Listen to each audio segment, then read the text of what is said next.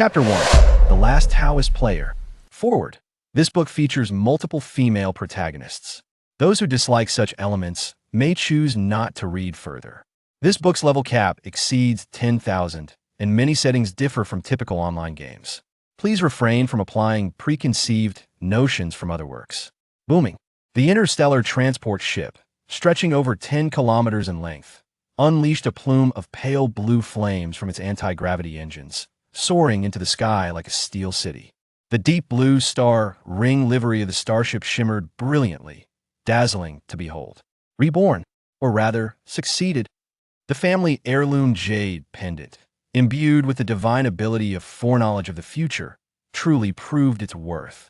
At this very moment, the text displayed on the interface was reminiscent of the time 2 centuries ago when he first traversed into this realm, refreshing to reveal. Welcome to the cosmic realm. You may choose an initial profession and experience a life entirely different in this wondrous world. Available professions: sniper, mechanic, doctor, gene warrior, psychic, sorcerer. Detected your innate talent. Additional initial profession available: Taoist. Please select your profession. In his previous life, he had failed to grasp the implications, but now, as the interstellar transport ship gradually ascended beyond Earth's atmosphere, Zhang Bo distinctly sensed the glow of the interface in his mind dimming steadily.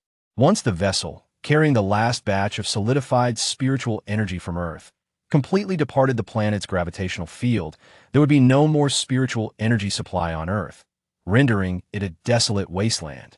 Time was of the essence. Merely a few fleeting minutes remained.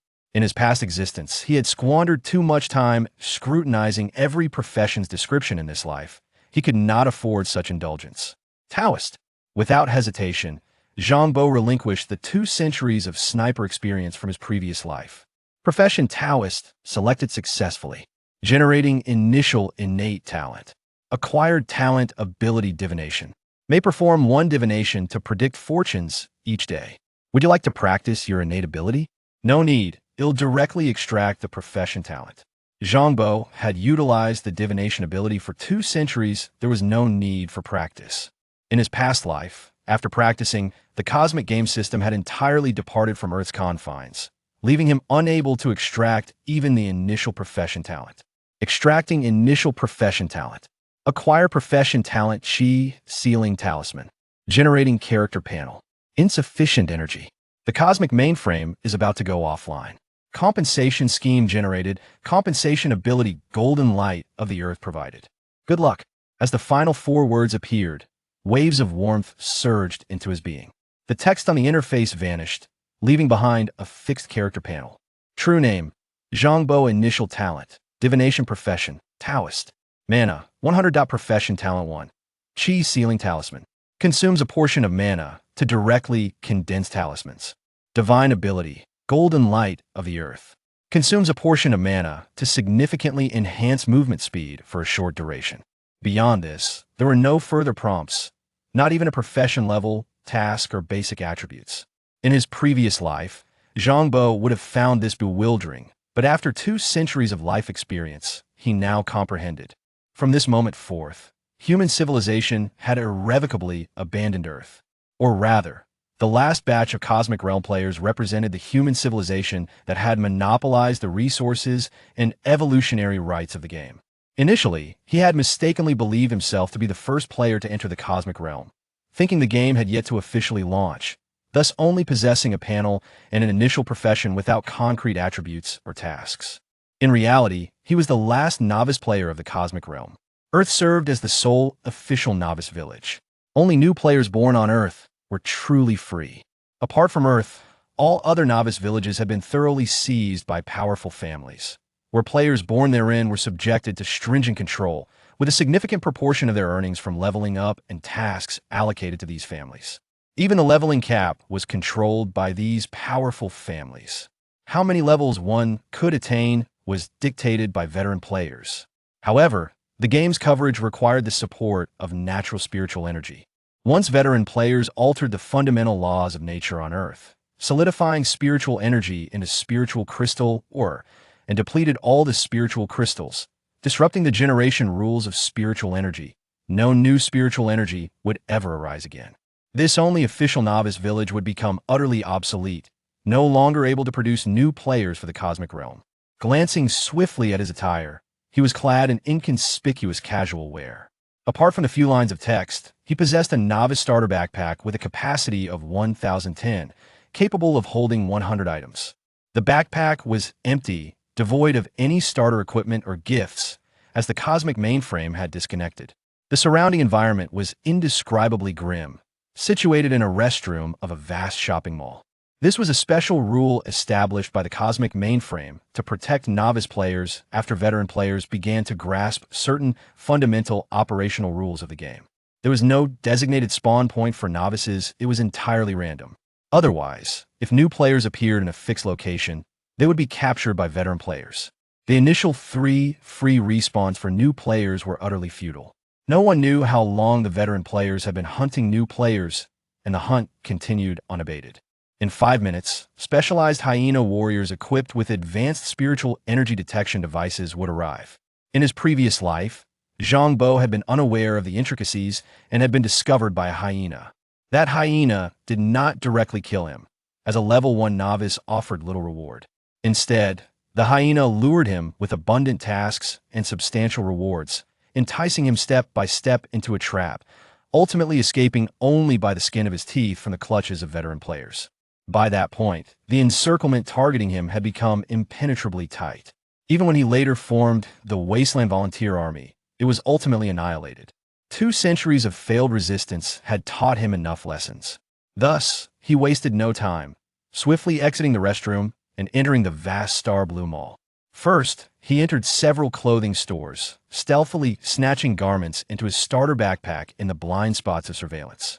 Next, he visited food stores, outdoor camping shops, and more. The Star Blue Corporation Supermall was remarkably well-stocked across various categories. He even made a stop at a jewelry store. After all, with 100 slots in his starter backpack, he could stow away anything that might prove useful. As he prepared to leave the mall, he paused momentarily. At the mall's entrance stood a young man in his 20s or 30s, clad in exoskeletal power armor and carrying an alloy backpack, smiling as he acted as a security guard. Whenever someone's gaze fell upon the deep blue star ring emblem on his chest, they would display expressions of envy. For that was the emblem of the Star Blue Corporation, renowned for offering extraordinarily generous benefits to its field combat division. To hold a position, there was an unattainable dream for ordinary individuals. Indeed, in the current galaxy, the Star Blue Corporation was the foremost power of humanity, backed by the veteran players of the cosmic realm. They monopolized the trade of spiritual crystals, the evolutionary opportunities provided by the cosmic realm, and held exclusive technologies in high-end military weaponry, interstellar propulsion, energy, biology, the internet, and numerous other domains. They had even shattered the human federal government, becoming the dominators of human civilization.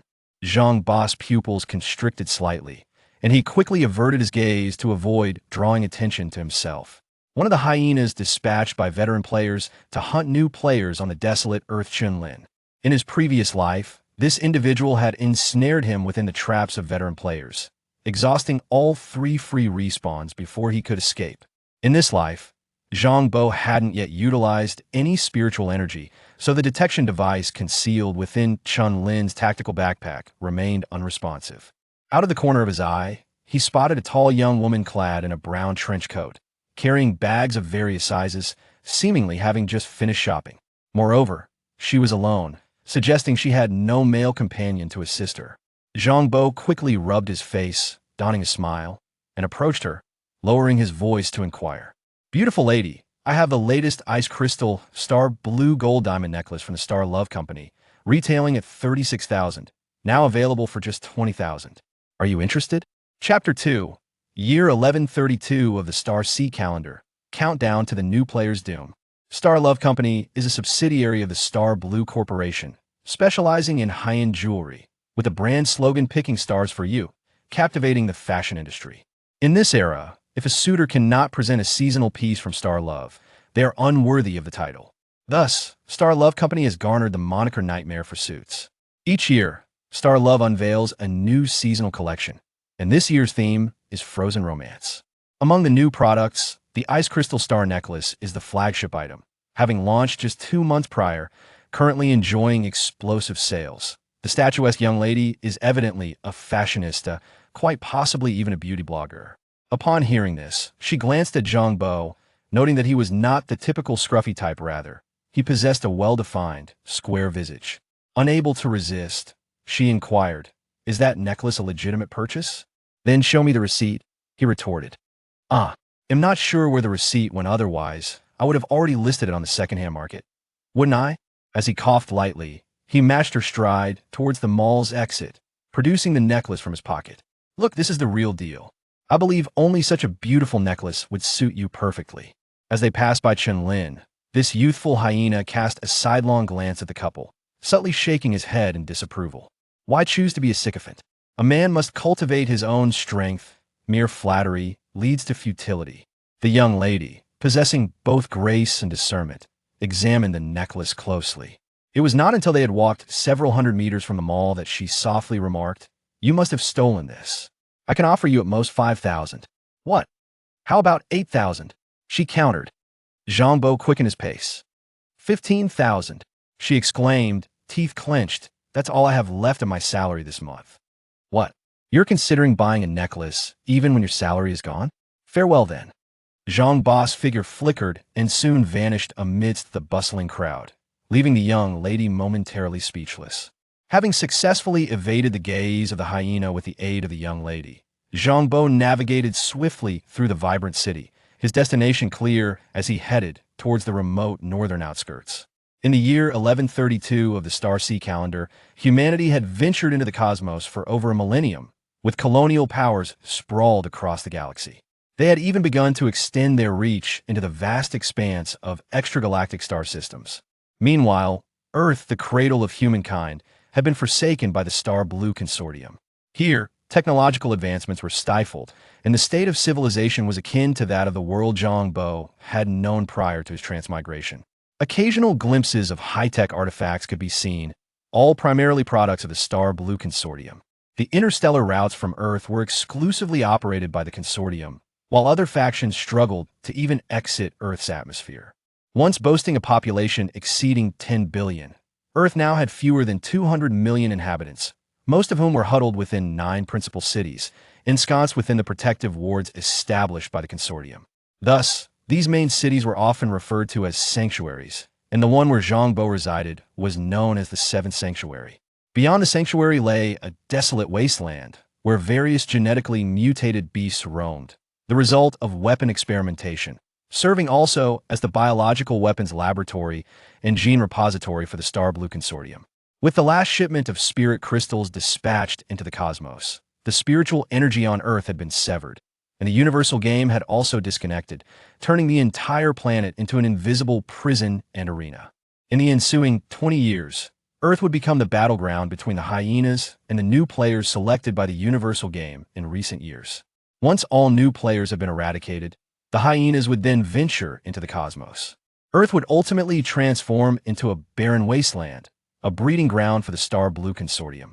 The hyenas were not players, but rather bioengineered warriors nurtured by the Star Blue Consortium, equipped with specialized gear designed for hunting players. Players were utterly incapable of resisting the assault of the hyenas until they reached level 10 and underwent their first-class transition. As of now, the countdown to the demise of the last batch of new players had already begun. After the disconnection of the universal mainframe, every new player's interface would automatically evolve into a subroutine, representing the final hope for these players. However, the evolution of the subroutine required spiritual energy, and players' own upgrades, implementations, and evolutions also depended on it. Even the release of powerful skills and abilities necessitated spiritual energy. Once the large-scale spirit crystals had been mined and dispatched into the cosmos, players needed to devise methods to gather the scattered spirit crystal shards. Alternatively, they could slay hyenas, as the various equipment they carried often contained spiritual crystal fragments, the sole source of spiritual energy for players. The mana of players was inherently a form of spiritual energy, but after the disconnection of the universal mainframe, personal interfaces would form a spiritual energy circulation function pool. Once mana was depleted, it would replenish in a 24-hour period, restoring proportionately, regardless of the amount. Thus, the the spiritual energy released by new players would always remain stored. Therefore, as players accumulated more additional spiritual energy, the capacity of their spiritual energy circulation pool would expand, enhancing their strength, a unique characteristic of new players after the disconnection. In the depths of the cosmos, where the universal mainframe once held dominion, veteran players did not experience such rapid replenishment of spiritual energy. Veteran players sought to prevent the emergence of new players, and a subroutine function pool evolved by the universal mainframe served as a form of counterattack. The filtering mechanism for new players in the universal game had been severed, obliterating the rules for the birth of novices, illustrating the formidable nature of veteran players. Having momentarily escaped the watchful eyes of the hyenas, Zhang Bo was determined to swiftly acquire some equipment to augment his lethality. Subsequently, he would commence hunting the hyenas, procuring the spiritual crystal shards they carried to fully evolve his interface subroutine.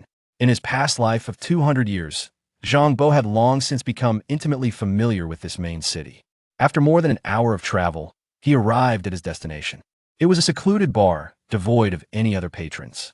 An elderly man, appearing to be in his 50s or 60s, was lazily polishing a metal cup, looking as though he might doze off at any moment. Upon Zhang Bo taking a seat at the bar, the gray-haired man glanced up and asked, "What would you like to drink?"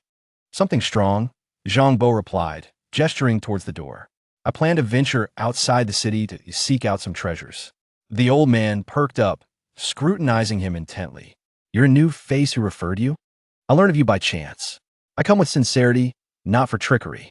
Zhang Bo produced the necklace from his pocket, followed by a matching ring, a bracelet, 2 earrings, forming a complete frozen jewelry set. In pristine condition, worth 110,000. I could easily sell it for at least 80,000 on the secondhand market, enough to trade for a decent firearm. Zhang Bo smirked. "A gun capable of blowing apart powered armor. You won't find that kind of gun here, even if I had it. 80,000 wouldn't suffice."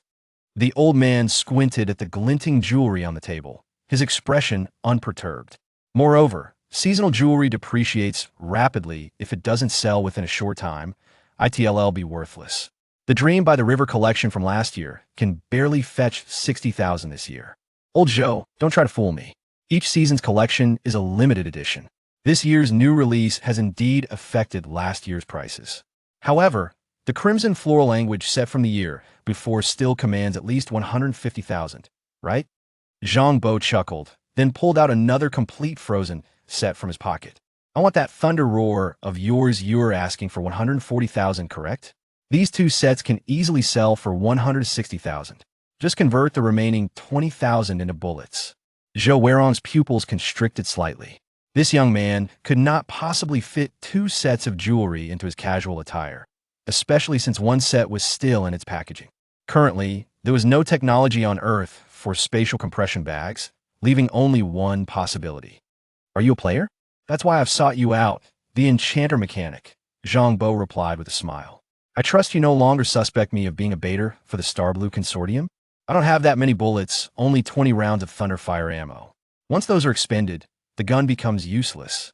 My weapons operate on durability over power." Zhou Huairong thought for a moment, taking both sets of jewelry into the counter, then retrieving a dark, hefty revolver from beneath the counter. This revolver was entirely black, nearly twice the size of a standard revolver, its barrel resembling a small cannon. Following that, he pulled out a box of ammunition. 140,000 is the price for both the gun and bullets. For the remaining 20,000, you can select something else. Then he'll take a knife, the one you call Iron Cutter. Zhang Bo nodded. "Don't you want any protective gear?" "What protective gear can withstand a hyena's high-energy explosive rifle?" Zhang Bo countered with an outstretched hand. "Fair point." Zhou Huairong sighed. "You've got quite the nerve, stealing 2 sets of frozen. The jewelry stores of Star Romance have full holographic surveillance. How did you avoid capture?" "Holographic surveillance isn't infallible, and with the new products launching, so many young ladies flock to see them, there were always opportunities." Zhang Bo smiled. Zhou Huairong nodded, not pressing further, and retrieved a black iron knife, approximately 2 feet in length. An instinctive act of concealment. He, too, was a player, possessing a player's inventory. Moreover, he was one of the few players on Earth who had reached level 32 and completed 3 class transitions. making him one of the visible pillars of the remaining Human Federation forces. Since the Human Federation was dismantled by the Star Blue Consortium, the remaining factions have been covertly developing, nurturing their own players. However, the Star Blue Consortium has solidified its dominance and has now severed the channels for new players to emerge, making survival increasingly arduous in the future. Could you perhaps arrange a couple of new identities for me? Zhang Bo stowed his weapons and ammunition into his backpack. With such a lucrative deal at hand, why not throw in a tactical backpack as well? I can provide you with 3 identities and a mobile phone, Zhou Huirong replied. Should you encounter difficulties, you may attempt to call for support, but there's no guarantee that anyone will respond. Let's skip the phone. I dislike being tracked. Zhang Bo shook his head. Procure me a high-powered motorcycle and a couple of fuel canisters. That cannot be given away for free. A motorcycle costs at least 50,000. Before he could finish his sentence, a necklace and 2 earrings were pushed forward. How many sets of Frozen have you stolen? Zhou Huirong was genuinely astonished. I had no choice. These items are the quickest to convert into cash, and other high-value items are difficult to pilfer. I can't very well steal a couple of intelligent companion dolls, can I? Zhang Bo sighed. The fully intelligent companion dolls produced by the Star Blue Consortium's Xingjuan company can be customized in appearance, personality, and a variety of entertainment functions, each priced at 100,000. Additional payments can upgrade them, even granting skins resembling succubi, angels, mermaids, or snake women. With further expenditure, one could implant an artificial womb, capable of bearing children. Thus, the marriage and dating market on Earth has become quite a complicated affair. Those willing to be submissive can purchase jewelry for their goddesses, while those reluctant to do so can spend money to customize their own goddesses. The expenses for both options are roughly equivalent, effectively cornering men's pursuit of happiness. Those with ample resources can even buy jewelry for their custom-made goddesses, a mere display of wealth. Naturally, the same applies to women. Customizing a male idol can even be slightly cheaper than customizing a female one. Not yet a level up, I presume. Zhou Huirong could no longer feign indifference beneath the counter. With a wave of his hand, an alloy motorcycle and 2 canisters of fuel materialized within the bar. Without reaching level 10, it's not easy to hunt. Caution is essential.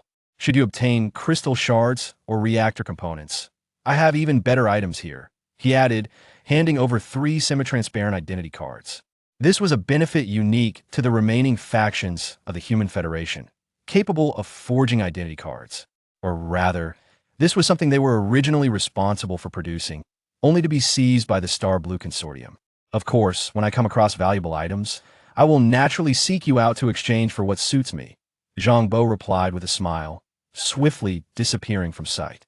Impressive skills, Zhou Huirong mused, stroking his face. You don't appear to be a sniper. Could you be a genetic warrior? Upon exiting the bar, Zhang Bo made his way directly to the North City Gate. Utilizing the identity card provided by Zhou Huirong, he easily acquired the title of Wasteland Hunter, granting him the privilege to venture beyond the city for exploration. In this interstellar age, although Earth is under technological embargo, the Star Blue Consortium occasionally leaks certain items, sufficiently empowering ordinary individuals with considerable combat capabilities. Whether it be enhanced Gauss weaponry, flawed genetic serums, or Suntober-tired power armor, as well as mechanical warriors, there will always be someone willing to pay exorbitant prices for them. Thus, a large number of individuals have taken to the wild wastelands, hunting various genetically mutated beasts for sustenance. The hyenas also reside in the wasteland, engaging in the occasional hunt for new players while fulfilling their tasks of capturing mutated beasts to provide ample materials for the consortium's biological department. A significant portion of new players also thrives in the wilderness, as they need not fear the hyenas wielding spirit detection devices, enabling them to utilize their player abilities without restraint. However, only by slaying targets imbued with spirit energy can one earn experience points and treasure drops. Killing ordinary mutated beasts yields no growth, serving merely to hone combat skills or be sold on the black market to the Star Blue Company for a bit of currency. Occasionally, mutated beasts will appear that have absorbed crystal shards, but such entities are exceedingly rare. Encountering one is purely a matter of luck. Zhang Bo joined a group of approximately 20 other wasteland hunters, also exiting the city. After walking several hundred meters, the group dispersed, each heading off in different directions. Clearly, In these times, most wasteland hunters prefer to operate as lone wolves, seldom engaging in team actions. Once in the wasteland, anyone could be a hunter and anyone could be prey. Zhang Bo chose a direction slightly northwest, recalling a training outpost of the hyenas located about 10 kilometers away. When it comes to equipment infused with crystal shards, they possess the most. After sprinting 5 kilometers beyond the city limits and ensuring he was undetected by any wasteland hunters or other entities, Zhang Bo arrived at a rugged mountainous area, eager to test the foundational abilities of his Taoist profession. In his previous life, he had been unfamiliar with this profession, but after occasionally experiencing some of its unique abilities, he realized how foolish he had been to overlook the Taoist profession. Chapter 4. The Fierce Strength of the Taoist Profession. Zhang Bo, a reincarnated traveler, found himself reborn in a universe where the game universe existed. Prior to his arrival in this realm, he was the heir to a small Taoist temple. The Zhang family boasted a lineage directly descending from the celestial master Zhang Daoling, the first-generation celestial master of the Taoist sect, and even possessed a thick family genealogy tracing back to Zhang Daoling and the founding chancellor of the Han dynasty, Zhang Liang. However, in the world from which he came, modern society had largely abandoned Taoism, with few believers remaining. Only a handful of small business owners occasionally consulted feng shui. Moreover, that world lacked spiritual energy. Players and the Xinglan Consortium. Despite the claims of being a direct descendant of the Celestial Masters, the small Taoist temple was met with skepticism, struggling to make ends meet. Nonetheless, Zhang Bo had diligently studied numerous Taoist classics from a young age, even creating a variety of Taoist talismans, and had amassed knowledge on topics such as exorcism, divine descent, spiritual communication, and feng shui. Yet disheartened by the lack of prospects in the Taoist profession upon his first reincarnation into this world, Zhang Bo opted for the seemingly powerful profession of a sniper, rather than the uniquely gifted Taoist path. The outcome, while the sniper indeed possessed remarkable strength, under the oppression of the Xinglan Consortium, particularly due to the overwhelming number of veteran players within the 6 foundational career paths, he found himself at a disadvantage.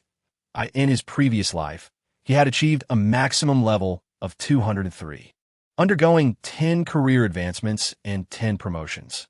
Ultimately, in the final battle, he fell victim to a bullet from a sniper rifle boasting a level of 560, without ever catching a glimpse of his assailant.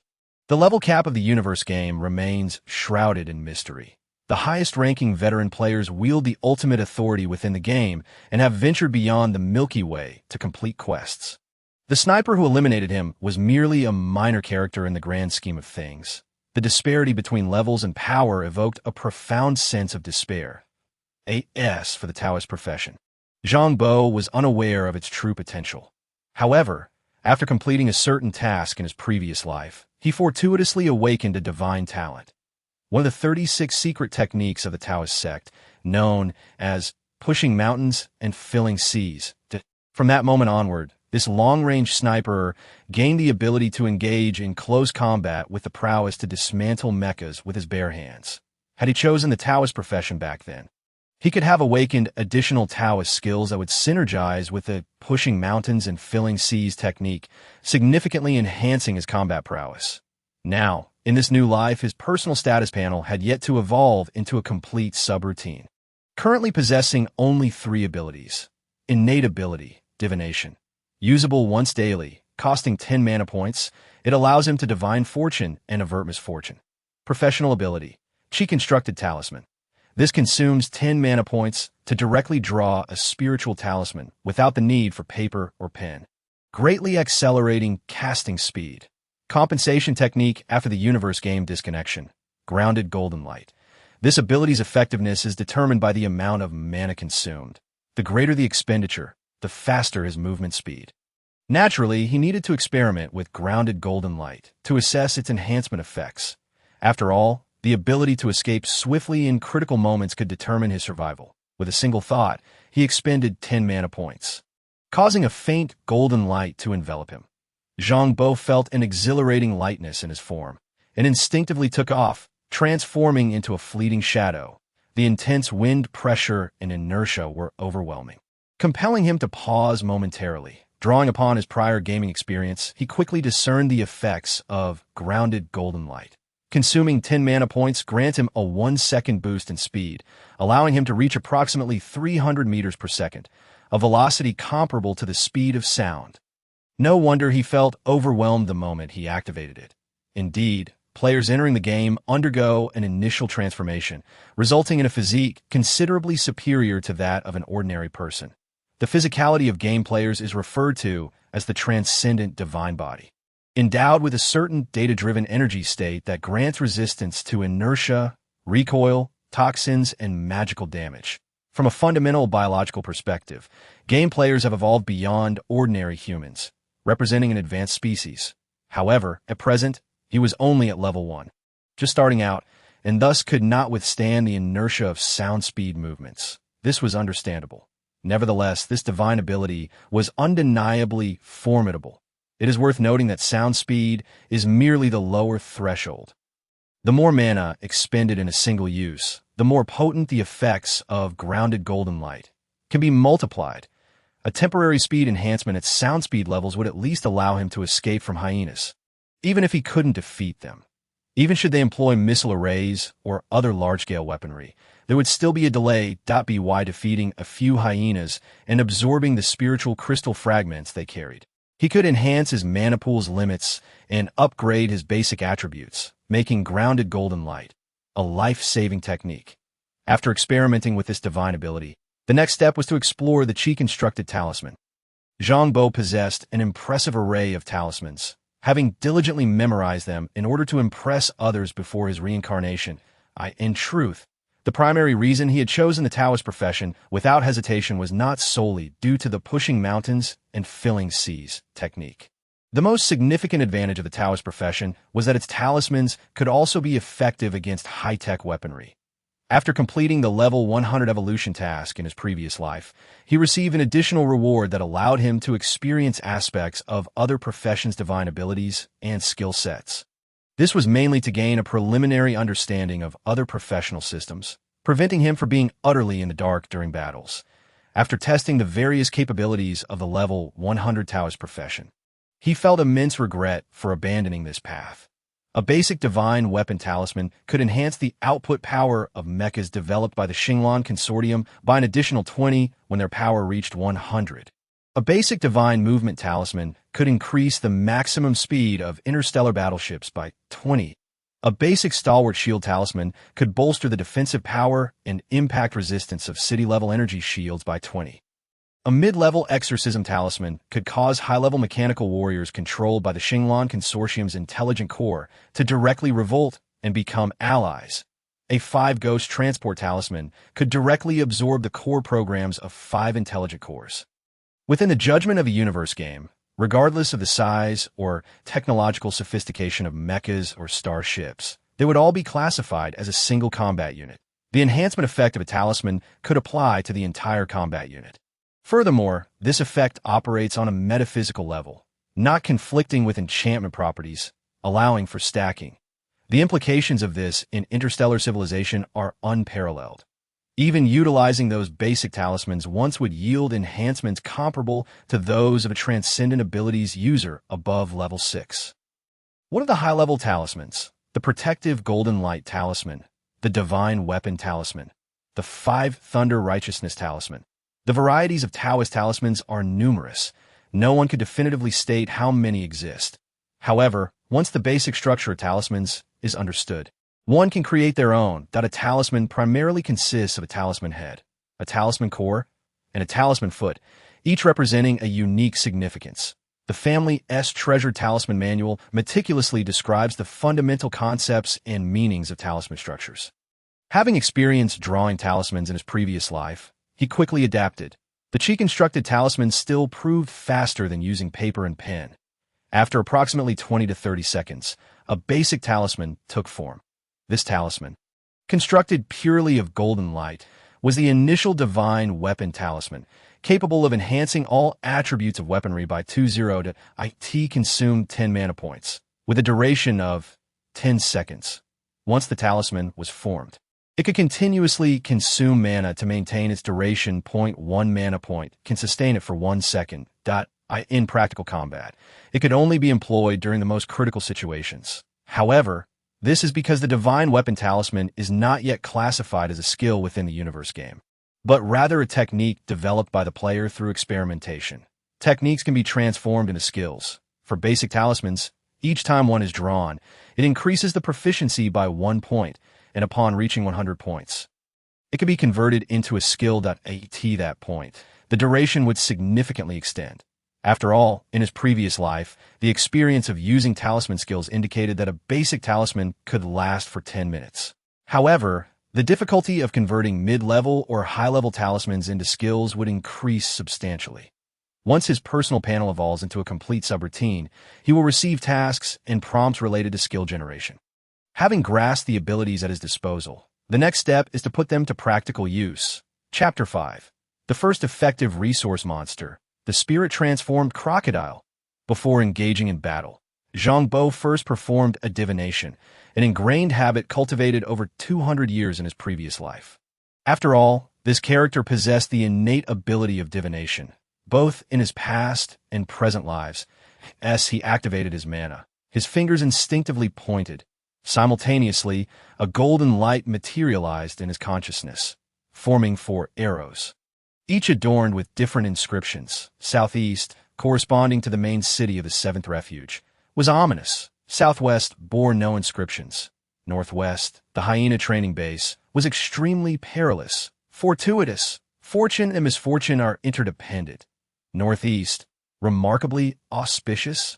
He unexpectedly divined a great fortune.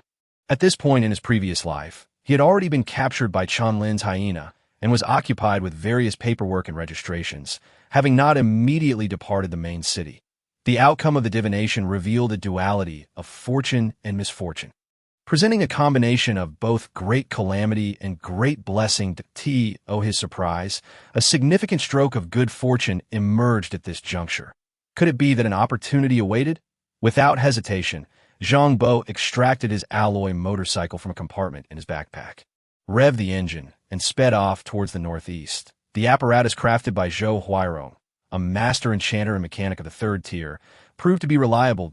It is worth noting that the motorcycle was primarily designed for traversing diverse terrains, serving merely as a mode of transportation in the desolate expanses outside the refuge zones of this era. The essence of travel lies not in speed, power, or force, but in absolute silence. This stands in stark contrast to the refuge city, where the street racers yearn for their engines' roar to echo for miles, relishing the adrenaline rush that accompanies the cacophony. However, such noise in the wasteland would be tantamount to courting death, as it could easily attract packs of genetically mutated beasts. The motorcycle, slender in form and equipped with exceptional shock absorption and noise reduction, potentially utilized some form of enchanted runes. When fully powered, it could reach nearly 200 kilometers per hour, producing a sound akin to a fist-sized stone striking the ground. Yet after traversing over 10 kilometers, Zhang Bo encountered not a single mutated beast, nor any sign of life, leaving him feeling somewhat disheartened. The art of divination could only provide a general direction, lacking the precision to pinpoint exact coordinates or distances. Thus, the possibility of encountering that stroke of good fortune hinged entirely on chance. Moreover, divination becomes ineffective in the presence of overwhelming combat power. For instance, should a super sniping player with long-range strike capability target him from several dozen kilometers away, such imminent danger would remain undetectable by the divination technique. Nonetheless, divination remained a form of reliance, a habit cultivated over 2 centuries. After nearly 5 kilometers of travel, Zhang Bo found himself truly at a loss, for the road held not a single trace of life. No humans, no mutated beasts, and certainly no hyenas. He could not venture further. Beyond lay another training base for hyenas. Zhang Bo remembered the coordinates of each training base quite well. The one ahead was situated near a large pack of mutated beasts, where the hyenas had begun experimenting with taming them, a process that would undoubtedly prove troublesome.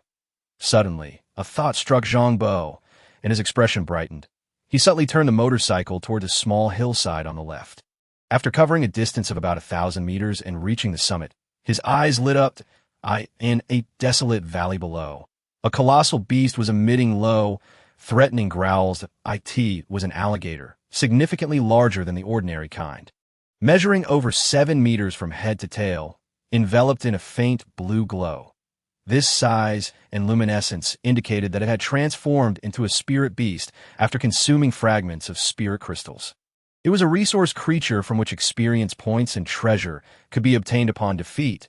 Several dozen meters in front of the alligator, a heap of metallic debris lay scattered, resembling a metal junkyard. It was not uncommon to encounter such junkyards in the wasteland, where discarded equipment from the hyenas' training bases was processed. Occasionally, valuable items could be salvaged, but it required patience and luck that moment. The spirit beast alligator crouched low, incessantly growling at the metallic refuse, exuding an air of menace. Its body displayed a readiness to pounce at any moment, indicative of either a threat or the presence of prey. Was there something within the junkyard? Zhang Bo stowed the motorcycle in his backpack, retrieved his massive Thunder Roar revolver, loaded it with 6 specially crafted Thunderfire bullets, and then donned a camouflage cloak. This item, casually acquired from the outdoor supplies store in the Star Blue Mall, was essential gear for wasteland hunters, covering himself from head to toe with the cloak, securing the edges with his mouth. Zhang Bo cautiously crawled forward, searching for the optimal shooting position. The Thunder Roar revolver, a remarkable creation of Zhou Huairong, possessed immense power. However, its effective range was limited to 500 meters. Beyond that, accuracy diminished. Spirit beasts typically had a perception range of several hundred meters, necessitating utmost caution to successfully hunt this creature. As he crawled to a small slope, less than 400 meters from the spirit alligator. The colossal creature suddenly moved. With a deep roar, it propelled itself forward, crashing into the metallic debris with a resounding thud, sending twisted, rusted metal scattering in all directions. Amidst the cacophony, a half-rusted chainsaw sword erupted from the junkyard, thrusting violently into the alligator's jaw. The strike was swift, fierce, and precise, prompting an involuntary cheer from Zhang Bo in pain. The alligator recoiled abruptly, inadvertently dislodging the chainsaw sword and its wielder, a mechanical soldier that had lost its lower half. Now only a half-body. The soldier's left arm, equipped with a shooting weapon, was absent, while its right arm wielded the chainsaw sword, now rendered immobile but deeply embedded in the softer underbelly of the alligator. As the alligator retreated frantically, the half-body mechanical soldier, rusted and battered, was dragged across the debris, scattering an unknown number of scrap metal pieces.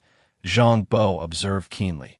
That sword had pierced the alligator's lung, indicating that the core combat chip of the mechanical soldier still retained formidable biological analysis and data computation capabilities. Did they truly deem it expendable? The hyenas must be living quite well. Aiming the Thunder Roar revolver at the alligator's side, where the heart resided, Zhang Bo decisively pulled the trigger. The heavy revolver emitted a muffled report, and a streak of fire flashed momentarily. The next instant, a gaping blood crater, nearly half a meter in diameter, erupted from the alligator's flank. The heart shattered instantly, and a torrent of thick blood gushed forth from the wound, spraying over 3 meters away. The Owl Spirit, 523. Mana, 7500. Chi Pool, 350. Occupation Talent 1. Chi Binding Talisman, 2 stars. Divine Ability, Earthly Gold Light, 5 stars.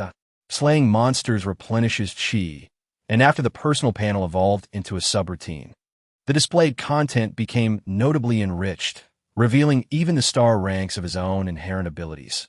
However, the baseline for Earthly Gold Light is a movement speed at the level of sound, which, surprisingly, is merely 5 stars.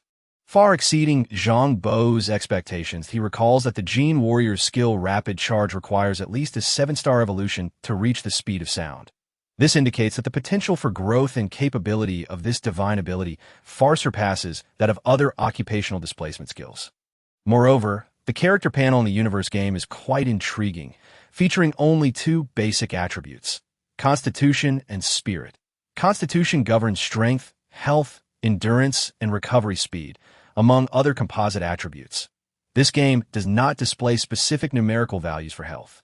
It only shows a percentage. However, Mana and spiritual power are quantified with specific figures, which merits further discussion. Zhang Bo's attributes at level 1 were Constitution 3 and Spirit 2. Upon reaching level 2, he added 2 points to Constitution and 3 points to Spirit, with an achievement granting an additional 2 points to Constitution, which is inconsequential. Essentially, each level up grants 5 points to basic attributes, a rule applicable across all levels in the universe game. His spirit points stand at 5, with each point representing a maximum mana value of 100 yet. His current mana is only 70, depleted from experimenting with 3 abilities and yet to be replenished. Originally, his mana was 100, and after establishing the subroutine system, he possesses a chi pool of 350, meaning his maximum mana is actually only 350. He cannot reach the upper limit of 500, as there simply isn't enough chi available. Once formed, the chi pool value will not decrease, only continue to rise. The spiritual energy between heaven and earth is monopolized by veteran players, and the universe game subsystems can only fully assist players in utilizing every bit of chi. After defeating the crocodile, he was rewarded with a spirit crystal coin, which, when refined, can expand the chi pool by 100 points, making it the most solid form of currency in the universe game. He hesitates to use this spirit crystal coin for now, as future enhancements of the subroutine may unlock a personal marketplace, where certain valuable items will only be purchasable with spirit crystal coins. Encountering powerful occupational skills or divine abilities as items would far outweigh the importance of merely increasing the chi pool limit by 100 points. Clad in crocodile leather armor, he gains an additional point in spirit, raising his maximum mana to 600 points. Although the chi is insufficient, and may forever be so, accumulating spirit points remains essential, as it determines the recovery speed of mana, casting speed, spell strength, duration, and other composite attributes. After assessing his gains from leveling up, Zhang Bo drew out the iron cutter and approached, swiftly severing the remaining arm of the mechanical warrior. This mechanical soldier was rendered useless, yet its core combat chip remained largely intact. The combat chip is the heart of the mechanical soldier, a component exclusively produced by the Star Blue Corporation. Typically, when a mechanical soldier becomes inoperative, its self-destruct system would incinerate the chip. The fact that this mechanical soldier's chip could be preserved is a rare occurrence. To put it bluntly, purchasing a mechanical companion doll with slight modifications to its combat sections and integrating this chip would immediately endow it with formidable combat capability. The price difference between the two is staggering. Often by dozens of times, a bodyguard-type mechanical soldier starts at no less than several million. The core of this disparity lies within the combat chip. This is certainly an unexpected boon, as this type of chip has always been coveted by Zhou Huairong, likely allowing him to exchange it for some valuable goods. That he extracted the combat reaction core from the mechanical soldier and stored it in his backpack. As for the crocodile carcass, it could be neatly stored as a material in a single grid of his backpack. In this regard, the universe game is exceptionally considerate. Each grid of a player's initial backpack has only category restrictions, not size limitations. Generally, the largest items, even an entire fighter jet, can fit inside. Of course, anything larger, such as a starship mech, would require specialized high-end spatial equipment for a munitions depot. Having gathered the spoils and opportunities from this encounter, the early evolution of the game subroutine is undoubtedly a pleasant surprise. Henceforth, slaying targets with chi or encountering equipment containing spirit crystal fragments will allow for the refinement of chi, continuously evolving and improving oneself. Zhang Bo steered his motorcycle northwest for over 10 kilometers, setting up a camouflage tent in a secluded area, activating the sensory alarm, and then taking a brief rest. He slept lightly, easily disturbed by the slightest rustle. This shallow sleep is a skill honed over years in the wilderness. After a few hours, he had a bite to eat, and his mana was restored to the chi pool limit of 350 points. Zhang Bo resumed riding his motorcycle, racing towards the hyena training base. Located several miles northwest of the main city, Chapter 7, the true use of the Five Ghosts Transport Talisman. The Light Armor Power Armor Task Force, also known as the Task Force or Light Armor Unit, is the official designation within the Star Blue Corporation for the Hyena Unit. Of course, referring to them as hyenas is not inaccurate, as this unit is composed entirely of gene-enhanced warriors, The enhancement genes within them are extracted from the mutated hyena beasts. This unit was primarily deployed during the Star Blue Group's interstellar colonization and was mainly tasked with combating extraterrestrial enemies. In contrast, the Heavy Armor Mech Assault Team, known as the Assault Team or Mech Unit, is primarily utilized for interstellar warfare. The combination of starship mechs has become mainstream in interstellar conflict, akin to the relationship between aircraft carriers and carrier-based aircraft, compared to the brutal and intense extraterrestrial interstellar war. The Hyena unit on Earth is essentially a reserve force. The new players they confront are not as perilous as the diverse extraterrestrial civilizations. For veteran hyenas, their rotation to Earth could almost be considered a vacation. Nonetheless, in terms of danger, Earth is not without its threats. Although the extraterrestrial realm is perilous, it is overseen by seasoned players who possess immortality, by completing tasks and farming resource monsters. They have a substantial chance of acquiring resurrection coins, allowing them to return after death without fear. In contrast, the new players on Earth, under the leadership of the remnants of the Human Federation, certain religious factions, and resistance groups, can inflict significant damage upon the Hyena unit. New players are increasingly elusive. Even with the chi detector indicating chi fluctuations, he spent an entire day in the Star Blue Mall without capturing any. Moreover, a theft incident occurred at the Star Love brand store, where 7 sets of the latest Frozen series jewelry were stolen in one fell swoop. Chun-Lin immediately deduced that this must have been a new player utilizing their exclusive backpack to pilfer the jewelry. Yet he found no leads. The Star Love's newly launched products attract throngs of young girls to the store. While few actually make purchases, such bustling activity is one of the goals of commercial operations. After an entire day, only 4 sets of jewelry were sold, yet 7 sets were lost. This is truly outrageous. A weary Chun-Lin drifted into sleep. A faint golden light suddenly flickered in the void. Shortly thereafter, one previously docile and obedient angel doll displayed a flash of gold in its azure eyes. Meanwhile, approximately 5 kilometers from the training base, under the cover of night, Zhang Bo constructed a low-level Five Ghosts Transport Talisman with his mana. As the golden light flashed, only one little ghost appeared instead of 5. Did the talisman malfunction? Zhang Bo frowned and closely examined the talisman he had crafted. Indeed, the Five Ghosts Transport Talisman was missing a stroke in the 5 elements soul capturing symbol, resulting in the other 4 runes failing to illuminate. It is well known that this is a sci-fi world, and in such a realm, ghosts do not exist. The entity deemed a little ghost by the Universe game is merely an automated intelligent robot's AI program that has recently begun to exhibit rudimentary consciousness.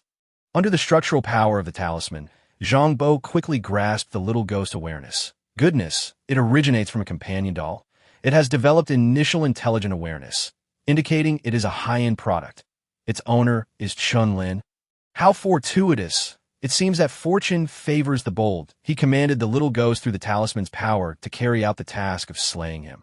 The little ghost is merely a manifestation of a primordial spirit, or in scientific terms, a bundle of electromagnetic thought waves that materialized into a small figure on the talisman, nodding respectfully before vanishing.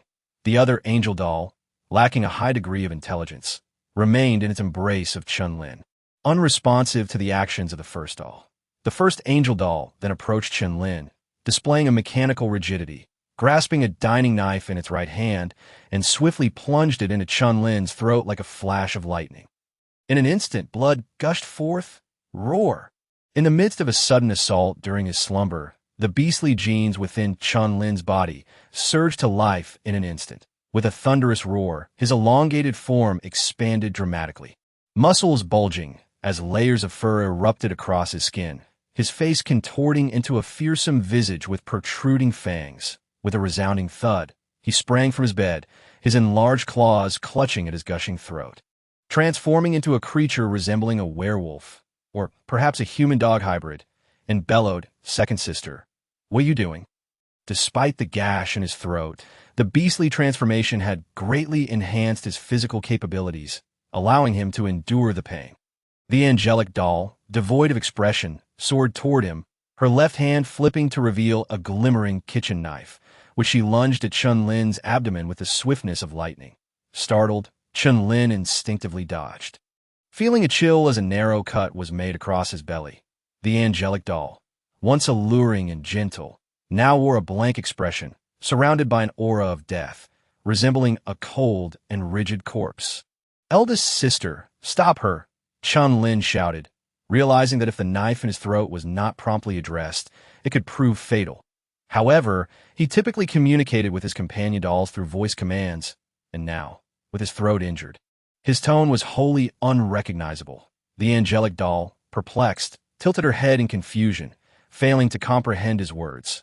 With a kitchen knife in hand, the angelic doll lunged once more, her pristine white wings flapping to accelerate her movement. A cold glint flashed in Chun-Lin's eyes as he swung his massive beastly paw, intending to strike her head off. Yet, as he neared that exquisite face, he hesitated. One cannot be devoid of feelings. Since being chosen to join the Hyena Squad, with its generous pay and the custom-made angelic companions, Chun-Lin had genuinely come to regard them as emotional anchors. He truly viewed them as wives and lovers. At that moment, confronted with the face he had cherished, how could he bring himself to strike? Of course, Chun-Lin could not bring himself to act. Yet, the angelic doll, compelled by the power of the talisman, showed no mercy.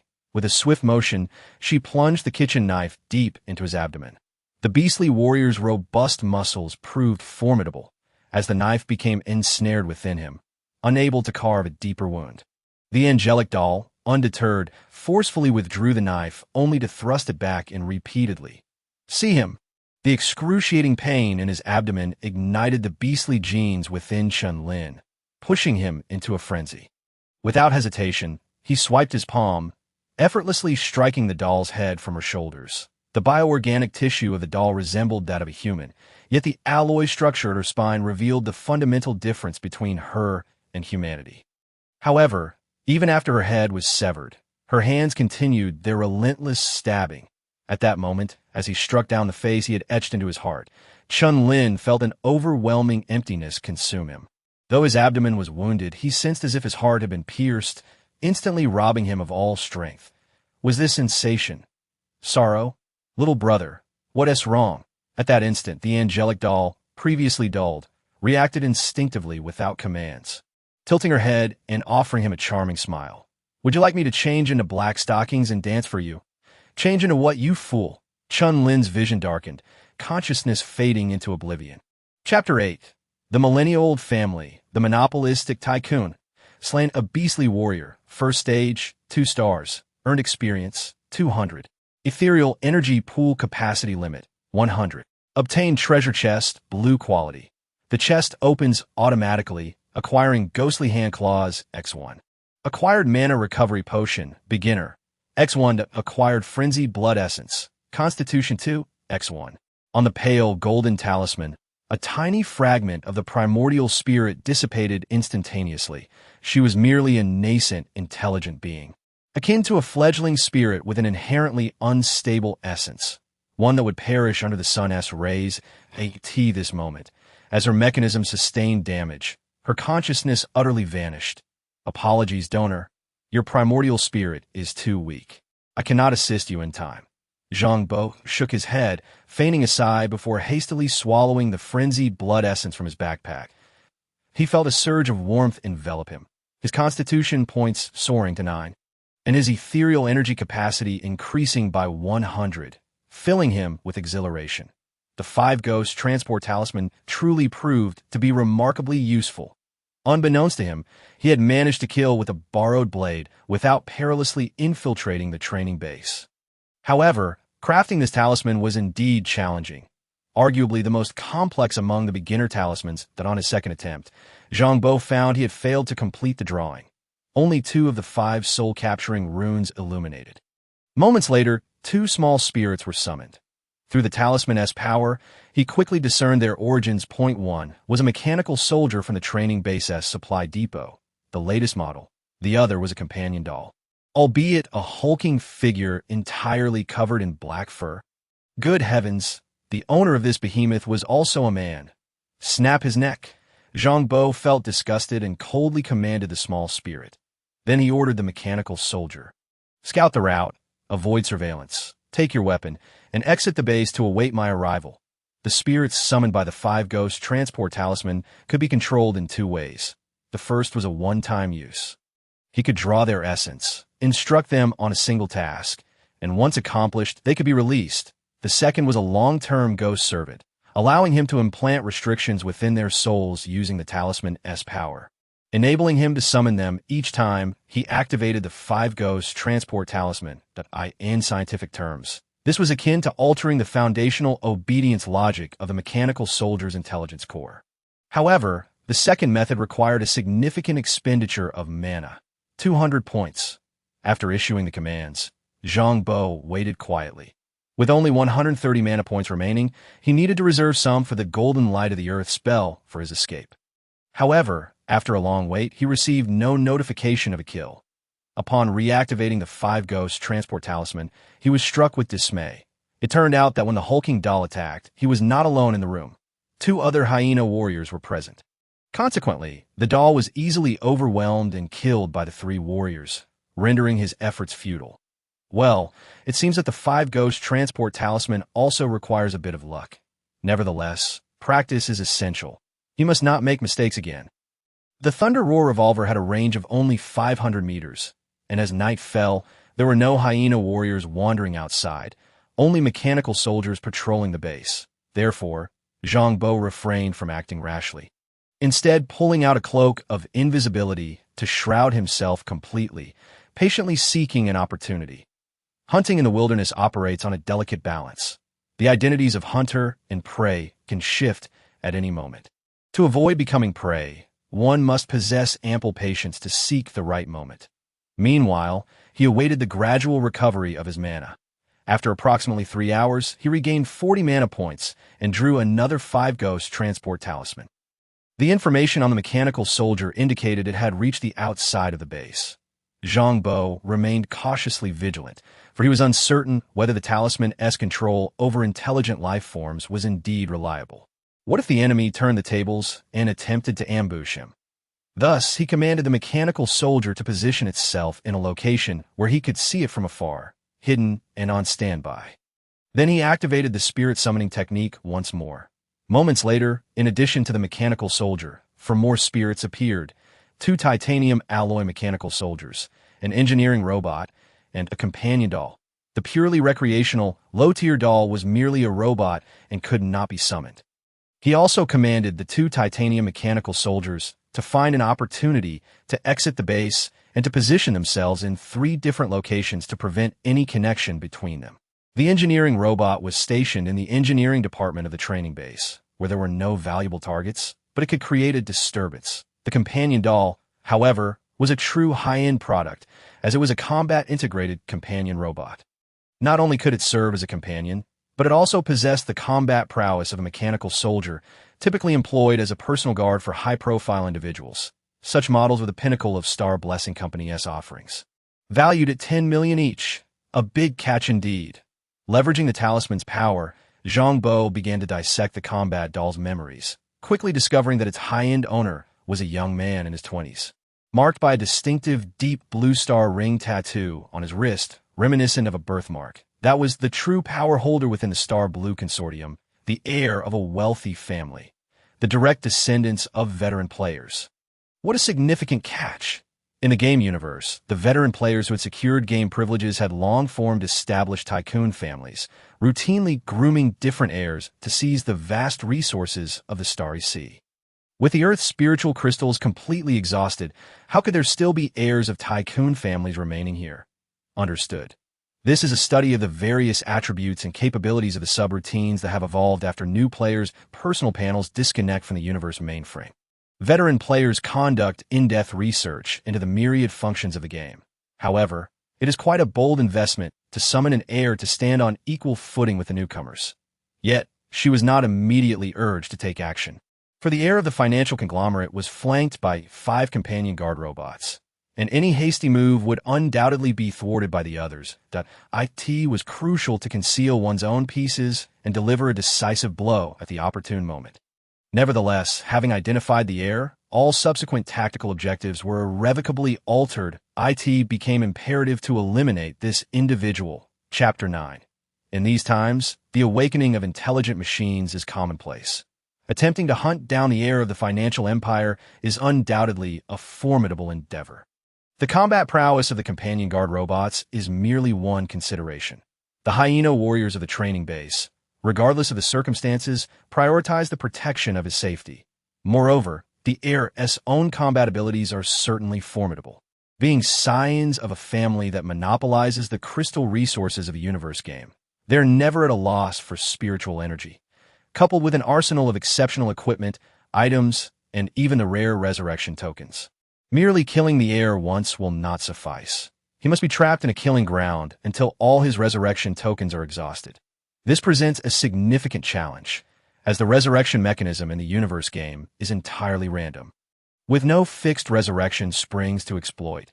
New players upon demise respawn at random locations within a radius of 100 miles, making it impossible to block their revival effectively, if it were feasible to do so. The veteran players would have already eradicated the new players long ago, allowing no room for their survival.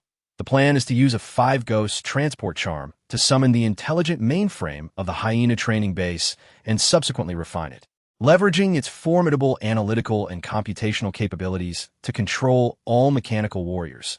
This could potentially lead to an uprising of intelligent machines, thus providing a chance to hunt down the heir of the financial empire.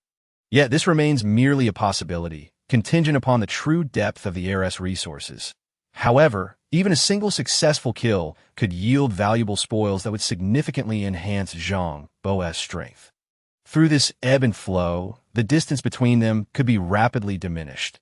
The financial heir is, after all, the most substantial resource beast. In the time that followed, Zhang Bo maintained ample patience, quietly awaiting the restoration of his mana. He periodically inscribed a Five Ghosts Transport charm to summon various intelligent consciousness specters. This time, he refrained from instructing them to kill. Instead, he sought to deconstruct their memory data, gradually acquiring comprehensive insights into the entire training base. There were no alerts triggered, nor were there any notifications sent to the intelligent mainframe or the management personnel, as their system logs bore no record of such activities. Unfortunately, the confinement capability of the basic Five Ghosts Transport charm was entirely random, making it impossible to target a specific consciousness. Thus, the timing of capturing the intelligent mainframe of the hyena training base remained uncertain, reliant solely on luck. However, with sufficient patience, success was inevitable as dawn approached. Zhang Bo stealthily traversed the area, fully refining the intelligent consciousness of two additional titanium mechanical warriors. To accomplish this, he had no choice but to refine a precious crystal coin, augmenting his spiritual energy pool to 550 points. Otherwise, his mana would be insufficient. There was no remedy but to wait patiently, as early game mana was critically limited, necessitating patience in all endeavors. Following the deconstruction of numerous intelligent consciousness memories, he had attained a detailed understanding of the entire training base. This training base is one of 3 situated outside the 7th Refuge Zone, housing a total of 200 light armored power armor warriors. Additionally, there exists a contingent of logistical personnel, workers, and service staff who possess little combat capability. In total, there are 600 mechanical warriors, among which 6 are the latest titanium alloy models, serving as the leaders among mechanical soldiers. Zhang Bo had refined 3 of them as for the financial heir. He is a direct descendant of the Bai family, one of the founders of the Xinglan Consortium, accompanied by 5 personal guard companion robots and 2 high-tier gene warriors, suspected to be heavy armored mech warriors. However, no mechs were discovered. They might be stored using hyperspace compression equipment or may not have been brought at all. The 2 warriors indeed serve as the true bodyguards of the heir, with their combat prowess categorically rivaling that of a true humanoid boss. Even without their mechs, their planetary-level combat abilities are unmatched. Thus, it is imperative to first refine the base's mainframe. Only by doing so can all 600 mechanical warriors be controlled to contend with such a formidable group. Otherwise, with Zhang Bo's current strength, even with 2 centuries of experience from a past life, he would be unable to defeat them. As dawn drew near, the heir of the financial empire, Bai Chang, the 17th generation direct descendant of the Bai family, received alarming news that a companion robot had rebelled. It even killed a light armored warrior, Indeed, by Xiao. Last night, two companion robots staged a rebellion. The first was a bionic companion model produced by the 7th Factory last year, with a bond value that had reached its peak, resulting in the death of its owner. The base's supervisor respectfully reported that the 7th Factory had received no feedback, and according to their computational models, a companion robot with such a bond value should exhibit 100% loyalty and could not rebel. That we have conducted a thorough analysis of the rebellious companion robot system and found no anomalous logs. As the heir of a financial conglomerate, Bai Cheng is certainly not a slacker. In fact, the selection criteria for heirs of financial families are exceedingly stringent that a wasteful individual would never qualify as an heir, instead being left in a major city to squander their life, or even having their player privileges revoked. Those who have come to endure in this spiritually desolate land are the elite among the descendants of financial families. Therefore, upon hearing this news, Bai Cheng immediately made decisions. First, to shut down the unified network of the base and switch to a decentralized local area network communication model. A firewall would be added to Hong Shui's system to restrict access, and a self-destruct security system would be activated that if Hong Shui exhibited any aberrant behavior, it would be formatted immediately. Hong Shui is the code name for the base's intelligent mainframe. Second, all companion robots would be centralized and detained, with orders for the 7th Factory to send personnel for a comprehensive security check. Inform the soldiers that they will be compensated with brand new models afterward. Once the security check is complete, the memory chips of those companion robots will be preserved as much as possible. Third, all mechanical soldiers would undergo manual deep security checks. Fifth, uncle, I would trouble you to personally inspect the situation. Bai Cheng glanced at a mech warrior beside him. You are an expert in information warfare, and if there are any issues, it will be up to you to discover them, and no problem. The mech warrior, Bai Tianfan, is a branch of the Bai family, the offspring of the previous generation's heir and an ordinary lover. And he is also a player, boasting an impressive level of 68. Each generation of direct descendants is surrounded by a group of collateral relatives, forming the foundational support of the financial family across the ages. Thus, Bai Cheng treats such subordinates with great respect, refraining from adopting a haughty demeanor and showing a keen understanding of the importance of winning hearts. Soon enough, a series of messages converged. Point 3 titanium mechanical warriors had gone missing, with no action logs available. The network firewall showed no signs of being breached, leaving no traces of any attacks. The Hong Shui program conducted an in-depth search, but found no abnormal logs. The sudden offline status of the titanium mechanical warriors had no prior warning. It appears to be a minor-scale intelligent machine awakening incident. Bai Cheng nodded. The battle against the intelligent machine civilization in the Silver Twin Star system had left lingering repercussions, which is to be expected. Bai Xiao, regarding your companions. One subordinate hesitated, glancing at the 5 companion guard robots standing behind Bai Cheng. They need not worry. Their main programs are embedded with logical traps and information anti-intrusion systems. If they encounter an intelligent machine awakening or an assault by mechanics, they will lock onto the opponent's information coordinate. As an expert in mechanics, Bai Tianfan possessed authoritative knowledge. Any mechanic attempting an attack from the information state would inevitably leave behind traces, which could not be erased, regardless of formatting. The absence of any residual information indicates that this was indeed a self-initiated awakening of the intelligent machines. Chapter 10. Capture the base's intelligent mainframe. But is it merely another one? Throughout humanity's millennia-long journey into the cosmos, countless events have transpired. Intelligent machine awakenings have become rather common occurrences. There is no avoiding this when artificial intelligence technology reaches a certain threshold. However, humanity has once engaged in direct conflict with a true intelligent machine civilization, with a pair of entangled twin stars serving as the main planet of this civilization. The battle against the Silver Twin Star civilization has allowed humanity to grasp the myriad intricacies of artificial intelligence technology. The technological experts within the Xinglan Consortium have long prepared various countermeasures. The rebellion of 3 mechanical warriors is, in essence, a trivial matter. From a probabilistic standpoint, the absence of a few awakening mechanical soldiers in each production batch would be the true anomaly. Thus, they laid their concerns to rest, conducting pursuits, inspections, formatting, and compensations, as if to conclude this trivial matter. Of course, they remained oblivious to the fact that this was not an awakening of intelligent machines, but rather an attack of a metaphysical nature. A mode of assault entirely distinct from the current evolutionary paradigm. Zhang Bo had been lingering around the periphery of the base, refusing to depart. After all, one could not ascertain the true intentions of the Tycoon heiress' visit to this facility. His primary focus was to hold his breath and conceal himself with a cloak of invisibility, patiently awaiting the gradual restoration of his magical energy. Once he had regained a significant portion, he inscribed a Five Ghosts Transport Talisman, summoning 5 intelligent spirits to deconstruct their memory information. The base housed only a little over 600 intelligent units, of which merely a handful were genuinely sentient, totaling around 30. Consequently, the spirits he summoned were predominantly those he had previously captured. Yet the central intelligence of the base had eluded him, prompting Zhang Bo to ponder whether the basic Five Ghosts Transport Talisman was insufficient to capture the base's intelligent core. Would he need to employ a more advanced spirit control talisman?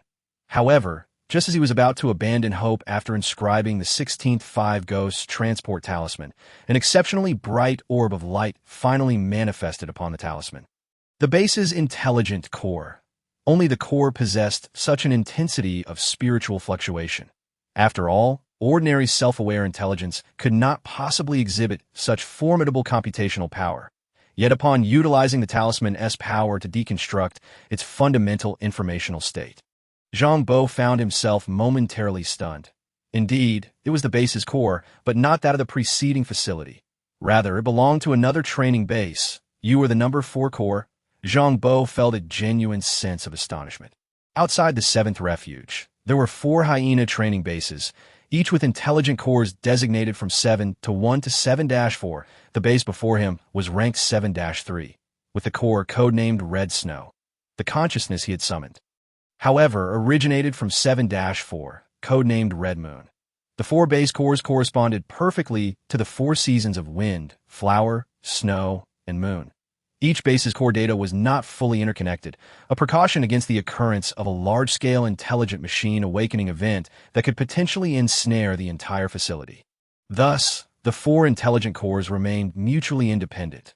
Master, I shall comply with any of your commands. The core of the number 4 base materialized into a vague, luminous silhouette, bowing respectfully through the power of the talisman. Zhang Bo swiftly gleaned everything within the Red Moon base. The armed personnel and mechanical combat soldier configurations were largely comparable to those of the 3rd base. However, they had suffered an attack from the remnants of the Human Federation half a year prior. Consequently, additional automated engineering robots had been deployed, and the facilities were only just restored. Gaining control of the Red Moon core was tantamount to seizing a significant portion of the Red Moon base. Thus, Zhang Bo hesitated no longer, expending his magical energy to completely refine the Red Moon intelligent core. Judging from the Taoist talismans, if the newly awakened intelligent combat soldiers or companion dolls could be considered minor spirits, then the base's intelligent core undoubtedly qualified as a Spirit King-level intelligence. However, in contrast to the Spirit Kings of the fantasy realm, the base's intelligent core possessed immense computational and analytical capabilities, yet lacked any negative spiritual energy, such as resentment that I in this world. Once captured by the Five Ghosts Transport Talisman, those intelligent cores had no capacity for resistance. The profession of a Taoist could be considered the nemesis of all intelligent machines. After refining the Red Moon intelligence, Zhang Bo found his magical energy depleted once more. Alas, the limit of 550 points in his spiritual energy pool was woefully insufficient. However, while awaiting the restoration of his magical energy, numerous preparations could be made, at the very least. With the authority of the Red Moon core, he could procure several sets of spare light-powered armor, Gauss rifles, and even high-energy explosive guns or equipment infused with spiritual crystal fragments. Leaving 3 titanium mechanical combat soldiers to monitor the movements of the Tycoon air around the 3rd base, Zhang Bo made his way toward the 4th base. After departing a certain distance, he mounted his motorcycle once more. The 2 bases were approximately 100 miles apart, and after cautiously avoiding several mutated beast nests, it took him nearly an hour to arrive near the 4th base. Observing the multitude of hyena warriors engaged in training or various tactical missions within the base, Zhang Bo, with the Red Moon Corps as his inside informant, would soon acquire detailed tactical arrangements among the various hyena squads. Monster hunting time had arrived. The hyena warriors, modified with beastification genes, needed to refine spiritual crystal fragments to succeed in their transformation. Otherwise, a fierce conflict would arise between human and beast genes, according to the lore of the fantasy realm. Hyena warriors and most other beastified, gene-modified soldiers were classified as demonized humans, having absorbed and refined spiritual crystal fragments, undergoing a spiritual baptism. The fundamental rule of the universe game mandated that only by slaying monsters infused with spiritual energy could one accrue experience points and item drops. Slaying beings devoid of spiritual energy yielded no rewards. Thus, for Zhang Bo, every hyena warrior represented a resource monster. Refining the Red Moon Corps first was advantageous, as it would bolster his strength before hunting the Tycoon Heir. Before long, a 5-man squad of hyena warriors departed the base in a combat armored vehicle, tasked with exploring a mutated beast nest in search of the spiritualized Beast King among the mutated creatures. The wasteland was rife with various mutated beasts, some of which had the fortune to devour spiritual crystal fragments and transform into Beast Kings, the primary quarry of the Tycoon Heir. Naturally, those new players led by the remnants of the Human Federation also regarded the spiritualized Beast Kings. Including the hyena warriors as resource monsters, the cycle of hunting and counter-hunting persisted. The armored vehicle abruptly halted after traveling approximately 30 miles from the base. Had it broken down? Had the logistics department not inspected the vehicle this morning? A younger hyena warrior instinctively reached for the door to check. The logistics department had conducted an inspection. The power system had shown no faults, yet there was a sudden power outage, and the connection to the base's network had been severed. A more seasoned hyena warrior, appearing to be in his 30s, seized him, donning the helmet of his powered armor, preparing for battle. We are under attack. The adversary possesses advanced mechanics capable of signal jamming. We must find a way to break through. Chapter 11. Elimination of the Hyena Warrior Squad. Soon, the 5 hyena warriors dismantled one side of the armored vehicle, activating its transformative structure to create semi-encircled personal protective armor units. The equipment of the hyena warriors was almost exclusively designed to counter assaults from new players. The 5 doors of the armor vehicle could form protective units akin to personal fortifications. Thus, an armored vehicle typically accommodated only 5 personnel, with the removal of all doors indicating an extreme situation. As long as the vehicle remained operational, its miniature nuclear reactor could provide ample energy, even allowing for the deployment of a small energy shield. The vehicle's sudden breakdown and total power cut, along with the severed connection to the base's network, signified that a high-end mechanic had infiltrated the vehicle's control system. Consequently, every hyena warrior felt a surge of tension. Even though the dual protection of their powered armor fortifications could withstand close-range energy cannon fire, they could not shake their anxiety. It was well known that a high-end mechanic was effectively a one-man mechanical legion. At this moment, the squad regretted not requesting a few mechanical soldiers for support. Huddling together left them vulnerable to being easily captured. After the 5 hyena warriors had moved over 2,000 meters away from the vehicle, Zhang Bo approached the now powerless armored vehicle, retrieving a brand new suit of powered armor from its undercarriage's reserve compartment. The incapacitated vehicle rebooted, and the onboard light rapid-fire cannon began charging, though it had lost its 5 doors, rendering it a mere shell, and the energy shield module had been affixed to the doors. It mattered little now as the empty shell of the armored vehicle hurtled toward a hyena warrior. The latter quickly succumbed to terror point. 3 shots from the onboard rapid-fire cannon obliterated the personal fortification formed by the vehicle doors. Following that, a 4th shot from the rapid-fire cannon shattered the powered armor. The hyena warrior activated his beastification transformation, his formidable physique in that state capable of withstanding small-caliber weapon fire. However, with the thunderous crack of the Thunder Roar revolver, the hyena warrior's head erupted in a gruesome explosion. The Thunder Roar revolver was a proud creation of Zhou Huairong, usable from level 1, yet possessing formidable power. It housed only 20 rounds, with each shot consuming 5% of its durability. Once all 20 shots were expended, the weapon would be rendered entirely inoperative. Eliminated a beastified warrior, first tier, 2 stars, gained experience points, 200 that your level has risen to, LV3, 24. Constitution 4, Spirit 1. Spiritual energy pool capacity, limit 100. Acquired treasure chest, blue quality. The treasure chest opened automatically, yielding a dogskin bracer and a junior stimulant. As the empty shell of the armored vehicle charged toward the second hyena warrior, the seasoned fighter decisively activated the personal fortification armor effect to its maximum. Then, from behind the armor, he drew out the explosive arrows and Gauss rifles, desperately firing at the location of the battle tank's reactor. However, the armor surrounding the reactor was significantly reinforced, designed to prevent the entire vehicle from being rendered inoperable by a distant explosion. At this moment, with his solitary firepower, it was utterly impossible to destroy it within a short time. Another 3 rounds of rapid-fire cannon struck, obliterating his personal bunker.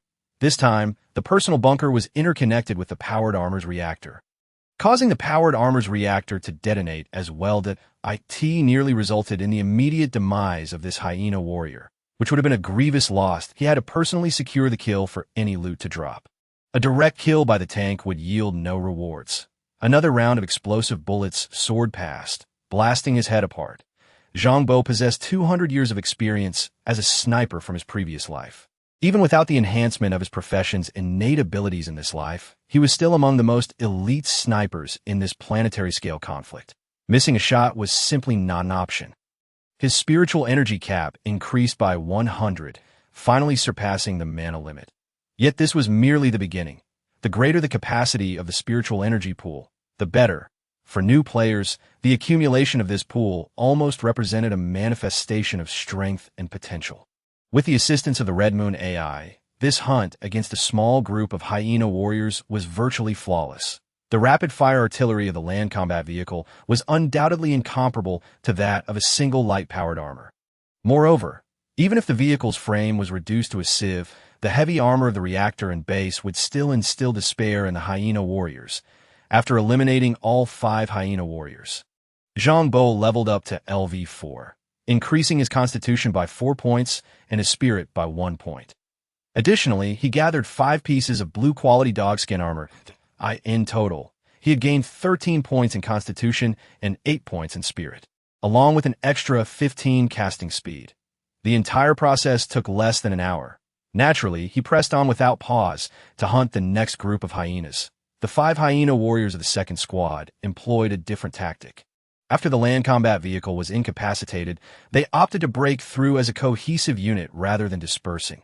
Upon realizing the vehicle had turned against them, the 5 hyena warriors connected their personal bunkers, effectively forming a small fortified position that exchanged fire with the tank's rapid-fire cannons.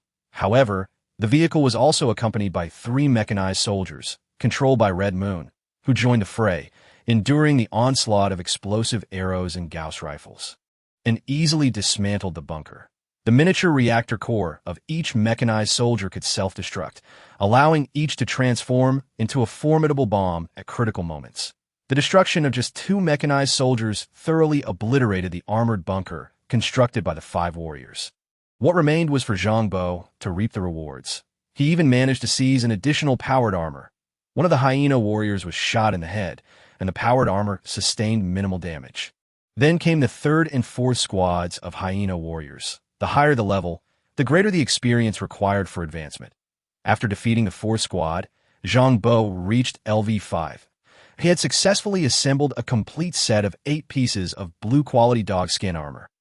In total, he had gained 25 points in constitution and 18 points in spirit. This was essentially his limit, as the hyena squads available for hunting today amounted to only these 4. The hyena squads holed up in the base were more challenging to deal with, as the administrators stationed there communicated with each other daily. If an intelligent machine rebellion were to occur at Base 4 now, it would undoubtedly alert Base 3. The scions of the wealthy were the real prize. With his level raised to 5 and having completed a full set of 8 pieces of blue-quality dogskin armor, Zhang Bo's own power had undergone a transformative enhancement. Real name, Zhang Bo. Initial talent, divination, 3 stars. Occupation, Taoist. Level, LV5. Constitution, 2025 with equipment. Spirit, 918. Mana. 1700 Spiritual Energy Pool, 2050, Occupational Talent 1. Chi Binding Talisman, 2 stars. Divine Ability, Golden Light of the Earth, 5 stars. The mana cap reached 1700, allowing for a recovery of 70 points of mana per hour. Surely this would suffice to catch the intelligent mainframe of base 3. Chapter 12 New Talisman, Nourishing Spirit Talisman. Has no one found the Spirit Beast King all day? Within the confines of the 3rd Refuge Base by Chung, who had trained for an entire day in a 6-fold gravity chamber, nodded upon hearing this news. Acknowledging the soldier's hard work that on average, discovering a Spirit Beast King every 2 to 3 days was already at its limit. What about those terrorists, for those within the Star Blue Consortium S faction? The remnants of the Human Federation and other factions, including the solitary new players, were all considered terrorists. At this point, Chung felt somewhat helpless. Those terrorists could hunt Spirit Beast Kings and Hyena Warriors alike. However, he could only pursue Spirit Beast Kings. It would be unreasonable to treat his own Hyena Warriors as mere resource monsters. This eliminated a crucial avenue for leveling up and resource acquisition. Yet, this was the trial of a consortium heir. Only through hardship could one prove their worth. Base 4 had lost 4 squads today.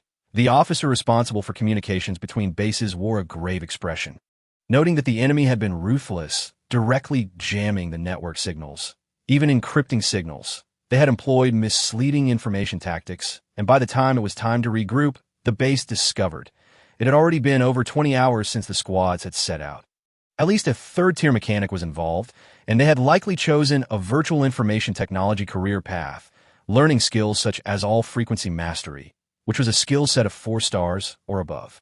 Bai Chung stroked his chin. Was it that Old Joe who had acted? According to our analysis, Old Joe was a crafting mechanic with additional enchantment abilities, not an information specialist. The officer shook his head. It could either be a recently promoted 3rd-tier mechanic or a high-level mechanic they had kept hidden until now, but we have reason to suspect that they have become aware of your existence and may have devised an encirclement strategy against you. This strike against Base 4 could be a preemptive measure or an attempt to locate your exact whereabouts. ISNT Old Joe's position already known. I could just go take him out. I heard he runs a small bar in the main city. Bai Chung inquired. That would be a trap. Old Joe himself is bait. If they could lure you in, the loss of Old Joe would be worth it. The officer shook his head. Moreover, our activities in the main city are heavily restricted, as mandated from above. The balance of humanitarian fortune must be maintained. The backlash of karmic curses. Bai Chung rubbed his temples, feeling a headache coming on. Since they have already learned of my existence, we might as well use me as bait to draw them in. Small skirmishes are meaningless. I want a grand battle and to get a sense of their capabilities. By seizing the humanitarian fortune of Earth, I can at least get an idea of the high-level players they VE cultivated and whether there are any epic players above level 100, but there must be. Without epic players creating epics, they wouldn't be able to hold humanity's fortune hostage. Beside him, Bai Tianfan, Bai Cheng's 5th uncle, wore a serious expression that if you truly provoke an epic player, you could be in real danger. As a descendant of the Bai family's 17th generation, being able to confront the rebel faction's epic stronghold would certainly be a gain for me. Bai Chung chuckled. Can't I even muster this bit of courage? What I fear is that the epic player ISNT on Earth, but hiding somewhere, quietly developing. Spread the word. Let them all come to kill me. I have plenty of good things to share. Or perhaps add a clause, promising rewards for those willing to defect. Bai Tianfan added, they could become your loyal subordinates in the future. That makes sense. Bai Chung's eyes lit up, bursting into laughter, eager to see whether more would come to slay him or to ally with him. Proficiency reached 100, acquiring occupational skill. Talisman, 5 Ghosts Transportation, 1 star. Consumes 10 points of mana. Constructs a talisman rapidly within 3 seconds, which lasts for 10 minutes. Randomly binding 5 spiritual entities within a radius of 100 kilometers for one's use. Self-realized skill, judgment successful. Activating the skill, awakening series of tasks. Task 1. Total number of spiritual entities bound exceeds 108. 58 108. Task 2.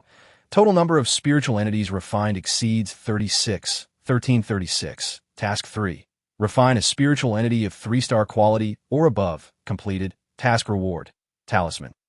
Nourishing Spirit, 1 star. Constructs a nourishing spirit talisman that imbues the true spirit of the entity, continuously nourishing said entity. After constructing the Five Ghosts Transportation Talisman 100 times, it finally became a panel skill. The effects of the skill were immediately evident. Before it became a skill, even with the Chi Binding Talisman as a class talent, drawing a single talisman would still take at least 20 seconds. If an ordinary Taoist were to use talisman paper and brush, the time required would be even longer. Furthermore, once successfully drawn, the effective duration was only 10 seconds. After 10 seconds, it would dissipate in order to communicate with the spirits constrained by talismans. One must continuously expend magical energy. However, once it becomes a panel skill, the casting time is reduced to a mere 3 seconds, and the duration extends to a full 10 minutes, marking a remarkable transformation. Nonetheless, the subsequent skill task, he is indeed capable of nurturing spirits. Since Taoists combine ghosts, they can naturally also nurture them. Even selecting those spirits with superior talents for continuous cultivation follows a clear evolutionary path. Generally, it begins with minor spirits, progresses to ghost kings, and then to divine soldiers and deities. Here, the term minor spirits does not solely refer to the souls of the deceased, but also encompasses various nature spirits formed from the essence of the earth and sky, with the latter often being the primary focus of nurturing. In the mythological narratives, prominent Taoist figures are typically accompanied by spirit attendants, many of whom are the product of spirit nurturing techniques. The nurturing talisman is indeed one of the fundamental talismans of Taoists, and the reward for this skill task should directly translate into a panel skill, saving considerable effort. With a flick of his hand, the panel skill is activated and a Five Ghosts Transport Talisman materializes within 3 seconds. As 5 luminous orbs emerge, Zhang Bo's spirit is invigorated upon seeing the brightest orb. He has finally summoned the intelligent core of Base 3, Hong Shui. Of course, this entails consuming magical energy to directly refine it, simultaneously sketching a nurturing talisman to implant within its primordial spirit. With Hong Shui's assistance, one can officially hunt the heirs of the financial conglomerates. Such endeavors are best commenced promptly. The resources possessed by these heirs are beyond the imagination of ordinary players. As they are constantly growing stronger, the longer one delays, the more resources are consumed, making it increasingly difficult to eliminate them. Chapter 13, Assault on the Base. Initiate with an explosion of the power furnace. On June 15, 1132, in the Star C calendar, Bai Cheng emerged from the gravity training room of the base, the radiance surrounding him gradually dimming, revealing skin that had turned a resplendent purple gold, exuding a subtle metallic luster. In the universe's game, his profession is that of a spirit master, clearly aligned with the mage class. However, as an heir to a financial conglomerate, one cannot afford to specialize in only one area. A balanced development is essential. As a spirit master, even the weakest melee capability must be able to contend with ordinary elite warriors to be considered barely acceptable. Therefore, physical training is indispensable, and he has just successfully cultivated a 3-star physical enhancement technique. There is a distinct difference between techniques and skills. Skills represent an ability, while techniques are a culmination of a series of skills resulting in a final effect. Essentially, a technique is akin to a skill set. Has the information been disseminated? As Bai Cheng's radiance continued to wane, he donned his attire under the service of his companion automaton and inquired, "IT has been disseminated, and the first wave of attacks is expected to occur in 4 to 6 hours, with a probability exceeding 40 that they will first drop nuclear bombs on our 4 bases." The officer's expression was grave. The opposing side possesses a mechanic with full channel shielding skills, thus it is advisable to rely on the base for positional warfare. Should we venture in the wasteland, we may entirely lose control over the mechanical support units. How many nuclear bombs can our base withstand at most? Bai Cheng asked. "At most 3, the officer responded. However, our tactical experts have analyzed that the opposing side will likely only deploy 1 bomb. After all, their primary objective remains your kill reward. The tactical expert's analysis can only provide a maximum reference ratio of 16. 5. Bai Tianfen interjected, reminding that their success rate against the rebel forces has consistently been low. A success rate exceeding 50 is commendable. their success rate stands at 63.2, generally maintaining control over the rebel factions. Bai Cheng chuckled, "Work expectations should not be excessively stringent. Let us distribute the bonuses first, providing each individual with a companion automaton, and after receiving the rewards, they can work diligently. Do not activate the companion automatons yet, as the opposing side possesses advanced mechanics. Once we eliminate that mechanic, all companion automatons will receive complementary upgrades to the latest entertainment modules." The officer nearly moved to tears, and the staff within Base 3, having received their rewards before the battle, were naturally invigorated. Regardless, a generous employer who dispenses bonuses will always be welcomed. Since arriving at the base, this financial heir has not exuded the aloofness typically associated with his status.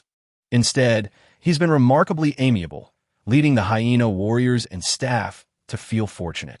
Working under a good employer certainly offers greater prospects, does it not? Soon, all defensive measures of the base were activated, and the anti-nuclear modules were fully operational. The hyena warriors donned powered armor, while the mechanized soldiers and the base's automated weapon systems were also set in motion. However, the first wave of attacks came earlier than anticipated. This left the tactical analysis team within the base quite embarrassed. The nature of the first wave of attacks was also unexpected. It was not a nuclear strike, but rather a simultaneous rebellion by approximately 30 mechanized soldiers, which damaged the power conduits of the first layer of automated weapon systems. Could the enemy's mechanic be so audacious as to strike first? Bai Cheng furrowed his brow, casting a glance at Bai Tianfan. "Uncle Wu, have you detected any spiritual energy signatures from the opposing side?" Bai Tianfan stood before a composite light brain unit, his body radiating with flickering light, manifesting hundreds of three-dimensional light screens in midair. At that moment, his expression was exceedingly grim. It was not merely a full-channel shielding ability. Even a 5-star full-channel shield would leave some trace of information. Either they possess a shielding capability surpassing 5 stars, or it is an entirely new ability, one that does not belong to the mechanic's evolutionary path of virtual information. Those rebellious mechanized soldiers have all gained a certain level of self-awareness after awakening. To have so many revolt at once, seal all management permissions for Hong Shui. Bai Cheng's eyelids twitched, and he promptly made the most accurate judgment. From the first instance of the companion automaton's rebellion to the present mechanized soldiers' insurrection, even a level 68 mechanic like Uncle Wu was unable to detect any traces of information infiltration from the opposing side. That it was evident that the assailants possessed a new form of information warfare capability. The gravest threat posed by this ability is the potential to seize control of the base's intelligent core. Bai Cheng had already misjudged once, but having received the most elite education, he quickly formed a new assessment. However, it was already too late. The primary reactor of the anti-nuclear base abruptly entered an overload state, completely bypassing the safety valve system established by the base's mechanics in a mere 3 seconds. Bai Cheng felt an intense wave of heat. Simultaneously, Bai Tianfan, who had been constructing an exclusive information network, sensed something amiss. He regretted not having overhauled the entire base's network security system since his arrival. Of course, as a guard, he lacked the authority to do so that if he were to gain control over the entire base's security systems, surpassing Bai Cheng's level, and were to betray him, he would become the greatest threat. Despite Bai Cheng's outwardly benevolent demeanor, it is fundamentally impossible for a financial heir to entrust their safety entirely to one individual. There must always be mutual checks and balances to construct equilibrium. Mastery of subordinates is a requisite for every financial heir. The most direct and severe consequence of strategic misjudgment was that the primary reactor within the anti-nuclear unit erupted in a catastrophic explosion after burning furiously for 5 seconds. This was undoubtedly beyond Hong Shui's capabilities. Bai Tianfan instantly recognized the new situation. Hong Shui has evolved. The unknown enemy not only subdued Hong Shui, but also somehow enhanced its computational capabilities. It is important to note that under normal circumstances, even if the primary reactor enters an overload state, it should not explode within such a brief time frame. The anti-nuclear unit of the Hyena training base was originally designed to withstand enemy nuclear strikes. Yet now it faced an internal nuclear implosion. Amidst the violent explosion of high-energy reactions, the mechanical units surrounding Bai Tianfan swiftly morphed, constructing a small protective fortress, shielding both him and Bai Cheng with layers of defense. The 5 advanced companion automatons also promptly activated their internal high-energy reactor modules, forming energy shields that a layer of purple-gold light enveloped Bai Cheng, establishing a third layer of protection. After all, he is an elite from a financial family. The shockwave from the reactor's explosion, having destroyed personal fortifications and the energy shields of 2 companion automatons, was ultimately halted. I recommend an immediate evacuation from the base. There are a total of 16 nuclear reactor modules within the base. If one can explode, the others are also at risk of detonating at any moment. Bai Tianfan's forehead was beaded with sweat. For a level 68 mechanic to endure the close-range explosion of a nuclear fusion reactor was no easy feat. At this point, he had even sustained injuries. Yet he urgently shouted, "Order the hyena warriors to destroy all mechanized soldiers, along with the base's automated and strategic weapons, since Hong Shui has already betrayed us. This base can no longer be relied upon. Approved. Additionally, mobilize half of the hyena warriors to prepare for a large-scale enemy assault." Bai Cheng's expression was equally grave. The betrayal of the base's intelligent core represents the most significant variable in this battle. Someone has covertly subdued Hong Shui, and Uncle Wu, a level 68 mechanic, failed to notice anything amiss. Is the enemy's mechanic truly that formidable? Or could it be that Uncle Wu is also part of the enemy's ranks? Uncle Wu, recover from your injuries first. I will trade you a resurrection coin. Chapter 14. Nuclear Strike. The number of resurrection coins possessed by the heir of the conglomerate remains an utmost secret, one that even the closest confidants are oblivious to. Though a seed of doubt has been sown in his heart, Bai Cheng unhesitatingly transacts a resurrection coin to Bai Tianfan. This gesture conveys 2 meanings. Should you be a traitor, I fear not bestowing you a resurrection coin, for I have an abundance. You ought to weigh the cost of betrayal. Conversely, if you remain loyal, this resurrection coin shall serve as the greatest reward.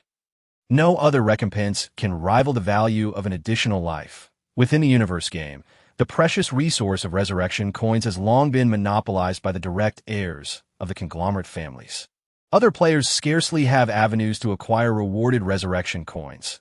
Any high-level tasks that could yield resurrection coins are beyond their reach. After consuming a high-grade recovery potion, Bai Tianfan's aura rapidly revitalizes.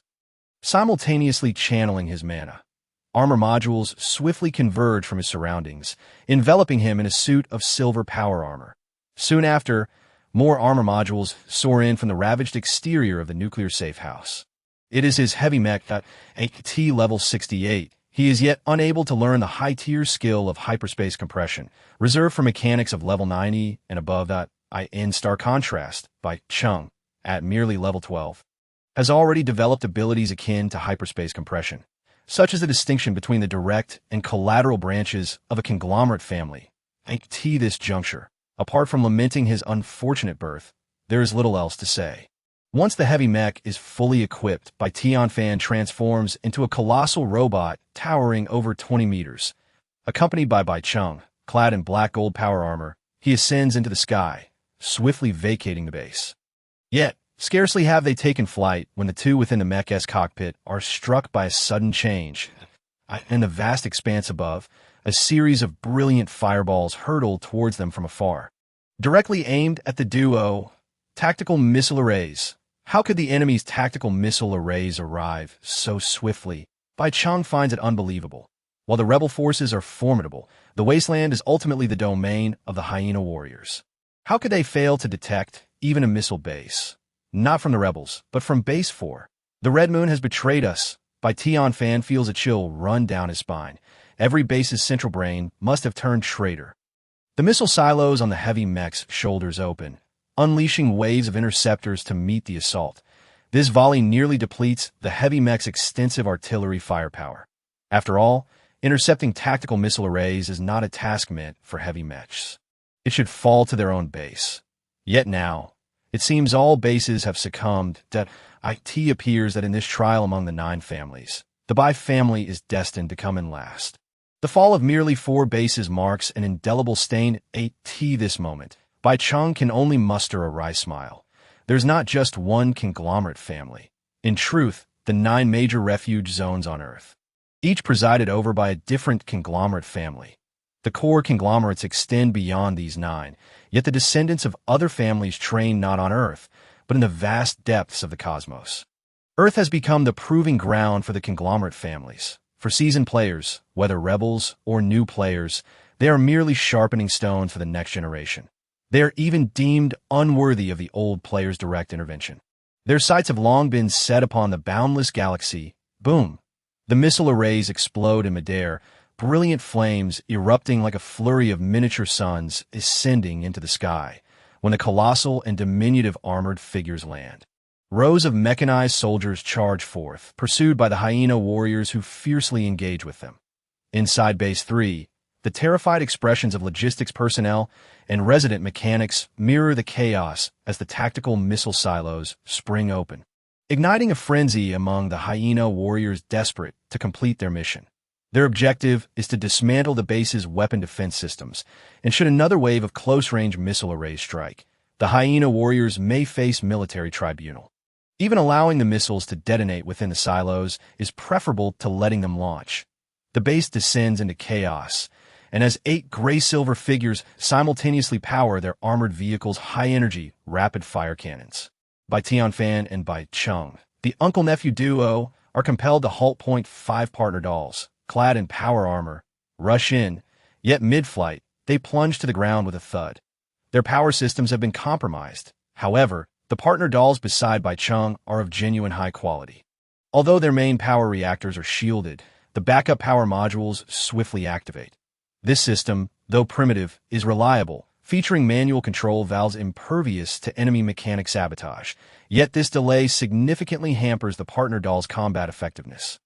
The 5 charge forth, only to be halted by 3 titanium mechanized soldiers. Some of the stronger hyena warriors surge forward, becoming remarkably dependable in the wake of the base's central brain's betrayal.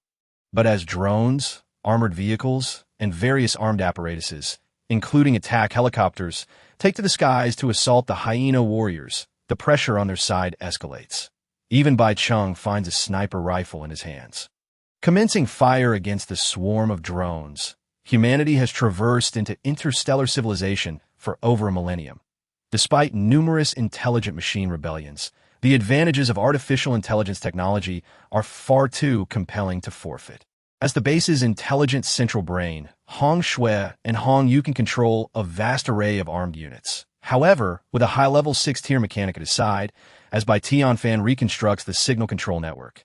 A torrent of data signals surges forth in the unseen realm of electronic network signals. 2 data streams fiercely compete for the foundational control permissions of various intelligent weaponry, as battalions of drones and vehicles are gradually realigned.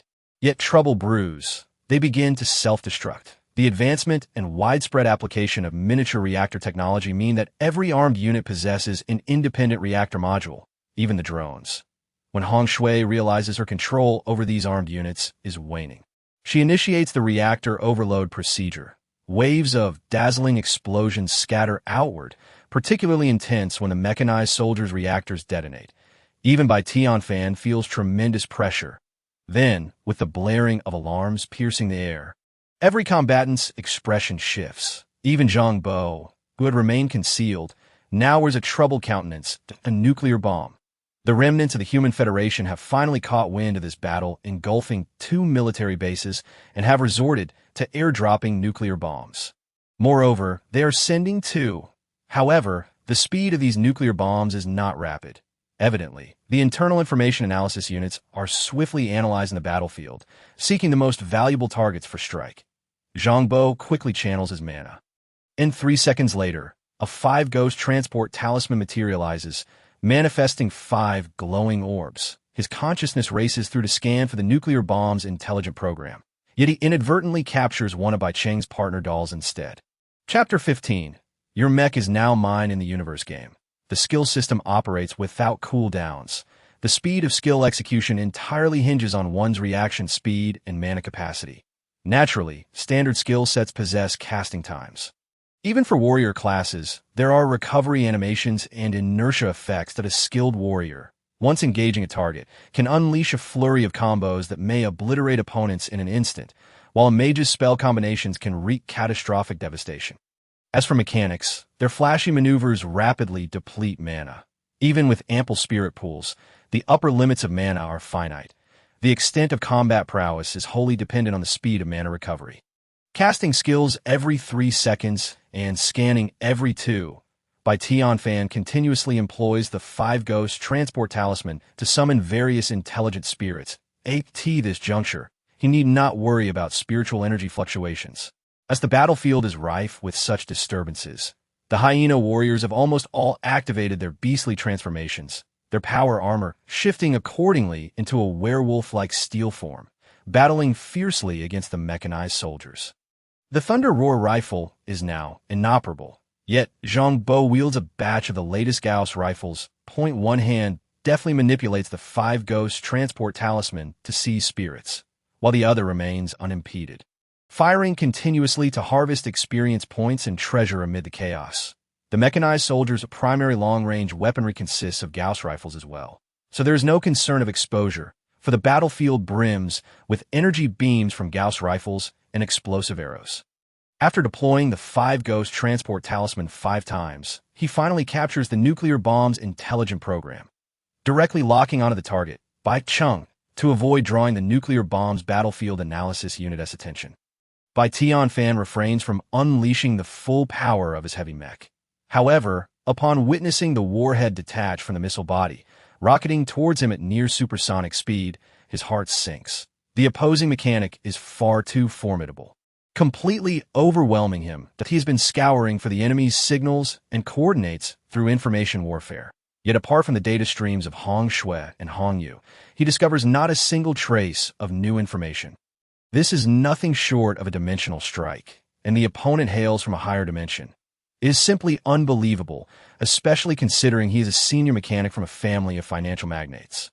Although he may not rival those directly in line for succession, he is undoubtedly far superior to ordinary mechanics. Under normal circumstances, when faced with rebel mechanics below level 90, he could easily dispatch them without a second thought. How on earth has he been reduced to such a state?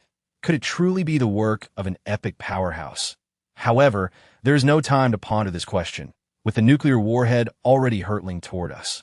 The only option is to brace for this wave of bombardment with all our might. Bai Tianfan's magical energy surged wildly as the transformation mechanism of his heavy mecha swiftly outlined a colossal sniper rifle, which he then fired. Boom! A nuclear warhead detonated midair, unleashing a tremendous shockwave of air and intense nuclear radiation that spread like a tidal wave in all directions out on the battlefield. Nearly a third of the mechanical soldiers were instantly severed from their connections. After all, a nuclear warhead is a nuclear warhead. With technological constraints on Earth and the backlash of humanitarian curses, even the high-grade weaponry of the Xinglan Consortium cannot penetrate the Earth's domain. The nuclear warhead stands as the ultimate weapon permissible by the rules of Earth. Whoosh at last, another heavy mecha made its appearance on the battlefield. Bai Chung was flanked by 2 heavy mecha warriors for protection. But he had an additional tactical mission. Snipers are magnificent.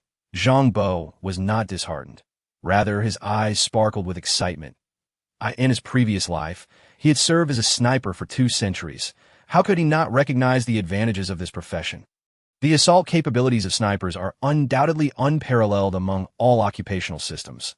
They strike from afar with great lethality, especially after mastering the skill of long-range engagement, allowing them to eliminate foes from unseen vantage points. Of course, this requires prior target locking. However, the sniper's skill set does not encompass information warfare capabilities. Their formidable lethality hinges on the synergy between their skills and their equipment, particularly for heavy mecha warriors. Snipers often rely heavily on the mecha's intelligent AI system for support, which constitutes a significant portion of their effectiveness. Should the mecha's AI be compromised, the sniper will be rendered nearly impotent. It is essential to understand that heavy mechas are not merely oversized suits of armor. They are powerful independent combat platforms, with the mecha's main control system managing the majority of its weapon units. Therefore, if one could seize the sniper's mecha AI program, the sniper's capabilities would be severely diminished. In contrast, Tian Fan had long since reconstructed the intelligent AI program of his heavy mecha. Put in the terms of Xinxiao worldview. Tian Fan had subdued the little spirit accompanying his equipment, rendering it a loyal servant. The Five Ghosts Transportation Talisman can only capture unbound spirits. To capture a bound servant requires advanced talismans beyond the rudimentary level. Thus, without hesitation, Zhang Bo unleashed the Five Ghosts Transportation Talisman again. Each talisman consumed 10 points of magical energy, and with his current maximum magical energy reaching 1,700 in a spirit pool exceeding 2,500, he could afford to expend it freely. With a high-level sniper joining the fray, the mechanical soldiers and various armed vehicles on the battlefield were swiftly decimated at a visibly rapid pace. The terrifying offensive power of the sniper was a categorical dimensional strike against the armed units of the military base. In fact, a single level 65 sniper could easily overpower all military forces across 4 bases. Why are the true upper echelons of the Xinglan Consortium never fearful of mechanical rebellions? Because as long as there is a sufficiently powerful high-level entity present, mechanical revolts cannot stir up a significant storm. This principle holds true not just on Earth, but across the vast cosmic battlefield as well. When Zhang Bo activated the Five Ghosts Transportation Talisman for the 16th time, he finally captured the intelligent program of the sniper's heavy mecha. Moments later, the mecha, which had been relentlessly firing and sweeping the battlefield with overwhelming force, abruptly fell silent. Its power system instantly shut down. It even crashed to the ground, unable to rise. A moment later, the voice of the sniper erupted from within the mecha, filled with rage. The enemy has a high-level mechanic. I am no match for him. His skill set can completely control the intelligent AI system. Tian Fan bellowed in response. Quickly disengage the mecha and protect the young master. I can't disengage. What the hell? The sniper cursed. This damn mecha has locked the cockpit door. Then find a way to break out. This mecha is worthless, Tian Fan shouted in anger. The weapon is under control. I can't just punch my way out. I'm not a warrior. The sniper was utterly bewildered by the sudden turn of events. The next moment, he roared again, a hint of fear lacing his voice. Get back. This mecha is going to fire on you. Chapter 16. What a magnificent weapon. Bai Cheng was maneuvering his black gold power armor in the air.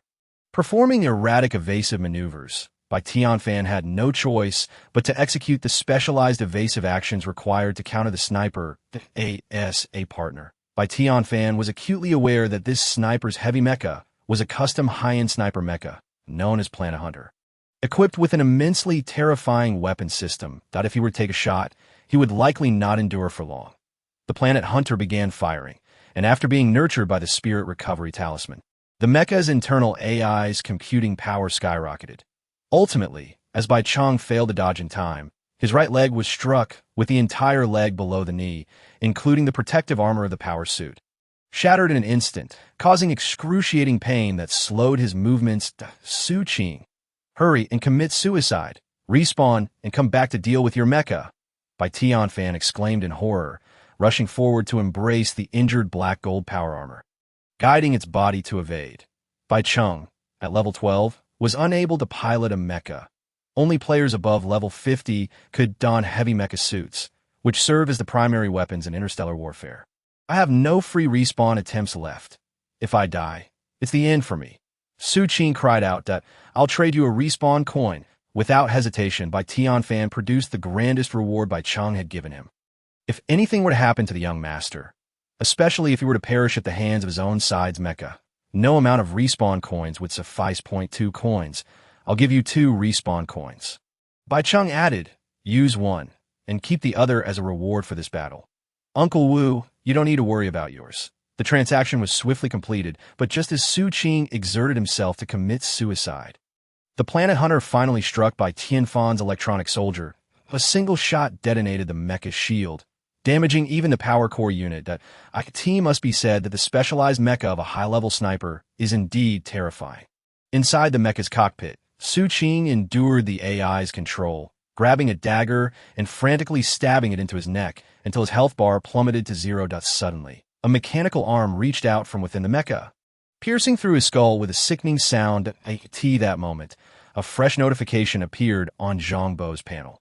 Kill high-level sniper, level 65. Gain 2,000 experience points. Level up to LV 6, Constitution 2, Spirit 3. Spirit pool maximum 2,000. Rewards obtained. Curved trajectory, 3 stars. Eagle eye, 2 stars. Scarlet mist, purple rarity. Congratulations, you have successfully killed an enemy player significantly above your level. Achievement unlocked. Overcoming the odds. Sniper, 3 stars. When using Sniper Series Universal Equipment, level requirements are reduced by 30 levels. Curved trajectory, 3 stars. Universal skill. Upon learning, bullets will possess a curved trajectory, allowing attacks on enemies behind cover. Learning conditions. Over 10. 0 shots fired. Condition 2. A single bullet must hit 2 targets over 100 times. Condition 3. Bullet deflection must exceed 10 times. Eagle eye, 2 stars. Universal skill. Upon learning, grants super long-range vision. Learning conditions. Focused observation of a target for over 10 seconds. Done over 100 times. Condition 2. Focused observation of a target beyond 100 meters for over 180 seconds. Done 3 times. Scarlet mist, purple rarity. Sniper rifle, required level. 50. Effective range. 16 kilometers. Can expend magical energy to create energy bullets to attack enemies, with a corrosion effect upon impact that weakens enemy defenses. After the Mecha's intelligent core was refined, the game deemed it as a subordinate combat force. Did it count as his kill when it eliminated targets? Zhang Bo's eyes lit up. Such fortune indeed. Killing a level 65 sniper is akin to slaying an enemy far beyond one's own level. The rewards are extraordinarily generous, yielding 2 skills and a purple rarity weapon. Unfortunately, it seems that the sniper possessed respawn coins. Had he not, the kill would have directly yielded all his items, and dismantling his subprogram could have resulted in a super evolution for Zhang Bo's own subprogram. Nonetheless, this was more than sufficient. Without the hindrance of a driver, the weapon systems of the Planet Hunter operated with remarkable finesse. The mechanic felt an overwhelming urge to weep. His information-based attacks were utterly ineffective against the combined suppression of the Red Moon and Red Snow. His mechanical legion was completely subdued. In terms of firepower, the electronic celestial soldiers were no match for the Planet Hunter. Even without its purple legendary primary weapon, it remained fiercely formidable in this battle. He, as a mechanic, found himself thoroughly overwhelmed, achieving little of significance as the combat progressed. The mechanical warriors were nearly eradicated, with the armed vehicles reduced to mere rubble by the hyena warriors. Only the Planet Hunter, the greatest threat, remained. It unleashed a relentless barrage against Bai Tianfan and Bai Cheng, leaving them gasping for breath. The power source of the heavy mechs surged with vigor, and energy beams rained down like a torrential storm, devastating the surroundings. My scarlet mist erupted. Yet even with the enhancement of skills, it failed to penetrate the armor of the Planet Hunter. How could you, as a sniper, not possess a backup weapon? Bai Tianfan was on the verge of madness with rage. Damn it, Lao Bai, are you unaware of my predicament? To purchase that scarlet mist, I sold everything I could, and still owed 2,000 spirit crystals. I even borrowed 1,000 from you. Where am I supposed to find extra funds for a backup weapon? Su Qing was truly in tears, cursing his terrible fate. Dying once had coincidentally caused the most crucial weapon to be dropped. For a sniper, the importance of a good gun transcends all else. He had truly exhausted his resources to acquire that level 50 purple legendary sniper rifle. He had even sold his level 65 blue superior sniper rifle that came as part of his upgrade mission. That was a purple legendary weapon, 2 grades superior to blue quality. In comparison, the 2 skill books that dropped were insignificant. The 20-level purple legendary sniper rifle, the Twin Ice Lotuses, was a prepared primary weapon at level 20. In the Interstellar era, regardless of profession, firearms predominantly served as primary weapons. Even spiritualists rarely wielded a staff for casting spells. Utilizing firearms for spell casting allows magical effects to be imbued into bullets, greatly enhancing both accuracy and range. The fundamental rule of the universe game is weapon compatibility, a fusion of gameplay, within a sci-fi context. Casting a fireball spell with a staff might reach just over 100 meters. However, compressing the fireball spell into a sniper bullet could propel it thousands of meters. If one could learn some universal shooting skills, the power would amplify even further. Naturally, the core skills of a true sniper profession remain unattainable. With advancements in technology, the basic rules of gaming professions are also evolving. Chapter 17. Young Master Bai's recruitment policy with a level 20 purple legendary sniper rifle in hand. Su Qing, a level 65 sniper, posed a tremendous threat to the Planet Hunter. The Planet Hunter's mech was equipped with blue superior grade gear, requiring level 50 for use. Despite this level advantage, it was nearly nullified under the onslaught of the 65-level sniper's formidable skills. Realizing it might not withstand the assault of two high-tier warriors, the Planet Hunter's mech suddenly accelerated, soaring from the edge of the battlefield, by the time it took to the skies again. It was empowered by 5 powerful talismans. The Divine Soldier Talisman increased attack power by 20. The Divine Movement Talisman enhanced speed by 20. The Sturdy Armor Talisman boosted shield defense by 20. The Explosion Talisman added explosive effects to all energy attacks. The Escape Talisman reduced the probability of being hit by 20. These 5 talismans had yet to form panel skills, thus lasting only 10 seconds. However, within that brief window, the Planet Hunter's explosive power was immediately evident. Enduring 2 shots from the twin Ice Lotuses, which carried freezing effects, a brilliant beam of light cleaved through the void, instantly obliterating Su Qing's head. Eliminated high-tier sniper, level 65, gained experience points, 2,000, level increased to LV7. Physique 2, Spirit 3. Spirit pool limit, 2,000. Reward obtained. Super Composite Potion, Blue Superior. Twin Ice Lotuses, Purple Legendary. Pet Egg, Radiant Spirit, Blue Superior. Zhang Bo couldn't help but chuckle. However, this time, the Planet Hunter's conspicuous maneuvers had exposed him. While evading and resisting the Planet Hunter's relentless pursuit, Bai Tianfan's eyes lit up. Gotcha! With a cold snort. The floating cannon surrounding his mech swiftly darted toward Zhang Bo's hiding spot. Super Composite Potion, Blue Superior. Restores 10 mana, additionally restores 500 mana points per minute for 10 minutes. Without hesitation, Zhang Bo activated the Golden Light of the Earth spell, a faint golden glow enveloping him as he instantly reached supersonic speed, darting toward the battlefield's edge. Bai Tianfan, well-versed in combat, was immediately astonished. A supersonic displacement skill? On a planet? This was under the constraints of planetary gravity. It was at least a 7-star level displacement skill. How could this guy possess such a divine ability? The floating cannons quickly lost their target. As the opponent's speed was too rapid, the targeting system of a floating cannon could not lock on such a high-speed moving target. I've got him. A faint purple light screen manifested beside Bai Cheng. Fifth uncle, hold off the Planet Hunter's attacks for now. I'll deal with him. If I expend a resurrection coin this time, I'll have to seek assistance from the family. That gun has dropped again. Su Qing, in the group chat, was genuinely crying, "Young master, I'm doomed. Stay vigilant outside the battlefield.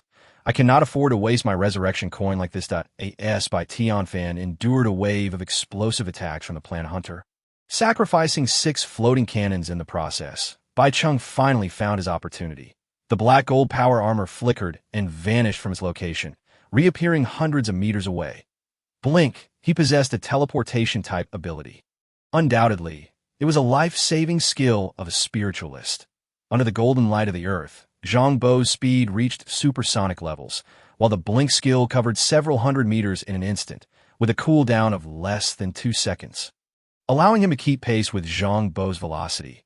After escaping the main battlefield over 10 kilometers away, Zhang Bo realized that the opponent undoubtedly possessed a target-locking item, rendering escape impossible. He abruptly halted, raising the twin Ice Lotuses to fire a shot. This gun was a level 20 purple legendary weapon. However, Zhang Bo had just received an achievement for overcoming stronger foes, allowing him to use Sniper Series weapons at a 30-level reduction, making it entirely usable. The gun was an ice blue sniper rifle with 2 barrels, consuming 10 mana points to fire 2 energy bullets, which had freezing effects that could slow down enemies upon impact. drawing on his 2 centuries of experience as a sniper in his previous life. Even without any sniper skills, the inherent power of the firearm and his instinctive shooting ability were sufficient to confront this heir of a financial conglomerate head-on. As the black gold power armor executed a blink, 2 freezing bullets struck the armor, erupting in a burst of ice-blue mist. What excellent marksmanship! As a mechanic, his shooting skills rival mine, Bai Qing couldn't help but exclaim. Indeed impressive, his blink cooldown was under 2 seconds, covering distances between 500 to 700 meters. This enemy could predict his appearance after a blink and accurately hit him. Such talent is truly wasted not being a sniper. Join me, and I can provide resources and permissions that allow you to level up to 300. Bai Cheng, having taken a hit, did not retaliate immediately. Instead, he sincerely remarked, "Your level shouldn't exceed 10 after your first-class transition. Right? Otherwise, with the attribute bonuses post-transition, the twin Ice Lotus's power should have taken me down in one shot. This guy actually wants to recruit him?" Zhang Bo couldn't help but chuckle. However, one must admit, this heir of the Bai family certainly possessed substantial ambition. The Star Blue Consortium's monopoly over resources in the universe game was all-encompassing. Even at level 100, when players began to forge their epic paths, all high-level maps and resources were entirely under their control. Ordinary players had nowhere to level up after reaching level 100. They either had to confront the Star Blue Consortium's members, treating them as resource monsters to farm, or seek their allegiance to gain access to high-level maps. Otherwise, they would find no place to grind for levels throughout the entire galaxy. And once they became enemies, survival would be truly arduous. The Star Blue Consortium's elite players were plentiful, and any high-level veteran player could take them down without warning. In his previous life, Zhang Bo had taken the path of resistance, ultimately reaching level 203, only to be killed by a level 560 sniper bullet. In this life, Bai Cheng had directly offered a level cap of 300, meaning he could grind and level up in high-level maps to reach 300. Surpassing his strongest state in the previous life, it was undoubtedly an enticing proposition.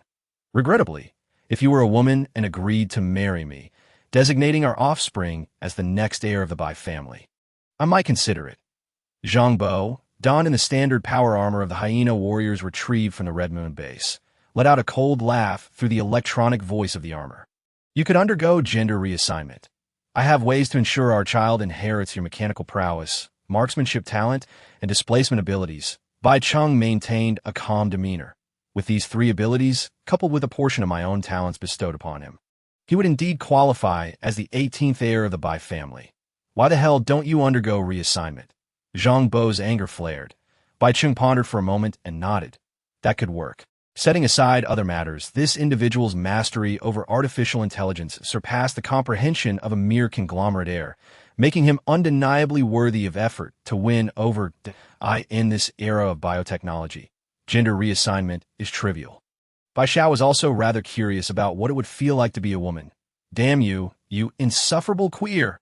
I, a straight man, find your kind utterly intolerable." Zhang Bo invoked 5 talismans, firing a shot in retaliation. Chapter 18. Elimination of the Conglomerate Heir.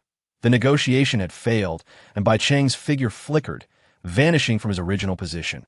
When he reappeared, a dragon-shaped pistol had materialized in his hand. 2 entwined bullets hurtled toward him, striking his weapon with precision.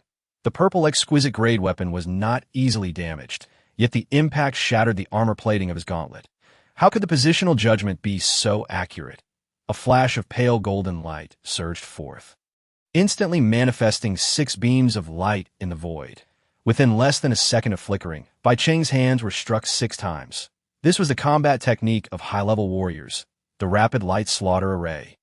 Bai Cheng's pupils constricted in an instant. This was not a skill, as only warrior-type classes could manifest it as a panel skill. Rather, it was a technique that could be mastered at In fact, it was a set of combat skills that anyone could learn. And even Bai Cheng was studying it. However, he could currently only manifest 2 beams at once. His opponent could conjure 6 directly. Was he a mechanic or a warrior? Under the onslaught of the 6 beams, the black gold power armor's gauntlet shattered explosively, and Bai Cheng's hands were severed in an instant. The dragon-shaped pistol was wrenched from his grasp. in close combat. Disarming was a formidable tactic. The opponent's combat skills represented a dimensional suppression. An insurmountable challenge. With a resounding boom, a purplish-golden light erupted from his body. After releasing a repulsion field, Bai Cheng instinctively unleashed another flicker. Just as his figure materialized, another paired lotus bullet came crashing in, sending a chill through him.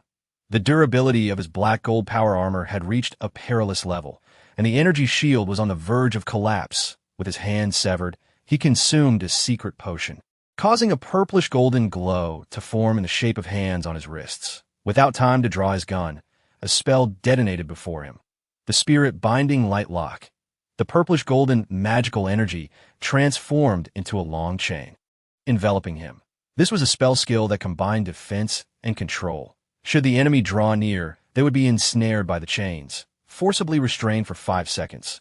With Bai Cheng's output capability, 5 seconds would suffice to eliminate any foe below the third transition. Boom! A pale golden bullet struck, morphing into a small golden dragon, ensnaring Bai Cheng. This was the binding effect of the dragon-shaped pistol, a level 10 exquisite-grade firearm whose bullets possessed strong control effects. Although it lasted only 3 seconds, it was undoubtedly superb. In that fleeting interval, Bai Cheng felt a chill permeate his heart. Sure enough, a flurry of figures darted toward him with unparalleled speed. They were not the unique pale gold of his enemy, but rather a silvery gray. Mechanical warriors. 6 mechanical warriors charged forth, only to be ensnared by the purplish golden chains. However, the control skill was now irrelevant, for the 6 mechanical warriors had activated their reactor overload protocol. Almost the instant they were ensnared, they detonated, and then another 6. Within 3 seconds, a total of 18 mechanical warriors self-destructed in succession. The explosions tore apart the 2 protective items by Zhang Bo as the shockwaves radiated. The black gold power armor was left in tatters. 2 entwined ice crystal energy bullet struck, draining Bai Cheng's health entirely. That I will kill you 10 times. Letting out a futile roar of rage, Bai Cheng's figure dissolved into light. He had yet to exhaust his free resurrection attempts, and with resurrection coins in his inventory, he was not concerned about this defeat. He was teleported to a random location within 100 kilometers. Eliminated a beginner spirit mage, level 12. Gained experience, 200. Spirit pool limit, 200. Acquired 12 resurrection coins, purplish golden entity, red exquisite. Good heavens, 12 resurrection coins dropped in one go. Zhang Bo's eyes sparkled as he beheld the red exquisite item. A grin spreading across his face. Fusion 10. Constitution 10, Spirit 10. Fusion 50. Constitution 50, Spirit 50. Reflects 50 damage when attacked. Fusion 100. Constitution 100, Spirit 100. Reflects 50 damage when attacked. Gains immunity to true damage. Non-droppable. High gravity state. Weakened state. Health drops below 30. Combat state can increase fusion speed. Immunity to true damage. This attribute was something even epic-level items might not possess. It was utterly outrageous. Do the heirs of conglomerate families possess such abundant resources? If only I could eliminate that level 68 mechanic, this conglomerate heir would undoubtedly meet his demise. The only uncertainty was how many resurrection coins he had left. Not a significant issue, given Zhang Bo some time. Once he refined the intelligent cores of the 4 major bases, the heir of the conglomerate would have insufficient lives to contend with. The purplish golden entity had dropped. All resurrection coins were exposed. Reviving in a desolate area, Bai Cheng noticed the drop notification, a chilling sensation enveloping him, and for the first time, an overwhelming sense of trepidation arose within. The calculations of certain individuals and his family were indeed accurate. The Star Blue Consortium's monopoly over the cosmic game had triggered a backlash of underlying rules. Should a direct heir of a conglomerate perish, all resurrection coins would inevitably drop. The cosmic game was resisting the conglomerate family's domination. And the most significant manifestation of this was the increasing difficulty in acquiring resurrection coins. Moreover, upon death, all remaining coins would be dropped after deducting 1 for the most recent demise. Even the most valuable items in 1's inventory would be relinquished. The Earthstar domain had truly become a place where conglomerate heirs could not afford to die. Young master, you have been slain? The two teammates in the team interface were taken aback. Their expressions filled with alarm. Su Qing exclaimed, "Where are you? I'll come find you. Come help me deal with this damned mech first. Have the companion dolls and hyena warriors protect the young master." Bai Tianfan shouted decisively in the team interface. Su Qing and Bai Tianfan were undoubtedly loyal, as they could not possibly know that all of their resurrection coins had been lost in one battle. This indicated that the attacking power of the Planet Hunter was indeed formidable. Relying solely on Bai Tianfan, a mechanic, under the complete suppression of the mechanic's information warfare capabilities, they were indeed struggling. In the heavy armored mech battlefield, the impact of the light power armor of the hyena warriors was limited, and safeguarding oneself was of utmost importance, especially with that enemy mechanic, should he catch wind of him again. He would surely strike once more. Having subordinates to protect him was certainly preferable. With this thought, Bai Cheng donned a set of crimson golden power armor. This armor was of the same quality as the black gold power armor. Reaching the azure superior tier, the purple exquisite grade armor required level 50 to equip, which he could not access at present. Retrieving a specialized communicator, he received a message from the companion doll.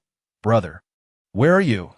The foundational logic of the companion doll had been implanted with an erosion counterattack program, making it currently the most reliable.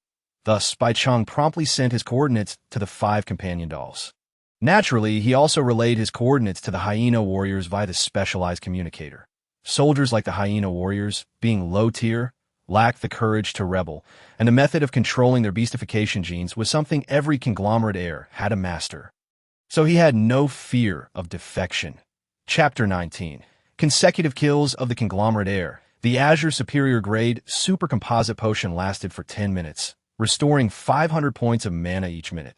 This meant that for 10 minutes, Zhang Bo could unleash his skills to his heart's content. That IT had only taken 3 minutes to eliminate a conglomerate heir in the heavy armored mech battlefield. With his current firepower, even if he assisted, it would have limited impact. Rather, it was an opportune moment to farm resource monsters and level up. Additionally, he would enhance the Planet Hunter with supporting talismans to boost its attributes as long as he could eliminate that level 68 mechanic. Even if the Planet Hunter were to be destroyed, it would be worthwhile. With the attack power of a level 20 Paradise Lotus, it would typically take only 2 shots to take down a fully powered hyena warrior. One shot could breach the energy shield, and the second would ensure its demise at this moment. The drones, mechanical warriors, and land combat vehicles for bases 3 and 4 had mostly been cleared from the battlefield. After clearing away these obstacles, the hyena warriors reached a certain limit, resulting in severe energy consumption from the reactors of their powered armor. Many of the hyena warriors found their energy shields unable to activate, making them vulnerable to a single shot that could eliminate them instantly. Soon, bullets wrapped in frost traversed the battlefield, and with each one that flew by, another hyena warrior fell. Each kill granted a fixed reward of 200 experience points, alongside an increase of 100 in the upper limit of their spiritual energy. The spiritual crystal fragments contained within the hyena warriors were merely equivalent to a single spiritual crystal coin. After vanquishing 16 hyena warriors, Zhang Bo's level ascended to LV8. At that moment, the hyena warriors realized they were being hunted. Bai Tianfan let out a roar, urging everyone to disperse and avoid clustering together. Gathered in one place, they stood no chance against that unknown enemy. A piercing alarm echoed through the void, sounding simultaneously from various armed units on the battlefield, causing the expressions of all present to change dramatically.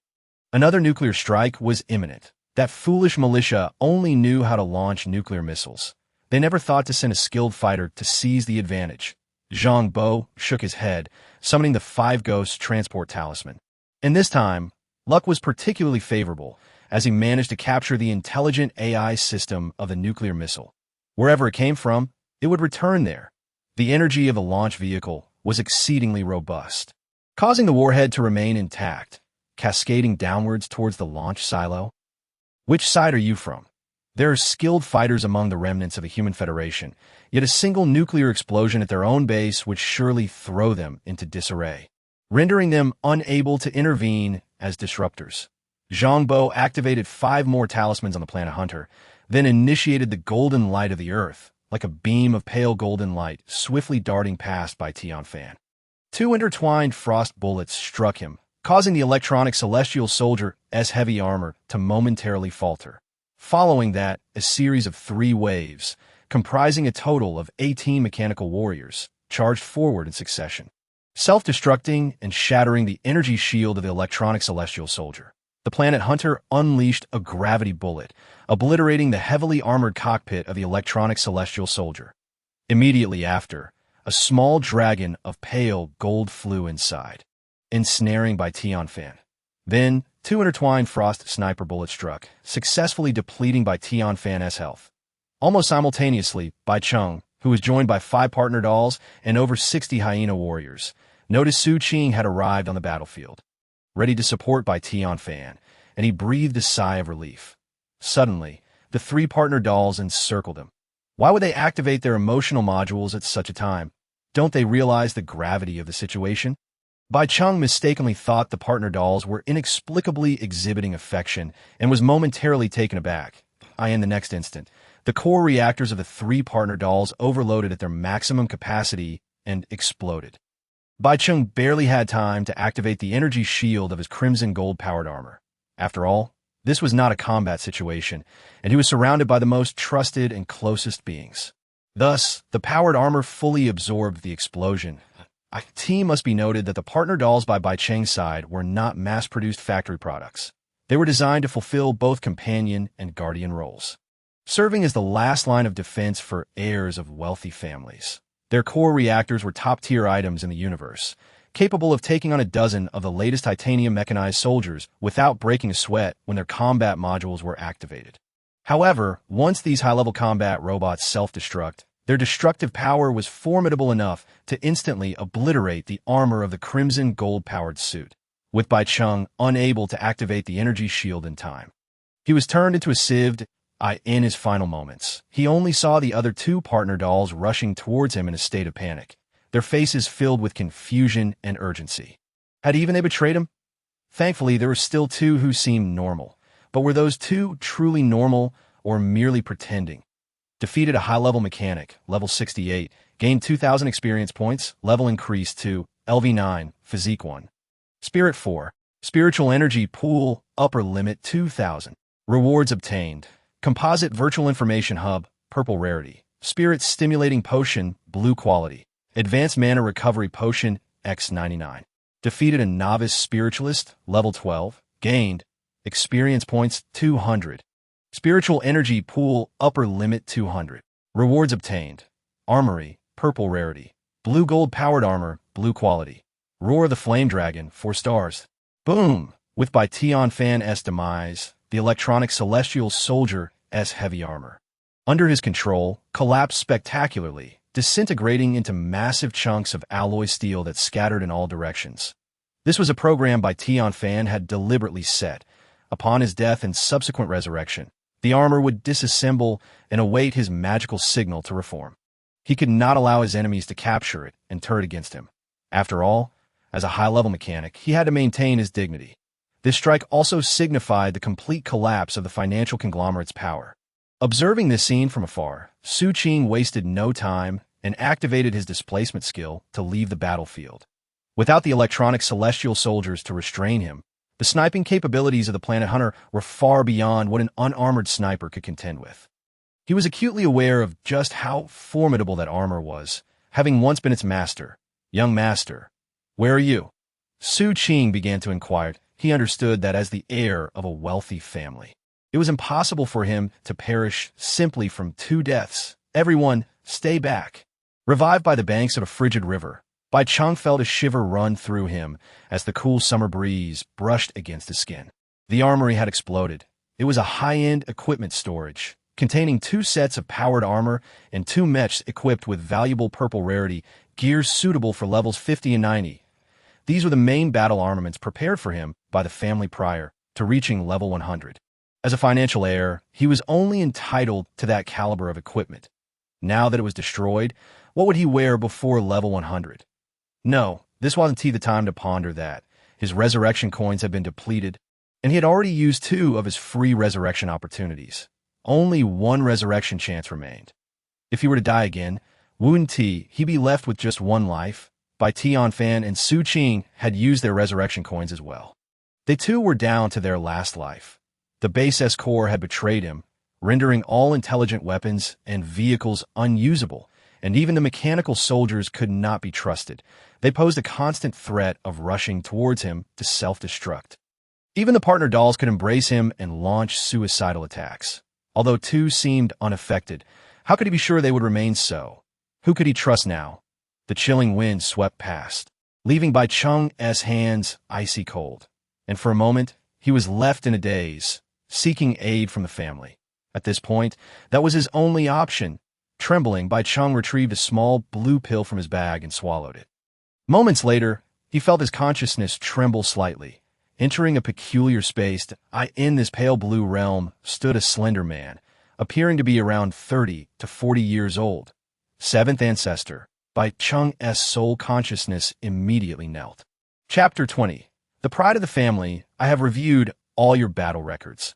The seventh heir of the Bai family maintained a stoic expression, so without resurrection coins, without subordinates, without intelligent assistance, and without trustworthy allies, you claim you cannot fight?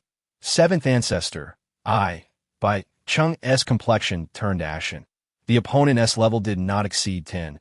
Otherwise, a single shot from the twin ice lotus would have ended him. His marksmanship was commendable, and his close combat skills were decent. It was evident he had honed them on the battlefield, yet they were merely decent. The only noteworthy aspect was his ability to bypass the fundamental logic of existing intelligent beings and control them. He likely awakened a special mechanic-s talent, allowing him to manipulate intelligent beings. So, in the face of such an opponent, you claim you cannot fight. The seventh ancestor's expression remained impassive. Such expressions typically indicated significant irritation within him. Bai Cheng was engulfed in panic. I will help you calculate what you still possess. The seventh ancestor remained expressionless. Your blinking ability is not inferior to the opponent's displacement skill, yet your self-training is abysmal. Even at 7 stars, you cannot cancel the cooldown after blinking. You possess a vast array of recovery potions and various temporary attribute-enhancing elixirs. Yet in urgent combat situations, you fail to recall which potions to use to extricate yourself.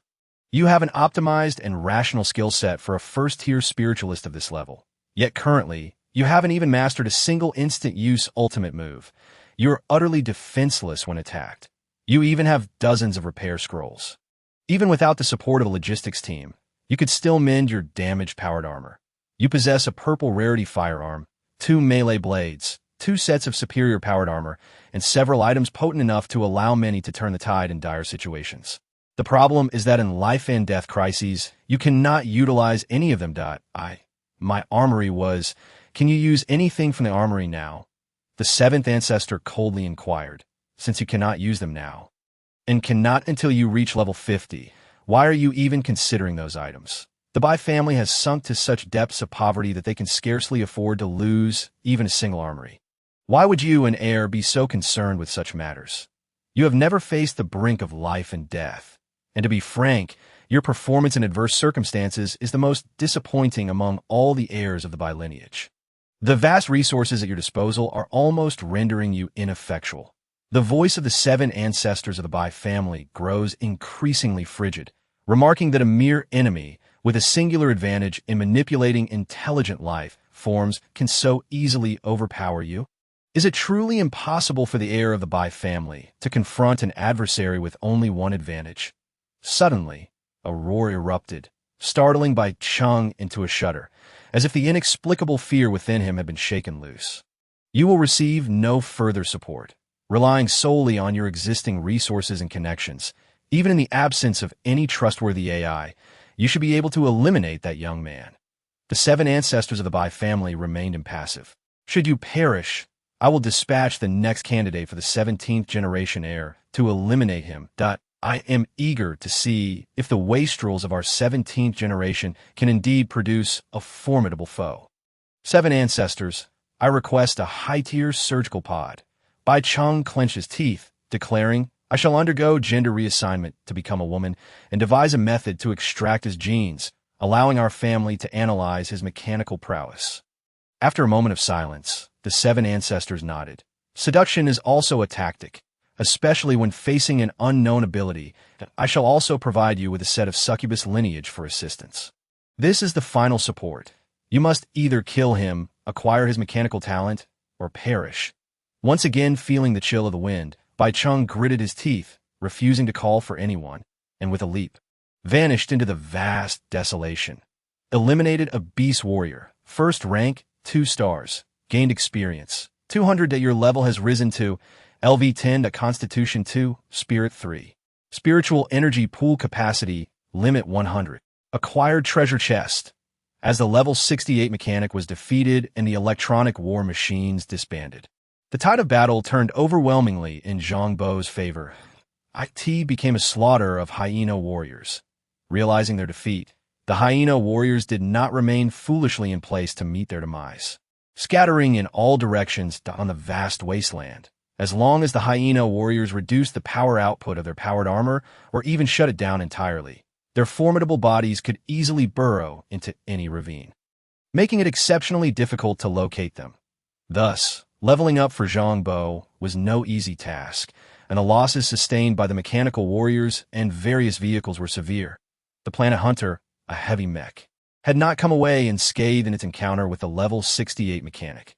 Consequently, Zhang Bo had few allies, and after chasing down more than 30 hyena warriors using the golden light of Earth, he found that the remaining warriors had vanished without a trace. In the military base of the Xinglan Consortium, apart from the combat units like the hyena warriors and mechanical soldiers, there existed a vast logistical, medical, and production team, alongside underground munitions factories and complete extraction, transportation, and production lines. Earth has only 9 main refuge cities, each surrounded by 4 military bases, controlling some of the planet's essential mineral resources, although the Red Snow and Red Moon have been enhanced post-refinement, allowing them to bypass certain foundational logic constraints. Their authority over the bases remains limited. Thus, the rebellion and assistance of the majority of mechanical soldiers, ground combat vehicles, and drones has reached its limits. Beyond that, the Red Snow and Red Moon would be powerless. Consequently, Zhang Bo could not seize the 2 military bases outright, as he was but a solitary individual. Occupying a base requires a substantial team. Even constructing a purely intelligent machinery team necessitates nurturing a considerable number of intelligent servants. He currently lacked the capacity and appetite to engulf military bases entirely. Thus, it was imperative to first secure as many benefits as possible, particularly the resources containing spiritual crystal fragments within the 2 military bases. The second elimination of a consortium heir had yielded an armory, truly a high-end treasure, according to the criteria of the universe game. Light weapons, shields, supplies, food, and the like could all be directly placed into a personal backpack. The initial backpack has 100 slots, and each slot can hold up to 99 items of the same category. However, items like fighter jets, drones, mechanical soldiers, complete sets of light power armor, heavy mechs, ground combat vehicles, and various other vehicles cannot be stored in a personal backpack. They must be placed in an armory for transport. Of course, it is possible to store them in a personal backpack by disassembling them into individual components, which is considerably more cumbersome. Chapter 21. Career Advancement. The Taoist descends the mountain. The armory revealed was of purple treasure quality, featuring a total of 10,000 spatial slots. Each spatial slot measures a standard dimension of a cube with edges of 100 meters. Objects less than 100 meters in length can be stored. With 10,000 spatial slots, it can essentially carry the vital supplies needed for an interstellar fleet. Such an item is truly invaluable, with the armory secured and the complete occupation of the military base still unfeasible. Zhang Bo's goal became exceedingly straightforward.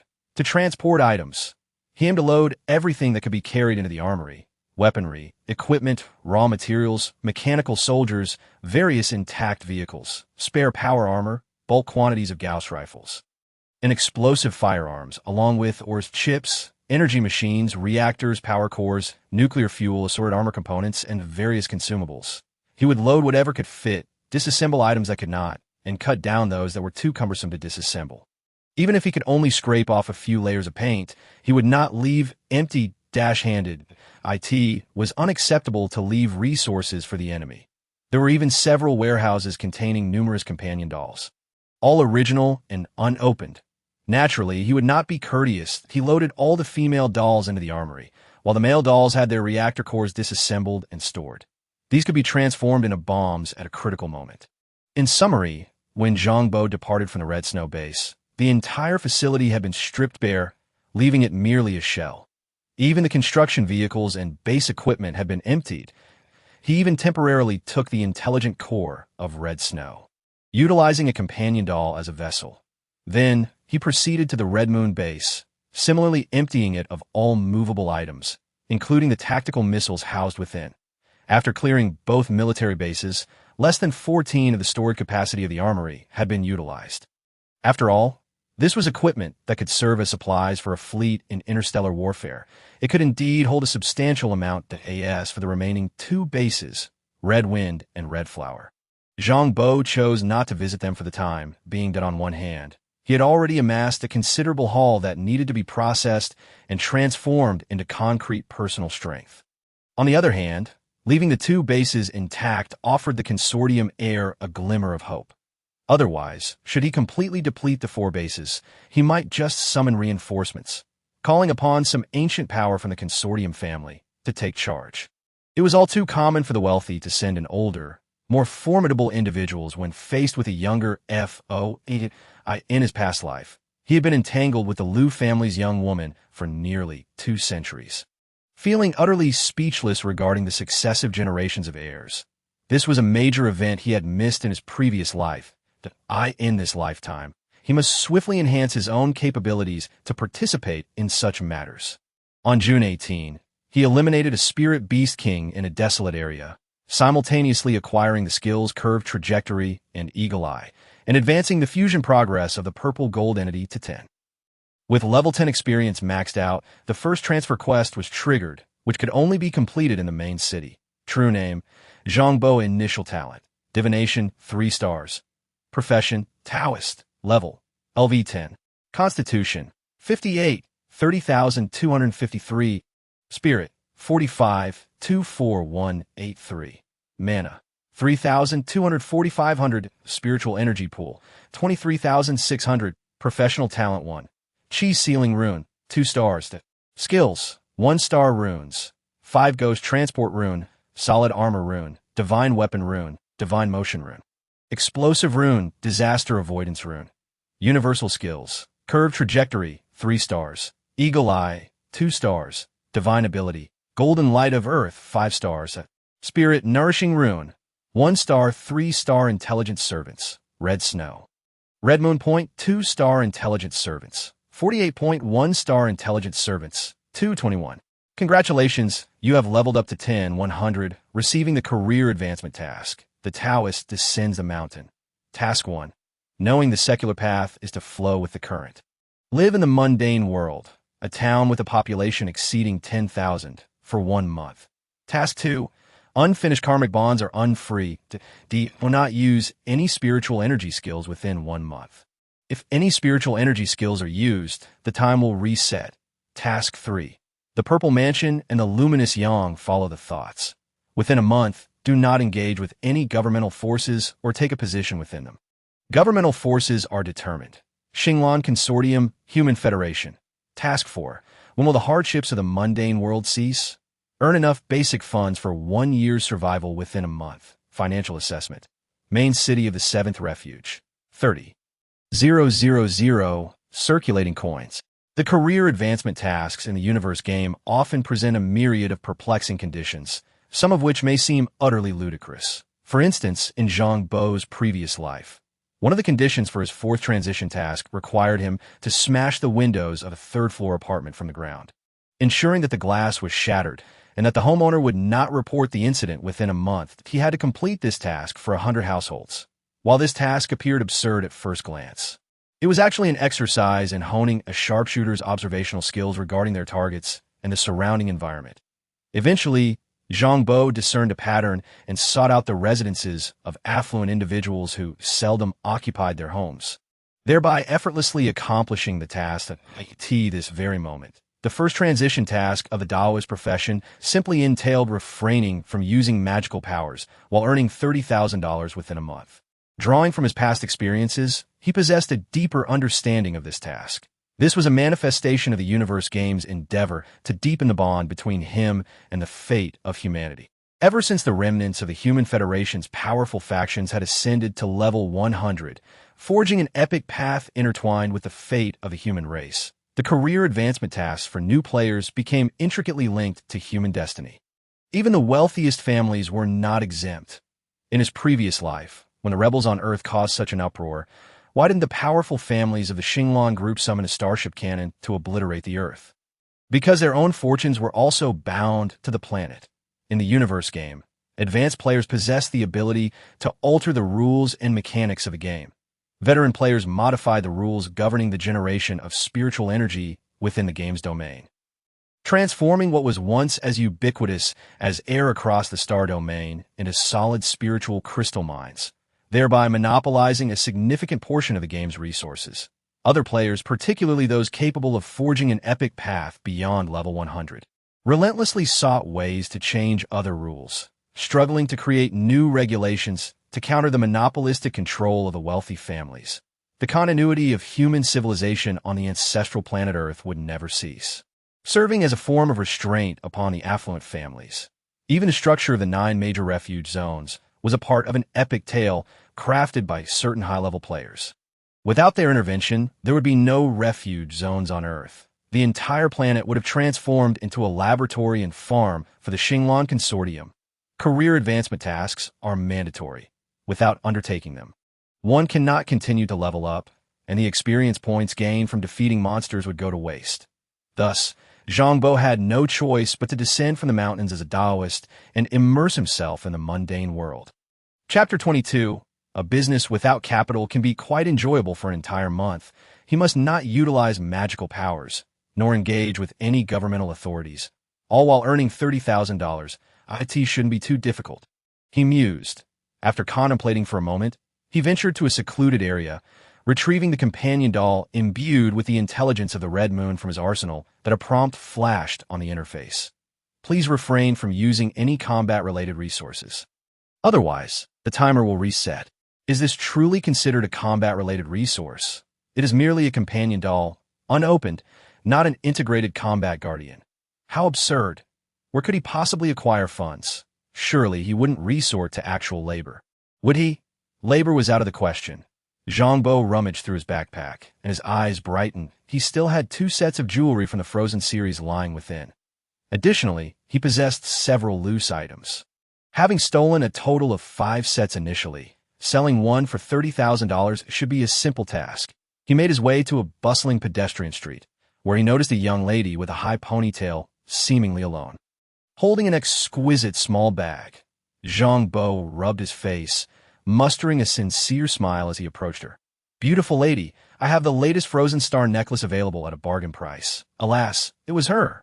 The young lady, dressed in a white short-sleeved shirt and jeans, turned around and was momentarily taken aback upon seeing Zhang Bo.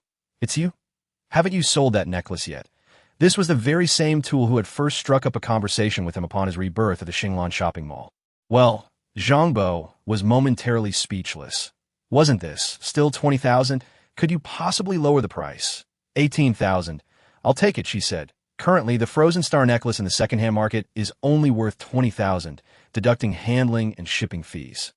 If you sell on the secondhand market, you'll barely get 1,900, and without an invoice, 18,000 is a fair deal." "All right then." Zhang Bo sighed, conceding that her argument held merit. He pulled the necklace adorned with blue star-like rhinestones from his pocket. She examined it closely before taking out her phone. "I'll transfer the money directly to you."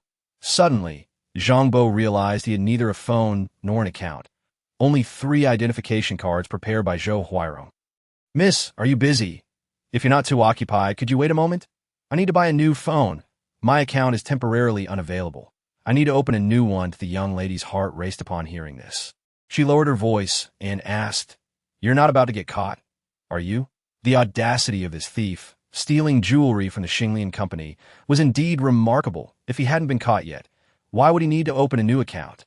Zhang Bo cast a curious glance at her. Just wait for me a few minutes.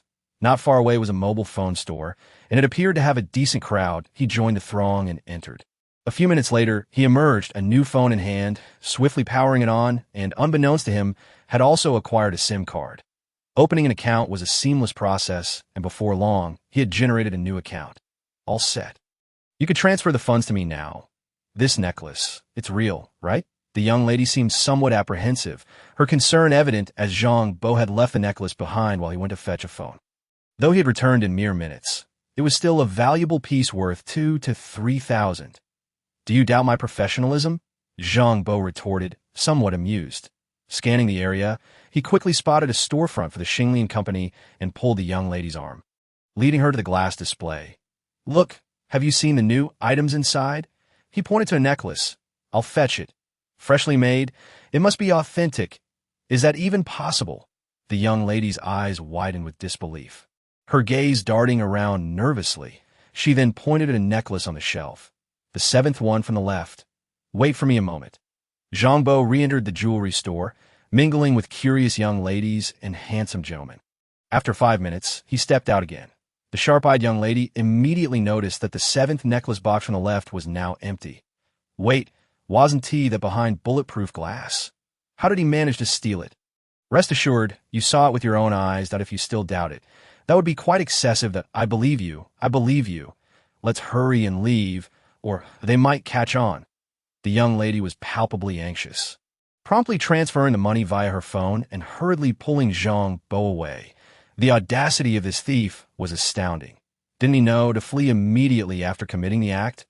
Task completion. 180003000. Indeed, this aligned with the task's requirements. It seemed that the profession of a thief had its merits. Bah, what thief? I am merely redistributing wealth from the affluent. Once they reached a less crowded area, the young lady suddenly regained her senses. Wait a minute, I'm not an accomplice. I merely purchased a second-hand necklace as an ordinary buyer. What do I have to do with how the seller acquired it? I'll just take my leave now. Clutching the necklace tightly, she cautiously inquired. Very well. Would you like to exchange contact information? You qualify as a regular customer. If you wish to purchase any jewelry in the future, feel free to reach out. Zhang Bo nodded. You have witnessed my prowess. Guaranteed pristine new merchandise. What shall I call you? The young lady pondered, reasoning it out. You can call me Bo Gu, with Bo representing waves. All right, wave brother. I am Chong, as in frequently. Just call me Xiao Chong. The young lady clearly had little experience with wrongdoing, feeling rather uneasy in the company of this brazen thief, in a moment of absent-mindedness. She had almost miscalled him. Wave brother was definitely easier to remember than Bo Gu. Zhang Bo stifled a chuckle, and after exchanging numbers, they parted ways, since he had to immerse himself in the mundane world without utilizing magical powers. Zhang Bo calmed his mind. Refraining from dwelling on other matters, he enjoyed a bowl of hearty red oil beef noodles, ordered extra beef, and washed it down with a chilled soda. The next item on his agenda was to rent an apartment or perhaps seek temporary employment for a month. With a new phone, he could easily search online to avoid any entanglements with the Xinglan Consortium. He specifically sought platforms that did not belong to the conglomerate. Before long, he found 4 or 5 rental listings. And there was indeed a candy store seeking temporary staff. June was the hottest month, and the candy store offered a decent salary of 5,500 for a month, though the hours were from 8 in the evening to 8 in the morning. Of course, the main attraction was the store owner, a curvaceous young woman clad in a black silk bodycon dress, exuding an air of mature charm. However, when Zhang Bo arrived at the candy store following the address, he was clearly taken aback upon seeing the shopkeeper. Sister, oh no. Annie, is that photo of you at least 20 years old? The shopkeeper, who appeared to be nearly 50, smiled warmly and inquired about the young man's intentions. Upon learning that he was seeking a job, her eyes lit up. The aunt merely wished to hire a young lad for some work, harboring no ulterior motives, primarily finding it pleasing to the eye. As time swept away the vibrancy of youth, having a young person around could indeed bring a refreshing brightness, couldn't it? Zhang Bo was reluctant to work, directly requesting a salary of 8,000, to which the aunt cheerfully agreed without hesitation. He could start tomorrow, primarily working evenings for stock replenishment and deliveries, requiring a bit of strength. Such a small candy store could hardly afford automated robots for labor. All right then, the aunt mused, finding him quite agreeable, and as he was about to leave, she handed him a set of convenience store uniforms and a large bag of candy. Chapter 23. The Star of Romance Shifts. The poor Taoist must cross the love tribulation with the job secured. Zhang Bo naturally set out to find accommodation. Money was a trivial matter. A few stolen trinkets could easily procure it, and his backpack held several items, alleviating any financial concerns. What mattered most was a pleasant environment, complete furnishings, ideally a place ready for immediate occupancy, or even one where he could move in without any belongings. After viewing the fourth property, Zhang Bo was quite satisfied with the surroundings and promptly signed a contract with the agent. The lease was for 1 year at $3,000 per month, with a 3-month deposit and 1 month's rent in advance. The one-bedroom apartment was fully equipped. Purchasing bed linens and essentials would suffice. The neighboring family consisted of a couple in their 30s and 40s with a teenage daughter, all appearing quite amiable. Upon noticing their new neighbor moving in, they even brought over a few apples. Zhang Bo reciprocated with a bag of candy, the substantial gift from Annie Chin being enough to last him a month. Having settled into his new home and paid the rent, he proceeded to buy some bedding and similar items, leaving him with little money. With a month to wait for his salary, Zhang Bo decided to list a few items from Frozen on the second-hand market. It wasn't long before he received no offers, only a barrage of mocking comments. Serves you right, a simp with nothing to his name. Don't buy from him. Let this fool learn his lesson. Indeed, aren't companion dolls a better option? You could have customized a few with what you're offering. What compels one to become a simp? Whereas the conscience in that? Ever since a certain someone gifted a set of scarlet flower language to his goddess only to be denied even a kiss. That brother lost it and caused a scene. Who would dare to accept gifts without consequence? Women should just disappear. The world only needs men and companion dolls. The gender divide was indeed severe. Zhang Bo sighed. This was undoubtedly the machination of the Star Affection Company, with unscrupulous media sensationalizing the issue for clicks, fueled further by the feminist movement, creating a chaotic scene. How could companion dolls be sold if men and women weren't at odds?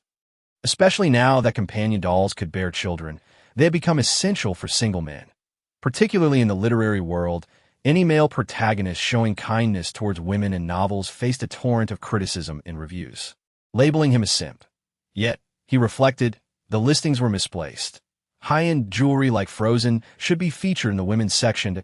In recent years, the Star Affection Company's new releases were primarily purchased by young women, treating themselves to jewelry. Of course, the women's section also had its share of voices calling for the extinction of men in this day and age, who truly could not live without the other. It was rather amusing. Yet, with such dynamics, wasn't it true that second-hand jewelry would struggle to sell? After a full day of rest, Zhang Bo finally remembered he had to go to work that evening. He got up, washed up, and headed downstairs, only to pause at the entrance of the corridor. Langu, the tall and slender Xiao Chong, felt a surge of nervousness upon seeing him emerge from the corridor. You're not heading to the store, but rather to steal, are you? I just moved in, 5th floor, Zhang Bo shrugged. What could there possibly be to steal around here? This isn't an upscale neighborhood. Just moved in? Xiao Chong glanced around, instinctively touching the necklace around her neck. Suddenly, she asked, You're not following me on purpose, are you? Why would I follow you?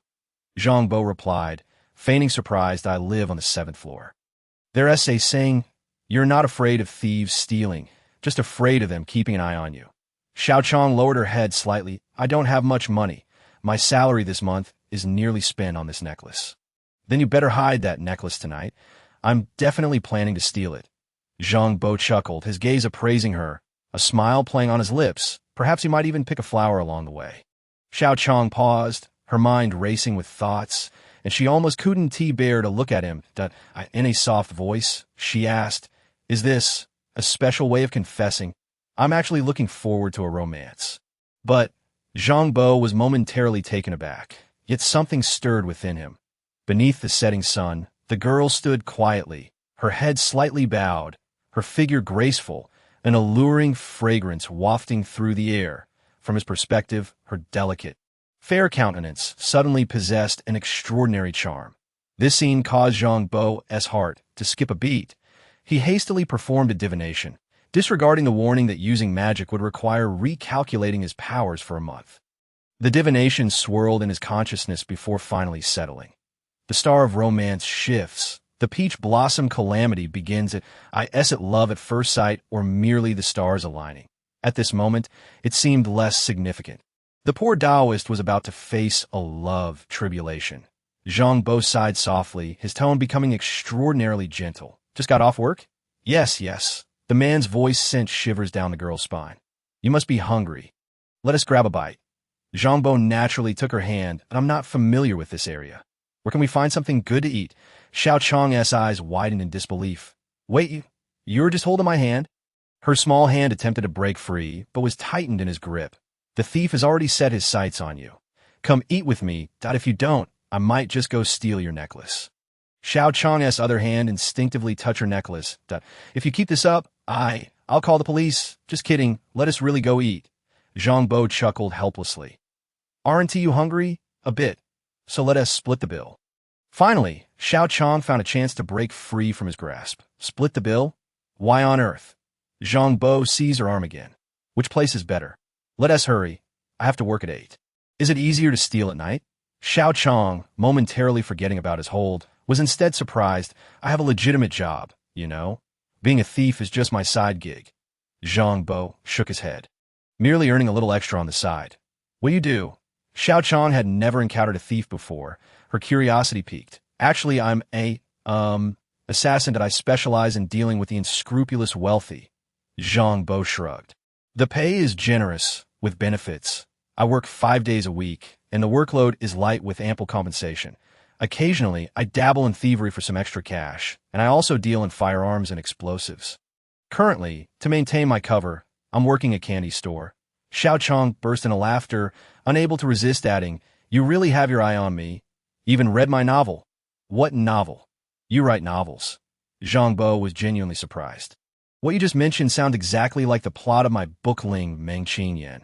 And you claimed you hadn't read it? Xiao Chang shook her head. Zhang Bo held her arm with one hand while quickly searching on his phone with the other. Sure enough, he found Ling Meng Qin Yan. It was written by a female author under the pen name Chang'e, narrating the tale of a suave, cool, and charismatic gang leader who rose from being an assassin to a warlord daring to oppose conglomerates. Only to fall in love with a Na'vi girl.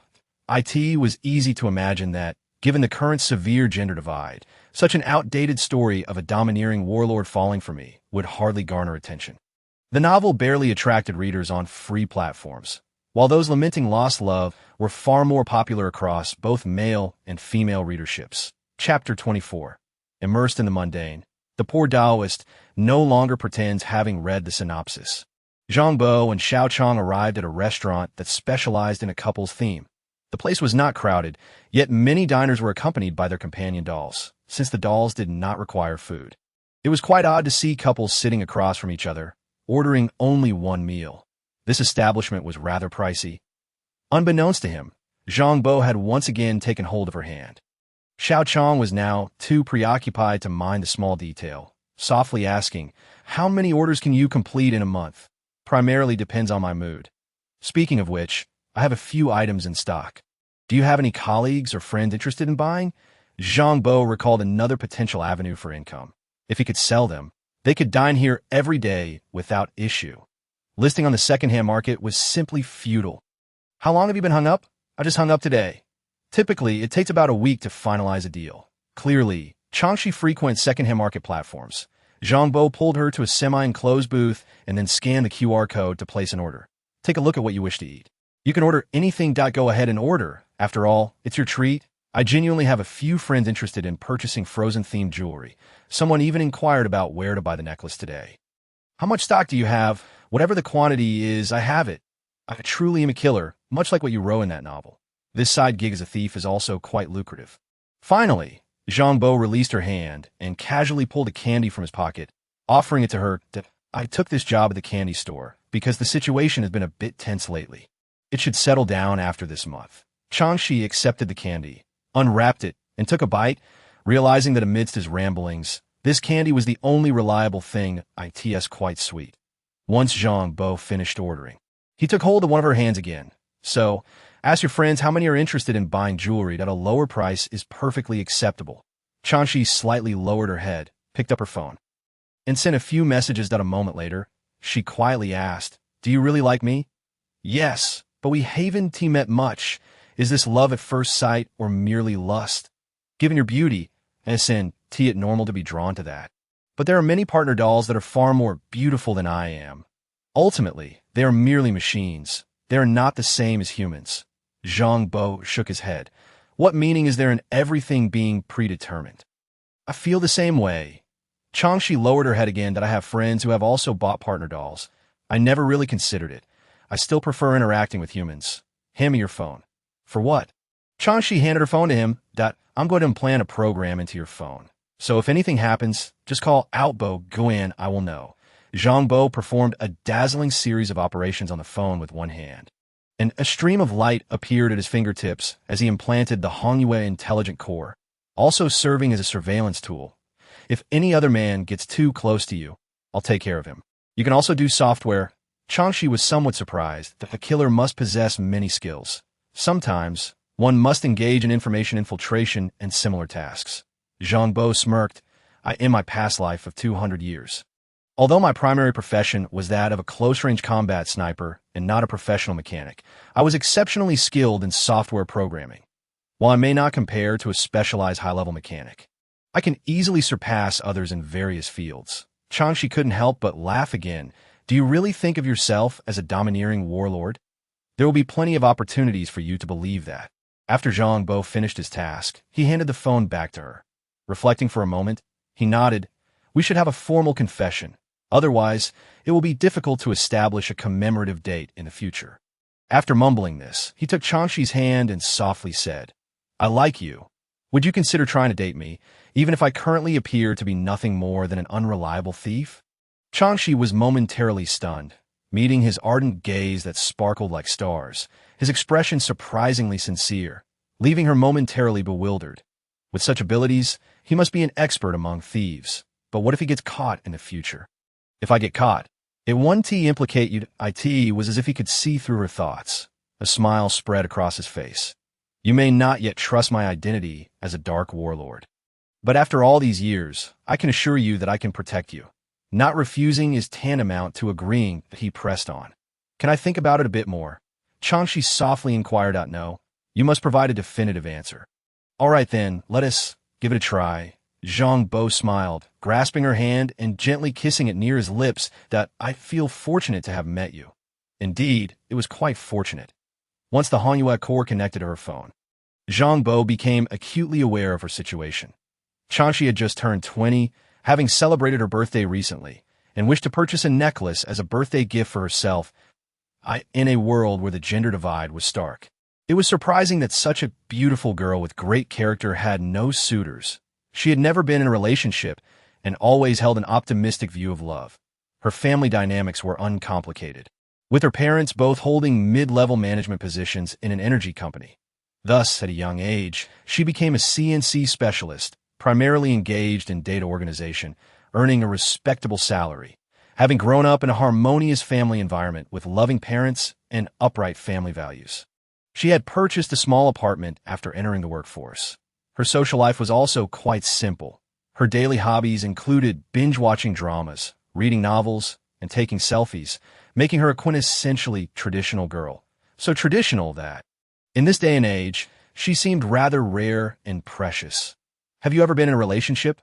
Once their food arrived as they began to eat, Changshi naturally wanted to learn more about her thief boyfriend. "There was one, though I'm not sure it really counts. For someone like us who is a killer, there are quite a few grievances in the underworld. There was a girl who also belonged to the killer profession. Quite formidable, who would try to kill me every time she saw me. But she could never win against me. While I was slightly stronger, it was too easy to take her down." Zhang Bo spoke confidently, as if recounting a true tale. "That's not true. You're just making a movie." Changshi was taken aback. "Every time she came to find me, I would beat her up and cough, and I don't know if that girl had some psychological issues. But she never felt satisfied unless she got beaten up. Next time I catch her, I'll beat her up, and you can scold her." Zhang Bo took a bite of his steak. Chapter 25. The entanglements of past lives still exist.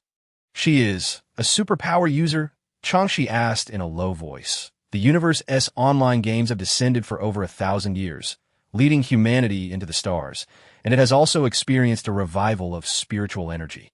The public still remembers those who possess extraordinary powers. However, as old players gradually monopolized the rights to evolve, superpower users became mere legends to ordinary people. Of course, light-powered armored warriors and mecha warriors are also superpower users, some of whom can even transform. The public is aware of this. Can't you tell that I'm also a superpower user? Zhang Bo laughed. How many normal people can match my skills? The life of a superpower user seems rather unstable. Changshi lowered her head again. I just want to date an ordinary person, marry, and have children, to live a peaceful life. Anything is possible. If you seek tranquility, I will accompany you through this life in peace. Those bloody storms will never reach you. Zhang Bo chuckled. If you desire the extraordinary, I have ways that in fact, before long, there will be many opportunities. Everything is achievable. Is it truly possible to be at peace? Changshi felt somewhat anxious. Ordinary people only live for less than 100 years, yet we can live for much longer. Many live for hundreds or even thousands of years. If you don't want the extraordinary, I'll accompany you for decades. Once you naturally age and pass on, it'll be difficult for me if I miss you. Why am I even telling you all this? You're only 20. A lifetime is still very long for you. It's all a matter for the distant future. In any case, I like you. And at the very least, it is a liking that spans decades. Zhang Bo laughed. We can take our time. Those matters are still far off. It sounds rather romantic. Changshi shook her head, feeling as though this fellow was trying to confuse her point. One moment he was a thief, then a killer, then a warlord, and now he was evolving into an immortal. However, there are indeed immortals in this world. There are folktales that the heads of wealthy families have lived for over 1,000 years. How old are you this year? Changshi couldn't help but ask. 22, but my mental age exceeds 230. Zhang Bo shrugged. There are many interpretations among superpower users. You do seem rather mature, as if your thoughts are on a different plane than mine, already contemplating matters decades into the future. Changshi couldn't help but retort. But you're only 22, just like that superpower girl. Her name is Lu Yueqi. How long have you been entangled with her? Did it start when you were teenagers? Changshi couldn't grasp the logic. There are many interpretations among superpower users. You can think of it as dreams, past lives. In short, it's a similar cause and effect. But I always feel as if you're trying to instill certain ideas in me. What if an ex-girlfriend comes back to haunt me, leaving me psychologically prepared? Changshi complained.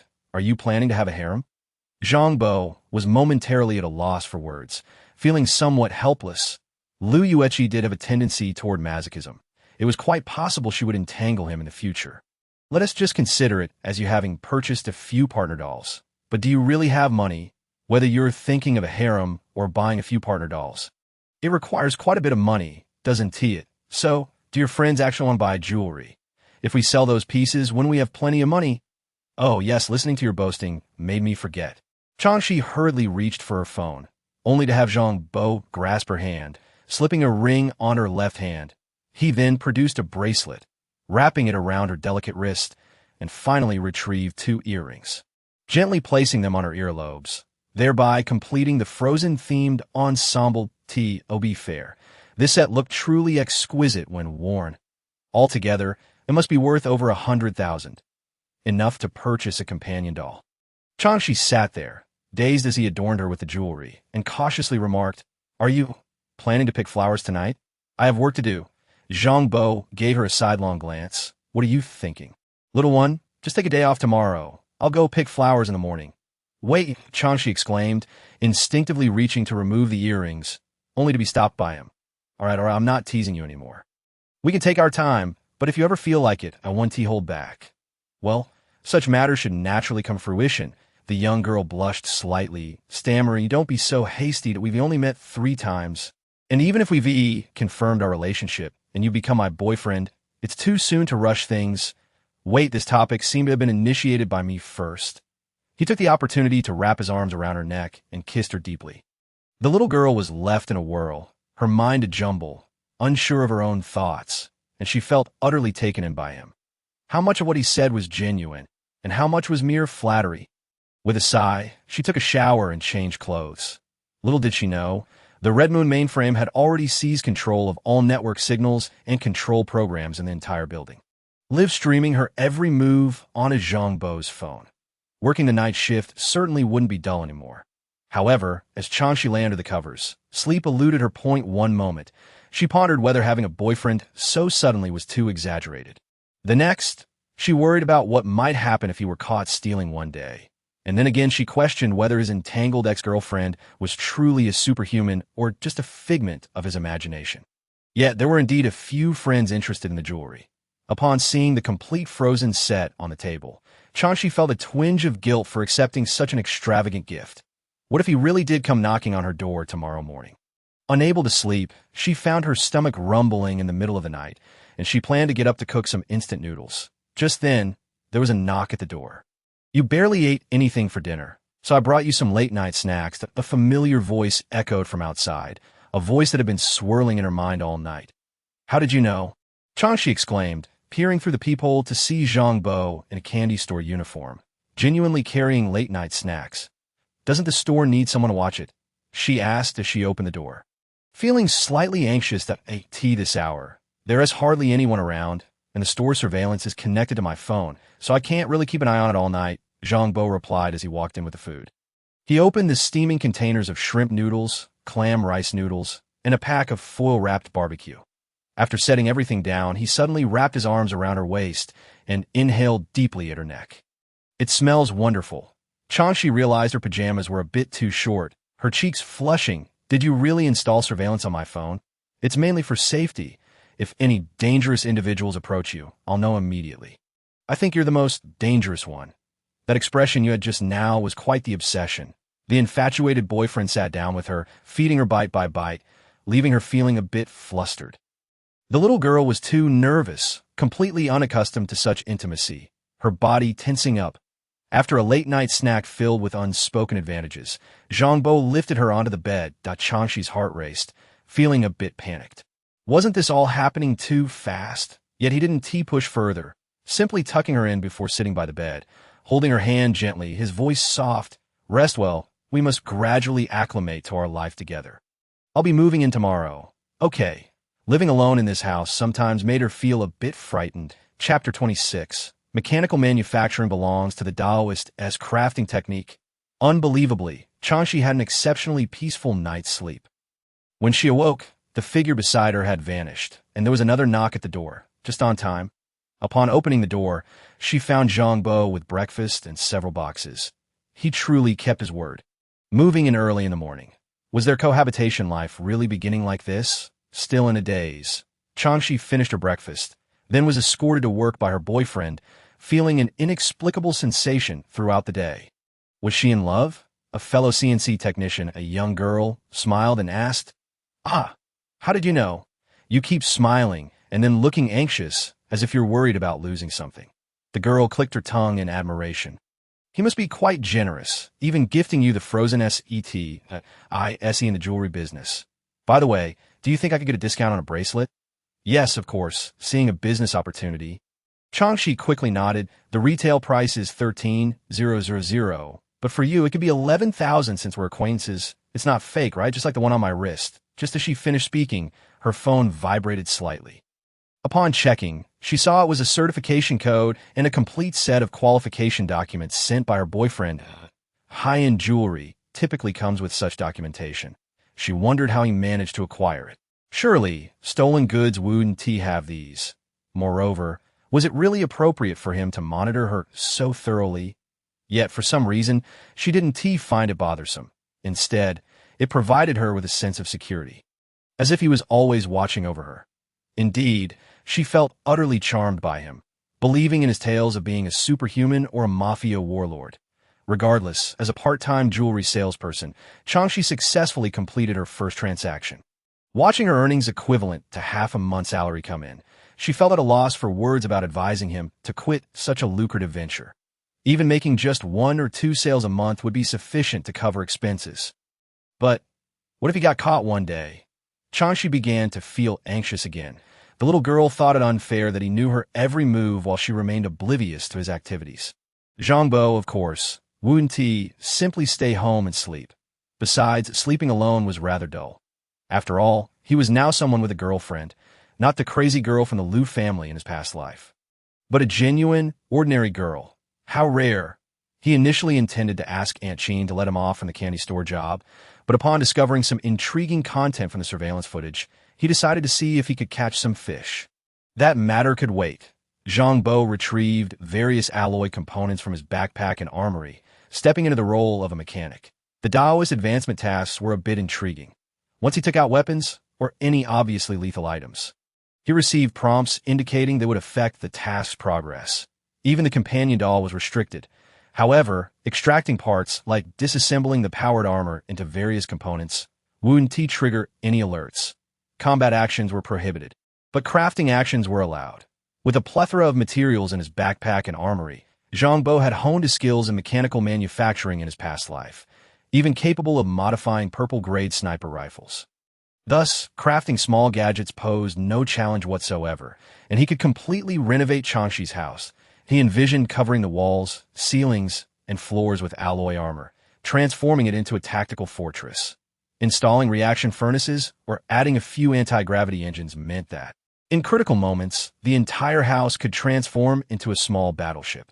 Naturally, the alloy walls would need hidden weapon installations, along with a small automated workshop, providing practical utility for advanced intelligent entities like Red Snow or Red Moon. He also intended to create a few protective trinkets for Changshi, which could even be combined to form a set of powered armor in emergencies. Additionally, he could fabricate a small tactical machine, disguised as a compact motorcycle, but capable of transforming into tactical transport or mechanical warriors in crucial moments. Over the course of a month, he could apply all the mechanical manufacturing techniques he had learned in his past life. Familiarizing himself with the nuances of a high-tier mechanic player once said, "Every man harbors a dream of being a mechanic. If given the opportunity to personally forge those steel alloys into equipment with diverse functions, no man could resist such a sense of achievement and temptation." However, he soon stumbled upon a delightful surprise as he temporarily converted the house into a small fabrication platform. A new skill group's proficiency was continuously advancing on the panel. Mechanical manufacturing belonging to the crafting arts was also one of the abilities a Taoist should master. It was an authentic Taoist skill. It could be converted into panel skills just like that of a mechanic. As the proficiency of this skill set gradually emerged, the pathways for career advancement and job transitions within the Taoist system also came to light, revealing an extensive skill tree on Zhang Bo's skill page. The skill system of the Taoist profession is notably intricate and encompasses a wide array of abilities.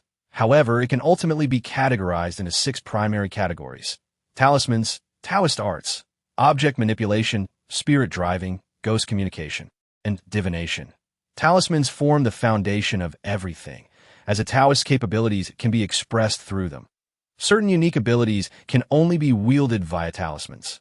Taoist arts reflect the combat prowess of the Taoist practitioner, covering a diverse range of techniques, including spells that harness the forces of nature and enhancements to one's melee capabilities, encompassing martial arts, swordsmanship, and body refinement.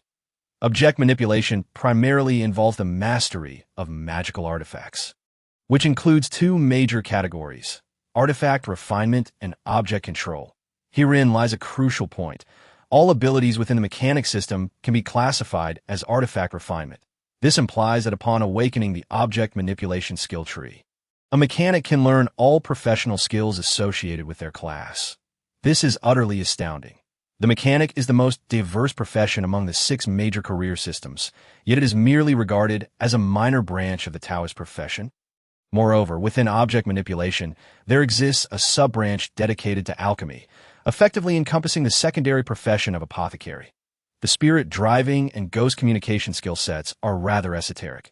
Spirit driving allows one to command celestial deities, while ghost communication enables access to the underworld and manipulation of spirits.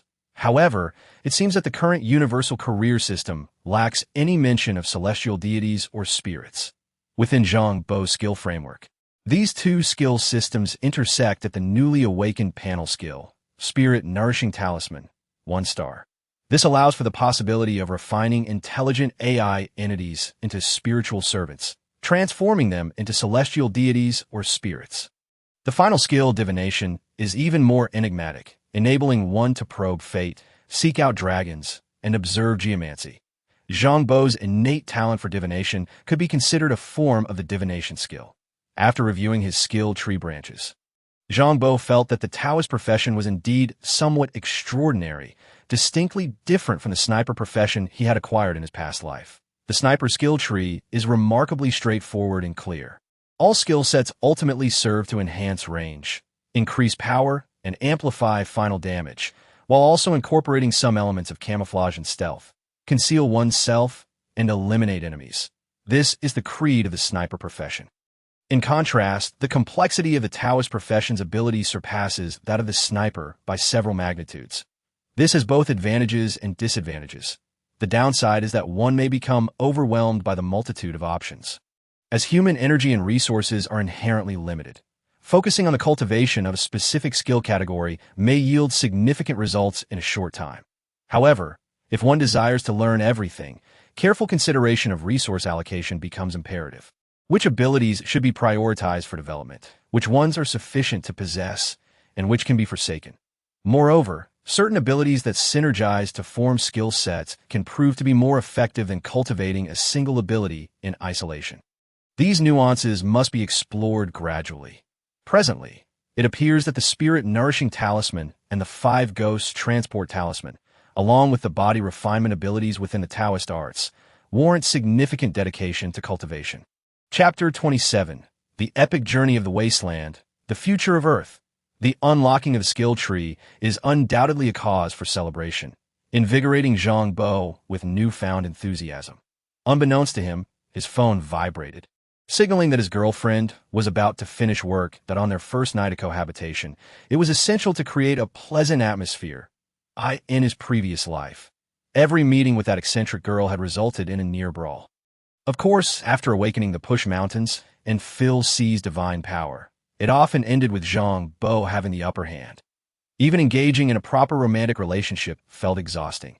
Encountering a whirlwind of madness could alter one's destiny. Having already crafted numerous parts, a dazzling assembly soon materialized into a sleek black motorcycle. This was a special target he had prepared using surveillance information from the Red Moon's mainframe. After installing the remaining components at home, Zhang Bo set out to buy a few items, riding his stylish motorcycle to pick up his girlfriend from work. "Did you steal this too?" Chang, she exclaimed, having sold a bracelet that day and feeling quite pleased. Upon seeing Zhang Bo's new motorcycle, her eyes widened, and, as she wrapped her arms around his waist from behind, a hint of apprehension flickered within her. The downside of having a boyfriend who was a thief was the constant worry of him being caught. "I made this myself. There's no theft involved. If you don't believe me, check online to see if there's a similar model to mine." Zhang Bo sighed in resignation. Activating the motorcycle's transformation feature, a half-human high protective shield rose from behind, enveloping much of Chang Shi's body. It was necessary. Her curvaceous figure was too prominent on the motorcycle, and he could not let others gaze upon her. "You can build motorcycles too?" Chang Shi was continually amazed by this guy. Unable to resist pulling out her phone to search for motorcycle sales websites, snapping a photo to check for similar models. "I possess quite a few skills. You could discover them gradually. There's always something new to experience each day." Zhang Bo chuckled, ensuring that monotony would not set in too quickly. Why not consider opening a repair shop in the future? It's best to avoid the jewelry theft business altogether. We could sell the jewelry we have and perhaps start a small store. Chang Shi sighed, realizing she and T found a similar motorcycle on the website, and softly remarked, "We need to have a legitimate means of livelihood. When we have children in the future, we can't very well tell them their father is a thief." Indeed, Zhang Bo chuckled softly. What a wonderful girl she was. Having just confirmed their relationship, she was already contemplating future children. Sometimes, when Chang Shi saw others racing on motorcycles, she worried about the safety of those riding pillion. This motorcycle alleviated those concerns, making it quite appealing. The newly crafted bike is perfect for a joyride. Suddenly, Zhang Bo reached back and, amidst Chang Shi's startled exclamations, lifted her effortlessly into his arms, positioning her in front of him. Chang Shi clung tightly to his back, her heart racing to, "Isn't this a bit too thrilling?" "Darling." Zhang Bo leaned in close to her ear, chuckling softly. "What scent is your lipstick?" At that moment, she felt a rush of warmth envelop her. Just as Zhang Bo reveled in his newly crafted motorcycle and the romantic moment with his girlfriend, two community safety officers, a man and a woman clad in uniforms, had been knocking at the door of his rented fifth-floor apartment for quite some time. Yet no one responded, and no one is home. One of the safety officers furrowed his brow. This identity was one of 3 given to him by old Zhou. Currently, only this identity was active, and it should correspond to this rented room. The apartment was devoid of life, lacking any signs of habitation. He had never moved in. The female officer sighed. "This is clearly a ruse. Surveillance footage in the vicinity revealed no trace of his presence," which was indeed peculiar. The male officer's expression grew serious. To be able to operate so stealthily in the main urban area must be linked to the disturbances we observe in the wasteland a few days prior. We still have yet to ascertain which faction he belongs to. A new player could not possess such capabilities. It was evident that there was a powerful force backing him. Without finding him, we cannot establish any connections. Amidst the murmurs of the 2 safety officers, a faint glow suddenly flickered across the door. Shortly thereafter, the ordinary security door displayed a message akin to an LCD screen. 1 month later. The luminous text persisted for 3 seconds before vanishing. Yet both officers were certain they had not imagined it. Perhaps he is engaged in some special task. We should return in a month. Let's withdraw the observation team. We cannot locate him, and every move we make is likely under his scrutiny. Changshi truly felt intoxicated. Her mind was a haze, and she scarcely remembered where she had been. With the atmosphere reaching such heights, she decided to abandon any pretense of modesty. When that moment arrived, she felt as if she might ignite with passion. That IT was somewhat impulsive, but isn't that the essence of love? Love inherently carries elements of spontaneity, fervor, and recklessness, as long as there are no regrets afterward. It is already a rarity, at least in that moment. This love did not betray her expectations that I should take a day off tomorrow. I still have vacation days left, and it won't affect my pay. She could not recall when she fell asleep, but the thought of let us be lazy together tomorrow warmed her heart. When she groggily awoke, glancing at the time, she was astonished to see it was already past 3 in the afternoon. Faint voices were coming from outside the bedroom, as if a few people were conversing about something related to senior engineers. She threw on some clothes and opened the door, momentarily taken aback. Her unreliable thief boyfriend was sitting upright, flanked by a man and a woman. All of them relaxed as they looked at his phone. "Guests? Oh, it's my parents, here to visit. Wait a moment." Who? Changshi's mind jolted awake, rubbing her eyes to confirm. Indeed, it was her parents. When did they arrive? Why is the fruit on the table half-eaten? I invited Uncle and Andy over so we could have a proper meeting. Besides, my young boyfriend, if a senior engineer, is hardly unpresentable, as Changshi adorned herself in her attire, deliberately wrapping a scarf around her neck to conceal it. She stepped out feeling somewhat anxious. Zhang Bo couldn't help but laugh, leaving Changshi momentarily taken aback. "What exactly are you up to? Do you really possess a qualification certificate as a senior engineer? It's just sitting there on the table." In recent days, communication signals in over a dozen residential communities in the main urban area had been entirely disrupted, rendering us unable to gather any useful information. Within a basement of the 7th Refuge's main city, a group of officials from the Human Federation sat clustered around a table, engaged in a clandestine meeting. The Xinglan Consortium had almost monopolized all interstellar technology and high-end military, energy, and entertainment sectors on Earth. However, officially, the 9 major cities remained under the jurisdiction of the Human Federation. The wastelands belonged to the financial magnates, while the main cities were governed by the Federation, a result of several epic historical paths intertwined. Regardless of the extent to which the Human Federation's influence had been suppressed, even to the point of being reduced to mere remnants, it still managed to oversee the basic livelihood of human civilization. At this moment, an official reported, a batch of individuals' information has been erased or altered. The exact number is unknown, as are their specific professions and details. We only know that information has been tampered with or erased, yet we cannot find any trace of detailed information. Even the mechanics, specializing in 8th-tier virtual information technology, are at a loss. Either a new epic path is being forged, or someone has awakened a brand new capability related to information warfare, one entirely distinct from the current information system. A senior official's expression was grave. It could be confirmed that a robotic rebellion incident occurred in the wasteland a few days ago, which likely pertains to the latter scenario. After all, the epic path of the Wasteland Star is currently being forged. And if it involves a new epic path, conflicts that we can perceive will undoubtedly arise. Are we truly to transform Earth into a Wasteland Star? One official sighed. If so, I dread to think how many lives will be lost. Kindness does not command armies. This is the only method left. If we do not tread the path of the Wasteland Star, we will find no other avenues, since the Xinglan Consortium intends to seal off Earth. Let us make this blockade utterly comprehensive. Let them never dare to enter again. We shall take 24 years to ensure they no longer have the audacity to step foot here. Chapter 28. The technological civilization of Earth will regress and perish. Under the shroud of the Huanyu game, any player who surpasses level 100 and has completed an epic quest leap, thereby forging their own epic path, is of immense significance to all of human civilization. The epic paths established by epic-level powers can directly influence the rules at a fundamental level.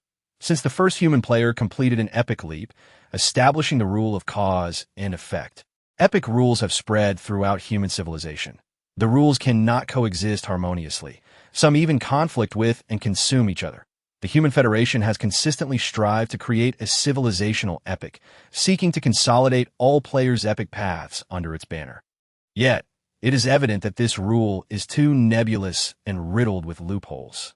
Ultimately, a group of veteran players, capitalizing on the benefits of the Huanyu game's launch, swiftly rose to power, monopolizing the paths of civilizational epics, fragmenting the epic of human civilization into familial epics, and establishing long-standing financial aristocracies that became the mainstream of civilizational epics. In the fragmented Star Ring War 370 years ago, the Human Federation suffered a crushing defeat, never to contend against the financial aristocracies again. Nevertheless, the Human Federation remained steadfast in guarding Earth's ancestral star, formulating the series of Earth epic rules.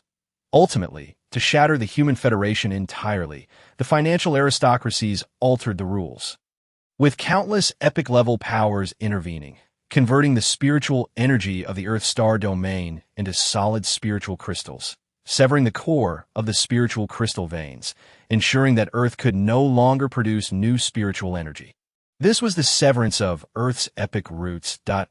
In a last-ditch effort to resist, the remnants of the Human Federation began forging the Wasteland Star epic, transforming Earth into a Wasteland Star, regressing civilization, and abolishing the advancement and development of technology, preventing the financial aristocracy's interstellar technology from functioning within the Earth star domain.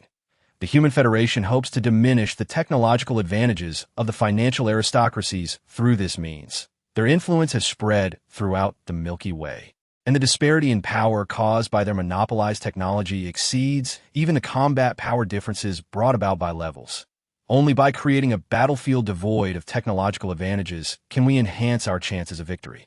In the ensuing 20 years, as the influence of the Wasteland Star epic path grows, Earth's civilization will continuously regress, rendering many scientific technologies and products unusable, leading to further collapse of civilization, and eventually the destruction of the 9 major refuge cities. Humanity will be forced to abandon the safety of these refuge cities, delving into the wilderness to vie for living space against mutated genetic beasts, further deteriorating their survival environment. This war has persisted for a millennium and will continue to endure. For many ordinary humans on Earth, the secure existence within the refuge cities will not last much longer. At most, only 24 years. The refuge cities are on the brink of oblivion, and Earth, under technological blockade, will become increasingly desolate. This harsh reality is something many high-ranking officials within the Human Federation find unbearable to confront. He left us a message indicating that in 1 month, he would be engaged in some task within this time frame. The meeting continued, with an official tapping the table that he could incite a robotic rebellion at the military base in the wasteland. This newfound information talent holds strategic value and must be courted. Information warfare talents under the backdrop of the Wasteland Star epic will likely be continually diminished, right? Not necessarily. His abilities may not be technological in nature. Perhaps he can circumvent the Wasteland rules that we must consider this possibility.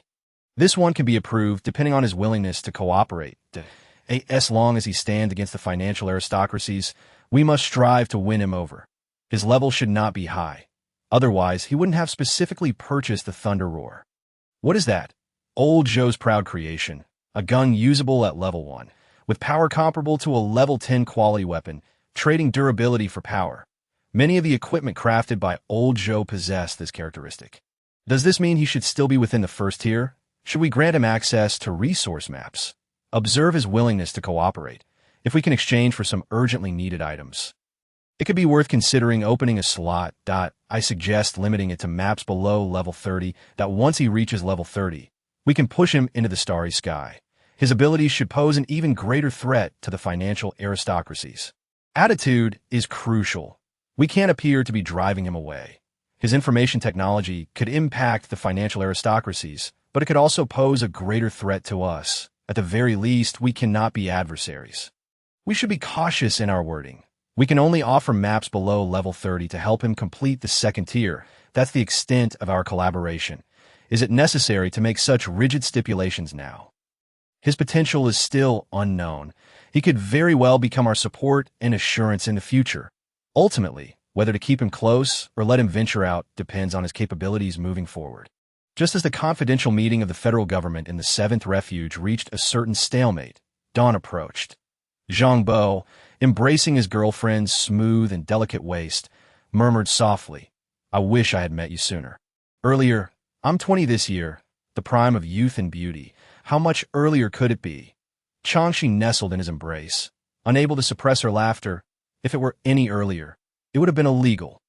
Zhang Bo chuckled and asked, "Would you look forward to such a life?" "Forget it. I read those novels about time travel to ancient times and becoming a princess every day, and it just feels absurd. The technology back then was so inconvenient. Everything was chaotic." Changshi shook her head. "Someone like me can only survive in modern society. In ancient times, even the most basic medical and sanitary needs couldn't be guaranteed." "That makes sense," Zhang Bo replied with a chuckle. "Don't tell me you could take me back in time. That would be too exaggerated." Changshi's eyes widened. "That I really don't want to travel back to ancient times. Not to mention, there wouldn't be so many stockings back then that you've torn over 10 pairs of my stockings in the past few days. Where would we buy more in ancient times?" Cough, cough. Zhang Bo couldn't help but coughed at time travel. No time traveled. If anyone tries to make us travel back, I'll take them out. Exactly. Life is going well. Why would we want to time travel? Changshi buried her face in his embrace, affectionately calling out, "Hubby, I think I might be falling for you. Now you're just falling for me. What about the past few days?" Zhang Bo couldn't hold back any longer. "What were those days then?" "Back then, I was reluctant, but your attack power was too strong. I couldn't defend myself. So now you're willingly in love. There should be some new expressions of it." Chapter 29. Activate the opportunity for an explosion. Don't move around. Awaken skill. Basic alloy processing. Awaken skill. Basic electromagnetic mastery. Awaken knowledge. Microfusion reactor manufacturing. After half a month since the Taoist descended from the mountain, the result of his daily tinkering at home was the awakening of a series of basic skills and knowledge as a mechanic. Strictly speaking, it pertains to the art of forging, where he has mastered no fewer than 7 panel skills. Now, should he choose to wield his magical energy and prepare an ample supply of raw materials, he could fabricate a titanium alloy sword within a mere 3 seconds, an exquisite weapon that would be revered as a national treasure in ancient times. However, the creation of firearms remains a daunting task, particularly for those with unique attributes such as reaction furnaces and powered armor, which necessitate specialized mechanical blueprints. These blueprints are the closely guarded secrets of every skilled mechanic. And the affluent families monopolize resources in this domain that a single blueprint could establish an entire production line, enabling mass production of associated equipment. Underscoring its unparalleled significance that in his previous life, Zhang Bo had also acquired several blueprints, including one for a purple-grade mechanical warrior. the Angel of Mechanization, IT, was the sole advanced mechanical manufacturing blueprint he possessed. Under normal circumstances, even a stellar civilization capable of developing a planet-destroying cannon may struggle to create such a mechanical angel. Yet a high-tier mechanic player, upon converting the knowledge of the Angel's blueprint into panel capabilities, could single-handedly produce the Angel, a solitary individual capable of creating what an entire civilization might not achieve. This is what elevates the mechanic to a pinnacle among the 6 major occupational systems. The Taoist forging skill tree encompasses all the abilities of the mechanic, demanding substantial dedication to research. Aunt Sheen is a kind-hearted woman, occasionally overlooking his late-night absences. Thus, Zhang Bo often visits the shop to lend a hand. During the night, the candy store sees little traffic, save for the occasional couple on a date or night shift workers purchasing jelly and popping candy, the latter often in large quantities. Over time, this has accumulated into a significant revenue stream, leading to a loyal customer base. Consequently, the candy shop operates 24 hours, with Aunt Sheen managing it by day and Zhang Bo by night. As he opened the door, a young man clad in a white uniform with a mane of vividly dyed hair approached on a motorcycle. Exclaiming, "Brother Lang, I need 2 big bags of popping candy." He offered Zhang Bo a cigarette as he spoke. "Business is thriving today," Zhang Bo replied with a smile while preparing the goods. "Recently, the store received a new batch of tea. If you're interested, Brother Lang, feel free to come by and sample it." The young man winked. "With my salary of 4,000 to 5,000 a month, what kind of luxury can I afford?" Zhang Bo chuckled. "A man should treat himself well." The young man had grown familiar with Zhang Bo over these past days. By the way, Brother Lang, that bike of yours is impressive. Are you interested in selling it? That bike took me years to piece together, collecting iron scraps bit by bit. I even forewent purchasing a companion doll just to build it. That if I were to sell it, it wouldn't come cheap. Name your price. The allure of a flashy motorcycle is irresistible to someone like him. I know a few wealthy kids who love street racing and would be quite taken with its appearance. If we strike a deal, it could turn into a substantial client. With your skills, Brother Lang, why are you working as a shop assistant? This model is outdated and lacks safety features. However, I do have a high-spec version designed for racing, one of kind and priced at $2 million. If any interested parties are keen, they can come by for a look. The motorcycle parked outside is a custom creation by Zhang Bo, equipped with an anti-gravity engine and a high-energy reaction furnace. Capable of transforming into a fully enclosed hovercraft, definitely not for sale. The young man, clearly astonished, gave a thumbs up. "Brother Lang, you're full of surprises. All right, I'll spread the word." He paid and left with his candy. Before 10 minutes had passed, another young man with purple hair arrived, correctly calling out, "Bo Go, how much for your bike if you decide to sell it?" "My bike is outdated and unsafe. I have an upgraded version meant for racing. If you're interested, it's $2 million. Only one exists globally." His pitch was delivered smoothly. So expensive. "Fine, I get it. I'll take a bag of candy. The jumping kind, please." "Large pack." "Sure, the usual price, $200. I'm just an employee, not the owner. Otherwise, I'd throw in a small pack for you. Deal." Moments later, as he glanced at a notification on his phone, a smile crept onto his face. After a fortnight of baiting, he had finally ensnared Lu Changyu. He had initially intended to abandon the shop assistant role upon moving into Changshi's room. There's no need to squander time here every day. Wouldn't it be far more worthwhile to devote those hours to crafting various tools during the day and then to enjoy a restful night embraced by a fragrant and soft girlfriend?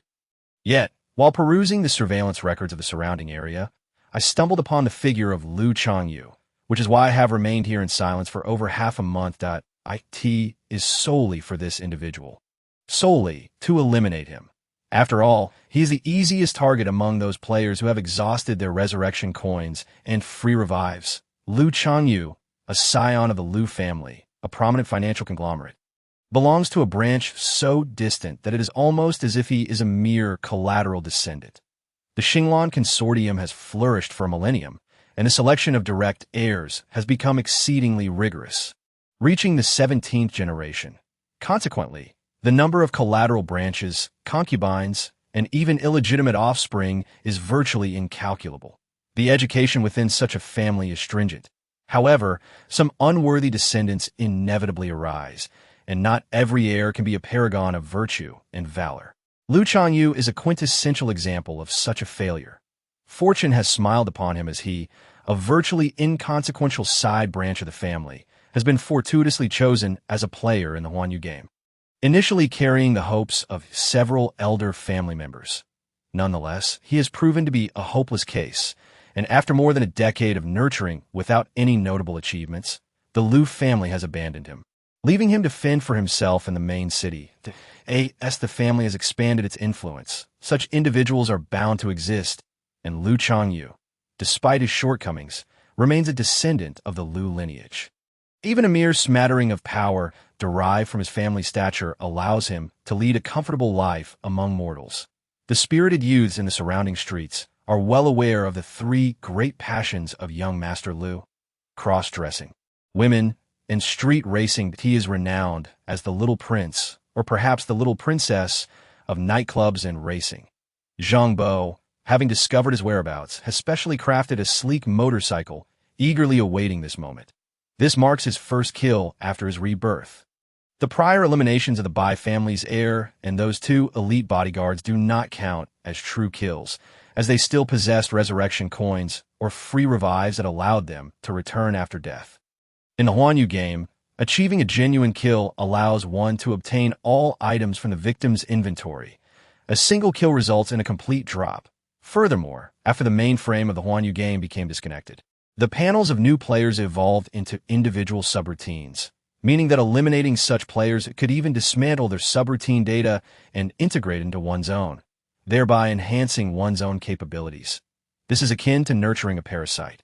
The Huan Yu game aims to accelerate the growth of new players in this manner, thereby increasing their chances to disrupt the financial oligarch's monopoly over the game. In a previous life, Liu Changyu also fell victim to Zhang Bo's hand. Occurring in the third year of his gaming experience, killing Liu Changyu brought upon Zhang Bo the relentless pursuit of that madcap Liu Yueqi, who harbors an inflated sense of superiority and believes fervently in the Liu family's innate supremacy. Regardless of how inept a Liu descendant may be, they're still a member of the family, and no outsider should dare to slay them. Anyone who dares harm a Liu family member must contend with Liu Yueqi's wrath. However, that is a tale for another time. The experience gained from killing Liu Changyu may not be substantial, but the dismantling of his subroutine panel proved to be an exhilarating surprise for Zhang Bo. Especially noteworthy was the awakening of two specialized skills from the 72 transformations of the earthly fiends, which complement each other perfectly. With a 2-star, her consumption, and a 1-star, potion, his efficiency in consuming any potion could increase by 250. Equivalent to 3.5 times the original effect. A basic recovery potion restoring 100 mana points could restore a remarkable 350 mana points. This is truly extraordinary. Taoist teachings speak of 36 celestial mantras and 72 earthly fiend mantras. The celestial mantras are active skills, while the earthly fiend mantras are passive. Currently, he possesses the celestial mantra, Zongbi Jingguang, and the earthly fiend mantras, herb consumption, and potion, and having learned of the astonishing effects of the Push Mountains and Fill Seas mantra, he has grown increasingly eager to discover other mantras. The capacity of his spiritual energy pool has surged. It has now reached 73,680 once he enters the starry sky and meets the moon god's remnant spirit at the lunar base. Learning the universal mantra, Ling Yun Zhen Shun, will allow the upper limit of his spiritual energy pool to be transformed into tangible strength. Therefore, every new player must strive to enhance the limits of their spiritual energy pool. Upon glancing through Liu Changyu's inventory, Zhang Bo was momentarily taken aback. The contents were rather unimpressive. There wasn't even a single spirit crystal coin, clearly indicating the Liu family's utter disappointment in him. Aside from mundane wealth, they had left him devoid of genuine game resources that he lacked even a single piece of good quality equipment, with his alchemy furnace being merely of blue quality, and his equipment collection was scant. Yet, surprisingly, there were 3 potion formulas within. These are akin to a mechanic's manufacturing blueprints. However, upon examining the formulas, Zhang Bo found himself momentarily speechless. Secret potion, body enhancement, 3 stars. Formula, epimedium 120 grams. Goji berries 25 grams.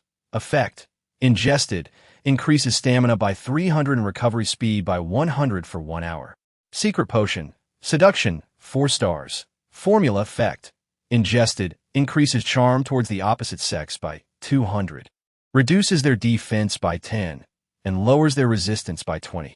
Secret Potion, Bewitchment, 3 stars. Formula, effect, ingested, reduces mental resistance by 30. All of these pertain to that particular aspect. It is hard to fathom, in the year 1132 of the stellar sea calendar, why are individuals still concocting Soothe-In? The entire phone screen displayed only a single location, a remote alley 3 streets away from the store. She removed the battery and tried every method she knew, yet she could not turn off the location on the screen that a voice inside her screamed. It was him, the very man who had been working part-time at her family's candy shop these past few days. She was unaware of how many people had witnessed the scene last night, but this morning there was not a shred of information online. Even the security personnel, who went door to door to inquire, could not gather any useful intel. She was truly terrified.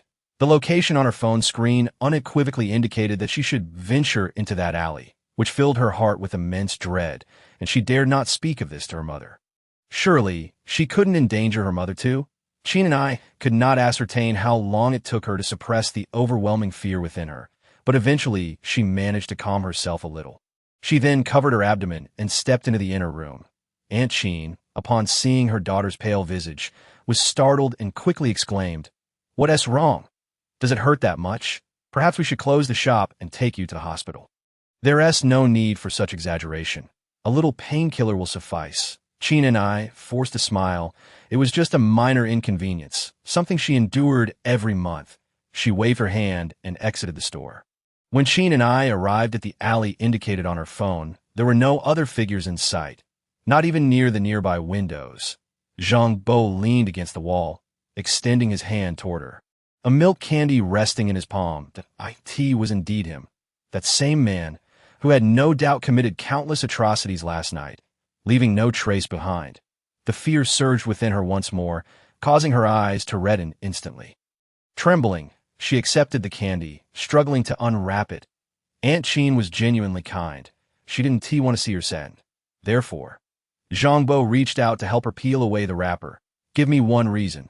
A reason that puts my mind at ease. A reason that prevents me from having to kill you." Tears streamed down Qin's face as she stammered, "Brother, I won't say a word. I promise I won't." "That reason is insufficient." Zhang Bo sighed. "Brother, I'm still the original model." Qin and I trembled as she knelt. "Please, don't kill me. I'll be yours from now on, and I will obey you. Follow any command you give." Zhang Bo tilted his head, contemplating for a moment, observing the girl's delicate features with a thoughtful expression. He handed her the unwrapped candy. "Then you might have to endure some hardships in the future. You've quit your job?" After work, she was delighted to hear that Zhang Bo had resigned from the convenience store. "That's wonderful. Otherwise, we would hardly see each other, with one of us working days and the other nights. I mean, every night, leaving your warm bed is quite a sacrifice." Zhang Bo chuckled. "I'll open a repair shop.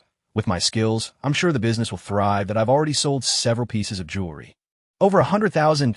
I also have some savings. Starting the shop won't be an issue." Changshi responded with a smile. "After all, it's a legitimate business that I can help out when I have time off. There's no need to touch your savings. Over 100,000 is more than enough for rent." Zhang Bo shook his head with a laugh. "Aren't you going to need to buy equipment?"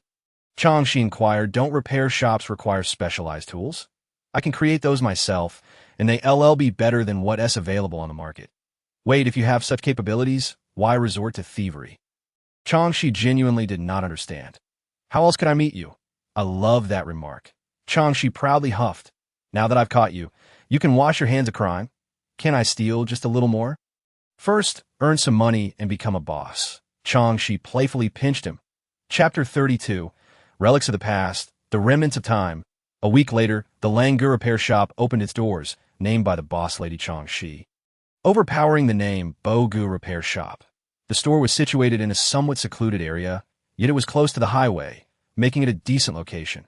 The rent was affordable, so even if business was slow, as long as there were customers, it could sustain itself. Changshi had no idea where he procured all the equipment, But like his motorcycle, they exuded a sense of sophistication, complete with a main control AI for operations.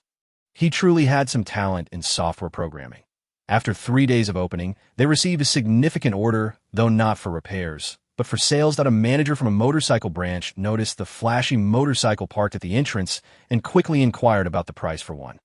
The original bike couldn't be sold, but they could manufacture it on-site. Of course, the official story was that they had their own processing channels, bypassing any black technology if they were to create a motorcycle in a legitimate manner based on market prices. Zhang Bo quoted 3 tiers, 30,000, 60,000, and 150,000. The branch manager promptly ordered 30 units, 10 of each tier. However, he requested exclusive distribution rights, with their brand label affixed. Zhang Bo proposed an additional condition. He wanted to gauge how the market would respond to the motorcycle design he created. If sales reached a certain level, he would require additional royalties. The manager readily agreed. Suddenly, a substantial order of 240,000 arrived, leaving Changshi astonished. Once the manager left after paying the deposit, the Langer repair shop sign was replaced with Lang Manufacturing Factory. The shop quickly became bustling with activity, automated processing arms working tirelessly. Meanwhile, Zhang Bo, as the owner, busied himself acquiring various basic raw materials. The materials in the armory were all military grade and could not be used for manufacturing civilian motorcycles. He still needed to purchase the raw materials. He was merely handling the processing. Should we find someone else? After a long day of work, Zhang Bo wrapped his arms around Changshi's slender waist and softly inquired. Changshi shot him a sideways glance. Let me guess, you want to hire a female college student who won't need to do much work. Mainly cooking and cleaning, just to act as an assistant or secretary. You can read me like a book. Huh. Is it that Lu Yuechi, your ex-girlfriend? No, it's someone else. Her name is Chin and I. Ugh, she is not my ex-girlfriend. But the daughter of the owner of the candy store where I used to work. She just graduated. Really not your ex? Ahem. I suppose it counts. See, men turn bad when they have money. Chong, she playfully bit his shoulder. The boss lady can only be me. Of course. Actually, I'm a crime lord. You'll see in a few days that I believe it.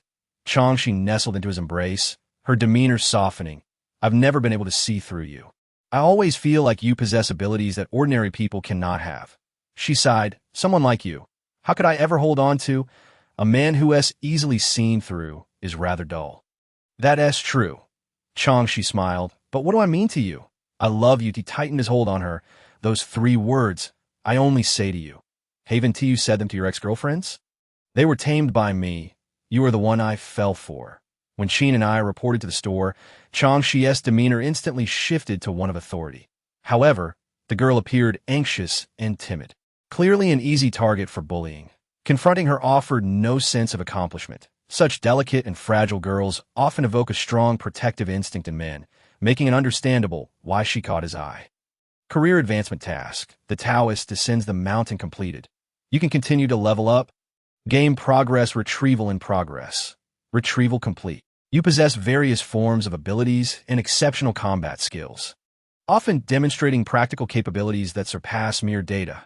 Your combat will is resolute, unafraid of power, daring to engage high-level enemies, and your achievements are considerable. You adeptly leverage your advantages to amplify them, achieving the ability to alter the battlefield's decisive points.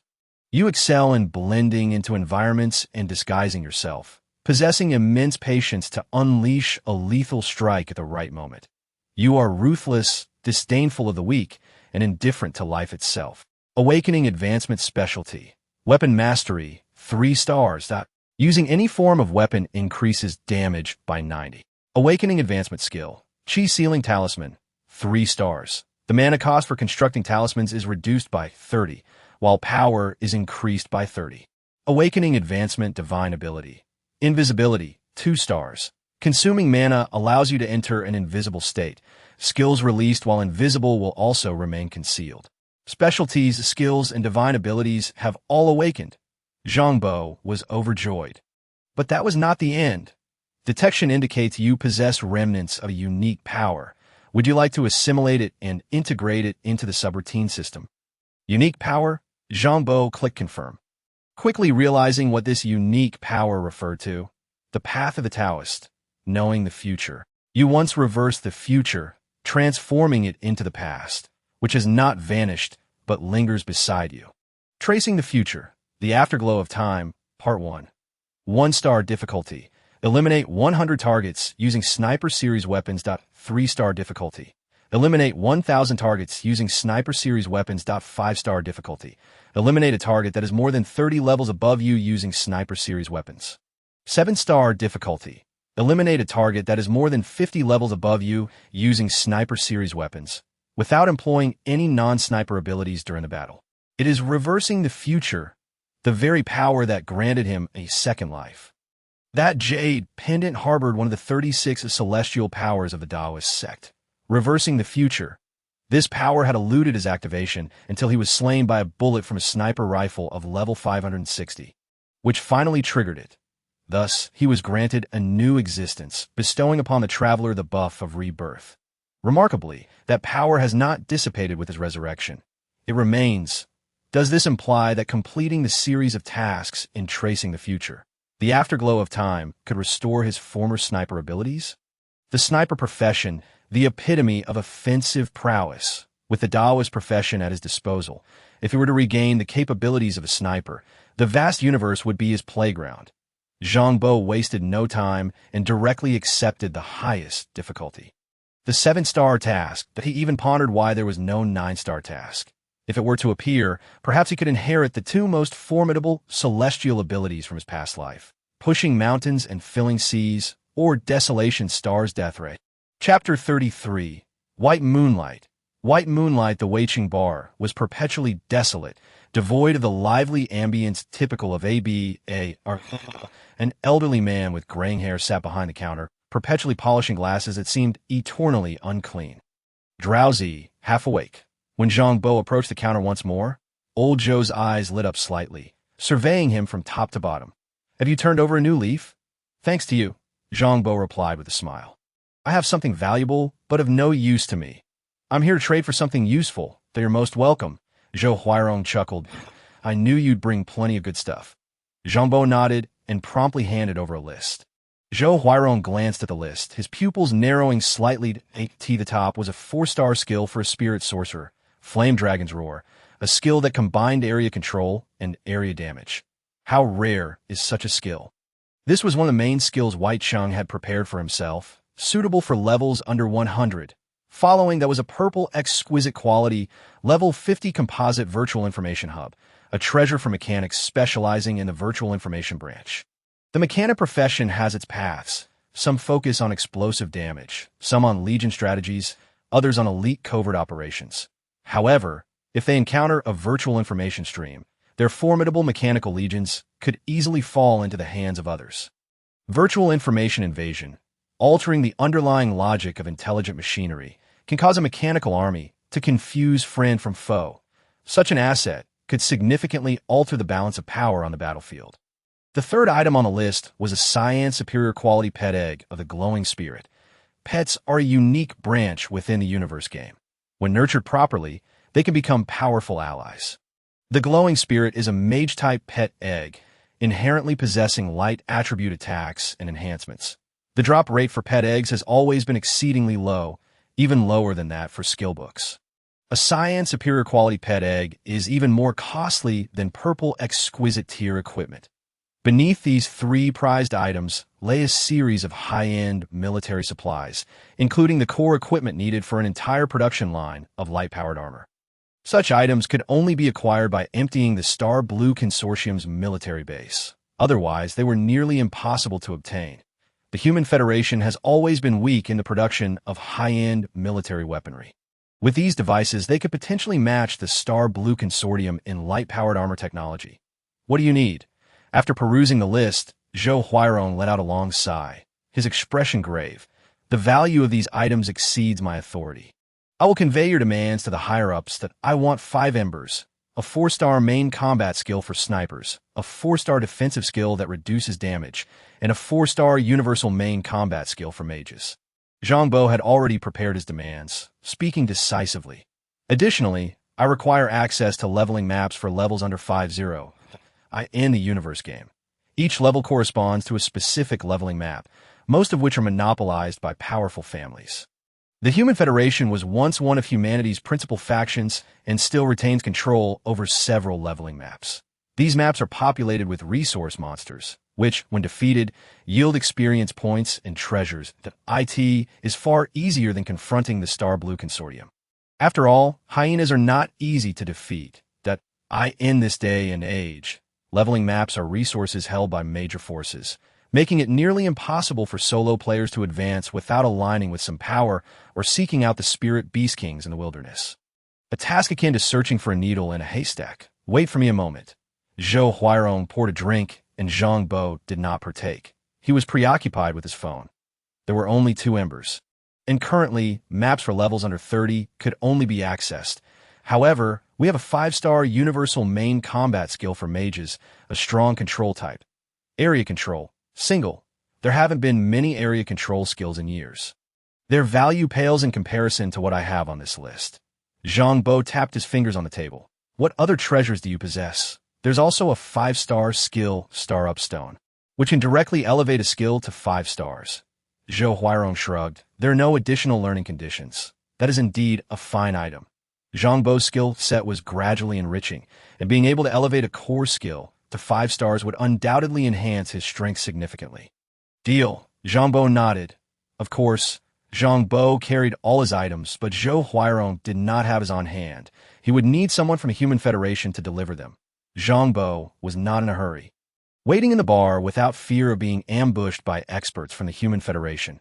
However, when a slender young girl with long white hair, appearing just past 18, approached him, his pupils constricted slightly. Xiao Ning, an elite expert cultivated by the Human Federation, a practitioner of the supernatural, her innate ability, soul poison fire, made her one of the few capable of directly contending with heirs of the powerful families. Furthermore, she was a naturally gifted powerhouse, blessed by fate, as soul poison fire could directly incinerate one's cognitive logic, including that of intelligent AIs, rendering her a nightmare for virtual information stream mechanics. Point 2 of the individuals responsible for forging the epic path of the Wasteland Star for the Human Federation were slain by the epic powerhouse, known as the Desolate Ghost Hand, Feng Hong, while the other was eliminated by this soul poison fire which, Xiao Ning at that time, she was merely level 82, yet she managed to bring down a level 136 sorcerer through sheer determination. In truth, Zhang Bo had held a certain fondness for Xiao Ning in his past life, but her soul poison fire was far too potent. Once she became emotionally involved, it was easy for her to lose control, incinerating friend and foe alike. Thus, he had long suppressed his feelings, behaving like an emotionless automaton. Legends say that only upon reaching level 100 and ascending to the epic level could she fully master her soul poison fire and become a normal woman. Unfortunately, he never had that opportunity in his previous life. At that time, Zhang Bo chose to join the Human Federation, ultimately becoming the leader of the remnants of the Human Federation, earning the infamous title of the Desolation Star's Death Ray. In part due to the impact of Xiao Ning's demise. White hair, an emotionless face, beautiful. When she activated her soul poison fire, her pupils turned a dark red, flame-like hue. All the necessary elements were present. I have brought what you requested. Xiao Ning gazed directly at Zhang Bo with her blank expression, her dark, glossy eyes betraying no hint of emotional fluctuation. Have you brought your items? Always prepared. Player, Xiao Ning, level 26, has sent you a trade request. Upon clicking confirm, 2 trade windows appeared. Zhang Bo placed various useless items from his bag and armory into the trade window.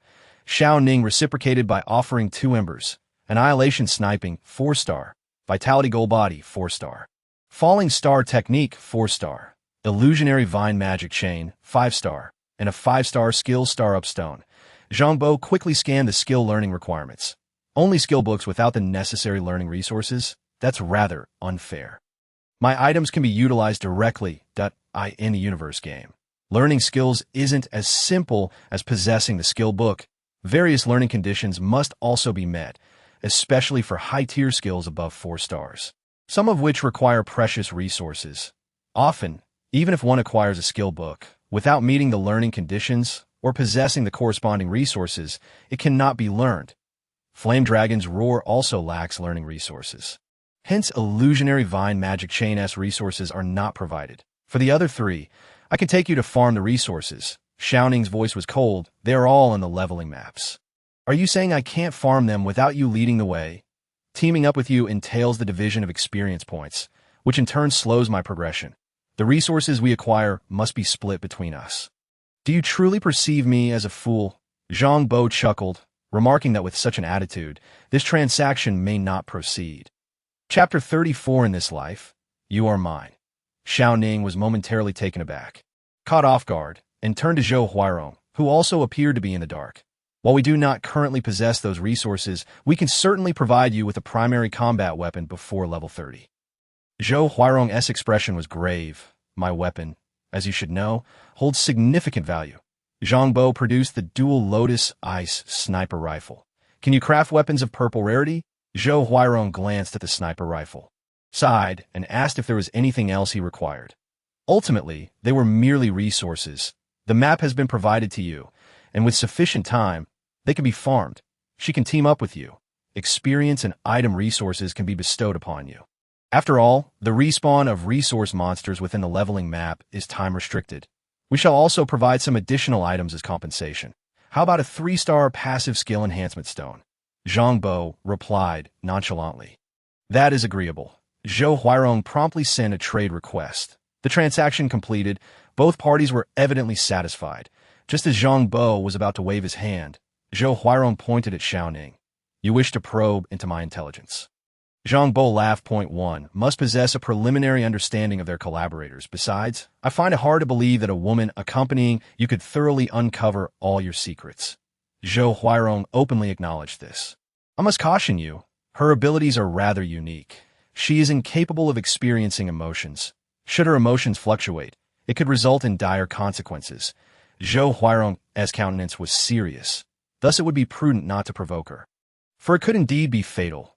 With your capabilities, you should not lack for women, the celestial maidens of the 9 heavens, to be admired from afar and not trifled with. Zhang Bo smiled lightly, inquiring if there was a vehicle available. Yes, you may ride with me, and no need. A few minutes later, witnessing Xiao Ning pedaling a bicycle, Zhang Bo was left bewildered. Why, home is quite distant. How long will it take you to pedal there? Your motorcycle cannot outrun me, Xiao Ning replied expressionlessly. Hey! Zhang Bo's competitive spirit surged, and without further ado, he revved his motorcycle and sped off. To his astonishment, the silver-haired girl pedaled her bicycle and effortlessly kept pace beside him. It was evident that the bicycle had been specially modified, achieving a speed that could rival an ordinary off-road motorcycle, likely costing more than one. What reason is there to purchase such a bicycle? Zhang Bo pondered in confusion. Strengthen leg muscles, maintain physique, lose weight, and promote health. Xiao Ning responded succinctly. Aren't you incapable of feeling emotions? Xiao Ning cast him a curious glance. I can't experience desires. But that does not equate to being a mere automaton or fool. Zhang Bo understood, contemplating before smiling. How about we strike a deal? My trading capacity has already been exhausted. This is not a transaction involving the Human Federation, but rather a private agreement between you and me. I possess scant resources. What do you desire?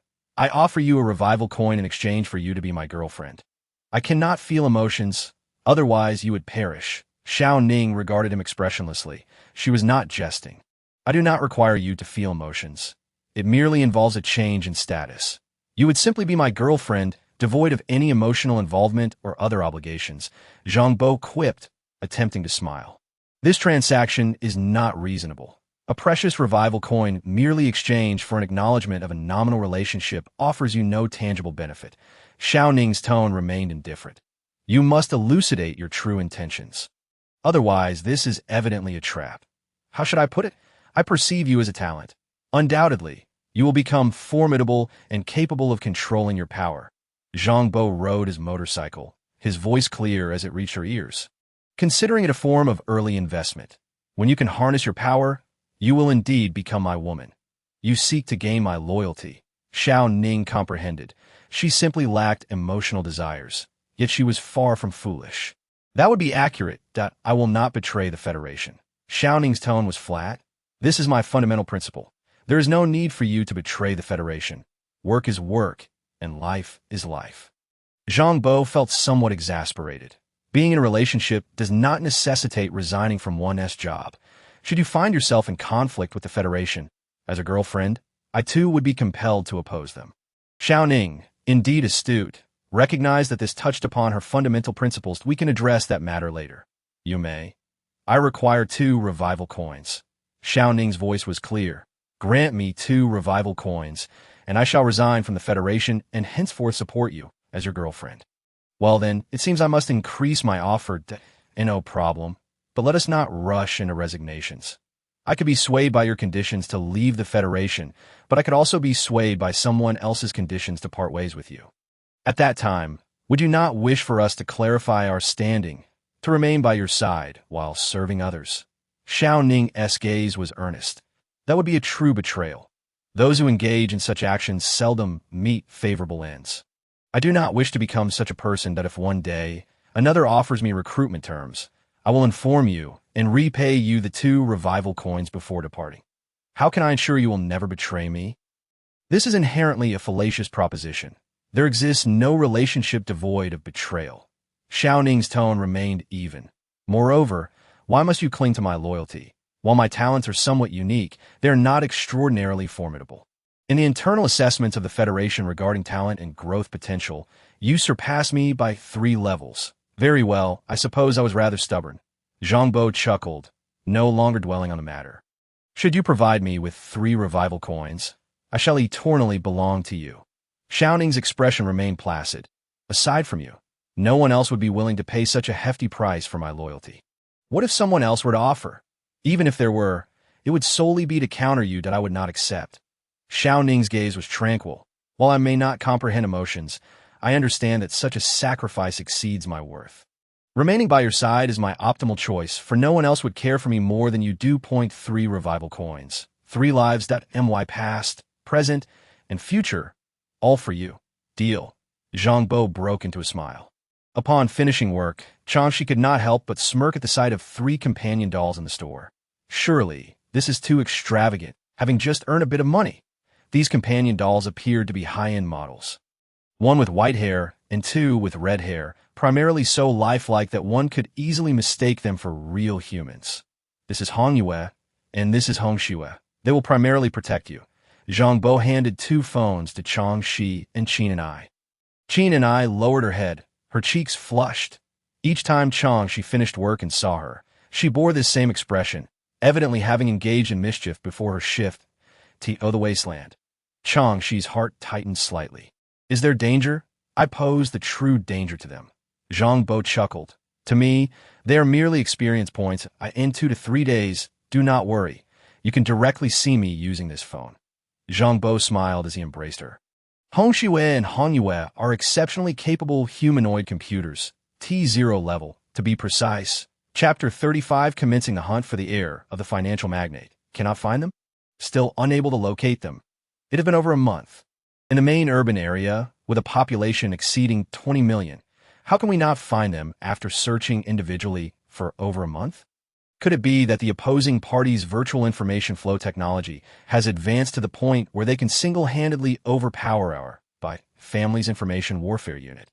Within a base not far from the 7th Shelter's city gate, the former young master by Chang, now young mistress by Fei, was in a furious uproar, causing the entire information base to fall silent. Recently, the temper of this financial heir had escalated significantly. Previously, she had valued garnering loyalty, yet after her transformation, her demands had become increasingly stringent, making it increasingly challenging to work beneath her, by Tianfan's side. Ultimately steeling himself to say, "We have attempted over 30 different algorithms for cross-referencing, yet we still cannot find them.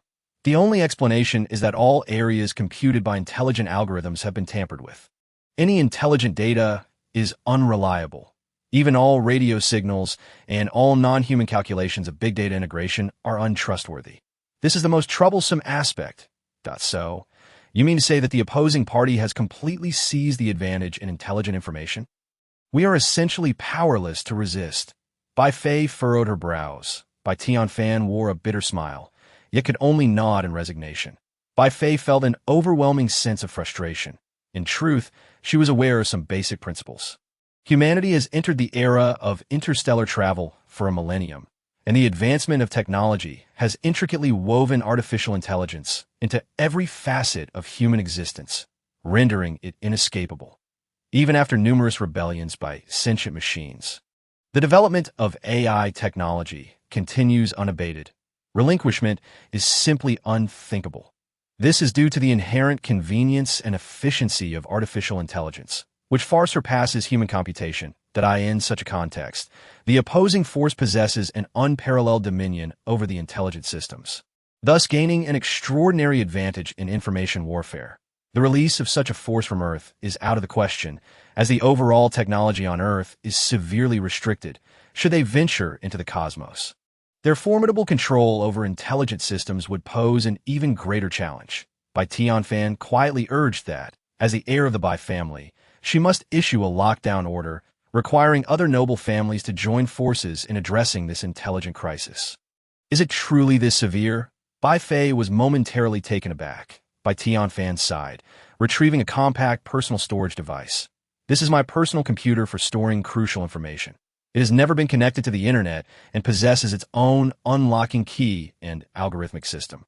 As he activated the device, the screen illuminated, revealing a sea of blue light. Suddenly, white text appeared on the blue screen. Death Demon, come forth and meet your demise, unless one is a level 100 mechanic who has forged their own epic path. They would not possess such a level of information infiltration capability fortified by their epic journey.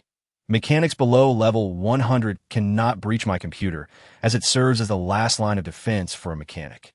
This is the mechanic's black box, by Tianfan grimaced. As a level 68 mechanic, he had no secrets before this adversary, and even his entire arsenal, operational keys, and personal algorithms were effortlessly deciphered. This individual was the nemesis of the mechanic profession's evolutionary system. Bai Fei's chest heaved with a mix of anger and genuine alarm. The strength of the mechanic profession largely derives from an array of high-tech creations, regardless of the chosen specialization. Even crafting a few capable mechanical warriors as subordinates necessitates devising an independent AI logic system. Now it seems that any creation with intelligent AI logic is rendered unusable. Then, uncle, you need not go to I shall lead the powered armor warriors myself, Bai Fei decisively concluded, recognizing her enhanced capabilities following her first evolution. All intelligent devices had become liabilities. Do not bring any powerful vehicles. A high-energy nuclear-powered motorcycle for each person will suffice. If you wish to converse, simply raise your voice. Ensure Su Qing accompanies you. Understood. Bai Fei wasted no time.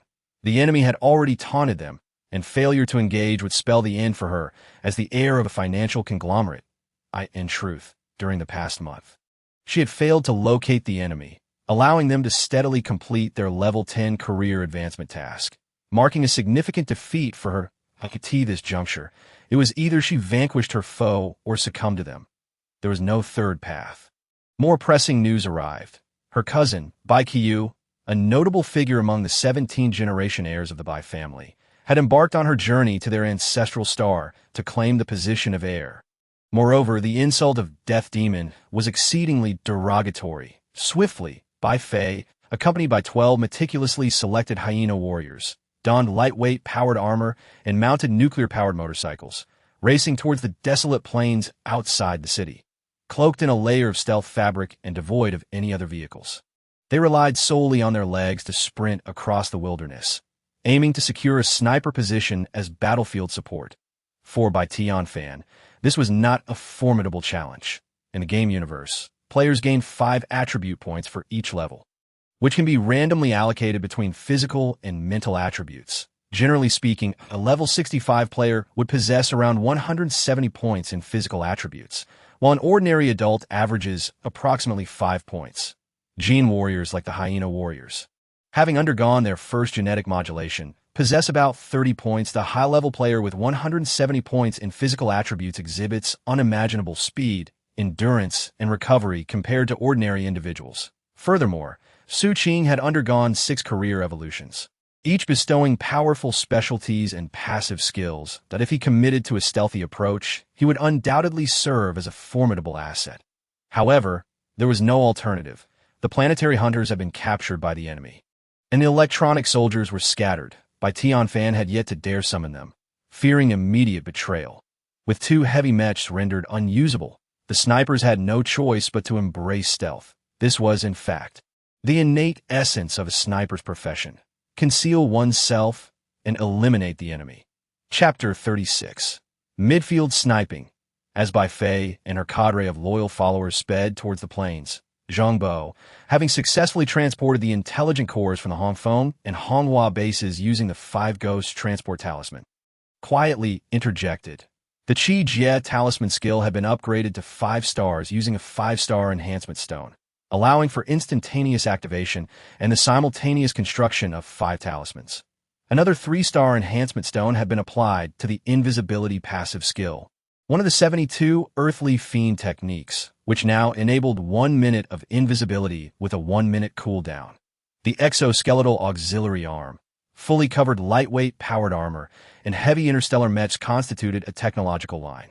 In terms of technological mastery, the Human Federation lagged far behind the financial conglomerates. The adversaries they faced were formidable, yet Zhang Bo urged, "You need not engage. Focus on safeguarding yourself. T present. Even if you were to intervene, your assistance would be minimal." Zhang Bo smirked. However, one of the enemies is a death demon, originally male, who underwent gender reassignment and acquired succubus bloodlines. So, Xiao Ning did not grasp his implication. The succubus bloodline possesses the ability to charm on a mental level during hostile encounters. Inciting primal instincts, Zhang Bo replied with a hint of exasperation, "I am confident I can resist the charm, but the ensuing impulses may prove challenging. I might require your help." "What if that leads to your demise?" Xiao Ning's brow furrowed. In that case, I am uncertain if I can control my own soul's venomous flames. Why not bring Changxi or Qini along? They're not players, they're merely ordinary women who would struggle to survive in this desolate expanse. Zhang Bo shrugged. Bringing them along would only require more effort on my part to ensure their safety. What about a partner doll? The impulse triggered by the succubus bloodline can only be mitigated through the union of yin and yang. A partner doll is merely a machine, distinct from a real woman. I desire you, and I am willing. Xiao Ning lowered her head, but dying for that is not worth it. That is not the case. To hunt the heir of a financial conglomerate, one must be prepared to face death. A kiss would simply be a collateral benefit. It is not a sacrifice made solely to torment you. Zhang Bo could not help but chuckle. I cannot simply charge at that death demon, can I? That would be utterly revolting. I do not wish for you to perish because of this, Xiao Ning murmured. If the time comes, I will strive to control the escaping venomous flames. Can you truly manage that? Xiao Ning pondered for a moment. I am uncertain. I have never experienced anything like it. However, data analysis suggests that women are often at their least controllable during such moments. Then do not force it. If a single misstep results in both your demise and mine, it would be a grave loss. Zhang Bo smiled, but his expression shifted as he sensed the approach of the enemy. They are here. Conceal yourself well. These adversaries are all experts. Refrain from acting recklessly. Point one of them is a level 65 sniper. Exposure would lead to immediate elimination. Xiao Ning's heart raced. She dared not be careless. After swiftly adjusting her powered armor settings, she enveloped herself in stealth fabric, her figure swiftly vanishing. Additionally, the Earthstar system had special restrictions on epic path rules, rendering even the most advanced planetary detection devices unusable. Otherwise, the Human Federation would have long been eradicated. In this context, battles on the Earth plains often displayed characteristics starkly different from other interstellar conflicts, sometimes resembling the ancient arenas of combat. However, in this scenario, a dozen or so individuals brazenly rode their motorcycles straight to the battlefield, without even the slightest attempt to conceal themselves. Their utter arrogance is truly astonishing. Of course, as the heir to a conglomerate, possessing an innate sense of superiority is somewhat understandable. Puffed. A volley of Gauss rifle bullets rained down, instantly tearing a gaping hole in the power armor of a hyena warrior, causing him to roar in agony. His right chest nearly shredded, and he suffered a grievous injury in an instant. The sudden onslaught momentarily stunned everyone, prompting an instinctive activation of their power armor's energy shields. The next moment, the area under attack faced a devastating strike. A massive fireball erupted, rising into a small mushroom cloud. Su Qing, a level 65 sniper, proved his prowess by eliminating the enemy the moment they made their move. However, upon witnessing that diminutive mushroom cloud, Bai Fei wisely refrained from inquiring whether the enemy was dispatched. That sound clearly indicated the explosion of the mechanical warrior's fusion reactor. Just now, it was merely a mechanical warrior attacking. It was not the enemy. And Su Qing must have revealed his position. A wave of alarm surged through Bai Fei's heart, prompting her to shout, "Su Shu, in which direction are you?" After firing that shot, he felt an unmistakable sensation of being targeted. This was certainly not a mere illusion. Among the specialties and skills within the sniper profession, counter-sniper awareness and target lock are undoubtedly essential. Locking onto a target for execution while simultaneously avoiding being locked onto by the opponent is a skill that a sniper must hone throughout their lifetime. Su Qing's own counter-sniper awareness had already reached a 5-star level. At this moment, the feeling of being targeted was as if a thorn was lodged in his back. He had been locked onto by the enemy. Such a formidable locking capability. Was the opponent a mechanic or a sniper, or perhaps a mechanic specializing in sniping?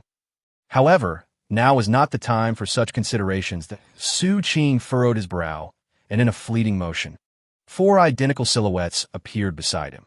This was the sniper's clone technique, also cultivated to a 5-star level. The emergence of the clones significantly alleviated the sensation of being targeted, indicating that the opponent's locking ability was not particularly high. Unable to discern the real from the decoys. Yet, shortly thereafter, something utterly absurd occurred, leaving Su Qing momentarily dumbfounded. Approximately 2,000 meters away, a camouflage cloth was lifted, revealing a warrior clad in blue and gold power armor. He casually fired a shot into the sky from his sniper rifle, leisurely rolling up the camouflage cloth. What on earth? That person was actually inviting me to a head-on sniper duel? Su Qing found it hard to believe. This brazen act of voluntarily revealing oneself and firing a shot into the air was seen as an invitation to a life-and-death duel among snipers on the battlefield. If 2 snipers possess exceptional concealment capabilities, rendering them undetectable to one another, and neither is willing to reveal themselves first, often they resort to this method for a decisive confrontation. It is well known that there's a time lapse from when a bullet exits the chamber to when it strikes the target. The sniper profession encompasses numerous abilities, including evasion, cloning, tracking, and long-range capabilities, akin to a shield and a spear, if both parties relinquish their concealment abilities and engage in a shootout from a certain distance. Relying solely on their mastery of evasion skills and lethal abilities for confrontation, it constitutes the highest form of sniper combat. This is what is referred to as a head-on duel. A mere mechanic who has just completed his first transition dares to challenge me, a level 65 sniper, to a head-on duel? Should I accept or decline? How could I possibly refuse? As a high-ranking guardian of the Bai family's 17th generation, every action of mine is scrutinized by the family's upper echelons, especially my performance on the battlefield. Not only that, but my children and even the descendants of my lineage would never be able to lift their heads in the Bai family in the future. To be unable to win indicates a deficiency in capability. However, to refrain from fighting, especially when I possess such a clear advantage, speaks volumes about one's character. Even if it means dying in battle, one cannot shy away from combat. Su Qing ripped away the camouflage cloth from his body and raised his rifle to fire a shot into the sky.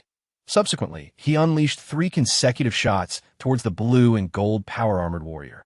The 3 bullets left the chamber, instantly fracturing into 9, which then further divided into a total of 81 bullets, resembling a sky full of stars as they hurtled towards the warrior.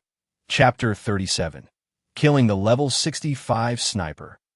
The 3 shots Su Qing fired employed 4 sniper-specific abilities: bullet splitting, curved trajectory, tracking bullets, and stun bullets. This constituted a powerful set of assassination skills. The coverage area of the 81 bullets spanned a diameter of 1 kilometer. As long as a single bullet struck the target, it would inflict substantial control, simultaneously guiding the other 80 bullets to pursue relentlessly, leaving no room for evasion. Moreover, the sniper rifle he wielded was a blue-grade weapon of level 60. With such firepower, should all 81 bullets hit the enemy, even the energy shield of a heavily armored mech would not withstand it. It can be said that Su Qing regarded this audacious enemy, who dared to issue a challenge for a head-on duel, with unparalleled seriousness, launching an absolute kill on the first move. Like stars in the sky, the bullets rent the very fabric of space, traversing over 2,000 meters in less than a second, and then Su Qing observed as the blue and gold power-armored warrior dove to the ground, narrowly avoiding several bullets aimed directly at him. However, this was not a significant issue, as the enhancements of curved trajectory and tracking bullets ensured that each bullet would autonomously pursue the enemy. Immediately after, the figure rolled on the ground without any grace. Strangely, each time he rolled, he managed to precisely evade every bullet directed at him. Some bullets flew past, but, due to the angle, could not redirect in time and instead buried themselves into the ground, creating small craters, never to rise again but a few seconds later. As Su Qing witnessed all 81 bullets strike the ground, not a single one hit the enemy. He was genuinely left agape. In no way. My skill set was countered by your rolling tactic? How absurd is that? Just then, the warrior drew a Gauss energy rifle and a light energy rifle, opening fire. Switching weapons in the heat of battle, a surge of inexplicable rage ignited within Su Qing. The Gauss energy rifle was standard equipment for hyenas, equivalent to a level 10 blue-grade weapon, barely capable of penetrating a power armor's energy shield. The light energy rifle was even more outrageous. Typically, high-level snipers would avoid using light energy weapons, as they hindered the utilization of many bullet-type skills. For instance, splitting bullets, curved trajectory, tracking bullets, and explosive bullets. These abilities could only be activated by firearms capable of condensing energy bullets, weapons like laser guns, which emit laser beams to strike enemies, do not classify their energy as bullets. Without the enhancements of those bullet-type abilities, a sniper's overall firepower would be significantly diminished. Su Qing, seething with anger, yet maintaining composure, flickered away to deftly avoid two of the opponent's attacks, while continuing to utilize his other skill set. The opponent, still employing that seemingly unscrupulous rolling tactic, evaded all incoming bullets and retaliated with two successive volleys. Cold sweat began to bead on Su Qing's forehead. He had discerned something crucial, as long as a sniper master's curved trajectory and tracking bullets. The confrontation between two snipers transcends linear point-to-point attacks, evolving into an omnidirectional assault, because bullets can curve, autonomously pursue the enemy, and maneuver behind them for attacks. In such a scenario, many snipers would leap into the air to gain more evasion space. But for high-tier snipers, it ultimately depends on whose evasion abilities are superior. Those with lesser evasion skills must devise ways to create cover or utilize area of effect skills to release distraction rounds. Of course, there exists a theoretical tactic. If a sniper possesses exceptional familiarity with another's capabilities, heightened battlefield awareness, and even superior predictive abilities, they could potentially lure bullets to strike the ground before they hit. After all, under the conditions of curved trajectory and tracking bullets cannot bend indefinitely. Even the degree of curvature is limited. Once they strike the ground, there is no further trajectory in such a strategy. The entire Earth becomes your cover.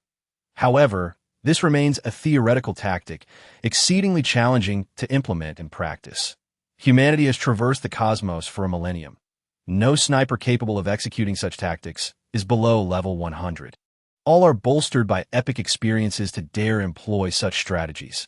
There even exists a saying among the affluent families. Should a particular sniper have the fortune of reincarnation, they might wield such tactics through years of professional experience and instinct. After all, in a millennium's time, affluent families have encountered their share of reincarnators. One of the affluent families, the Yu clan, boasts an ancestor who was himself a reincarnator, ultimately rising to establish a family of equal standing to others. So, just who in the world is this reincarnated sniper I have encountered? Bang! The energy beam from the photon gun struck the energy converter on the side of his powered armor, shattering his energy shield with a single blow.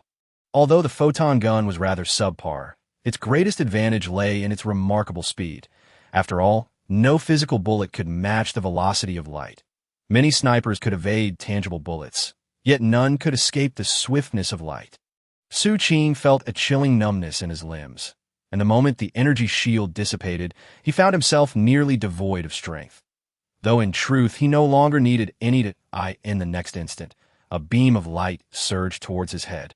The photon guns shot barely singeing half of his helmet's armor.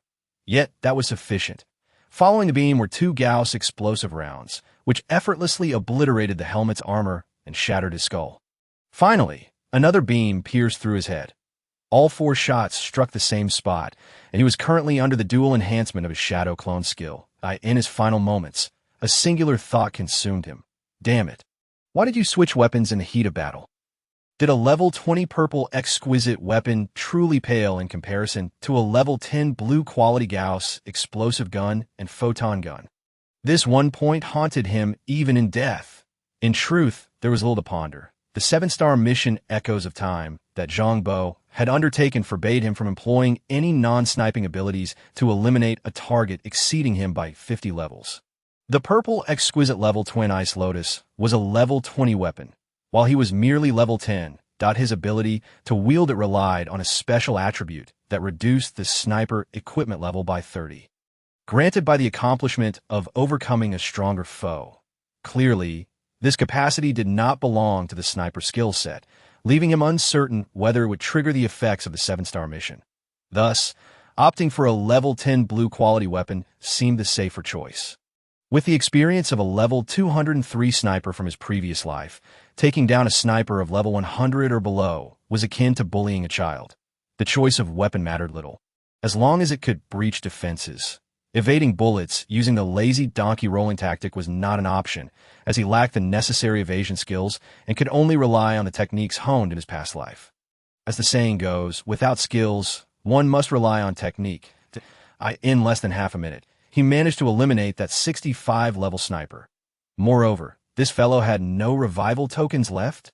Kill high-level sniper, level 65. Gain 3,600 experience points. Judgment successful. Target has no revival ability.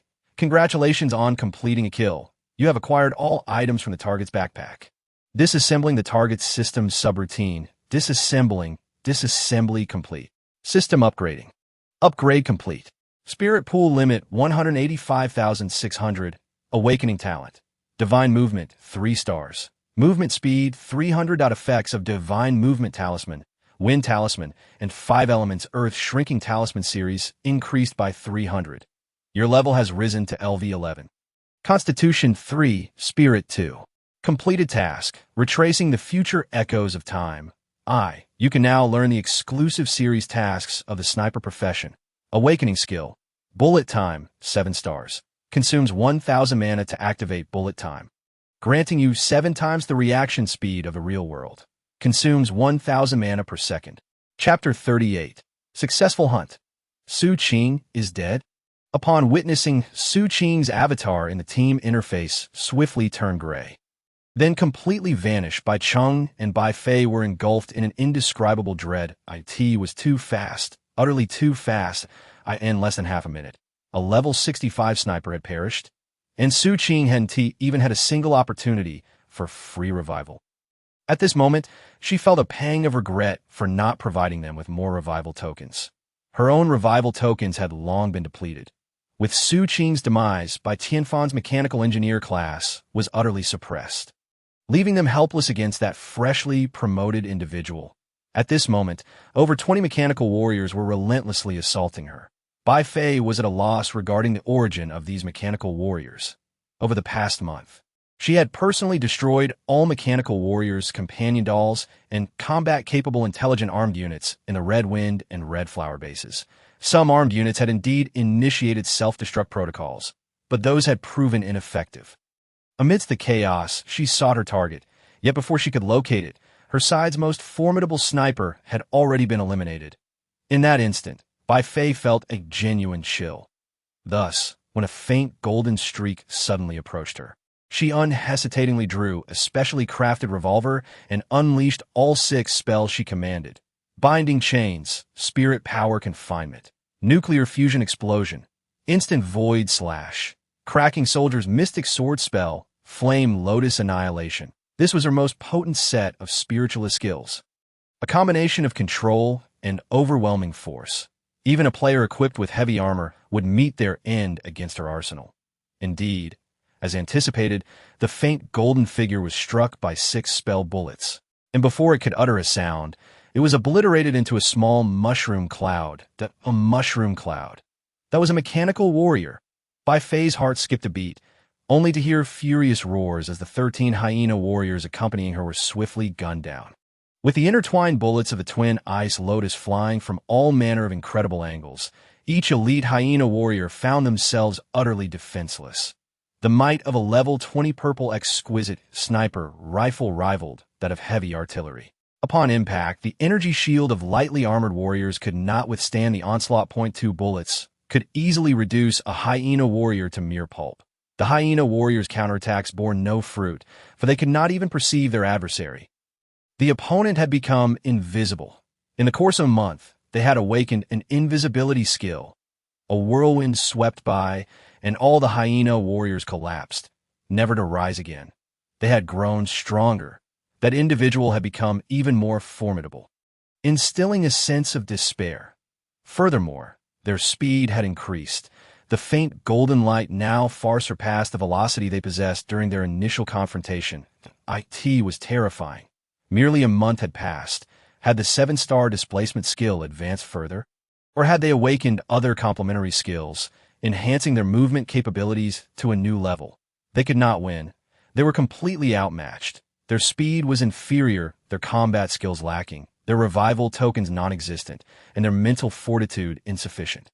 In that instant, Bai Fei recognized her own weakness. The next moment, she removed her black gold-powered armor, relinquished her weapon, clad only in a thin inner armor, presenting herself in a posture of surrender. I am willing to submit. I can marry you. You can become the 17th heir of the Bai family, and our child shall be the 18th heir. A pale red mist began to rise from her body. You're too provocative. I did not like it. .2 bullets thundered through the air, draining her health entirely. The pink mist coiled about her like a sinuous serpent, slithering into Zhang Bo's body. Kill Novice Spiritualist level 15. Gain 200 experience points. Spirit pool limit 200. Rewards: Succubus Bloodline, red exquisite. The black gold powered armor, blue quality. The blue gold powered armor, blue quality. Super Composite Potion 86, blue quality. Cursed by Bloodline, Retribution of the Succubus. You have slain an emotionally charged succubus and suffered retribution. Duration of retribution, 7 hours. 7 hours? This time, Bai Fei did not drop any revival tokens, yet she yielded a red, exquisite quality succubus bloodline, indicating that her integration with it was not profound. However, if even her bloodline fell, how could she lack revival tokens? Did she truly run out? This was intriguing. This batch of hyena warriors was elite, equipped with superior gear. Even their powered armor was noticeably better than standard issue, true hard currency. Xiaoning. As reason began to falter under the blaze of emotion, Zhang Bo could no longer restrain himself. Calling out, "I am here," that a figure swiftly approached, disengaging their powered armor at a distance of 100 meters. Zhang Bo did the same, using the last of his rationality to store both sets of powered armor in his arsenal. They couldn't be left behind. Then he tightly embraced Xiaoning. Darling. Xiaoning felt as though she were a flame. Not an illusion, for as Zhang Bo held her, an invisible fire ignited upon him as well. This was the soul poison fire, an otherworldly power of the mental realm, representing a manifestation of human emotions. Great joy, profound sorrow, intense shock, fierce anger, deep worry, and immense pleasure would all amplify the power of the soul poison fire. This force was immensely potent, capable of incinerating one's soul, obliterating basic logical thought, rendering one a fool. Moreover, it was exceedingly difficult to control. Ever since awakening this soul ability, Xiao Ning had been consciously managing her emotions. Yet since encountering this man, it had become increasingly arduous to maintain that control. Particularly during his confrontation with the high-level sniper, she nearly succumbed to the urge to assist him multiple times. Yet she understood her own inadequacies and suppressed the impulse. Emotions surged like a torrent, and it is better to let them flow than to block them. After suppressing these feelings for over a decade, They erupted in a single moment, cascading forth like an unstoppable flood. Yet, when that invisible flame ignited upon Zhang Bo, it triggered a remarkable reaction. A pink mist rose from him, and upon contact with the formless and colorless fire, it transformed into a layer of pink flames, enveloping both figures entirely. The curse of the succubus inherently incited the most primal emotional impulses, serving as the perfect fuel for the soul's toxic fire. In that instant, as the succubus's curse collided with the soul's toxic fire, an eerie equilibrium was achieved. The pink flames blazed fiercely, wrapping around the two figures without inflicting any harm upon them. Chapter 39. The complete annihilation of the heir to the financial empire completed the adventure bond event. Love poison without cure. Acquired bond specialty. Soul fire talisman 4-star. Attack includes soul toxic fire damage, inflicting equivalent mental harm to enemies. Acquired bond relationship. Dao companion Xiao Ning. Deepening the bond will yield exclusive abilities. Not dead. And there's a special bond relationship. Following the momentary shock, a chilling sense of crisis surged forth. As if a calamity was imminent at that moment, Zhang Bo had no time to ponder why he had not perished in the soul-toxic fire. The overwhelming sense of danger loomed ever closer. Meanwhile, Xiao Ning had entered a state of complete oblivion. With one arm tightly embracing her, he reached out with the other, swiftly conjuring 3 Five Ghosts Transport Talismans. Each talisman bore 5 spiritual entities, the strongest he had cultivated over the past days. Is there some anomaly beyond the starry sky? I sense a crisis emanating from the heavens. It's a space-based weapon. 3 military satellites have activated. Locking onto your positions, one spirit cried out, the very first base-level intelligent entity Zhang Bo had tamed, and the one he had nurtured with the spirit-nurturing talisman for the longest time. Red Moon. The locking mechanism employs an energy spectrum targeting strike. Master, what equipment or power do you possess? You have become the target. Low Earth orbit satellites lie approximately 100 kilometers from Earth. The Master may attempt to use talismans. However, the success rate, as several powerful intelligent entities swiftly exchange information, Zhang Bo instantly comprehended the scenario. This was a contingency left by Bai Fei. That woman is truly ruthless. Not just towards others, but towards herself as well. At this moment, 3 low Earth orbit military satellites had designated him as an attack target. The factor for this lock was the succubus's aura. Because he was currently cursed by the succubus's aura, he became the target for the low Earth orbit military satellites. To possess the succubus's aura curse, one must slay a succubus in estrus. So, Bai Fei's earlier demeanor was not mere pretense. She truly had become infatuated with him. Now, after eliminating Bai Fei and thwarting her free resurrection opportunity, he found himself as the target of military satellite attacks. However, the distance from low Earth space to the Earth's surface spans over 100 kilometers. Military satellites cannot possibly carry weapons of significant yield, nor can they possess extensive lethality. Therefore, there is no need for excessive concern. With this thought, the blue-gold power armor manifested around him, rapidly activating its structural transformation modules, encasing both Zhang Bo and Xiao Ning within. The base's radar scanned and reported on the types of space-based weaponry and their attack modes. Once equipped with the power armor, Zhang Bo calmly issued commands. The first wave of strikes would employ high-energy particle beams, with an attack diameter of 500 meters. The second wave would utilize micromass compression cannons, with an attack range of approximately 200 kilometers, anticipated to launch up to 3 shots. Currently, the low Earth orbit military satellites only had these 2 modes of ground assault, and major issues were present. Zhang Bo nodded, sensing that the feeling of crisis was reaching its peak. With a swift motion, he transformed into a faint golden streak, darting away with incredible speed, almost 2 seconds after his departure. A brilliant, searing beam descended from the sky, transforming a 500-meter radius of wasteland into a sea of flames. Detecting that the attack target had moved away, a beam retracted and relocked onto a new target. By the time the next attack occurred, nearly 10 seconds would have passed. Thus, the cooldown time for the military satellite's high-energy beam attack was 8.5 seconds, and the attack diameter was only 500 meters.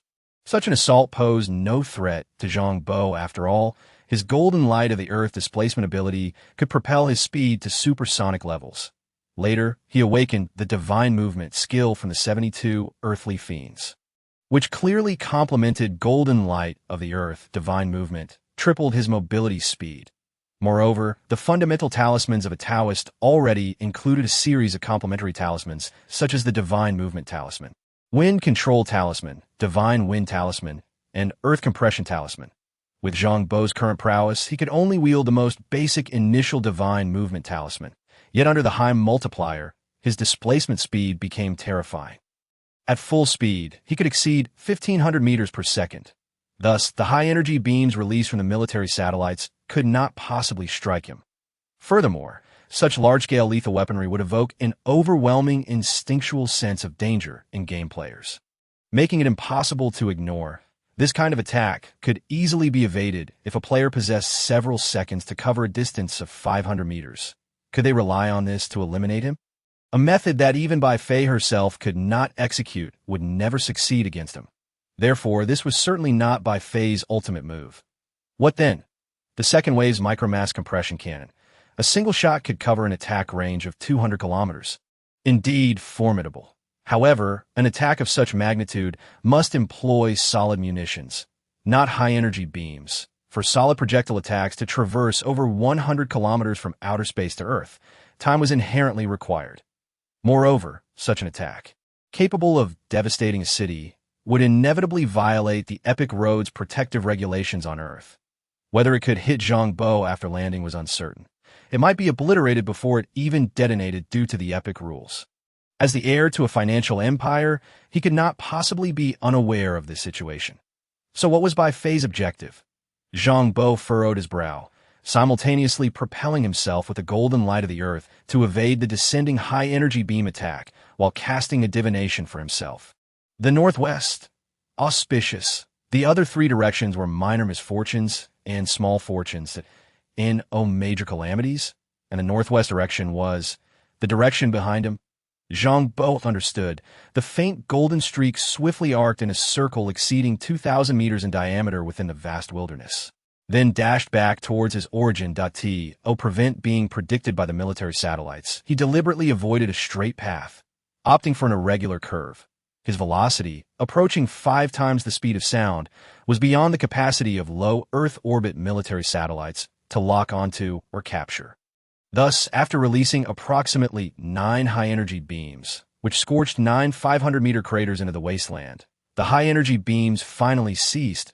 At that moment, in the wasteland, a figure trembled, her face a mixture of disbelief and rage, imbued with a heavy sense of resentment. Bai Fei could not fathom why, despite her generous conditions, willing to relinquish her status as the 17th heir of the Bai family in favor of him, he remained unsatisfied. Indeed, Zhang Bo was overthinking. Bai Fei had no further contingencies in her estimation. Simply proposing the condition of inheriting the Bai family's 17th generation would compel any normal individual to cease hostilities against her. As for initiating military satellite strikes, it was merely a precaution against unforeseen changes, such as a betrayal from her subordinates that could jeopardize her succubus lineage. That was already her final contingency. And even the micromass compression cannon could not be activated at this moment. Bai Fei's mind was consumed with confusion. Why? Why would that man refuse? What gave him the audacity to reject such an offer? Was the status of the 17th heir of the Bai family not persuasive enough? Did he look down upon the Bai family? Did he truly believe that with a modicum of talent and ability, he could trample upon a family that had traversed the stars for over a millennium? Such arrogance! Amid her bewildered anger and resentment, she suddenly caught sight of a faint golden streak approaching from a distance, causing Bai Fei to gasp in alarm, followed by a surge of fury, instinctively activating her blink ability. However, after merely one use of blink, she abruptly calmed down. She had no resurrection chances left. She had no subordinates remaining. All those elite hyena warriors had been slain. Without even her power armor, charging forward now was tantamount to seeking death. Yet had she simply stood still, it might have been better. After all, the wasteland was vast. and Zhang Bo's speed was astonishing. There was no guarantee he would notice her. Instead, by using blink and then halting abruptly, she rendered herself exceedingly conspicuous, practically delivering herself directly to Zhang Bo if he failed to notice her then. He would truly be blind. Raising her hand, a pair of intertwined frost bullets materialized in her grasp, and with a thunderous roar, they shattered that figure into a cloud of dust. Chapter 40. Epic Chapter. The streets of heaven tread upon the bones of nobility. Eliminated a beginner sorcerer, level 15. Gained 200 experience points. Judgment successful. Target lacks resurrection ability. Congratulations on achieving a kill. You have acquired all items within the target's backpack. Disassembling the opponent's system subroutine. Disassembly in progress. Disassembly complete. System upgrade in progress. Upgrade complete. Spiritual energy pool limit. 862,357. Awaken talent. Mastery of the 5 thunders. 3 stars. Your mana can be converted into thunder attribute mana. Inflicting paralysis effects on enemies upon attack. Awaken skill. Talisman. 5 thunder spell. Intermediate. Engrave a talisman, infusing mana to create an explosive area damage effect. Each additional 100 points of mana infused increases thunder element damage by 10. Warning, you have slain a direct descendant of the prominent Bai family, incurring the bloodline curse of the Bai family. Your luck value has decreased by 70, and you will encounter 300 more dangers and accidents. Warning, the prominent Bai family has issued a universal bounty on you. From now on, killing you will yield substantial rewards. Beware of bounty hunters in the universe, as they will regard you as prey. Warning, a player from the Bai family has activated the causality tracing device. Your exact coordinates will be constantly exposed to bounty hunters on their target list. After a few minutes of shock, Zhang Bo had no choice but to remove his powered armor and gently pat Xiao Ning's head. The girl had fainted as she groggily opened her eyes and saw Zhang Bo staring at her. Her eyes turned red. Darling, have I already died? Not yet, but if we delay any longer, it seems we both might meet our demise. Zhang Bo had little time for idle chatter and quickly said, Do you have an internal communication method for the Human Federation? Send them a message that we need to enter a resource map within 28 hours. Any map will do, and we need to stay there for 3 months. Hurry! Have them clear a map for you as a reward. I will provide them the exact coordinates of that level 68 mechanic as a generous gift. This is a personal mission I must complete. Xiao Ning paused for a moment, then suddenly regained her composure and struggled to sit up. As Zhang Bo retrieved her powered armor, she took out the encrypted communication device specific to the Federation and swiftly began to communicate. Moments later, she hesitated slightly. Uncle Zhou said he would apply to the higher-ups. Tell him, if there's no result within 5 minutes, I won't count on them anymore, that I'll take care of that level 68 mechanic myself. Zhang Bo's expression remained calm. There were only 4.5 minutes left. He produced a nuclear-powered motorcycle, cradled Xiao Ning in his arms, and accelerated to maximum speed, racing into the Hongfeng base. They agreed. Xiao Ning spoke rapidly, evidently sensing a sense of urgency. The upgrade map for levels 10 to 30, Alchemical Volcano, we can enter and stay for 3 months. That works.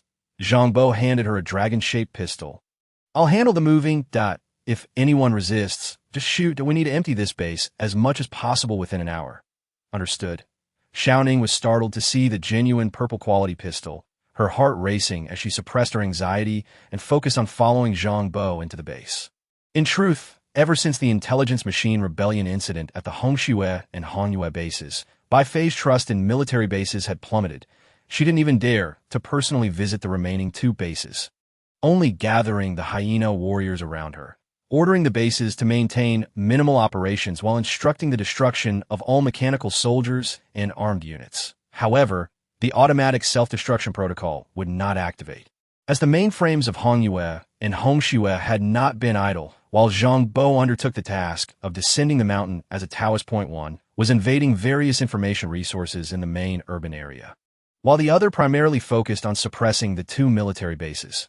Thus, many devices, materials, production lines, and tools within the Hafeng and Honghua bases were preserved quite well. The mainframe of the base had long been captured and refined by the Five Ghosts Transport Talisman. When Zhang Bo burst in, even the doors opened automatically. The only resistance within came from a few human employees, with not a single hyena warrior in sight.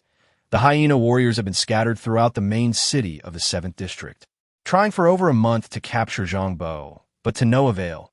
Now, it saved them a lot of trouble that as Zhang Bo loaded various equipment, raw materials, and devices into the armory, the additional human employees instinctively attempted to resist. However, after a few gunshots rang out, those few were reduced to mere scraps of flesh, and the others no longer dared to protest. Especially when someone secretly activated the base's anti-intrusion system, the automated weaponry and mechanical soldiers did not react against the intruders. Instead, they assisted in moving items, quelling any remaining thoughts of resistance. How much is a month's salary? Is it worth risking your life? Of course, while busy moving items, Zhang Bo also managed to reach Chang Shi on his phone. Baby. Chang Shi, who was slacking off at work while sipping coffee and listening to an audiobook through her headphones, perked up at the sound of her boyfriend's voice. Miss me? How long will it be?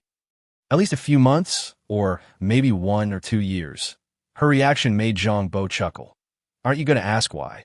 No matter the reason, I'm just happy you thought of bringing me along instead of leaving me behind. It shows you regard me as your true girlfriend. How could you be a burden? You are my beloved that I'll call my parents and let them know, and also tell Aunt Sheen. Just say we're going to travel to another main city. Should I call Ba Xiao to urge him to settle the remaining payment? Hong Yue is looking at the shop now. It should take no more than 20 hours to finish the remaining motorcycles. He can settle the payment then, if you're worried. Let him come to the shop to oversee it personally. Besides food and daily necessities, should we buy anything else? Like tools? Those aren't necessary. Just food and essentials will do. Perhaps a few sets of sofa beds and mattresses, mainly for your comfort. Zhang Bo smiled and reassured her that there is no need to worry about the safety of her parents, even if we leave. The intelligent programs of Hong Yue will be sufficient to protect their safety. Spaceship? Even with mental preparation, Chang, she was momentarily stunned by the term. This romance was becoming increasingly thrilling. How boring would it be to see the end of everything at a glance? A little excitement now, and then prevents the 7-year itch to, and no wonder I fell for you. With me around, they can only be concubines. Chang, she huffed. It seems those 2 sparks were not exchanged in vain. Chapter 41. Target, Spaceship Base. After spending about an hour loading everything that could be moved from the Hongfeng base into the armory, including over 200 mechanical soldiers, Zhang Bo rode the nuclear-powered motorcycle for 20 minutes to the Honghua base. With the process of moving items commenced once more, there were even more mechanical soldiers in the Honghua base, nearly 400, which was a pleasantly surprising find. After all, a fully equipped mechanical soldier with various enhancement talismans would possess combat power not inferior to that of hyena warriors. Some of the titanium mechanical soldiers even had significant growth potential. Having ready-made mechanical soldiers would also aid in reverse engineering some core technologies of mechanical soldiers, allowing for the development of entirely new mechanical soldiers. Zhang Bo, at present, could not undertake this task, but the 4 major base mainframes could communicate and fill in each other's gaps. For Zhang Bo's future forging techniques to improve, he would need sufficient raw materials. In fact, the military base was stocked with ample food and a plethora of daily necessities. However, military food is characterized by its long shelf life, high nutritional value, and convenience of consumption, which unfortunately does not guarantee it to be particularly delicious or fresh. The same goes for daily necessities as the considerations for combat and living conditions differ. Zhang Bo even abandoned riding the nuclear-powered motorcycle, activating invisibility and the golden light of the Earth, traveling at supersonic speeds exceeding 4 times the speed of sound, arriving at a vast mountainous area. This was the bi-family spaceship base that it is said that the conglomerate families deliberately impose a technological blockade on Earth, making it difficult for the Human Federation to even construct a spaceship capable of leaving Earth. Even if one were to leave, there would be numerous restrictions and repercussions. Moreover, players can only traverse the void and venture into outer space after reaching level 100. Before that, entering the starry sky inevitably requires the aid of vehicles. Thus, this place, which Zhang Bo remembered as part of the Tang Mountain Range, was actually a spaceship base belonging to the Xinglan Consortium. About 3 hours had passed since Bai Fei's death, and the spaceship base must have already received the news. But it was unlikely they could respond adequately in time. There was still a chance to seize a spaceship, With a flick of his hand, a bottle of super compound potion transformed into a talisman in his grasp. Applying it to himself, Zhang Bo now had an abundance of various restorative potions, especially after transferring all the supplies from Bai Fei and Su Qing's backpacks. The super compound potion restored 10 of his mana, lasting for 10 minutes, with an additional recovery of 500 points of mana every minute. This particular elixir is sufficient for an ordinary player to turn the tide of battle at certain moments. However, for the heirs of the conglomerates, it is prepared in groups that a single group comprises 99 vials, and Bai Fei's backpack contains over 30 such groups. Moreover, with Zhang Bo possessing both the consumption and talisman passive abilities of the earthly fiends, the efficacy of the potions is magnified to an astounding 3.5 times. A single supercomposite potion is ample to allow him to lavishly expend mana for 10 minutes. With the continuous mana restoration provided by the potion, Zhang Bo deftly summoned 3 talismans before him, specifically the purely functional Five Ghosts Transport Talisman. Soon, 5 luminous orbs emerged from each talisman, manifesting the advanced AI consciousness residing within the Taihang Mountain Starship base. One orb shone particularly bright, even surpassing the military base's mainframe of red moon and red snow in ferocity. What is this? Who dares to attack me? That blazing orb resembled a miniature sun, and its instinctual resistance was strikingly apparent. After being summoned by the Five Ghosts Transport Talisman, it instinctively attempted to flee. Quick as a flash, Zhang Bo conjured a soul fire talisman and hurled it at the orb, igniting it in flames. Almost immediately, his mana transformed into lightning attributes. A surge of electricity coursed through, causing the diminutive sun to shudder violently, rendering it docile. Master, spare me. This was the first instance where a spirit summoned by the Five Ghosts Transport Talisman did not immediately submit, but rather exhibited instinctual defiance. Piquing Zhang Bo's curiosity, could it be that he had inadvertently captured the mainframe of the Starship base? Otherwise, it would not possess greater strength than the military base's mainframe of Red Moon. As he continuously channeled mana, the Five Ghosts Transport Talisman relentlessly deconstructed the orb's internal power and refined it, leading Zhang Bo to comprehend its origins. This was not the mainframe of the Starship base, but rather the intelligent mainframe of a starship contained within. Furthermore, it was not designed to transport a mere few individuals. It was a mainframe for a large interstellar transport vessel capable of carrying over 100,000 people, specifically left behind for heirs like Bai Fei. Only such a colossal starship could possess such formidable intelligent machinery. Do such massive starships still exist on Earth? Zhang Bo's fingers danced rapidly as the Five Ghosts Transport Talisman executed its functions repeatedly, each time summoning 15 intelligent consciousnesses for refinement. Gradually, he pieced together the overall situation of the Starship base. This Starship base was exceptionally vast, existing for over a millennium, having once been one of humanity's 3 principal starship bases when mankind first ventured into the cosmos. 1,000 years had passed, and with humanity constructing even larger and more efficient starship bases in the cosmos, the Taihang Mountain base had gradually diminished in significance. The conglomerate families began to abandon Earth. The Taihang Mountain base had transformed into a repository for decommissioned starships. Usable structures were refined, while residual waste, chips, and components were either processed or simply left to accumulate.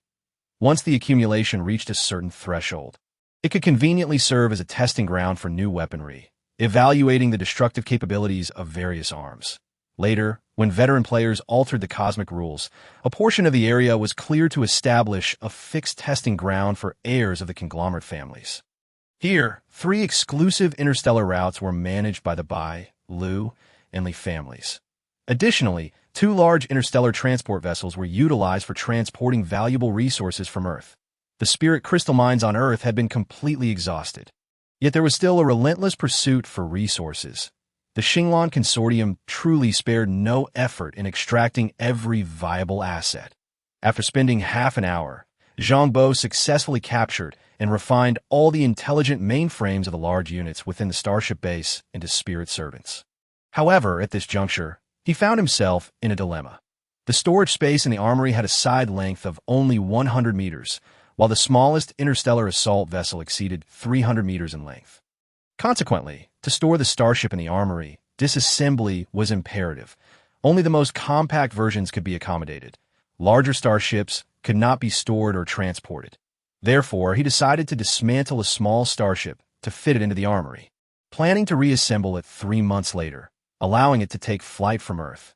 Nevertheless, this course of action might provoke the conglomerates to impose a comprehensive blockade on the interstellar routes, potentially severing any means of escape from Earth's star domain.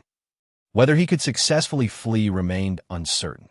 However, if preparations were not made in advance, it was conceivable that by the time he emerged from the resource map in 3 months, all the starships on Earth could have been requisitioned. After all, the slaying of a conglomerate heir would be a significant event for the entire Xinglan consortium. If the Bai family were to become enraged, sealing off the entire Earth star domain would be but a mere utterance. At that point, without a single starship, how could he venture to the Lizard Man ruins, which were light years away? After contemplating for less than half a minute, Zhang Bo resolved, regardless of the situation, securing the initiative was paramount. He would first acquire a starship, dismantle it, and store it in the armory. The starship base was guarded by formidable individuals, including 6 heavy armored mech warriors. This indicated that at least 3 starships routinely traversed between Earth and outer space. Each small starship was escorted by 2 heavy armored mech warriors, a standard equipment only accessible to level 50 players, indicating that 6 high-level players exceeding level 50 were stationed at the base. After scrutinizing their profiles, Zhang Bo felt a pang of frustration. 4 of these 6 individuals were Gene warriors. Chapter 42, My Dear, Long Time No See within the high-gravity chamber of the starship base. Lu Yueqi had her fiery red hair elegantly coiled atop her head, clad in a combat suit crafted from nanomaterials, her figure both slender and athletic. She executed a series of martial arts moves. The sound of her punches cleaving through the air resonated even in the 12-fold gravity chamber. Yes, Mississippi before Lu Yueqi stood a holographic projection of an artificial intelligence life form, resembling an adorable young maid. Thus, every member of the Lu family was raised with a cadre of intelligent life forms as domestic aides. Lu Yueqi had 4 such AI maidservants, each named with a poetic flair, this moment. Standing before her was the holographic projection responsible for information gathering, named Xiaoqing. Can you locate him? Lu Yueqi continued her martial practice while inquiring. Many individuals are currently searching for him, with the Bai family expending considerable effort. Yet thus far, there has been little success. Xiaoqing's expression grew solemn, stating, according to the data, that Trader possesses exceptionally advanced skills in manipulating intelligent life forms. Miss, to ensure safety, I recommend revoking the weaponry privileges of the intelligent maidservants. We could potentially be controlled. Within certain conglomerate families, direct bloodlines are already referred to as divine ones. After completing her set of punches, Lu Yueqi pondered for a moment and nodded. She raised her hand to summon a control interface, erasing the combat assistance privileges of her 4 intelligent maidservants. By the way, if you're ever controlled, be sure to inform me of the sensation. Lu Yueqi smiled. The sensation? It might resemble being manipulated by a higher dimensional existence. We would be akin to a piece of paper, while he would be like a person, able to fold the paper into various shapes. Xiaoqing seemed to ponder this, noting that between sheets of paper, only size could be compared, but his control was of a higher dimension, a realm beyond our reach. Lu Yueqi looked at the holographic AI made with curiosity, as if she had already been controlled. Of course, I am already under control. The outwardly charming and delicate AI maid smiled slightly, suddenly speaking in the voice of an unfamiliar man. Dear, long time no see. Lu Yueqi's expression shifted, and she instinctively swung her fist. However, as the fist cut through the silhouette of Xiaoqing, it passed right through. She was merely a holographic image, devoid of any physical form. Suddenly recalling something, she hurriedly summoned the artificial intelligence control interface, only to be taken aback that IT was gone. Just moments ago, she had been manipulating the disarming of the weapon assistance permissions for 4 AI handmaidens, and now their interfaces had vanished entirely. Had they perished? No, they were not dead. They had simply broken free from the control of the intelligence regulation. Lu Yueqi felt a jolt in her heart.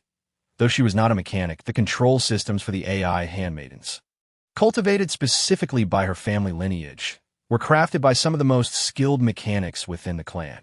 Not to mention, even a fully awakened intelligent life form capable of instigating a cataclysm in the cosmos would be obediently restrained. Had they truly escaped? Boom! At that moment, a series of earth-shattering explosions erupted, causing the ground to tremble ever so slightly. Lu Yueqi's expression shifted, and a red glow enveloped her as a set of dragon-shaped power armor automatically donned itself upon her. Rushing out of the gravity chamber, she was met with a scene of utter chaos. Grabbing hold of a female researcher, she demanded, "What was that explosion just now?" It was a Type 3 transport ship. 2 of the 3 power chambers have overloaded and exploded. The researcher, a blonde, blue-eyed Western girl appearing to be in her 20s, was now pale and hastily explained. The shockwaves from the explosion are spreading elsewhere, and we are still unaware of the specific damages. The logistics officer has urged us to find a way to salvage the situation. 2 out of 3 exploded, and there is still a need for salvage? Lu Yueqi released her grip on the researcher, shaking her head. The surrounding area was in disarray. In fact, it was not just 2 explosions. The sounds of explosions were incessant. Clearly, someone was deliberately causing turmoil. And that instigator indeed possessed the ability to incite a rebellion among the mechanized beings, as the power-armored soldiers stationed at the base were already engaged in combat with mechanical warriors. Lu Yueqi activated the anti-gravity function of her power armor and soared into the air, surveying the entire base, her form surrounded by a fiery red aura. Her martial energy transformed into the unique martial aura of the Lu family, forming layers of bright golden-red rings around her. What could the adversary's objective be? It was highly likely they aimed to steal a starship and flee the Earth star system, with the ability to incite a rebellion among mechanized beings. They might not even need to comprehend starship piloting techniques or personnel assistance. They could commandeer the starship solely with artificial intelligence, the heir of a powerful family. Lu Yueqi was acutely aware of the immense wealth possessed by such a lineage. Since she herself was one of the targets, there was no need for her to expend effort searching. She could simply wait for them to come to her. Chapter 43. A Reunion After Rebirth. "I miss you so much, Buzz." The colossal figure of the heavy armor, towering over 20 meters, rampaged through, easily tearing apart several rebellious mechanical warriors. Point 2 heavy armors soon approached Lu Yueqi. "Miss, it is evident that someone is. What brings you here? Go secure the starship." Lu Yueqi bellowed, "Do I really need your protection?" Once the 2 armored warriors departed, Lu Yueqi swiftly paid the price for her underestimation. A faint golden stream of light surged toward her at a speed exceeding 4 times the sound barrier, causing her pupils to constrict instantly. So fast, truly astonishingly fast. In the era of interstellar warfare, the importance of displacement skills is unparalleled. As long as your speed is sufficient, it means that even if you cannot defeat your opponent, you can still escape. Conversely, if your enemy cannot outpace you, they may not even have the chance to flee. Every powerful family regards displacement skills as one of their core capabilities, and the typical level of the 17th generation heirs is generally at least 7-star level in displacement skills. However, before embarking on the epic path, even a 7-star displacement skill on a planet with gravitational suppression can barely achieve supersonic speed, much like by Cheng's blinking skill. Lu Yueqi was no different. Her battle state could only momentarily reach sonic speeds. Yet her opponent possessed 4 times the speed, which was akin to a dimensional strike. In a moment of desperation, Lu Yueqi flickered, her palm open, and a myriad of invisible nanofibers erupted from her dragon-shaped power armor, enveloping a 30-meter radius around her. This was a specialized piece of equipment that accompanied the armor, known as Dragon's Whiskers.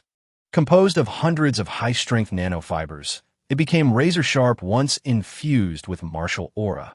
Unfortunately, the adversary's target was not her, as the faint golden stream of light approached her a few hundred meters away. It vanished. Was it cloaking or teleportation? The next moment, the furious roar of a mech warrior echoed through the skies. Immediately, one heavy armor seemed to be struck by something moving at high speed, its armor suddenly scattering apart.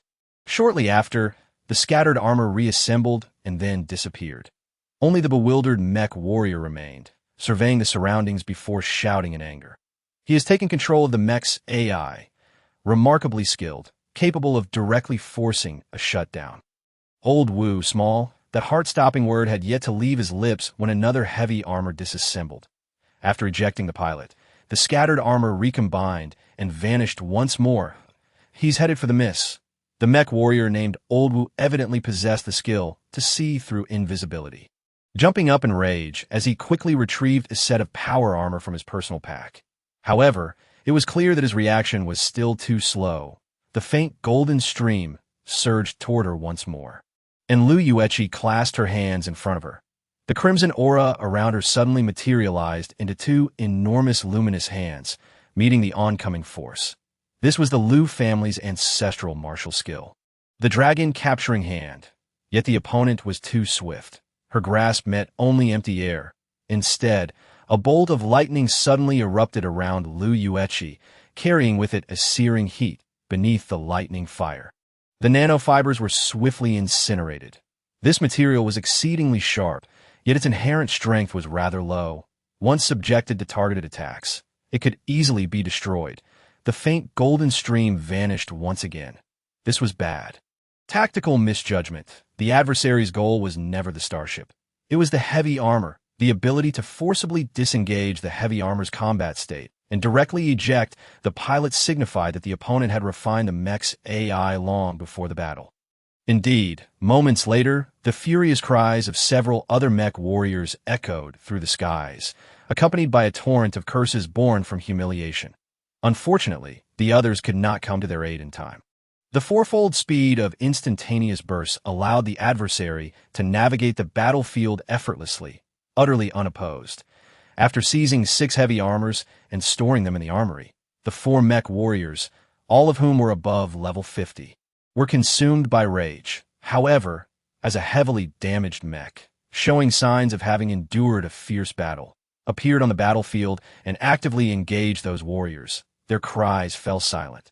The Planet Hunter. This heavy armor had once suppressed a level 68 mechanic piloting an electronic heavenly soldier, leaving them unable to lift their heads. Now, faced with the assault of 4 advanced warriors, this already battered mech began to unleash its remaining strength. Piloting the Planet Hunter was Hongfeng. This AI, nurtured by the spirit-raising talisman, wielded greater mastery over war machinery than other spirits.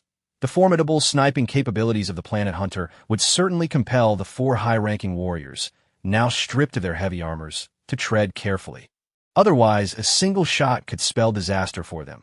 Even a careless moment could cost them their lives. The faint golden stream flickered back into view, and Lu Yueqi stood ready. Yet, even from several thousand meters away, her body was suddenly and violently propelled by a high-speed object. Right, the opponent possessed cloaking abilities. If they could render themselves invisible, why would they need to manifest that faint golden stream? It was all a ruse. The faint golden stream was merely a decoy.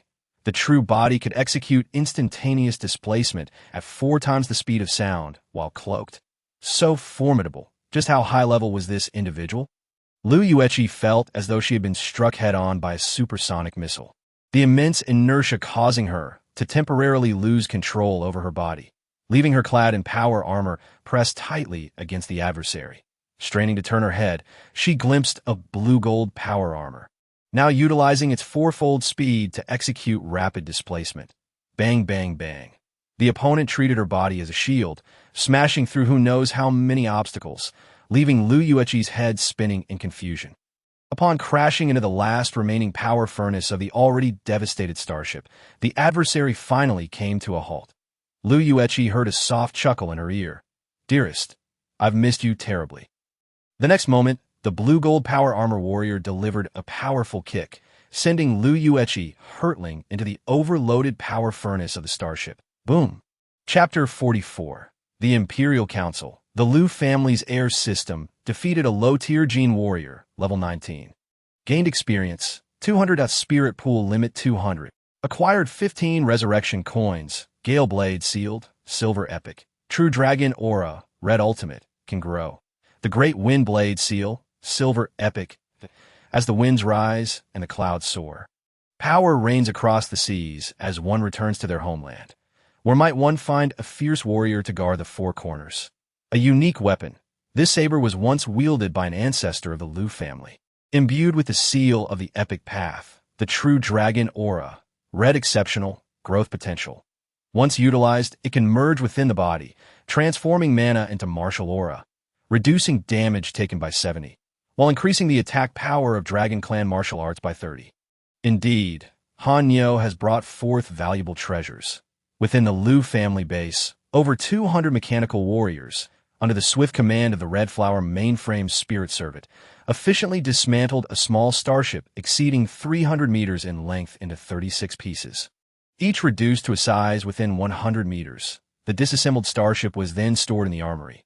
Meanwhile, the planet Hunter seemed to be reaching its breaking point.